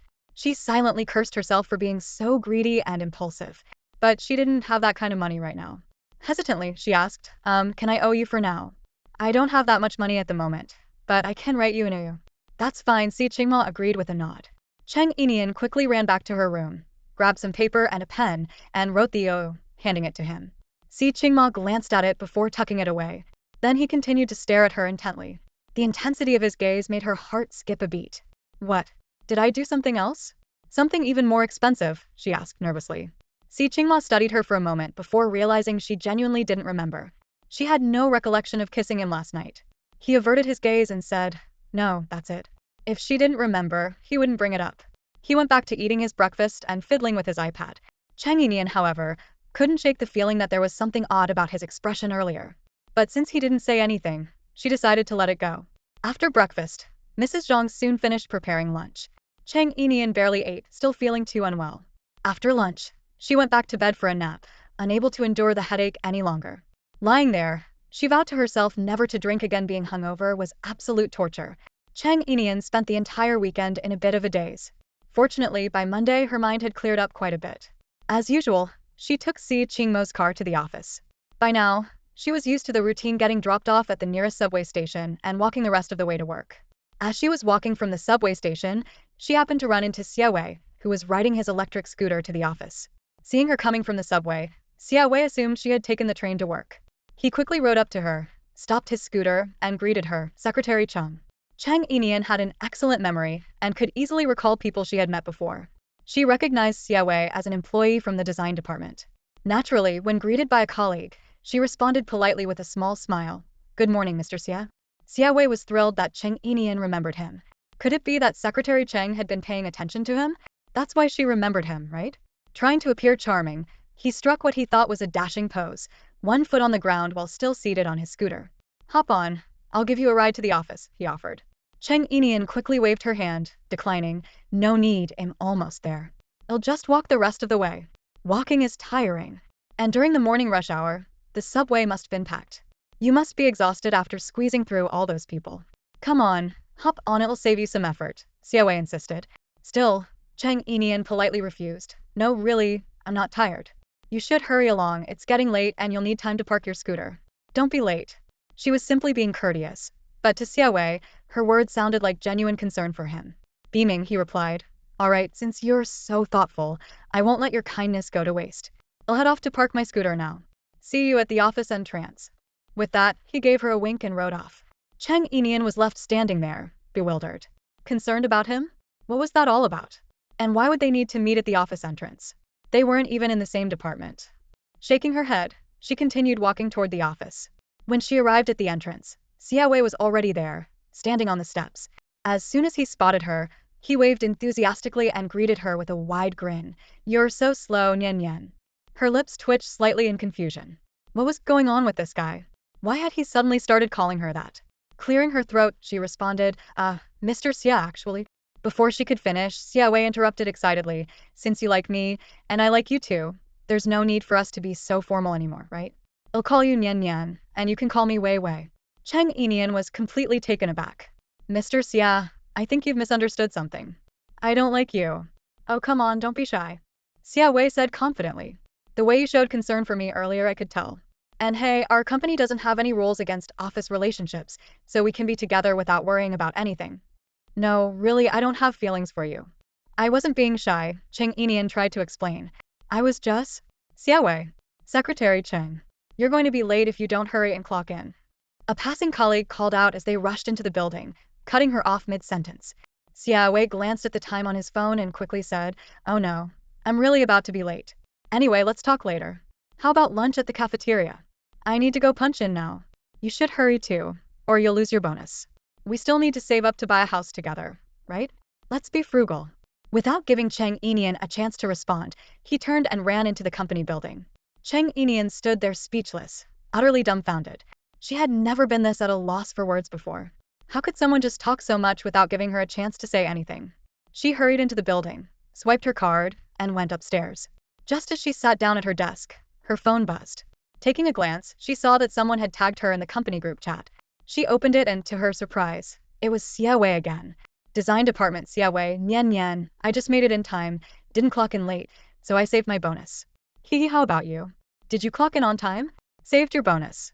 Cheng Yinian looked at her phone, her lips twitching in disbelief. At that moment, someone in the group chimed in, huh? Why is designer Xia calling secretary Cheng Yinian? Are you two that close already? Design department Xinyue, yeah, Nian and I are together now. I'm not getting any younger, so we'll probably get married soon. When that happens, you're all invited to the wedding, okay? Make sure to come. Business department Chi, oh my gosh, no way. Secretary Cheng and designer Xia are together? And already planning to get married. Design department He, what? When did this happen? I thought Secretary Cheng and President C got along pretty well. Last night at our department dinner, President C and Secretary Cheng were there too.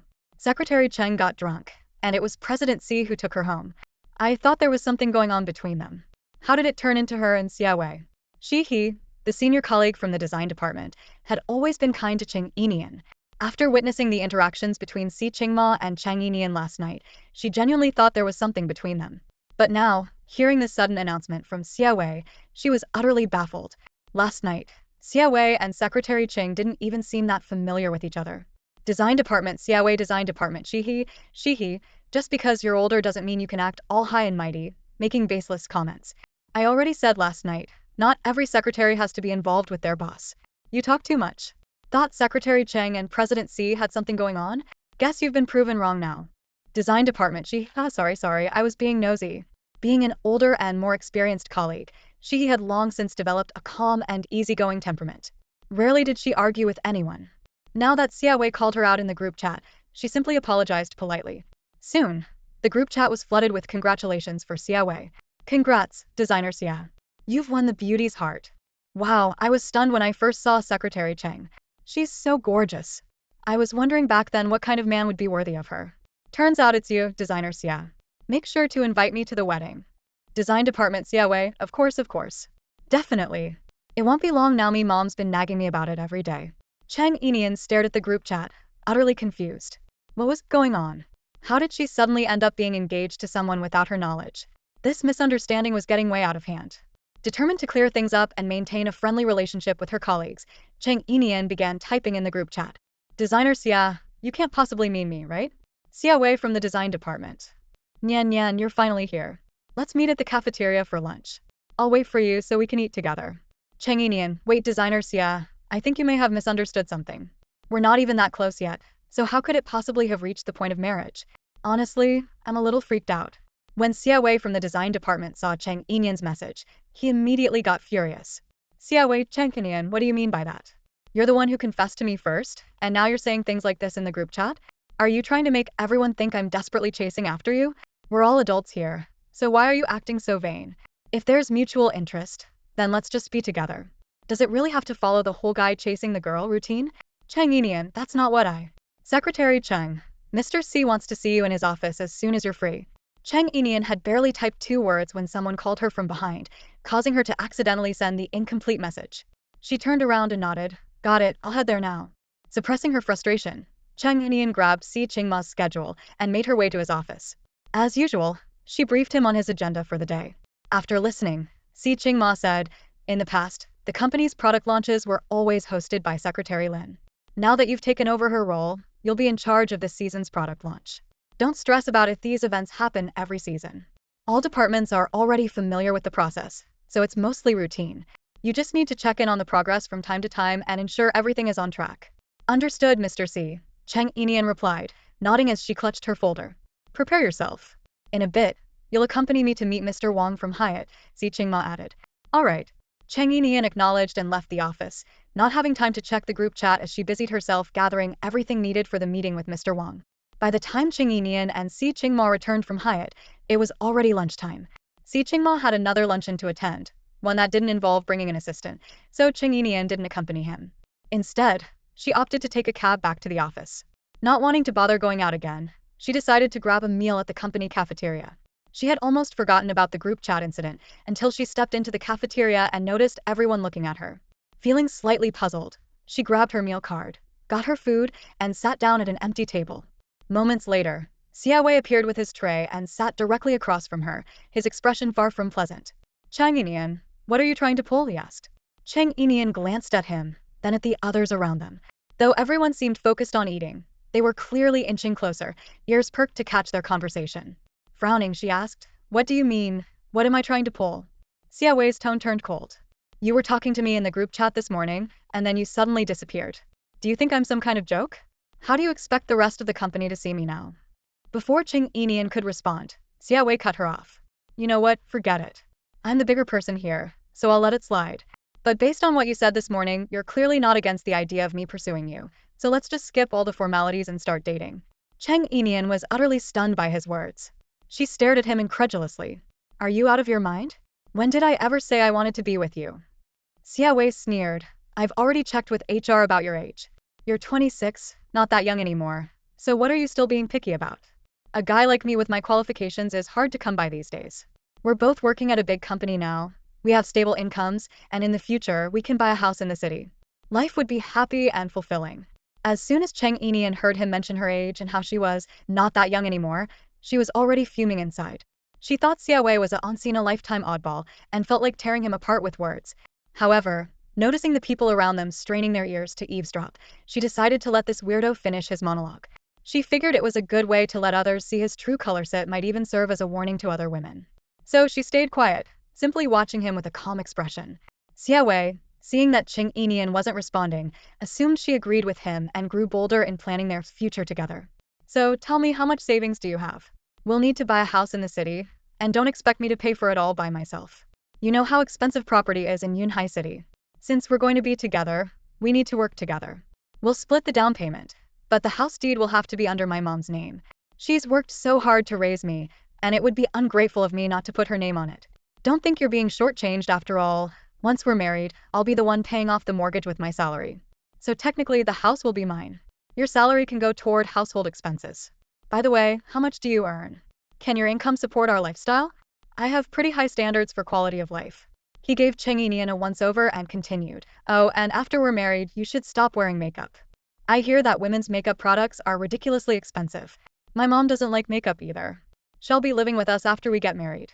If you're not good with managing money, you can just hand your salary over to her. She's been an accountant her whole life and is great at budgeting.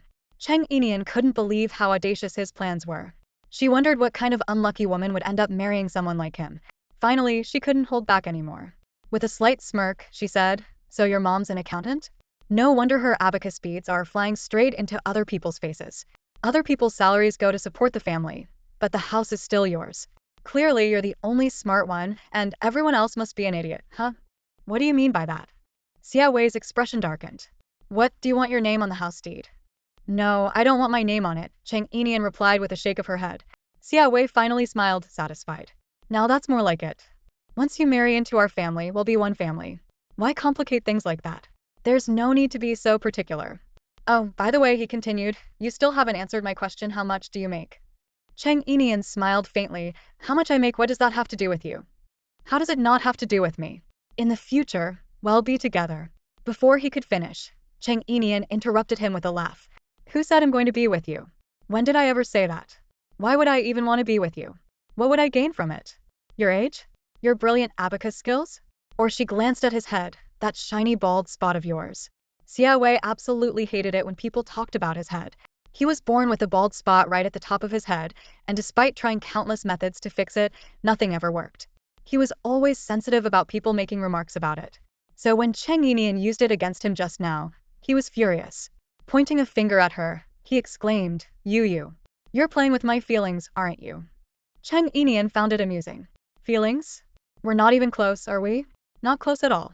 So why would I care about you? Morning.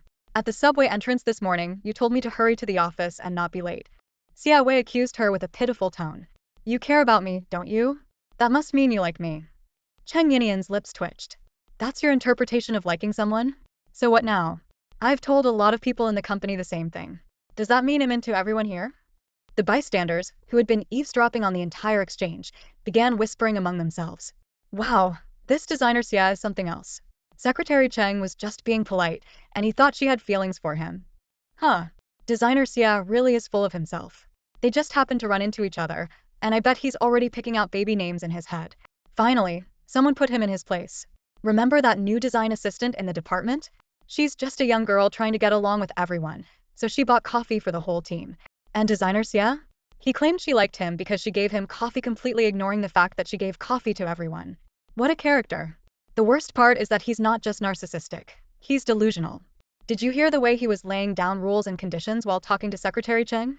Hearing the murmurs around him, Xia Wei realized everyone was mocking him. Embarrassed and defeated, he slinked out of the cafeteria without even finishing his lunch. After Xia Wei left, Cheng Yinian, on the other hand, seemed to be in a great mood and polished off her meal with gusto. During her lunch, a few colleagues even came over to comfort her, telling her not to be upset and sharing stories about how stingy and eccentric Xia Wei had been in the past. Cheng Yinian just listened silently, refusing to join in on the gossip. Once she finished eating, Cheng Yinian decided to rest her head on her desk for a quick nap. Just as she was about to doze off, her phone buzzed. She picked it up and saw a WeChat message from Si Qingma. He had sent her a video with a simple caption, "Explain this." Curious, she opened the video, and to her shock, it was footage of the earlier scene in the cafeteria where Xia Wei had been fantasizing about their future. She let out a small cough, holding her phone, unsure of how to respond. After thinking for a moment, she typed back, "Who recorded this? The filming is terrible, it makes me look so fat." She was genuinely curious about who was behind the video. But Si Qingma quickly replied, "Don't try to change the subject." Cheng Yinian, I'm not changing the subject. It's all just a misunderstanding. Si Qingma, remember the conditions we agreed on the day we got our marriage certificate? Cheng Yinian, oh, I remember. I won't fall in love with you. At that moment, Si Qingma, phone in hand, stared at her reply, grinding his teeth in frustration. This woman, was that the only condition she remembered? He angrily typed back, almost smashing the keys in the process, "Not just that one." The person dining with him had just gone to the restroom when he received a video from Sui. He was instantly furious. Initially, he wanted to send her a message on WeChat to confront her, but now he was almost seething with anger. Li, the business associate dining with him, noticed how angrily he was tapping on his phone and chuckled. "I thought nothing could make Mr. C lose his temper." Hearing this, Si Qingma let out a dry laugh and replied, "I'm only human. I have emotions too." "Mr. C, you always seemed so composed." "I almost thought you weren't human," Li joked. Si Qingma chuckled again, set his phone aside, and asked, "Mr. Li, would you like to order more dishes?" Li waved his hand. "No thank you. If you have something to attend to, please go ahead. I'll sit here for a bit longer and think over your proposal." "All right." Si Qingma stood up and said, "I'll have my secretary send the contract to your email shortly. You can review it, and we can discuss the details later." "Sure." Li nodded. Si Qingma walked out of the restaurant. Once inside his car, he checked his phone again, only to find that Cheng Yinian still hadn't replied to his message. Gritting his teeth, he sent her another one. "I'm not the type to tolerate being disrespected. Since we're married, I expect you to uphold your duties as a wife." Cheng Yinian read his message and was equally enraged. Who wasn't upholding their duties? She thought. How dare he? Clearly she was the victim, yet in his eyes, it seemed like she was the one being unfaithful. Furious, she didn't bother replying. Instead, she tossed her phone aside and rested her head on the desk. Too upset to sleep, she eventually decided to gather her things and check on the preparations for the new product launch. She grabbed her files and headed to the venue. The launch event was being held in a rented hall at the Yunhai City Stadium. The marketing team was busy setting up the space, and once the decorations were complete, the season's new products would be brought in. When Cheng Yinian arrived, the team was bustling with activity. She noticed some plastic plum blossom decorations hanging on the walls, which gave off a distinctly cheap vibe. Frowning, she called over a staff member and asked, "What's with the plum blossoms on the walls? I don't recall seeing them in the original design plan." "Oh, Miss Lin said the main product this season features plum blossoms, so she asked us to hang these up," the staff member explained. Cheng Yinian was momentarily stunned. "Which Miss Lin?" she asked after a pause. She couldn't recall anyone with the surname Lin in the marketing department. "The Miss Lin from the marketing team. I think she's a team leader," the staff member replied. Cheng Yinian nodded. "All right, carry on." After the staff member left, Cheng Yinian called Fong Jingmin, the marketing director. "Director Fong, it's Cheng Yinian." Secretary Cheng, what's the matter?" Fong Jingmin, who was currently sitting in his air-conditioned office sipping tea, answered casually.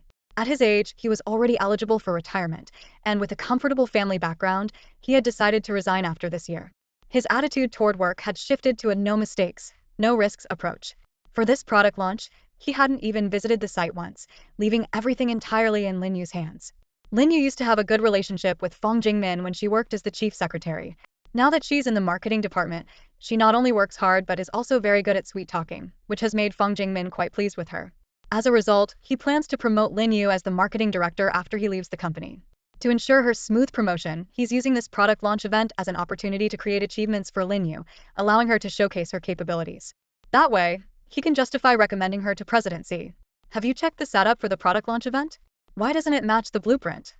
Cheng Yinian asked directly, without mincing her words. Director Fong, who was older and came from a well-off family, was generally respected both at home and in the company. Being questioned like this by Cheng Yinian made him feel disrespected. He replied lazily, I haven't checked it. I left everything in Lin Yu's hands. If it's different from the blueprint, it probably means the blueprint wasn't good enough, so Lin Yu made some adjustments on the spot. Adjustments? Then why wasn't the blueprint redrawn? And why weren't other departments informed? Cheng Yinian pressed on. Director Fong, the product launch isn't just your department's responsibility.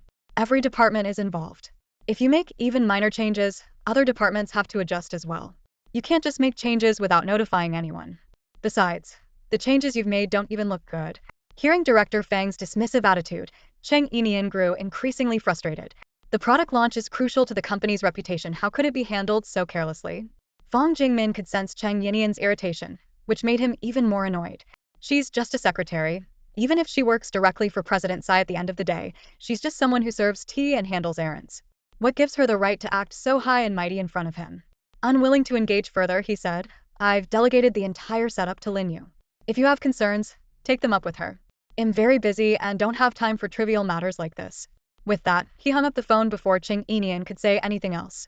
Cheng Yinian let out a sarcastic laugh and immediately went to find the Lin Yu that Fong Jingmin had mentioned.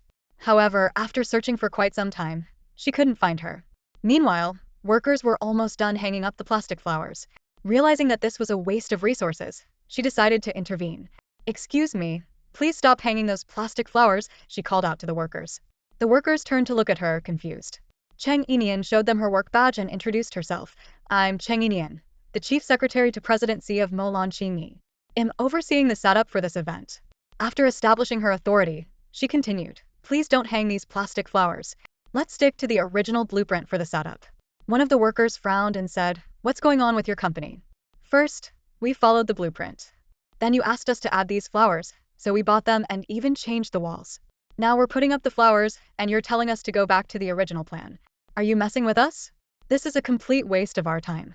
Do you know how many other projects we have lined up? Cheng Yinian apologized sincerely. I'm really sorry. This is due to poor internal communication on our part. I understand this has caused you inconvenience, and I hope you can forgive us. If there are any losses, our company will compensate you accordingly. For now, please proceed with the setup according to the original blueprint. As soon as Cheng Yinian mentioned compensating according to the value, the workers stopped overthinking and agreed right away. Alright, the one paying is the boss, and we'll do whatever the boss says. Cheng Yinian stood by, watching as they began removing the decorative ribbons hanging on the wall. Just then, a voice sounded from behind. What are you doing? Why are you taking those ribbons down? Hurry up and hang the plum blossom decorations instead. The voice sounded familiar to Cheng Yinian. She turned around and saw Lin Yu. Lin Yu was dressed in a blue professional outfit, her hair tied up, and she was still wearing sky-high heels, just like when she used to be Si Qingma's secretary. What was she doing here? Wasn't she fired by Si Qingma? Why was she in the marketing department now? After finishing her reprimand, Lin Yu turned around and spotted Cheng Yinian. She froze for a moment, then curved her lips into a smile and walked over. Standing in front of Cheng Yinian, she greeted her with a mocking tone. Secretary Cheng, long time no see. How have you been? Cheng Yinian's gaze turned cold. What are you doing here? Lin Yu smiled faintly. As you can see, I'm now a team leader in the marketing department. Cheng Yinian frowned. You're a team leader in the marketing department? Lin Yu covered her mouth and chuckled. Yes, surprised? Honestly, Secretary Cheng, did you really think you could shake my position? Even if you accused me. So what? At most, C always gives you a superficial explanation, but in the end, I'm still here. I was a secretary before, doing odd jobs, but now I'm a team leader in marketing. Oh, and did you know? The marketing director is about to resign, and I'm next in line for the position. It's like I've been demoted on the surface but promoted in reality. Cheng Yinian stared at Lin Yu coldly, her eyes sharp. Lin Yu continued smugly, do you still think you've won? To see, you're just someone to appease temporarily. Cheng Yinian clenched her fists tightly, her anger boiling inside. She had once thought Si Qingma was the most capable and wise boss she'd ever met. But now, she realized he was just another man who let his desires cloud his judgment. Lin Yu had done things that harmed the company's interests, yet he not only kept her but even placed her in an important position in the marketing department. When Cheng Yinian had wanted to join the marketing department initially, he refused and instead assigned her to the secretary's office to handle trivial tasks. In the end, he simply didn't trust her. But Lin Yu? He trusted her completely. The more Cheng Yinian thought about it, the angrier she became. However, she didn't let it show in front of Lin Yu. Instead, she curved her lips into a faint smile. Temporary or not, I'm still by Sis' side. But you? How many times do you think you'll get to see him in a year while working in the marketing department? Cheng Yinian was sharp and knew exactly where to hit Lin Yu where it hurt. She was well aware that Lin Yu didn't actually care about her title or position in the company. Lin Yu's only goal was to stay close to Si Qingmo like that man. Sure enough, the moment Cheng Yinian said those words, Lin Yu's face twisted in anger. Gritting her teeth, she spat, "You think you can stay by his side for long?" Cheng Yinian smiled. "Unlike you, I don't like him. Whether I stay by his side or not doesn't matter to me. My only goal was to make sure you left. That's enough for me." Lin Yu gritted her teeth in fury. "Cheng Yinian, you vile woman. If you don't like him, why are you still by his side? You're doing this on purpose, aren't you? You're helping Ling Zhan sabotage him, trying to drive all his loyal people away. You're ruthless. I'm going to expose your true colors to him right now." "Go ahead," Cheng Yinian replied with a calm, faint smile. Lin Yu turned around abruptly. "I'll go tell President Si." She was fuming and ready to confront Si Qingma, but as soon as she turned, she saw him standing not far away. Without hesitation, she hurried over and said, "President Si, Cheng Yinian came to our company solely for her fiancé. Don't let her deceive you any longer." At that moment, Cheng Yinian also turned to look at Si Qingma. Her anger was palpable. Si Qingma truly was a sentimental man. After everything Lin Yu had done, he still kept her in the company. So when he coldly and ruthlessly fired Lin Yu in front of her, it was just for show? Just to appease her, the falsely accused victim? Of course that made sense. He was always good at putting on a facade, especially when it came to the employees. He wanted to appear like a fair and just boss. But in reality, fair? What a joke. Thinking back to the incident with the design draft, when she was wrongfully accused and the entire company ridiculed her, did he not see any of it? Firing Lin Yu publicly, only to secretly give her a promotion? The thought made her lips curl into a mocking smile, but she didn't bother acknowledging Si Qingma. Si Qingma's deep, intense gaze fell on Cheng Yinian. He was annoyed too. This woman, already married, was here in the company planning a future with another man? Was she setting up a backup plan? Well, she had made it clear she didn't like him. So of course, she'd need a backup. Lin Yu noticed Si Qingmo's gaze lingering on Cheng Yinian, filled with an emotion that seemed almost tender. Jealousy flared in her heart. Clenching her teeth, she said, "President Si, Cheng Yinian doesn't even like you." Only then did Si Qingma shift his gaze to Lin Yu. His eyes lost their depth, replaced by a hint of indifference. "I'm looking for a secretary, not a lover. There's no need for her to like me. As long as she doesn't harm the company and does her job well, that's enough." Lin Yu was momentarily stunned by his response. After a few seconds of silence, she pressed on, "Cheng Yinian came to our company to act as a spy for Ling Yi. She's here to steal our company's secrets. President Si, you can't keep her around anymore." "Team leader Lin," Si Qingma said coolly, "didn't you learn your lesson from the last incident? Words and actions have consequences. If you don't have evidence, don't make baseless accusations." "I'm not making baseless accusations." Lin Yu clenched her fists tightly. "I'll find the evidence." "I will. Then come back to me when you have it," Si Qingmo replied indifferently, casting her a brief glance before turning his attention to the venue being prepared nearby. Lin Yu had no response to that. Listening to Si Qingmo's words to Lin Yu, Cheng Yinian should have felt pleased after all. He appeared to be defending her. But instead, she found it hypocritical. A sarcastic smile played on her lips, and she still didn't acknowledge him. Si Qingma walked around the venue, taking it all in, before speaking in a cold tone. "Secretary Cheng, is this the setup you've been supervising? What is this mess?" Cheng Yinian forced a professional smile and replied, "President Si, I only arrived here 10 minutes before you did. I just noticed that the setup doesn't match the design on the blueprint. I've already instructed the staff to fix it." Si Qingma let out a cold scoff, taking a few steps forward to inspect other areas. Cheng Yinian was about to follow him when Lin Yu grabbed her arm and said coldly, "Were you the one who told them to take down all the plum blossom decorations?" "It's me." Cheng Yinian curled her lips into a faint smile and said, "Team leader Lin, you didn't follow the company's design blueprint, causing a significant financial loss. Are you planning to cover the cost out of your own pocket?" Lin Yu let out a cold snort. "Secretary Cheng, didn't you hear Mr. Si's instructions? He's very dissatisfied with the current setup. Cheng Yinian's smile deepened slightly as she stepped forward to follow Si Qingmo's pace. Mr. Si, she said, you signed off on the design blueprint, which indicates you agreed to follow it as planned, correct? Si Qingmo's gaze, calm and indifferent, landed on Cheng Yinian. Yes. But what is the setup supposed to be now? Cheng Yinian glanced at Lin Yu. Well, you'll have to ask team leader Lin about that. Lin Yu's face changed instantly as she hastily tried to explain. Mr. Si, this season's main theme is plum blossoms. I asked them to hang plum blossom decorations on the walls so that everyone attending the launch event would immediately recognize the theme as soon as they walked in. She was still attempting to justify herself when Cheng Yinian's eyes shifted toward the lighting at the venue. The ambient lighting had been mostly installed by now. She walked over and turned it on. The plum blossom decorations that had yet to be removed now appeared on the walls, resembling funeral wreaths. Not only did they look cheap, but they also carried an unsettling, eerie vibe. Standing in this space, it felt less like a fashion launch event and more like a memorial service. Si Qingmo's gaze swept over Lin Yu. Team leader Lin, do you think this looks good? Lin Yu bit her lip, unable to utter another word. Cheng Yinian turned off the ambient lighting without saying anything further, leaving Lin Yu utterly defeated. Lin Yu glared daggers at Cheng Yinian, who responded with a faint smile. Team leader Lin, the budget for this launch event was limited. Since you made unauthorized changes, please cover the additional costs yourself.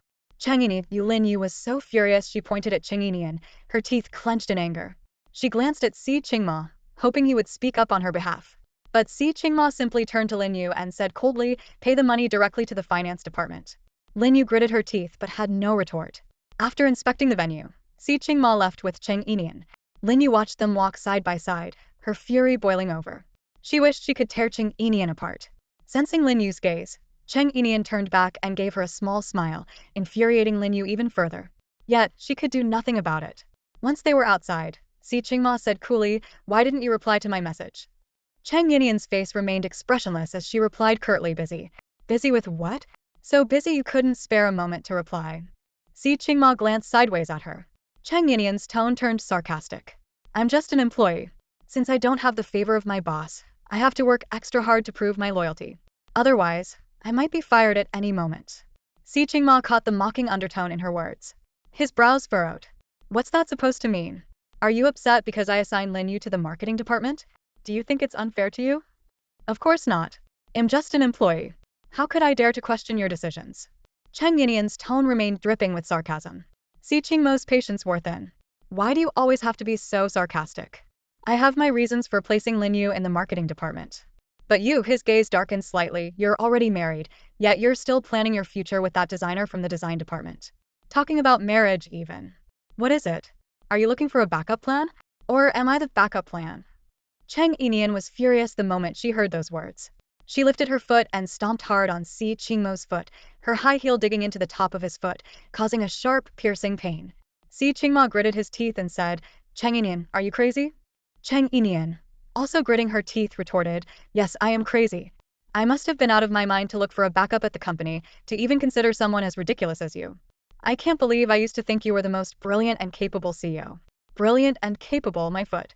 You don't even bother to investigate properly before accusing people.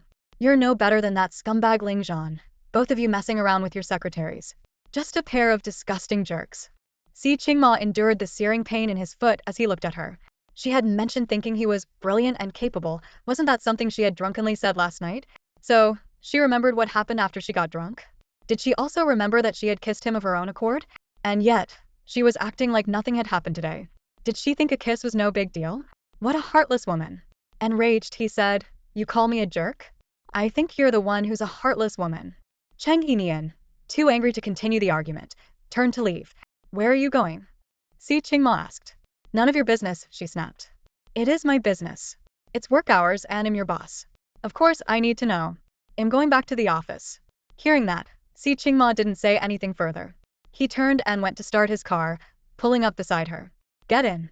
I'm not getting in your car, Cheng Yinian said coldly. It's hard to get a taxi here. Are you planning to slack off during work hours, Secretary Cheng? Si Qingma raised his eyebrows as he questioned her. Cheng Yinian glanced at the road. Almost every passing taxi had a passenger. In the end, she gave in to reality. Forget about slacking off, she wouldn't even be able to get home from here without a car. And in this heat, she certainly didn't want to walk to the subway station under the blazing sun, especially since it was quite far away. Reluctantly, she got into Si Qingmo's car. Neither of them spoke a word on the entire drive back to the office, the silence between them heavy and tense. Once back at the office, Si Qingma let out a deep breath. Why did it feel like he could never keep his emotions in check around Cheng Yinian? She always seemed to have a way of getting under his skin. After calming himself, he called Sui to find out what had happened in the cafeteria earlier that day. Sui had only recorded part of the incident and had sent the video to Si Qingma, intending for him to have a laugh at the most bizarre part of it. He hadn't recorded the full story and had no idea it would lead to a misunderstanding between Si Qingma and Cheng Yinian. After all, Sui didn't know that the two of them had already gotten married. When Si Qingma asked about it, Sui enthusiastically recounted the entire incident, clearly enjoying the gossip. Si Qingma gave him a sharp kick. Couldn't you have gotten the full story before sending me anything? Sui was taken aback. Wow, boss, you're into gossip now. I didn't think you'd care, so I only recorded the most outrageous part for you. If I'd known you were interested, I would have gotten the whole scoop before sending it to you. Next time I'll make sure to give you the full story. He chuckled sheepishly before adding, but seriously, Secretary Cheng has the worst luck. Getting caught up in something like that.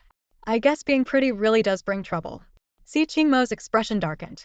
That designer in the design department who openly harassed a female colleague tell him not to bother coming in tomorrow. Sui was momentarily stunned. Si Qingmo had never involved himself in these kinds of minor disputes before. What was going on today? Not only did he want the full gossip, but he was also stepping in to defend Secretary Cheng. Could it be that Si Qingmo had feelings for her? He sneaked a glance at Si Qingma and then smiled as he asked, President Si, you don't have a thing for Secretary Cheng, do you? No. Si Qingma replied indifferently, I just don't like the company being in chaos. Oh, alright. We'll take care of it right away. Sui chuckled and left Si Qingmo's office. As he stepped out, he bumped into Cheng Yinian, who was returning from the restroom. Sui grinned and said, Secretary Cheng, you're really lucky. President Si found out you were being harassed and directly fired that designer. Cheng Yinian looked surprised. She glanced in the direction of Si Qingmo's office and then smiled. Well, Assistant Su, please thank President Si on my behalf. Sui chuckled again. When it comes to thanking someone, it's better to do it yourself. It feels more sincere. With that, he went off to handle the matter with Xiaowei. Cheng Yinian had just returned to her office when Si Qingma called her on the internal line. Bring me a cup of coffee. Although she was annoyed, Cheng Yinian never joked around when it came to work. She headed to the pantry, made a cup of coffee, and brought it to Si Qingmo's office. After placing the cup on his desk and preparing to leave, she heard Si Qingma say, I wronged you today. I owe you an apology. Cheng Yinian pursed her lips and replied, It's not the first time I've been wronged. No need to apologize, President Si. I'm used to it. Hearing this, Si Qingma frowned. He had already lowered his pride to apologize, yet she still had this attitude? He was starting to get annoyed. Is this the attitude a secretary should have? Cheng Yinian pulled out a professional smile. I'm sorry, President Si.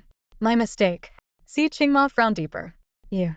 Cheng Yinian interrupted, President Si, is there anything else I need to fix? Is my smile not professional enough, or was my apology not quick enough? Si Qingma, now visibly irritated, waved her off. Alright, get out. Cheng Yinian smiled politely. Understood, President Si. Let me know if you need anything else. With that, she turned and left his office. Si Qingma was left simmering with frustration, wanting to curse out loud. For the rest of the afternoon, he didn't summon Cheng Yinian again, and instead sulked in his office. It wasn't until the end of the workday that he went to their usual spot to wait for her. When Cheng Yinian saw him waiting, she figured she might as well accept the ride since she had already contributed to the gas money. Without hesitation, she got into his car. The ride was silent, neither of them speaking nor acknowledging each other. When they arrived home, Si Qingma went to the kitchen to heat up the food Aunt Zhang had prepared for them, while Cheng Yinian retreated to her room. After heating up the dishes and setting the table, Si Qingma sat down with his chopsticks in hand. He glanced at the seat Cheng Yinian usually occupied, which was now empty. For some reason, he felt an emptiness in his heart as well. He set down his chopsticks and went to knock on her door. When Cheng Yinian opened the door, she asked, President Si, it's after hours now. Do you still have something to instruct me on? Clenching his teeth, Si Qingma said, Dinner. Then he turned and walked away. Cheng Yinian stood at the door, stunned for a moment. She thought to herself, this man isn't so bad after all. Even after an argument, he still came to call me for dinner. Not wanting to make a fuss, she came out and sat across from him at the table. The two ate in silence. Among the dishes Aunt Zhang had prepared was a single lion's head meatball. When Cheng Yinian reached out with her chopsticks to take it, Si Qingma happened to do the same. Their chopsticks met midair. Si Qingma glanced at her, but Cheng Yinian showed no intention of backing down. Reluctantly, Si Qingma withdrew his chopsticks. Cheng Yinian placed the meatball in her bowl and continued eating without a word. Si Qingma finally couldn't hold back anymore. He put down his chopsticks and said, letting Lin Yu return to the company was my decision, and I didn't take your feelings into account. However, she's no longer in the secretary's office, she's now working in the marketing department. She won't affect you in any way, so why are you still so hung up on this? Cheng Yinian, seeing that he had brought up the topic, also put down her chopsticks and retorted, why is it that after doing something so damaging to the company, she can still go to the marketing department? Yet I, who have done nothing wrong, am stuck in the secretary's office? When I first joined the company, I wanted to work in the marketing department too, but you didn't let me. Why? Si Qingma glanced at Cheng Yinian. The reason he hadn't let her join the marketing department back then was, of course, because he didn't trust her. He had assumed she was only there because of Ling Zhan. On the other hand, he trusted Lin Yu now because he believed she was wholeheartedly devoted to the company. He remained silent. Cheng Yinian let out a cold laugh. So, the reason you didn't let me join the marketing department was because you didn't trust me, and the reason you let Lin Yu go there is because you trust her. Is that it? Yes, Si Qingma admitted without hesitation. Cheng Yinian hadn't expected him to admit it so easily. Angrily, she said, she betrayed the company and harmed its interests, yet you still trust her? And I, who have done nothing, am the one you can't trust? Why? Si Qingma stared at her intently and replied, she did what she did because of you. Before you came, she was dedicated to the company, diligent and hardworking. I feel she deserves another chance. Hearing his explanation, Cheng Yinian laughed bitterly. Oh, so when she betrays the company and damages its interests, it's my fault? Is that what you're saying, Mr. Si? I never said it was your fault, Si Qingma responded. But that's exactly what you mean, Cheng Yinian snapped, glaring at him angrily. She gritted her teeth and said, you don't trust me because of what happened 2 years ago. You really are a petty man. With that, she stood up and stormed off to her room. Si Qingma frowned as he stared at the unfinished meal on the table. You haven't finished eating, he called after her. I've lost my appetite, she shot back angrily. Wasting food is not good, he reminded her. If you're so worried about wasting it, then you eat it, she retorted. With that, she slammed the door to her room shut. Si Qingma sat there for a moment, looking at the food on the table. He quietly began eating, but halfway through, he couldn't suppress his frustration anymore. Setting down his chopsticks, he stood up, grabbed his car keys, and left the house. He drove straight to Day Off, a high-end bar that offered a mix of entertainment options. It was a members-only establishment, and securing even a basic membership card required spending at least $500,000 yuan. The VIP Gold card was issued by the bar itself and was reserved for individuals who not only had money but also significant social status. To date, only 3 gold cards had been issued, and as the heir to the Si family, the most prominent of the 4 major families in the imperial capital, Si Qingma naturally had one. Besides, the bar was owned by his close friend, Shen Xinyue. The Shen family was also one of the 4 major families in the imperial capital, but Shen Xinyue, being the second son, wasn't obligated to take over the family business. Instead, he had followed Si Qingma to Yunhai City and, with time on his hands, decided to open a bar for fun. Unexpectedly, the bar had become a symbol of status in Yunhai City, and being a day-off member was now a badge of honor for the city's elite. When Si Qingmo's car pulled up at the entrance to Day Off, he tossed the keys to the valet and strode inside without hesitation. At Day Off, there was a private room reserved specifically for a small group of close friends, thanks to Shen Xinyue. Located in the quieter backyard of the bar, the room even had an elegant name that he had chosen himself, Bamboo Melody Pavilion. As soon as Si Qingma arrived, he headed straight to Bamboo Melody Pavilion. The staff at Day Off all knew him well, and upon seeing him enter the private room, they immediately went to fetch Shen Xinyue. When Shen Xinyue arrived, he flopped lazily onto the sofa, a smirk playing on his lips as he looked at Si Qingma. Well, what brings you here? Aren't you busy with your new product launch? Still have time to visit me. Si Qingma shot him a glance, clearly irritated. Bring me a drink. A drink? Shen Xinyue raised a brow in surprise. That's rare. You're usually the most disciplined one, never touching alcohol. What's gotten you so worked up? He leaned in closer, giving Si Qingma a playful wink. What is it? Love troubles? Shen Xinyue's features were striking, though his appearance was the polar opposite of Si Qingmo's sharp and stoic demeanor. His delicate, almost androgynous looks became even more pronounced as he fluttered his lashes and threw in a flirtatious wink, making him look almost comically effeminate. Don't give me that look. I'm not one of your foolish admirers, Si Qingma said coldly, glaring at him. Bring the drink. Shen Xinyue chuckled, clearly amused. Wow, you must really be in a mood. He pressed the call button in the room, and moments later, a server arrived. Bring a bottle for young Master Mo, Shen Xinyue instructed, from the top shelf of my collection. Understood. The server left the room. Shen Xinyue turned back to Si Qingma, grinning slyly. See? I'm even letting you have my best stash. Now spill it, what's bothering you so much? Let me enjoy the drama. Get lost, Si Qingma snapped, shooting him a glare. Shen Yixiao burst out laughing. Oh, come on, don't be like that. Just tell me already. Si Qingma hesitated for a moment, then said, let me ask you something. If someone has been loyal to you for a long time, but then they make a mistake, and yet they've contributed a lot to your success, would you give them another chance? Shen Yixiao pressed his lips together, pondering for a moment. I think I would. I mean, who doesn't make mistakes? Giving someone another chance seems fair enough. Hearing this, Si Qingma immediately huffed in frustration. Exactly. What's wrong with giving someone a second chance? So why is she so angry? She's being completely unreasonable. She? Who's she? Shen Yixiao raised an eyebrow. My secretary, Si Qingmo replied offhandedly. So dramatic, honestly. Shen Yixiao's eyes widened in surprise. Wait, what? Amo, are you serious? You and your secretary? Didn't you say you weren't interested in her? What happened? Have you fallen for her now? He leaned back, laughing in disbelief. I knew it. I knew it. Back then you took her everywhere with you, and I told you keep doing that, and you're bound to develop feelings. But no, you insisted it wouldn't happen. You said you only kept her around to fend off other women. And now look at Yusha's become the one you're tangled up with. Honestly, what about Qingyi? What's going to happen to her? The mention of Qingyi made Si Qingma pause. It had been a long time since he had thought about her. Qingyi was his childhood friend, practically his shadow growing up. Their families were well matched in status, and she had always followed him around like a little tail. The adults used to joke about how they would get married when they grew up. Back then, Si Qingma had thought so too, that he would one day marry Qingyi. But things hadn't gone as he expected.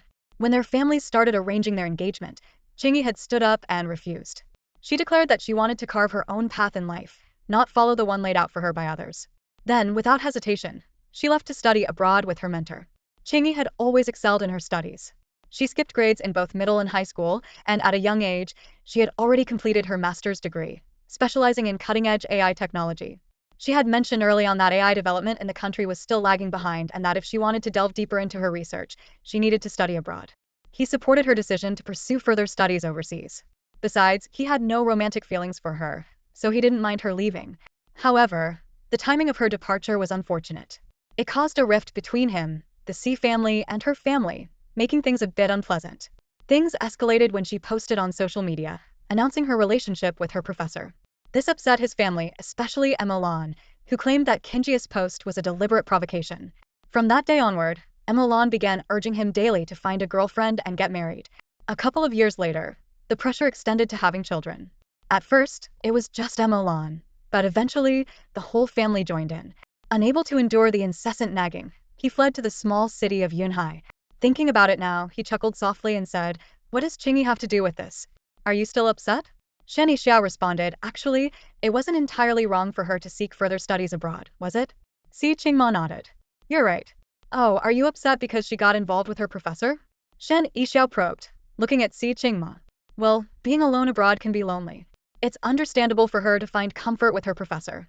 Besides, they've already broken up, haven't they? Si Qingma lightly tapped his fingers on the table and replied, who she's with is none of my concern. But she handled things poorly. If she didn't want to get engaged to me, she should have made that clear earlier. Instead, she waited until everything was arranged between our families, and all the relatives and friends had been informed.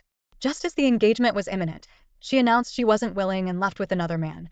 She didn't just hurt my pride, she disrespected the entire C family. I can't ignore the reputation of my family or the feelings of my parents and elders. So, she and I will never be possible. Understand? Shen Yixiao nodded, taking a sip of his drink. He realized that from start to finish, Amo had never truly liked Qingyi. She had no impact on his emotions whatsoever. When talking about Qingyi, he could calmly analyze the pros and cons as if it were a business matter. But when it came to his secretary, it was a different story. She could genuinely affect his mood. Shen Yixiao swallowed hard and said, you're the type of person who doesn't let anyone you don't care about influence your emotions. The fact that your secretary can get under your skin means you've developed feelings for her. Si Qingma, holding a dice in his hand, threw it at Shen Yixiao, who caught it in midair. Why are you throwing things at me? Utter nonsense. You deserved it. Si Qingma shot him a glance. I'm talking to you about work. What nonsense are you spouting? Work? You, of all people, getting stressed over work? Shen Yixiao looked at him incredulously. I don't believe it. At 13, you took on a major project in the capital that the other 3 major families couldn't tackle, propelling the C family to the top of the ranks. By 15, you were the king of Wall Street finance. At 17, you secured a mining deal in Z country that no one else in the world could. Work for you has always been a game. And now you're telling me you're worried about work? Do you expect me to believe that? Si Qingma frowned slightly. Back then, I wasn't the boss. Does it really matter if you're the boss or not? Shen Xiao asked. Si Qingma shook his head. It does matter. I'm not the boss, so I can do whatever I want. I don't have to care about anyone's feelings. My only goal is to achieve the result I want. As for the other people in the company, they have nothing to do with me. But if I were the boss, I want the people who follow me to grow and succeed alongside me. And I'd hope they'd stay with me forever. Shen Xiao seemed a little confused by Si Qingma's words. He pondered for a moment, and just then, the waiter brought over their drinks. The waiter, clearly perceptive, not only brought the wine but also a fruit platter, popcorn, and some peanuts. After setting everything down, the waiter quietly left the room. Shen Xiao picked up the corkscrew and opened a bottle of fine wine he'd been saving for years. He poured the wine into a decanter to let it breathe, then used a small fork to pick up a piece of watermelon and popped it into his mouth. Chewing, he said, "You have to try this wine later. It's a screaming Eagle Cabernet.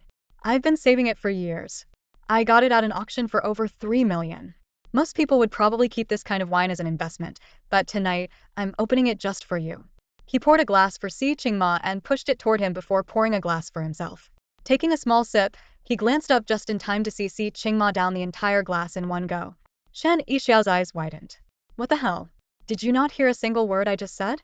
Drinking like that, you're no different from Zhu Beiji gulping down the ginseng fruit. Did you even taste anything? Si Qingma calmly refilled his glass, lifted it, and downed it again in one motion. Shen Yixiao's mouth twitched. You're wasting a treasure. Honestly, you're like a cow chewing on peonies. Si Qingma poured himself another glass, but this time, he didn't drink it immediately. Instead, he swirled the wine in his glass and said, "Classic California passion fruit notes. Strong fruitiness with floral undertones. Likely fermented in plastic tanks first, then aged in oak barrels, which gives it that oaky finish." Shen Yixiao froze. Si Qingma raised his eyes to glance at him and gave the wine in his glass another swirl. Am I right? Shen Yixiao let out a dry laugh. Are you even human? Seriously, are you?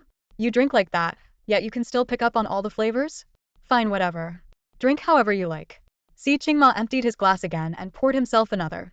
Even though Shen Yixiao felt a pang of heartache for the wine, he didn't say anything further. After all, he had opened this bottle specifically for Si Qingma tonight. Si Qingma continued drinking, finishing 5 glasses in a row. At first, he seemed unaffected, but after the 5th glass, he started to look a little dazed. Noticing this, Shen Yixiao spoke up. To be honest, I don't think much of your secretary. How could you be taken with a woman like her? In terms of looks, she's no match for Qingyi. In terms of intellect, she's even further behind. As for her insight, he suddenly burst out laughing. Your secretary has no insight at all. None. And yet, she loves to pretend she does. Remember that auction you took her to last time? My God, every time an item came on stage, she'd try to guess its value with this smug look on her face. And every time, her eyes lit up like she was seeing treasure. Then, when the final prices didn't meet her expectations, she acted all dismissive. Tell me, what does she even have to offer? Why does she look down on those auction items? Even the cheapest one costs over 1 million, and she can't afford it anyway. She's just a poor person looking down on other poor people. How can you even like a woman like that? I'm so angry, and I feel bad for Qingyi. Si Qingma lifted his gaze, his eyes slightly unfocused, as if he hadn't heard a word Shen Yixiao said. He muttered something completely unrelated. I just wanted to try it to see what it feels like to drink half a bottle of such good wine in one go. She drank half a bottle in one go. What an idiot. After mumbling that, he laughed again. But after drinking, she's kind of funny, maybe even a little cute. Shen Yixiao saw that he was already drunk and still praising that secretary of his. He decided to stop talking. He didn't want Amo to beat him up. The things he said earlier were because he thought Si Qingma was tipsy but not drunk enough to not remember. He had hoped his words would sink in when Amo couldn't fight back. But seeing him like this now, it was clear he was smitten. When he sobers up and remembers Shen Yixiao's criticisms of his secretary, he might pull him aside for another beating. So, Shen Yixiao decided to shut up and quietly drink his own wine. After a while, when Si Qingma was completely out of it, Shen Yixiao took out his phone and booked a nearby hotel room for him. He arranged for someone to take him there. Meanwhile, in her room, Cheng Yinian heard Si Qingma leave but didn't bother with him. She kept herself busy, playing games on her phone. By 11 p.m., she noticed he still hadn't returned. Holding her phone, she wandered around the living room. The large house was eerily quiet, and she could only hear her own breathing. Suddenly, Cheng Yinian felt a wave of loneliness. She thought to herself how the community was too perfect, almost inhuman. Like now, the silence made her feel as though she were the only person left in the world. A sense of emptiness and unease crept into her heart. She clutched her phone and paced the living room, eventually deciding to call Lan Ying. The call connected quickly. Ying, wanna go shopping after work tomorrow? She asked.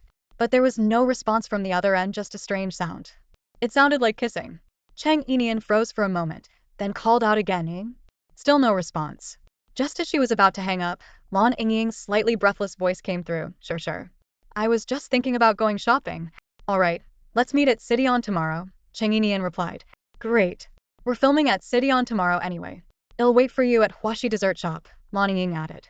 After a brief pause, she continued. Oh, and I'll introduce you to someone. Cheng Yinian chuckled. Is it the person you were just kissing? Lan Ying gasped. How did you know? Nian, did you install surveillance on me or something? Cheng Yinian laughed even harder. I don't have such weird hobbies. You two were just kissing so intensely it was loud enough for anyone to hear. Lan Ying's cheeks flushed slightly. She cleared her throat and said, well, we're both new at this. We got a little carried away.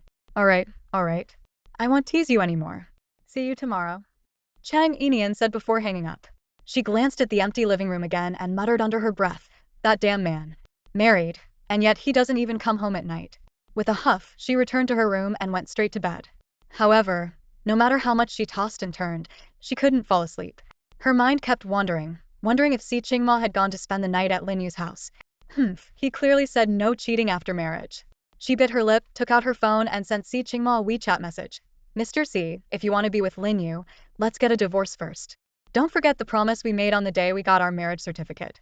After sending the message, she waited for what felt like forever, but Si Qingma still didn't reply. She gritted her teeth in frustration. Was he busy with something? Too occupied to respond? Her imagination ran wild, conjuring vivid images of Si Qingma and Lin Yu in compromising scenes. The more she thought about it, the angrier she got. Finally, she decided to distract herself by playing games on her phone. It wasn't until 3 a.m. that she couldn't stay awake any longer and finally fell asleep.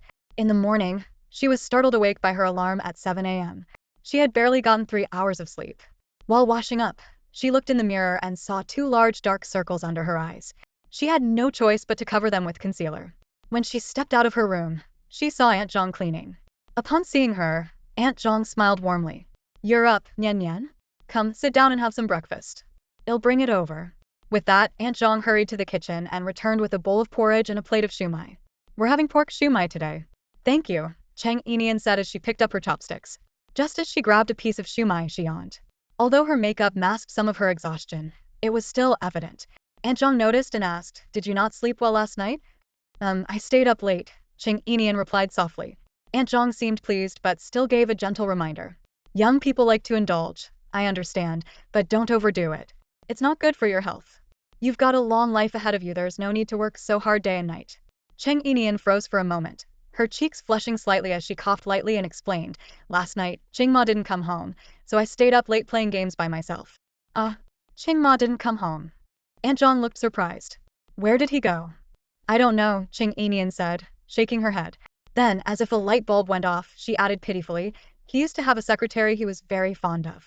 Yesterday, I had a disagreement with her, so now he's upset with me. Staying out all night and ignoring her messages? He couldn't blame her for fighting back now. She knew Aunt Zhang stayed in touch with Si Qingmo's family and regularly reported on their lives. Well, it was time for his parents and grandmother to hear about his favoritism toward Lin Yu. Although she didn't interact much with his family, she knew they were people with strong moral values. Once they found out, she wouldn't even need to deal with Si Qingma herself, they'd handle him for her. Sure enough, Aunt Zhang frowned deeply at her words. Oh dear, that Qingma is being so foolish. Cheng Yinian bit her lower lip, continuing to feign vulnerability. I waited for him all night, but he never came home. I sent him a WeChat message, and he didn't reply either.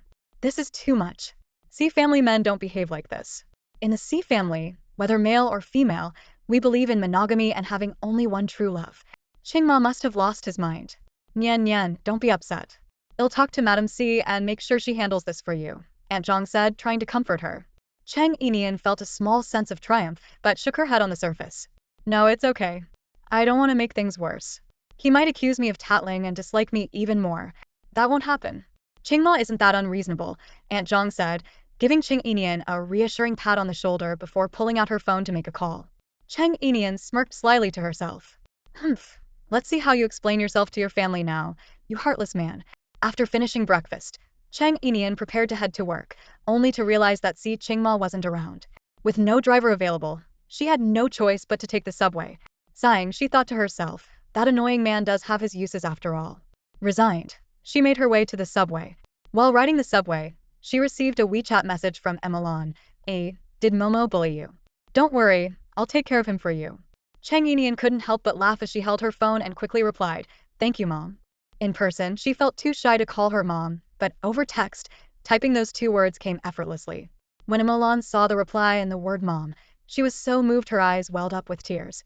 She immediately turned to her husband and exclaimed, Sihun. Sihun. Our daughter-in-law just called me Mom.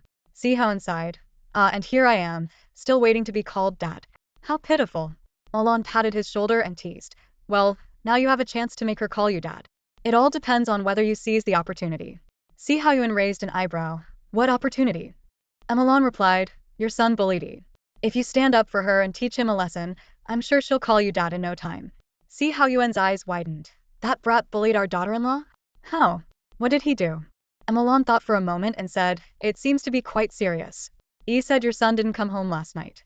She even suspects he's having an affair with his secretary and that they fought over it. Sihun, didn't you always say the Si family has impeccable genes and that a man should love only one woman his whole life? How did your son turn out like this? Sihun frowned. Is that true? Could it be a misunderstanding? Emilan nodded. I think it's probably a misunderstanding too. Your son must have been tricked by that secretary. But honestly, your son is way too gullible. His ability to spot trouble is seriously lacking. Sihun shook his head. That can't be. The Si family has excellent judgment in these matters. Could it be that Momo inherited this from your side of the family? Emilan's eyes narrowed as she gritted her teeth. See. How? Yuan. My dear wife, I was wrong. I was wrong.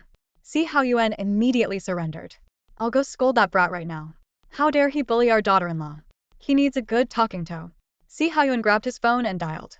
Si Qingma was jolted awake by the ringing of his phone. Rubbing his groggy head, he answered. Hello? Who is this? Who is this? It's your father. Sihun's voice boomed through the phone. Hearing his father's tone, Si Qingma, still half asleep, thought someone was messing with him. Annoyed, he snapped. You're my father? Well, I'm your grandfather. You brat. What did you just say? You want to be my grandfather? What next? Are you planning to become your grandfather's father? Sihun was livid, practically shouting into the phone. Si Qingma was startled by the outburst, instantly more awake. Frowning, he pulled the phone away to check the caller ID. The moment he saw his father's name, he froze. What had he just said? Did he really just claim to be his father's grandfather? Panic set in and he quickly muttered, you must have dialed the wrong number, before hanging up in a hurry. He rushed to the bathroom to brush his teeth and wash his face. When he came back, his phone was ringing incessantly. Clearing his throat to make his voice sound less hoarse, he answered the call with a calm and composed tone. Mr. Sihun, you've called me so many times. Is there something urgent? Sihun paused for a moment, noticing that his son's voice sounded quite different from earlier. The tone in his voice made it seem like he really hadn't called him earlier. Could it be that he truly dialed the wrong number? Well, it didn't matter anymore. Now that the call had gone through, that was all that mattered. He asked, where are you? What are you doing? I'm at the office in a meeting. My phone was with my secretary earlier, so I missed your call. Is there something urgent? You called so many times, he explained calmly, thinking his subtle reasoning would surely convince his father that the earlier call had indeed been a mistake. This should diffuse any anger, right? Wrong. The moment he mentioned his secretary, Sihun exploded. Si Qingma. In our Si family, once a man takes a wife, he is loyal to her for life. One wife, one love. I've taught you this since you were a child. How could you, of all people, be with another woman while married? Do you think that just because you're not in the imperial capital, you can ignore the family rules? Have you forgotten everything I taught you? Si Qingma was momentarily stunned. What was going on? He couldn't quite understand what his father was accusing him of. Frowning, he tentatively asked, Mr. Sihun, what exactly have I done to make you think I've forgotten the family rules? You know very well what you've done. Sihun huffed angrily. Si Qingma, you'd better cut ties with that secretary of yours. Otherwise, get yourself back to the imperial capital and don't even think about leaving again. You clearly still need some discipline.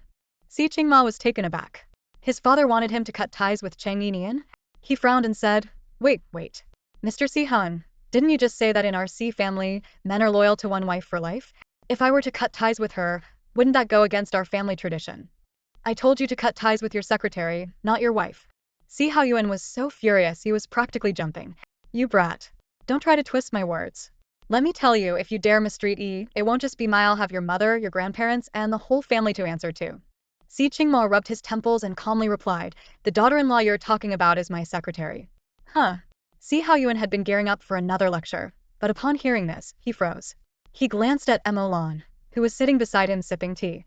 The call had been on speakerphone, so Emolan had heard everything.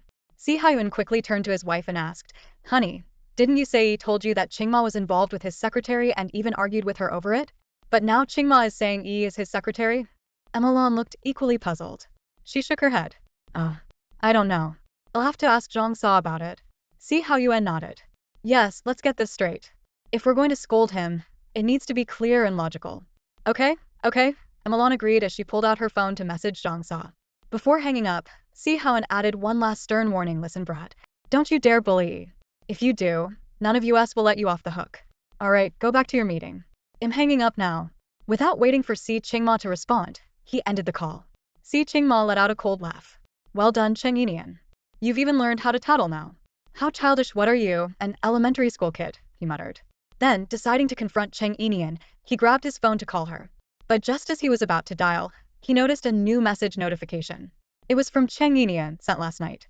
Last night, he drank so much that he didn't even remember how he got here. Naturally, he hadn't replied to her messages. When he glanced at the message Cheng Yinian had sent, he was instantly furious. This woman was always bringing up divorce. Was she really that eager to leave him? Without hesitation, he picked up his phone and called her. Cheng Yinian had just arrived at the office. Noticing that Si Qingma wasn't there yet, she couldn't shake the nagging feeling that something was off. Her mind wandered uncontrollably. Just how intense had things gotten between him and Lin Yu last night that he still hadn't shown up for work? Since he was already with Lin Yu, there was no reason for her to hold on to the title of Mrs. C. Besides, she wasn't the type to tolerate being cheated on. Fine. Though she didn't like Lin Yu, she didn't want to be the villain who broke up a pair of lovebirds either. After all, Shed achieved her goal of joining the company. Divorce it was, then. The only issue was where Shed lived afterward. Tunhua Mingyuan had a great environment and was close to the office. If she rented a place nearby, it would mean extra expenses every month. Although she owned 20 of Linjia's shares, dividends wouldn't come until the end of the year. Plus, she was planning to save up and eventually start her own business, so she needed to be frugal. As she thought it over, she pulled out her phone to check her account balance and began jotting down calculations on a piece of paper. Just then her phone rang. Seeing the caller ID, she calmly answered, Good morning, Mr. C. Listening to her composed tone, Si Qingma gritted his teeth and asked, Are you that desperate to divorce me? Hearing this, Cheng Yinian let out a cold laugh. We made an agreement the day we got married, no cheating. Surely, you haven't forgotten that, Mr. C? Of course not. So, are you the one who cheated on me? Is that why you're in such a rush to get divorced? Si Qingma retorted coldly. What the Cheng Yinian felt an overwhelming urge to curse. This man had the nerve to turn the tables on her. Seething, she snapped, Whatever you've done, Mr. C, don't expect me to take the blame for it. What have I done? Si Qingma demanded angrily. You know exactly what you've done, Cheng Yinian replied haughtily. I'm busy with work right now. Let me know when you're ready to finalize the divorce. Before Si Qingma could finish, she had already hung up the phone and returned to her budgeting. Once again, Si Qingma was fuming. He prided himself on being a calm and composed person, yet every encounter with Cheng Yinian seemed to push his buttons. Sitting on the bed, he tried to calm himself down. After a while, he called Lawn Club and had them deliver a fresh set of clothes. He quickly showered, changed, and drove back to the office. By the time he arrived, Cheng Yinian had already finished her calculations and was now browsing online for apartments. As Si Qingma passed by her office door, he glanced inside, but she didn't even bother to look up. Irritated, he walked into his own office and sat down at his desk, intending to check his emails. But his head was still throbbing slightly. Rubbing his temples, he picked up the phone and dialed her extension. Cheng Yinian answered, sounding surprised. Oh, Mr. C, you're here? Is there something you need? Make me a cup of coffee, he said curtly. Sure, she replied, hanging up and heading to the break room without hesitation. Her professional, detached demeanor left him feeling stifled. Frustrated, he stood up and walked to Sui's office instead. Sui was incredibly busy these days. A lot of tasks that Si Qingma used to handle had been redirected to him by Cheng Yinian, leaving him swamped and running around nonstop. Just as he was buried in work, Si Qingma suddenly walked into his office.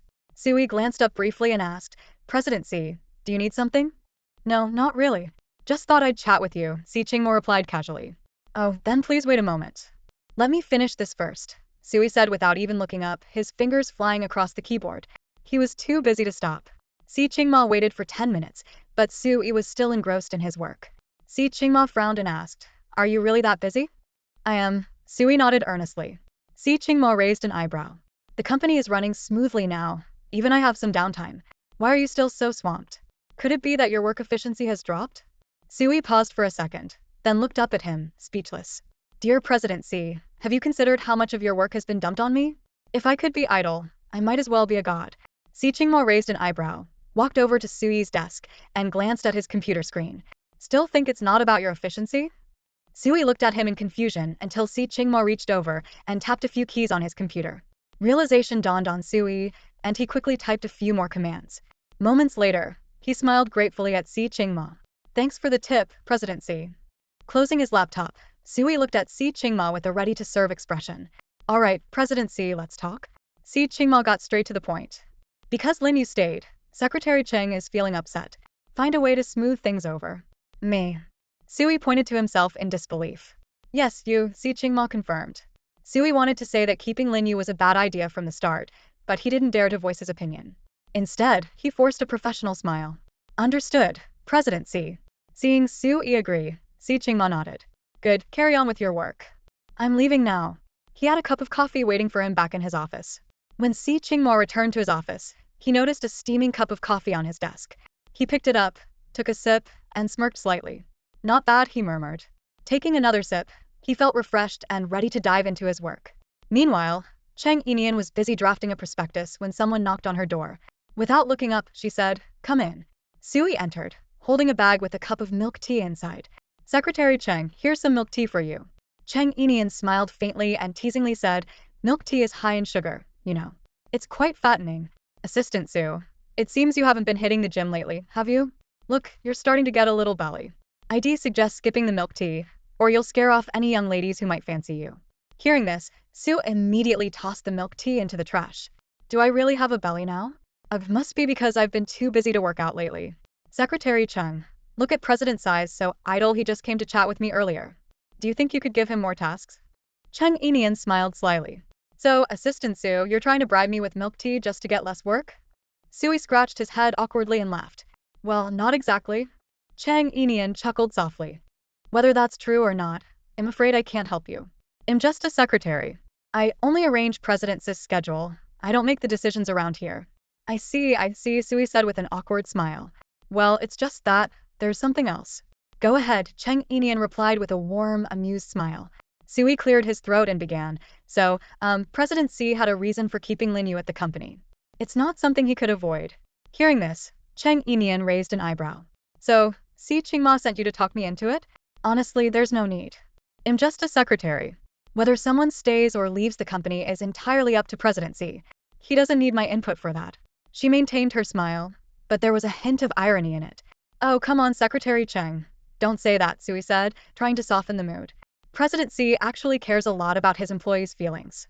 He knows that keeping Lin Yu here made you uncomfortable, and he feels bad about it. That's why he asked me to explain. You see, when President Si first came to Yunhai City to start his business, he took a taxi and got into an accident. The driver saved his life but was critically injured. That driver was Lin Yu's father. Before he passed away, he asked President Si to look after his daughter. So, you see, President Si had no choice but to keep her here. Sui deliberately framed it this way, hoping to make Secretary Cheng feel more sympathetic toward President Si. However, his explanation had the opposite effect. Cheng Yinian's lips curled into a faint smirk. So, what you're saying is that President Si is using his position for personal reasons and can't separate business from private matters? Sui was caught off guard. He hadn't expected his explanation to make Secretary Cheng think even less of President Si. If President Si found out about this, would he skin him alive? No, that's not what I meant. Sui tried to clarify, but Cheng Yinian simply patted him on the shoulder with a smile. Assistant Sue, you really have it tough. Huh. Sui was confused. Working for someone who mixes business and personal matters like this, he must really take advantage of you, doesn't he? She continued. Hearing this, Sui couldn't help but nod in agreement. You're right. He really does take advantage of me a lot. He sighed deeply. These bosses are all capitalists. All they care about is exploiting every ounce of value from us. Cheng Yinian pressed her lips together in mock sympathy. We workers really have it rough, don't we? Up before the rooster crows, asleep long after the dogs. Earning pennies while stressing like we're running a drug cartel. Exactly. It's so unfair, Sui exclaimed, wholeheartedly agreeing. That's why we need to stick together, Cheng Yinian said with a determined look, clenching her fist for emphasis. We must unite, stand up, and fight back. We can't let them exploit us anymore. Sui nodded vigorously. You're right. We need to stand together. Unknowingly, he had been completely led astray by Cheng Yinian's words. All right, Assistant Sue, you'd better get back to work now, Cheng Yinian said with a smile. Wouldn't want the capitalists to catch us slacking off. Sui nodded and left her office, heading back to his own. Once he sat down at his desk, it took him a while to realize what had just happened. Slamming his hand on the table, he muttered, Damn it, I let Secretary Cheng lead me astray. Not only did I fail to explain things clearly, but now she probably thinks even worse of presidency. He sighed in frustration. This Secretary Cheng is wasted as a secretary. She'd be perfect for a career in sales or even a pyramid scheme. But then he shook his head, deciding to let it go. Forget it. I've got too much work to do anyway. With that, he pushed the matter out of his mind and focused on his tasks. Later that evening, after work, Cheng Yinian hailed a taxi and headed to Cityon to meet up with Lan Ying. Lan Ying had already arrived and was waiting for her at the Huaxi dessert shop. Cheng Yinian arrived just in time to see her feeding ice cream to a man. The man frowned slightly, seeming not too fond of the dessert, but still opened his mouth and took a bite. Yinian stood outside for a moment, watching with a faint smile, then walked in. Ing, she called out to Lan Ying. Hearing Yinian's voice, Lan Ying immediately lit up, standing up from her seat with a big smile. Nian Nian, you're finally here. I was about to die of boredom. Bored? Yinian raised an eyebrow at her, then glanced at the man beside her and teased, with such a handsome man by your side, and you're still bored? Lan Ying cleared her throat softly and replied, He's boring, like an old man. He doesn't understand anything trendy. Though her words expressed disdain, her playful tone made it sound more like she was being coquettish. Yinian chuckled lightly and winked at her. Something's going on here, huh? Lan Ying blushed slightly and introduced. This is Ming Nan, our boss. Just your boss? Yinian asked with a smile. Ming Nan extended his hand toward Yinian. Hello, I'm Ming Nan, Ying's boyfriend. Nice to meet you, I'm Cheng Yinian, Ying's best friend, she replied, shaking his hand briefly before he let go. The three of them sat down together and Ming Nan asked, Miss Cheng, would you like anything? I can order for you. No need. Just a glass of lemon water for me, Yinian said with a slight smile. You can sit down, Mr. Ming. Instead of sitting, Ming Nan went to the counter and ordered a lemon water for Yinian, along with a small cake. When he returned, he placed the cake on the table and said to Lan Ying, Eat less. You've already had too much sugar today. Lan Ying glared at him. You're so controlling. Go back to work already. Nian Nian and I are going shopping. All right, I'll head back to work and come pick you up later, Ming Nan said to her. Lan Ying waved him off. No need. The company's so busy you finish your work and go rest. We'll be fine. It's no trouble. You two girls being out late isn't safe. They'll come get you. The company's closed by anyway, Ming Nan insisted. Fine, but go now. Finish your work and rest a bit. I'll call you when we're ready to head back, Lan Ying said. Okay, Ming Nan nodded. He gave Yinian a polite nod of acknowledgement before turning and leaving. As soon as Ming Nan was out of sight, Lan Ying leaned toward Yinian eagerly. Nian Nian, what do you think of him? Yinian thought for a moment and replied, He seems gentlemanly for now, but it's hard to say if it's genuine. You'll need to observe him more. Lan Ying nodded in agreement. Yeah, I'll keep an eye on him. So, Yinian added with a teasing tone, don't even think about moving in with him or anything, okay? If you end up pregnant, you'll have to deal with the consequences. Lan Ying laughed and nodded. Don't worry, that won't happen. He goes home every day anyway, so we can't live together. He's from a single-parent family. His dad passed away when he was 3, and his mom raised him alone. He has to stay home to keep her company. Hearing this, Yinian paused for a moment, then said, Ying, let me be honest with you. Go ahead. What can't you say to me? Lan Ying replied, scooping another bite of cake into her mouth. Yinian pursed her lips slightly before speaking. In families like his, the mother often becomes very reliant on her child. Or, to put it another way, their love for their child can be so intense that they tend to interfere a lot in their children's lives. Lan Ying tilted her head, blinked, and said to Cheng Yinian, he said his mom is a really nice person. Silly Ying, do you think he'd tell you his mom isn't nice? Cheng Yinian replied, trying to choose her words carefully. Let me put it this way, moms like that usually focus all their attention on their sons. If the son gets a girlfriend, or, let's say, starts sharing his love with someone else, the mom might get jealous. Lan Ying looked at Cheng Yinian in surprise. No way. Of course, I'm just saying some moms are like that, not all of them, Cheng Yinian quickly added, not wanting to generalize. Lan Yingying nodded. I get it. But I believe his mom must be great because he himself is so well-mannered. His mom's a teacher, an educated person. Cheng Yinian nodded. That's obvious. She's raised him well. Give it a shot. I'm just sharing my thoughts. I know, Lan Yingying said, scooping another bite of cake and offering it to Cheng Yinian. Cheng Yinian opened her mouth and ate it. Looking at the nearly finished 6-inch cake, she quickly stopped Lan Yingying. Stop eating. It's late at night. Why are you eating so much sugar? Have some self-control. Fine, I won't eat anymore. I'll pack it up to go, Lan Yingying said, heading to the counter to get a box. She packed the cake, grabbed the bag, and asked, where to next? Where are we going? Cheng Yinian asked. Lan Yingying grabbed her arm. Come with me to buy some clothes. I've had my eye on this one outfit for ages. It's finally on sale since the season's changing, and I have to get it. What outfit? Cheng Yinian asked as she let herself be pulled along. It's from Lan Qingyi. When it was new, it was super expensive, and I couldn't bring myself to buy it. Now that it's discounted, I have to grab it. Lan Yingying said excitedly, chatting non-stop as they walked. Let me tell you, Lan Qingyi releases one stunning piece every season. The design style is so much like Ada's work. But I've checked out Lan Qingyi's seasonal collections, and that particular design doesn't have a name. You're such a fan of Ada's designs, huh? Cheng Yinian asked. Not exactly. To be precise, I'm a fan of Anna's designs. But Anna never designs for regular people, so I can't buy her work even if I wanted to. Ada is Anna's apprentice, and her style has a tiny resemblance to Anna's. So, I reluctantly like Ada's work, Lan Yingying replied. Cheng Yinian chuckled. How generous of you to reluctantly like her. Hurry, hurry. I checked earlier, the sale started at 2 p.m. today.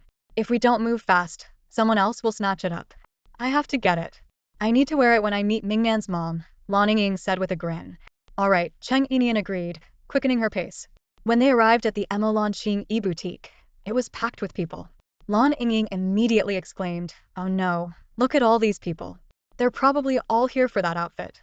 Seeing Lan Yingying's anxious expression, Cheng Yinian suddenly said, when you get married, I'll gift you a handmade Anna gown. Lan Yingying froze for a moment, then burst into laughter. Nian, you're in the fashion industry, aren't you? Don't tell me you don't know Anna doesn't design for ordinary people. No company has ever managed to hire her, let alone get her handmade pieces. Her handmade outfits are said to be so rare that even royal families around the world can't get them. They can only buy her design pieces and have someone else sew them. To date, Anna has only ever hand-stitched one dress, and rumor has it that it's kept in the palace of the Queen of M country. She doesn't even dare wear it. Even if you can't make it happen, the fact that you're willing to try is enough for me. You're truly my best friend. Lan Yingying hugged Cheng Yinian tightly, then grabbed her hand and rushed towards the store. Hurry up. If we wait too long, it'll be gone. Hello. That dress over there, can I try it on in a size M? Lan Yingying immediately sought out a store assistant, pointing at the poster on the wall as she spoke.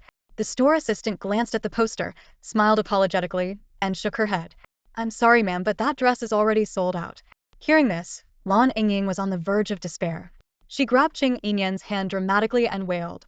Nian, I've been waiting for this for a whole year. An entire year. And I still couldn't buy it. My heart is shattered. As she finished speaking, she tilted her head back and looked at Cheng Yinian pitifully. Nian, do you know what it feels like to have your heart broken? Cheng Yinian froze slightly. The feeling of heartbreak, of course she knew. In her past life, the betrayal by Shen Xinyue and Ling Zhan had left her utterly broken. That despair, that helplessness, that must be what heartbreak feels like. Lan Yingying, with her soft, fluffy hair, rubbed her head against Cheng Yinian's shoulder like a little kitten. Sigh, forget it. Let's go eat. I'll drown my sorrows in food. Seeing her like this, Cheng Yinian couldn't help but smile helplessly. If this store doesn't have it, we can try other stores. It's no use. Lan Yingying spread her hands in resignation. I already asked around. None of the stores have it. Each store only gets one piece in each size for this collection. I'll make a call and ask. Cheng Yinian stepped out of the store and dialed the number of Sun, the company secretary. Sun was responsible for managing the company's sample garments. Every season, the company kept one sample of each new design, mainly for runway shows. Lan Yingying followed her out and asked, Nian, who are you calling? Cheng Yinian gestured for her to wait. Lan Yingying, uninterested in eavesdropping, went back inside to browse. When the call connected, Secretary Sun answered nervously, Secretary Cheng, did I make a mistake in my work? Since Cheng Yinian had taken over her position, she had never been harsh with her subordinates, but her standards were exceptionally high. When Lin Yu was the chief secretary, Mistakes could often be smoothed over with gifts or flattery. However, that approach didn't work with Cheng Yinian. As a result, the secretaries were always on edge, afraid of making mistakes not because they feared criticism, but because they knew Cheng Yinian's dedication to her work might cost them their jobs. Cheng Yinian's voice was calm and gentle. No, this isn't about work. I actually have a personal favor to ask. Are you free right now? Of course. I'm available, Secretary Cheng. Please go ahead, Sun replied immediately. Cheng Yinian asked, do we still keep the sample garments from each season's product launch? Some are kept, some aren't. The ones from the past 2 years are still in storage. Older ones are usually sold online, Sun explained. Good. Are all of last year's designs still kept? Cheng Yinian asked further. Yes, they are. What sizes are they? Usually S or M, depending on the model's measurements. The samples are tailored to fit the models, Sun replied. Can you check something for me? Cheng Yinian said as she walked back into the store to ask the assistant for the code of the dress on the poster. The assistant read it out to her, and she repeated it to Secretary Sun. Secretary Sun took out her phone and immediately checked. Although she was responsible for keeping these items, she didn't directly handle the inventory. Usually, the warehouse staff completed the stock taking and sent her the inventory list via email. She logged into her email on her phone and quickly found the document. She then said to Cheng Yinian, Secretary Cheng, there's still one piece left. It's in size S. Cheng Yinian glanced at Lan Yingying's figure. She wasn't fat, but she wasn't exactly slim either. Normally, she wore a size M, but an S might fit, though it could be a bit tight. Since she liked it, it wouldn't hurt to let her try. Thinking this, Cheng Yinian said, all right, let the warehouse know. Consider this item as transferred to the City-on boutique. I'll head over to pick it up later and pay for it at the boutique set price.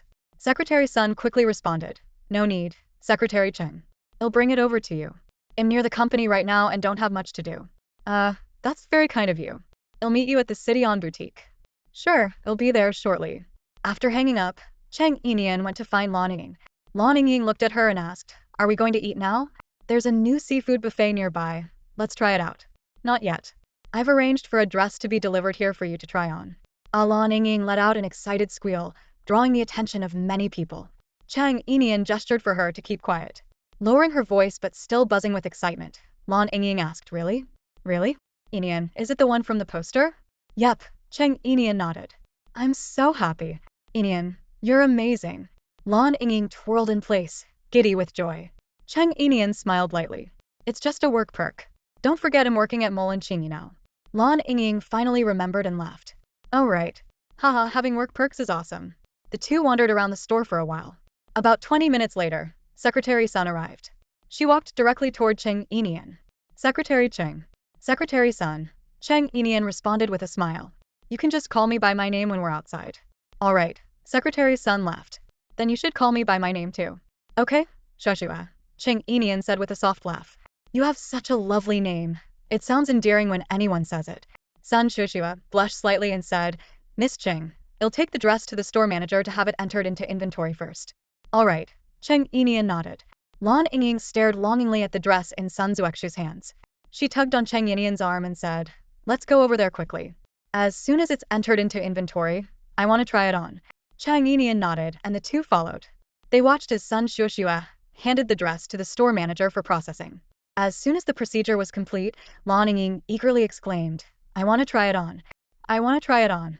Sun Xinyue explained to the store manager, this dress was transferred from the headquarters by Secretary Cheng.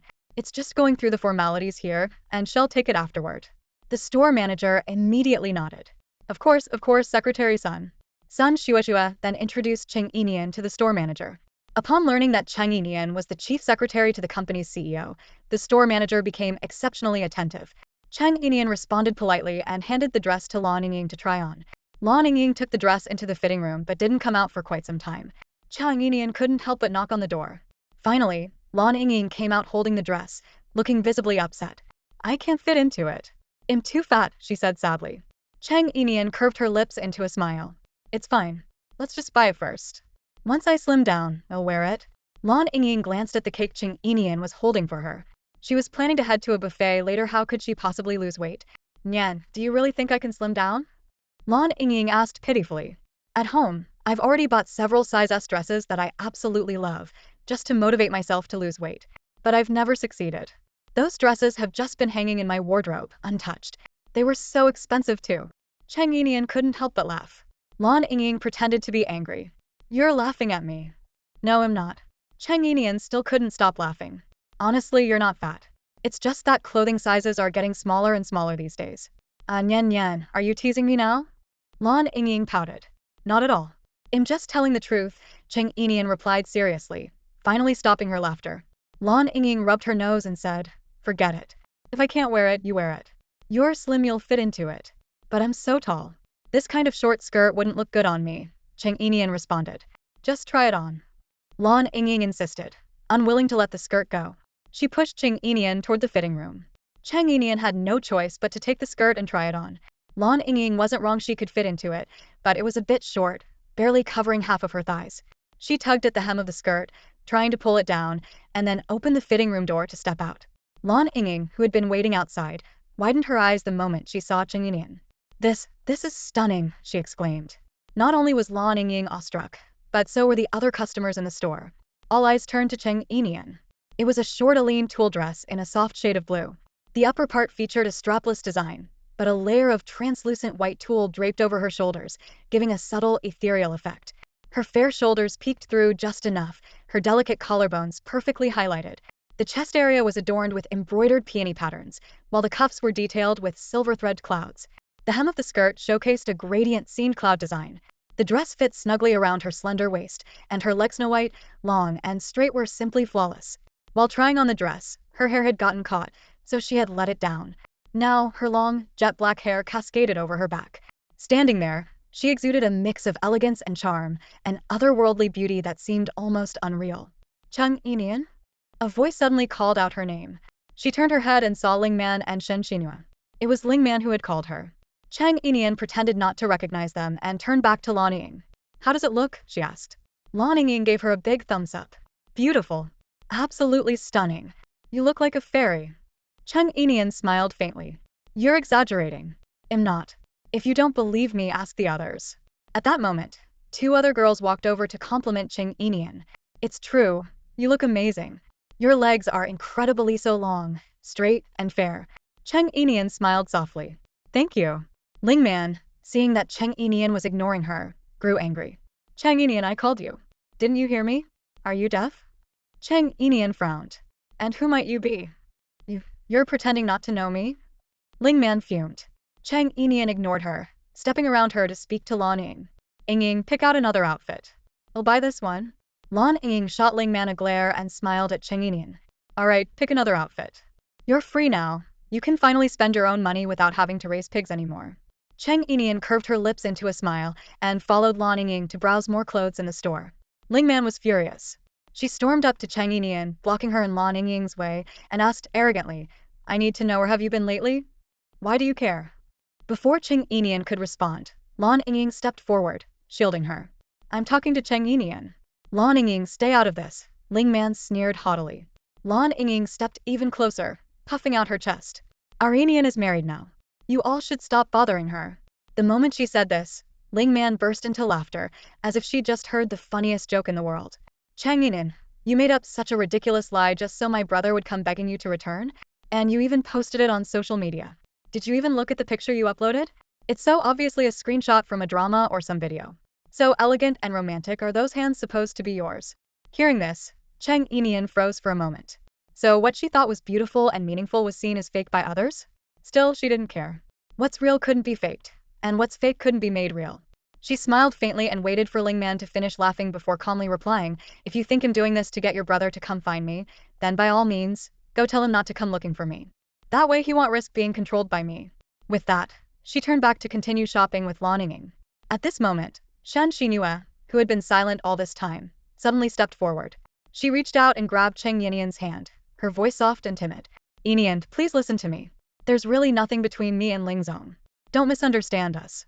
I don't want to be the cause of any unhappiness between you two. Please, just go back to him. If you don't want to see me, I'll stay away from you both. I'll even resign from Ling Yi and leave, okay? Cheng Yinian frowned and gently pulled her hand away. She barely exerted any effort, but Shen Xinyue somehow spun dramatically and fell in a perfectly staged manner. However, she didn't hit the ground. Ling Zhan, who had just entered, caught her in time. His voice was low as he asked, Are you alright, Xinyue? Shen Xinyue's eyes filled with tears as she shook her head lightly. Her voice was soft as she said, "Don't blame Yinian. It was my own carelessness. It's just she still misunderstands us. You should talk to her and clear things up so she'll come home with you." Hearing Shen Xinyue's words, Ling Zhan lifted his head angrily to glare at Cheng Yinian, but when his eyes landed on her, his expression froze for a moment. Over the years, he had grown used to seeing Cheng Yinian disheveled and cooking at home, and he had long forgotten that she was once the campus beauty at their school. Now, seeing her in that light blue dress, her long slender legs exposed, he found his breath caught in his throat. Watching Ling Zhan's reaction, Shen Xinyue bit her lip hard and tugged at his hand again. "Ling Zong, you should go explain to Yinian quickly. Don't let her keep misunderstanding us. She was clearly upset earlier, that's why she accidentally made me fall." Hearing Shen Xinyue's melodramatic reasoning, Cheng Yinian exchanged a glance with Lan Yinging. The two of them simultaneously made a gagging gesture. Shen Xinyue must have graduated from the Green Tea Academy, right? Her manipulative words and actions are on another level. She says contradictory things, yet somehow manages to evoke protective instincts in men. Cheng Yinian grabbed Lan Yingying's hand, ready to head to the fitting room to change out of her clothes and leave quickly. She had no interest in dealing with green tea tactics anymore, fearing it might keep her up at night. Just as she was about to leave, Ling Zhan frowned and spoke, "Cheng Yinian, how much longer are you planning to keep this up?" Cheng Yinian looked at him surprised. "Keep what up? Do you think I'm making a fuss? Mr. Ling, if I remember correctly, I made it very clear to you we're done. Stop overestimating your importance." With that, she rolled her eyes and pulled Lan Ying along to leave. Ling Zhan released Shen Xinyue, who had been leaning in his arms, and in one swift motion, stepped forward and grabbed Cheng Yinian's wrist. His movement was so abrupt that Shen Xinyue was nearly pushed over. She stumbled, barely steadying herself by holding onto a nearby clothing rack. Watching Ling Zhan grasp Cheng Yinian's wrist, Shen Xinyue was consumed with jealousy. She had worked so hard, she thought. She had already made Ling Zhan dislike Cheng Yinian. They had been getting along so well lately, she even got along with his family. So why, the moment Cheng Yinian appeared, did he still chase after her? Was it really just for that 20 share? Shen Xinyue's gaze fell on Cheng Yinian's stunning figure and her captivating face. She felt an overwhelming urge to ruin it, to scratch her face. But she couldn't. She couldn't lose her composure in front of Ling Zhan. She could only stand there quietly, watching as Ling Zhan's intense gaze remained fixed on Cheng Yinian. "Let go," Cheng Yinian said coldly. Ling Zhan frowned. "I remember telling you before I don't like it when you act distant like this. Have you forgotten again?" Cheng Yinian chuckled. Yes, back in college, Ling Zhan had pursued her for an entire year before she finally agreed to be with him. After they got together, he told her he didn't like her cold demeanor. He even acted coy in front of her, saying how much it hurt him during that year to see her aloof expression. He had begged her to be gentle with him and not act so cold anymore. At the time, she had been moved by his words and deeply in love with him. So ever since then, she had never spoken to him in such a cold manner until now. But that was because she loved him back then. Now, she didn't. "Ling Zhan, who do you think you are? When I liked you, I put you on a pedestal. But now that I don't, you mean nothing to me. Stop pretending to be some domineering CEO in front of me." With that, Cheng Yinian lifted her foot and slammed the heel of her high-heeled shoe onto Ling Zhan's foot. Caught off guard by the pain, Ling Zhan immediately let go. Cheng Yinian turned and walked toward the fitting room, intending to change out of the clothes she was trying on. At that moment, Ling Man, Ling Zhan's sister, approached, unable to hold back her anger after seeing her brother get stepped on. She sneered, "Cheng Yinian, now that you're not with my brother, you can only afford to wear outdated, discounted clothes. Can't even buy yourself a decent outfit, huh?" Lan Yinging, standing nearby, chuckled. Some people really have the audacity to talk. Ever since our Nian Nian left a certain someone, she's finally able to wear new clothes. When she was with that person for years, she never bought any clothes for herself. After all, her money had to go toward raising pigs. "Who are you calling a pig?" Ling Man glared angrily at Lan Yinging. Lan Yinging smirked and tilted her head. "Whoever responds to me is who I'm talking about." "Lan Yinging, you shameless woman. Watch me rip that mouth of yours apart." Ling Man threatened as she moved to take action. Lan Yinging, unfazed, rolled up her sleeves and retorted, "Come on, who's afraid of who?" Just as Ling Man was about to pounce, Ling Zhan called out to her, Man, watch your image. Are you really going to fight someone in public?" He had just regained feeling in his legs and walked slowly over to Cheng Yinian. His tone softened as he said, "Yinian, I wasn't thoughtful before, and you've been wronged because of it. From now on, I'll give you a monthly allowance. And today, don't buy these out-of-season discounted clothes. Pick a new design, and I'll pay for it. Please, let's not argue anymore, okay?" Ling Man shrieked, "Brother. She doesn't even come home to take care of Mom and me, and you're giving her an allowance? Buying her clothes?" Why? She only deserves those out-of-season discounted ones. Lan Yinging scoffed from the side. What's wrong with out-of-season discounted clothes? They look great. Our Nian Nian is beautiful, with a great figure. She looks good in anything. Unlike some people, who look like a country bumpkin no matter how new their clothes are. Chubby and plain. Nearby, a few girls shopping whispered among themselves, that dress she's wearing is really gorgeous. I love it too, but I already asked, they don't have it anymore. It's the last one. I know. I wanted it last year but couldn't afford it, it was too expensive. I came back this year hoping to buy it on sale, but it's sold out. The girls continued murmuring, while Ling Man scanned Cheng Yinian from head to toe. She had to admit the dress was stunning. It made Cheng Yinian look as graceful as a fairy. How could someone like Cheng Yinian deserve to wear something so exquisite? Gritting her teeth, Ling Man turned to the store clerk and demanded, that dress she's wearing, I want it. Name your price. The clerk hesitated. That's the last one. I'll pay double the price, Ling Man declared arrogantly. That's not possible. That lady has already decided to buy it, the clerk replied, still looking uneasy. Where's your manager? Bring them here. Look at you salespeople not knowing how to do business. I'm offering double the price, and you want sell? Ling Man tilted her chin up with a haughty expression. Not double the discounted price, double the original price. The clerk gasped. The dress was already expensive, even on sale, priced at over 20,000 yuan. The original price had been over 60,000. And now this young woman wanted to pay over 100,000 for it? All for a dress that wasn't even a high-end custom piece? The clerk quickly replied, please wait a moment, ma'am. I'll call our manager. Ling Man smirked triumphantly and shot a glance at Cheng Yinian and Lan Yinging. So what if it looks good on her? She won't be able to buy it anyway. What's the point? You Ling Man, you're going too far. Have you even looked at your figure? You're too big for this dress, it's an S size. You're spending all that money, but you won't even fit into it. Lan Yinging fumed. Ling Man, still smug, replied, even if I can't wear it, I'll buy it. I just don't want Cheng Yinian to have it. Humph. Then she glanced at Shen Xinyue, who had been silently standing nearby.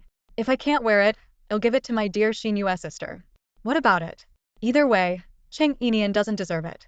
Shen Xinyue felt a brief moment of joy when Ling Man said she would buy the dress for her. Even though it was an off-season discounted item, it was still a popular, trendy dress, and it hadn't come cheap either. Most importantly, Cheng Yinian wanted it but couldn't have it, while she could get it effortlessly. Thinking about this made her incredibly happy. However, she still politely said to Ling Man, meant there's no need. Spending so much money on this isn't worth it. Besides, I already have dresses to wear. It's fine, just buy it. My brother's paying anyway. Xinyue, you don't need to be so formal with him, Ling Man responded nonchalantly. Then, glancing at Cheng Yinian, she deliberately raised her voice and added, after all, my brother even bought you a ring. You two are going to be family sooner or later. Man, don't say things like that. It might cause a misunderstanding with Yinian. Shen Xinyue said, sneaking a glance at Cheng Yinian. Though her words seemed considerate, her gaze was full of provocation. Cheng Yinian simply watched their performance in silence, finding it increasingly dull. Without a word, she went back to the fitting room and removed the dress. Shortly after, a store clerk returned with the store manager. Manager, this lady here said she wants to buy the dress at twice the original price, the clerk reported, taking the dress from Cheng Yinian as if certain the manager would sell it to Ling Man. Feeling triumphant, Ling Man turned to Shen Xinyue and said, go ahead and try it on. It will definitely look great on you.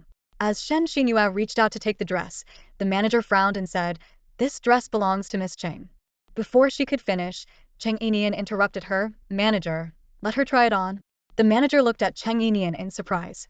Was she really going to give up the dress to these two women? They didn't seem to get along at all. A bit puzzled, the manager decided not to interfere since Cheng Yinian had given her consent and allowed Shen Xinyue to try the dress. Of course, Cheng Yinian had no intention of giving the dress to Shen Xinyue. She simply wanted her to try it on to create a direct comparison. Shen Xinyue wasn't exactly out of shape, but she had a pear-shaped figure, slim on top but heavier on the bottom. A short dress like this one, which showcased the legs, would only highlight her flaws. Since Shen Xinyue insisted on competing with her over everything, Cheng Yinian saw no reason to stop her. With a faint smile, she leaned back in her seat. The store clerk quickly handed the dress to Shen Xinyue. Miss, this way please. The fitting room is over here, the clerk said, eagerly guiding her. Shen Xinyue shot Cheng Yinian a provocative look, though she said nothing. Her expression seemed to say, see? What was yours is now mine. Cheng Yinian, unfazed by the provocation, calmly sat down in the lounge area. The store manager promptly brought over 2 glasses of water for her and Lan Yinging. Seeing how attentive the manager was to Cheng Yinian, Ling Man frowned and sat down in the lounge as well. She turned to the manager and said, Bring us some water too. The manager glanced at her briefly before instructing a clerk. Please bring a glass of water for the lady and the gentleman over there. The clerk went to pour water, but Ling Man was clearly displeased. Hey manager, are you mistaken about something? I'm the one offering to pay double for that outdated dress, not them. Why are you serving them first? Lan Yingying rolled her eyes. Seriously? You're arguing about this? Does it matter who pours the water? If they're willing to pour it for us, maybe they just don't want to pour it for you. Ling Man gritted her teeth and glared at Lan Yingying, about to retort, when Ling Zhan stopped her. The store assistant brought their water over. Ling Man complained that it was too hot and asked for a cooler one. The assistant replaced it with a cold glass, but then she complained it was too cold. Left with no choice, the assistant brought her a lukewarm glass instead. Just as the water was served, Shen Xinyue walked out of the fitting room. She was still wearing her sky-high heels. At only 1.6 meters tall, she was always dissatisfied with her height. Wherever people were around, she made sure to wear heels to give herself a boost. She walked over, taking deliberate steps, and did a small twirl in front of Ling Zhan. President Ling, what do you think? How does it look? Ling Zhan frowned. He couldn't help but wonder, was this really the same dress Cheng Yinian had tried on earlier? It looked stunning on Cheng Yinian, but on Shen Xinyue, it seemed completely off. She wasn't into fitness and relied solely on starving herself to lose weight, so her body lacked tone. Her legs, in particular, were thick, and with every step she took, the flesh seemed to jiggle. Noticing Ling Zhan's frown, Shen Xinyue asked pitifully, Is it not good? She had been blown away by how gorgeous Cheng Yinian looked in the dress earlier, so she couldn't wait to try it on herself. She figured it would look just as good on her.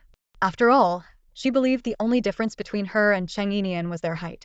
That's why she always wore high heels around Cheng Yinian, hoping to bridge that gap. Now, with these towering heels, her height should be comparable to Cheng Yinian's. So why was Ling Zhan looking at her like that?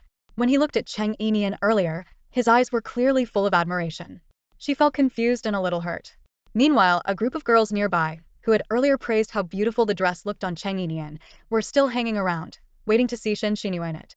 When she walked out, one of the girls muttered, You know, I've realized something. It's not just about how pretty the dress is, it's about how good the person looks. That girl earlier made the dress shine. But now, with someone else wearing it, she trailed off, unwilling to say the rest out loud. Her friend nodded in agreement.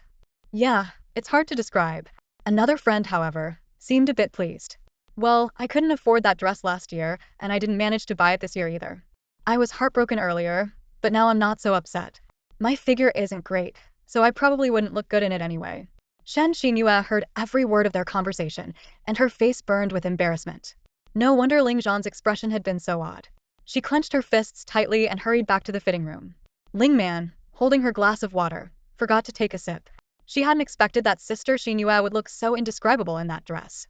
As Shen Xinyue went to change, the store manager turned to Cheng Yinian with a smile. Secretary Cheng, it seems that dress doesn't suit either of those two ladies. It still looks best on you. You really shouldn't hesitate any longer. Cheng Yinian nodded. All right, wrap it up for me. The store manager nodded slightly, turned around, and was about to leave to wait near the fitting rooms for Shen Xinyue to change out of the dress.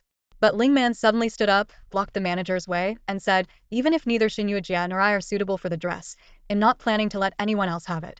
We'll pay the price I mentioned earlier, just wrap it up for us. After speaking, she shot a smug glance at Cheng Yinian. Even if I just buy it to keep at home, I'm not letting you have it. Cheng Yinian curled her lips into a slight smile. Let you have it? This dress was mine to begin with. I only let you try it on for a bit.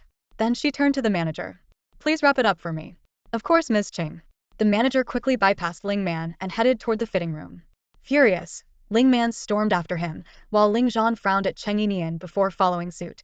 The manager took the dress Shen Xinyue had changed out of to the cashier and instructed, Wrap this up and apply the twofold discount for Ms. Cheng.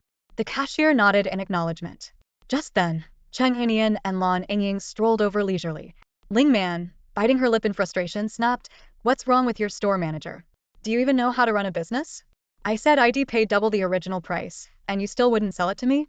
But you're selling it to them, and at an additional discount. Your seasonal sale is only 50% off. Why are you giving it to her at 20% of the price? The manager replied calmly, Madam, technically speaking, this is an internal matter and doesn't require any explanation. However, since you seem particularly curious, I'll explain. Ms. Cheng is the executive secretary to our company's president. This dress was sold out long ago, but Ms. Cheng had it specially transferred from headquarters for herself. The internal price for staff is twofold, as per company policy. So, in fact, Ms. Cheng was being generous earlier by offering to let you try it. Unfortunately, None of you could wear it, so she decided to take it back for herself. Is there anything else you'd like to know?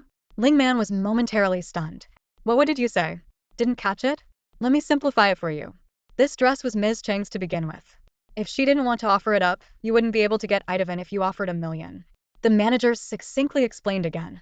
This time, Ling Man was completely dumbfounded. She stood there in a daze for what seemed like an eternity before finally asking, "Wait, you said she's who? The executive secretary to your company's president? Are you sure you're not mistaken? Isn't she just a housewife? What does she know? She can only cook." The manager, clearly uninterested in continuing the conversation, waited until the staff had finished wrapping the dress. She then took it and handed it to Cheng Yinian with both hands. "Miss Cheng, here is your dress." Cheng Yinian accepted it, her lips curving slightly as she glanced at Ling Man. Then, turning to Lan Yinging, she said, "Let's go. Time for lunch." "All right." Lan Yinging, thrilled to see Ling Man humiliated, stuck her tongue out at her playfully and followed Cheng Yinian out with a triumphant air. Ling Zhan stood rooted to the spot for a long moment before snapping out of it. He hurried after them, but by the time he reached the door, Cheng Yinian was already gone without a trace.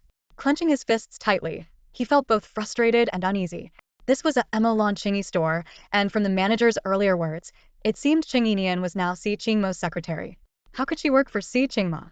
Didn't she know that Emo Lan Chingy and the Ling family were sworn enemies? Meanwhile, Ling Man remained frozen in place inside the store until the manager approached her and asked, "Madam, would you like to take a look at any other designs?"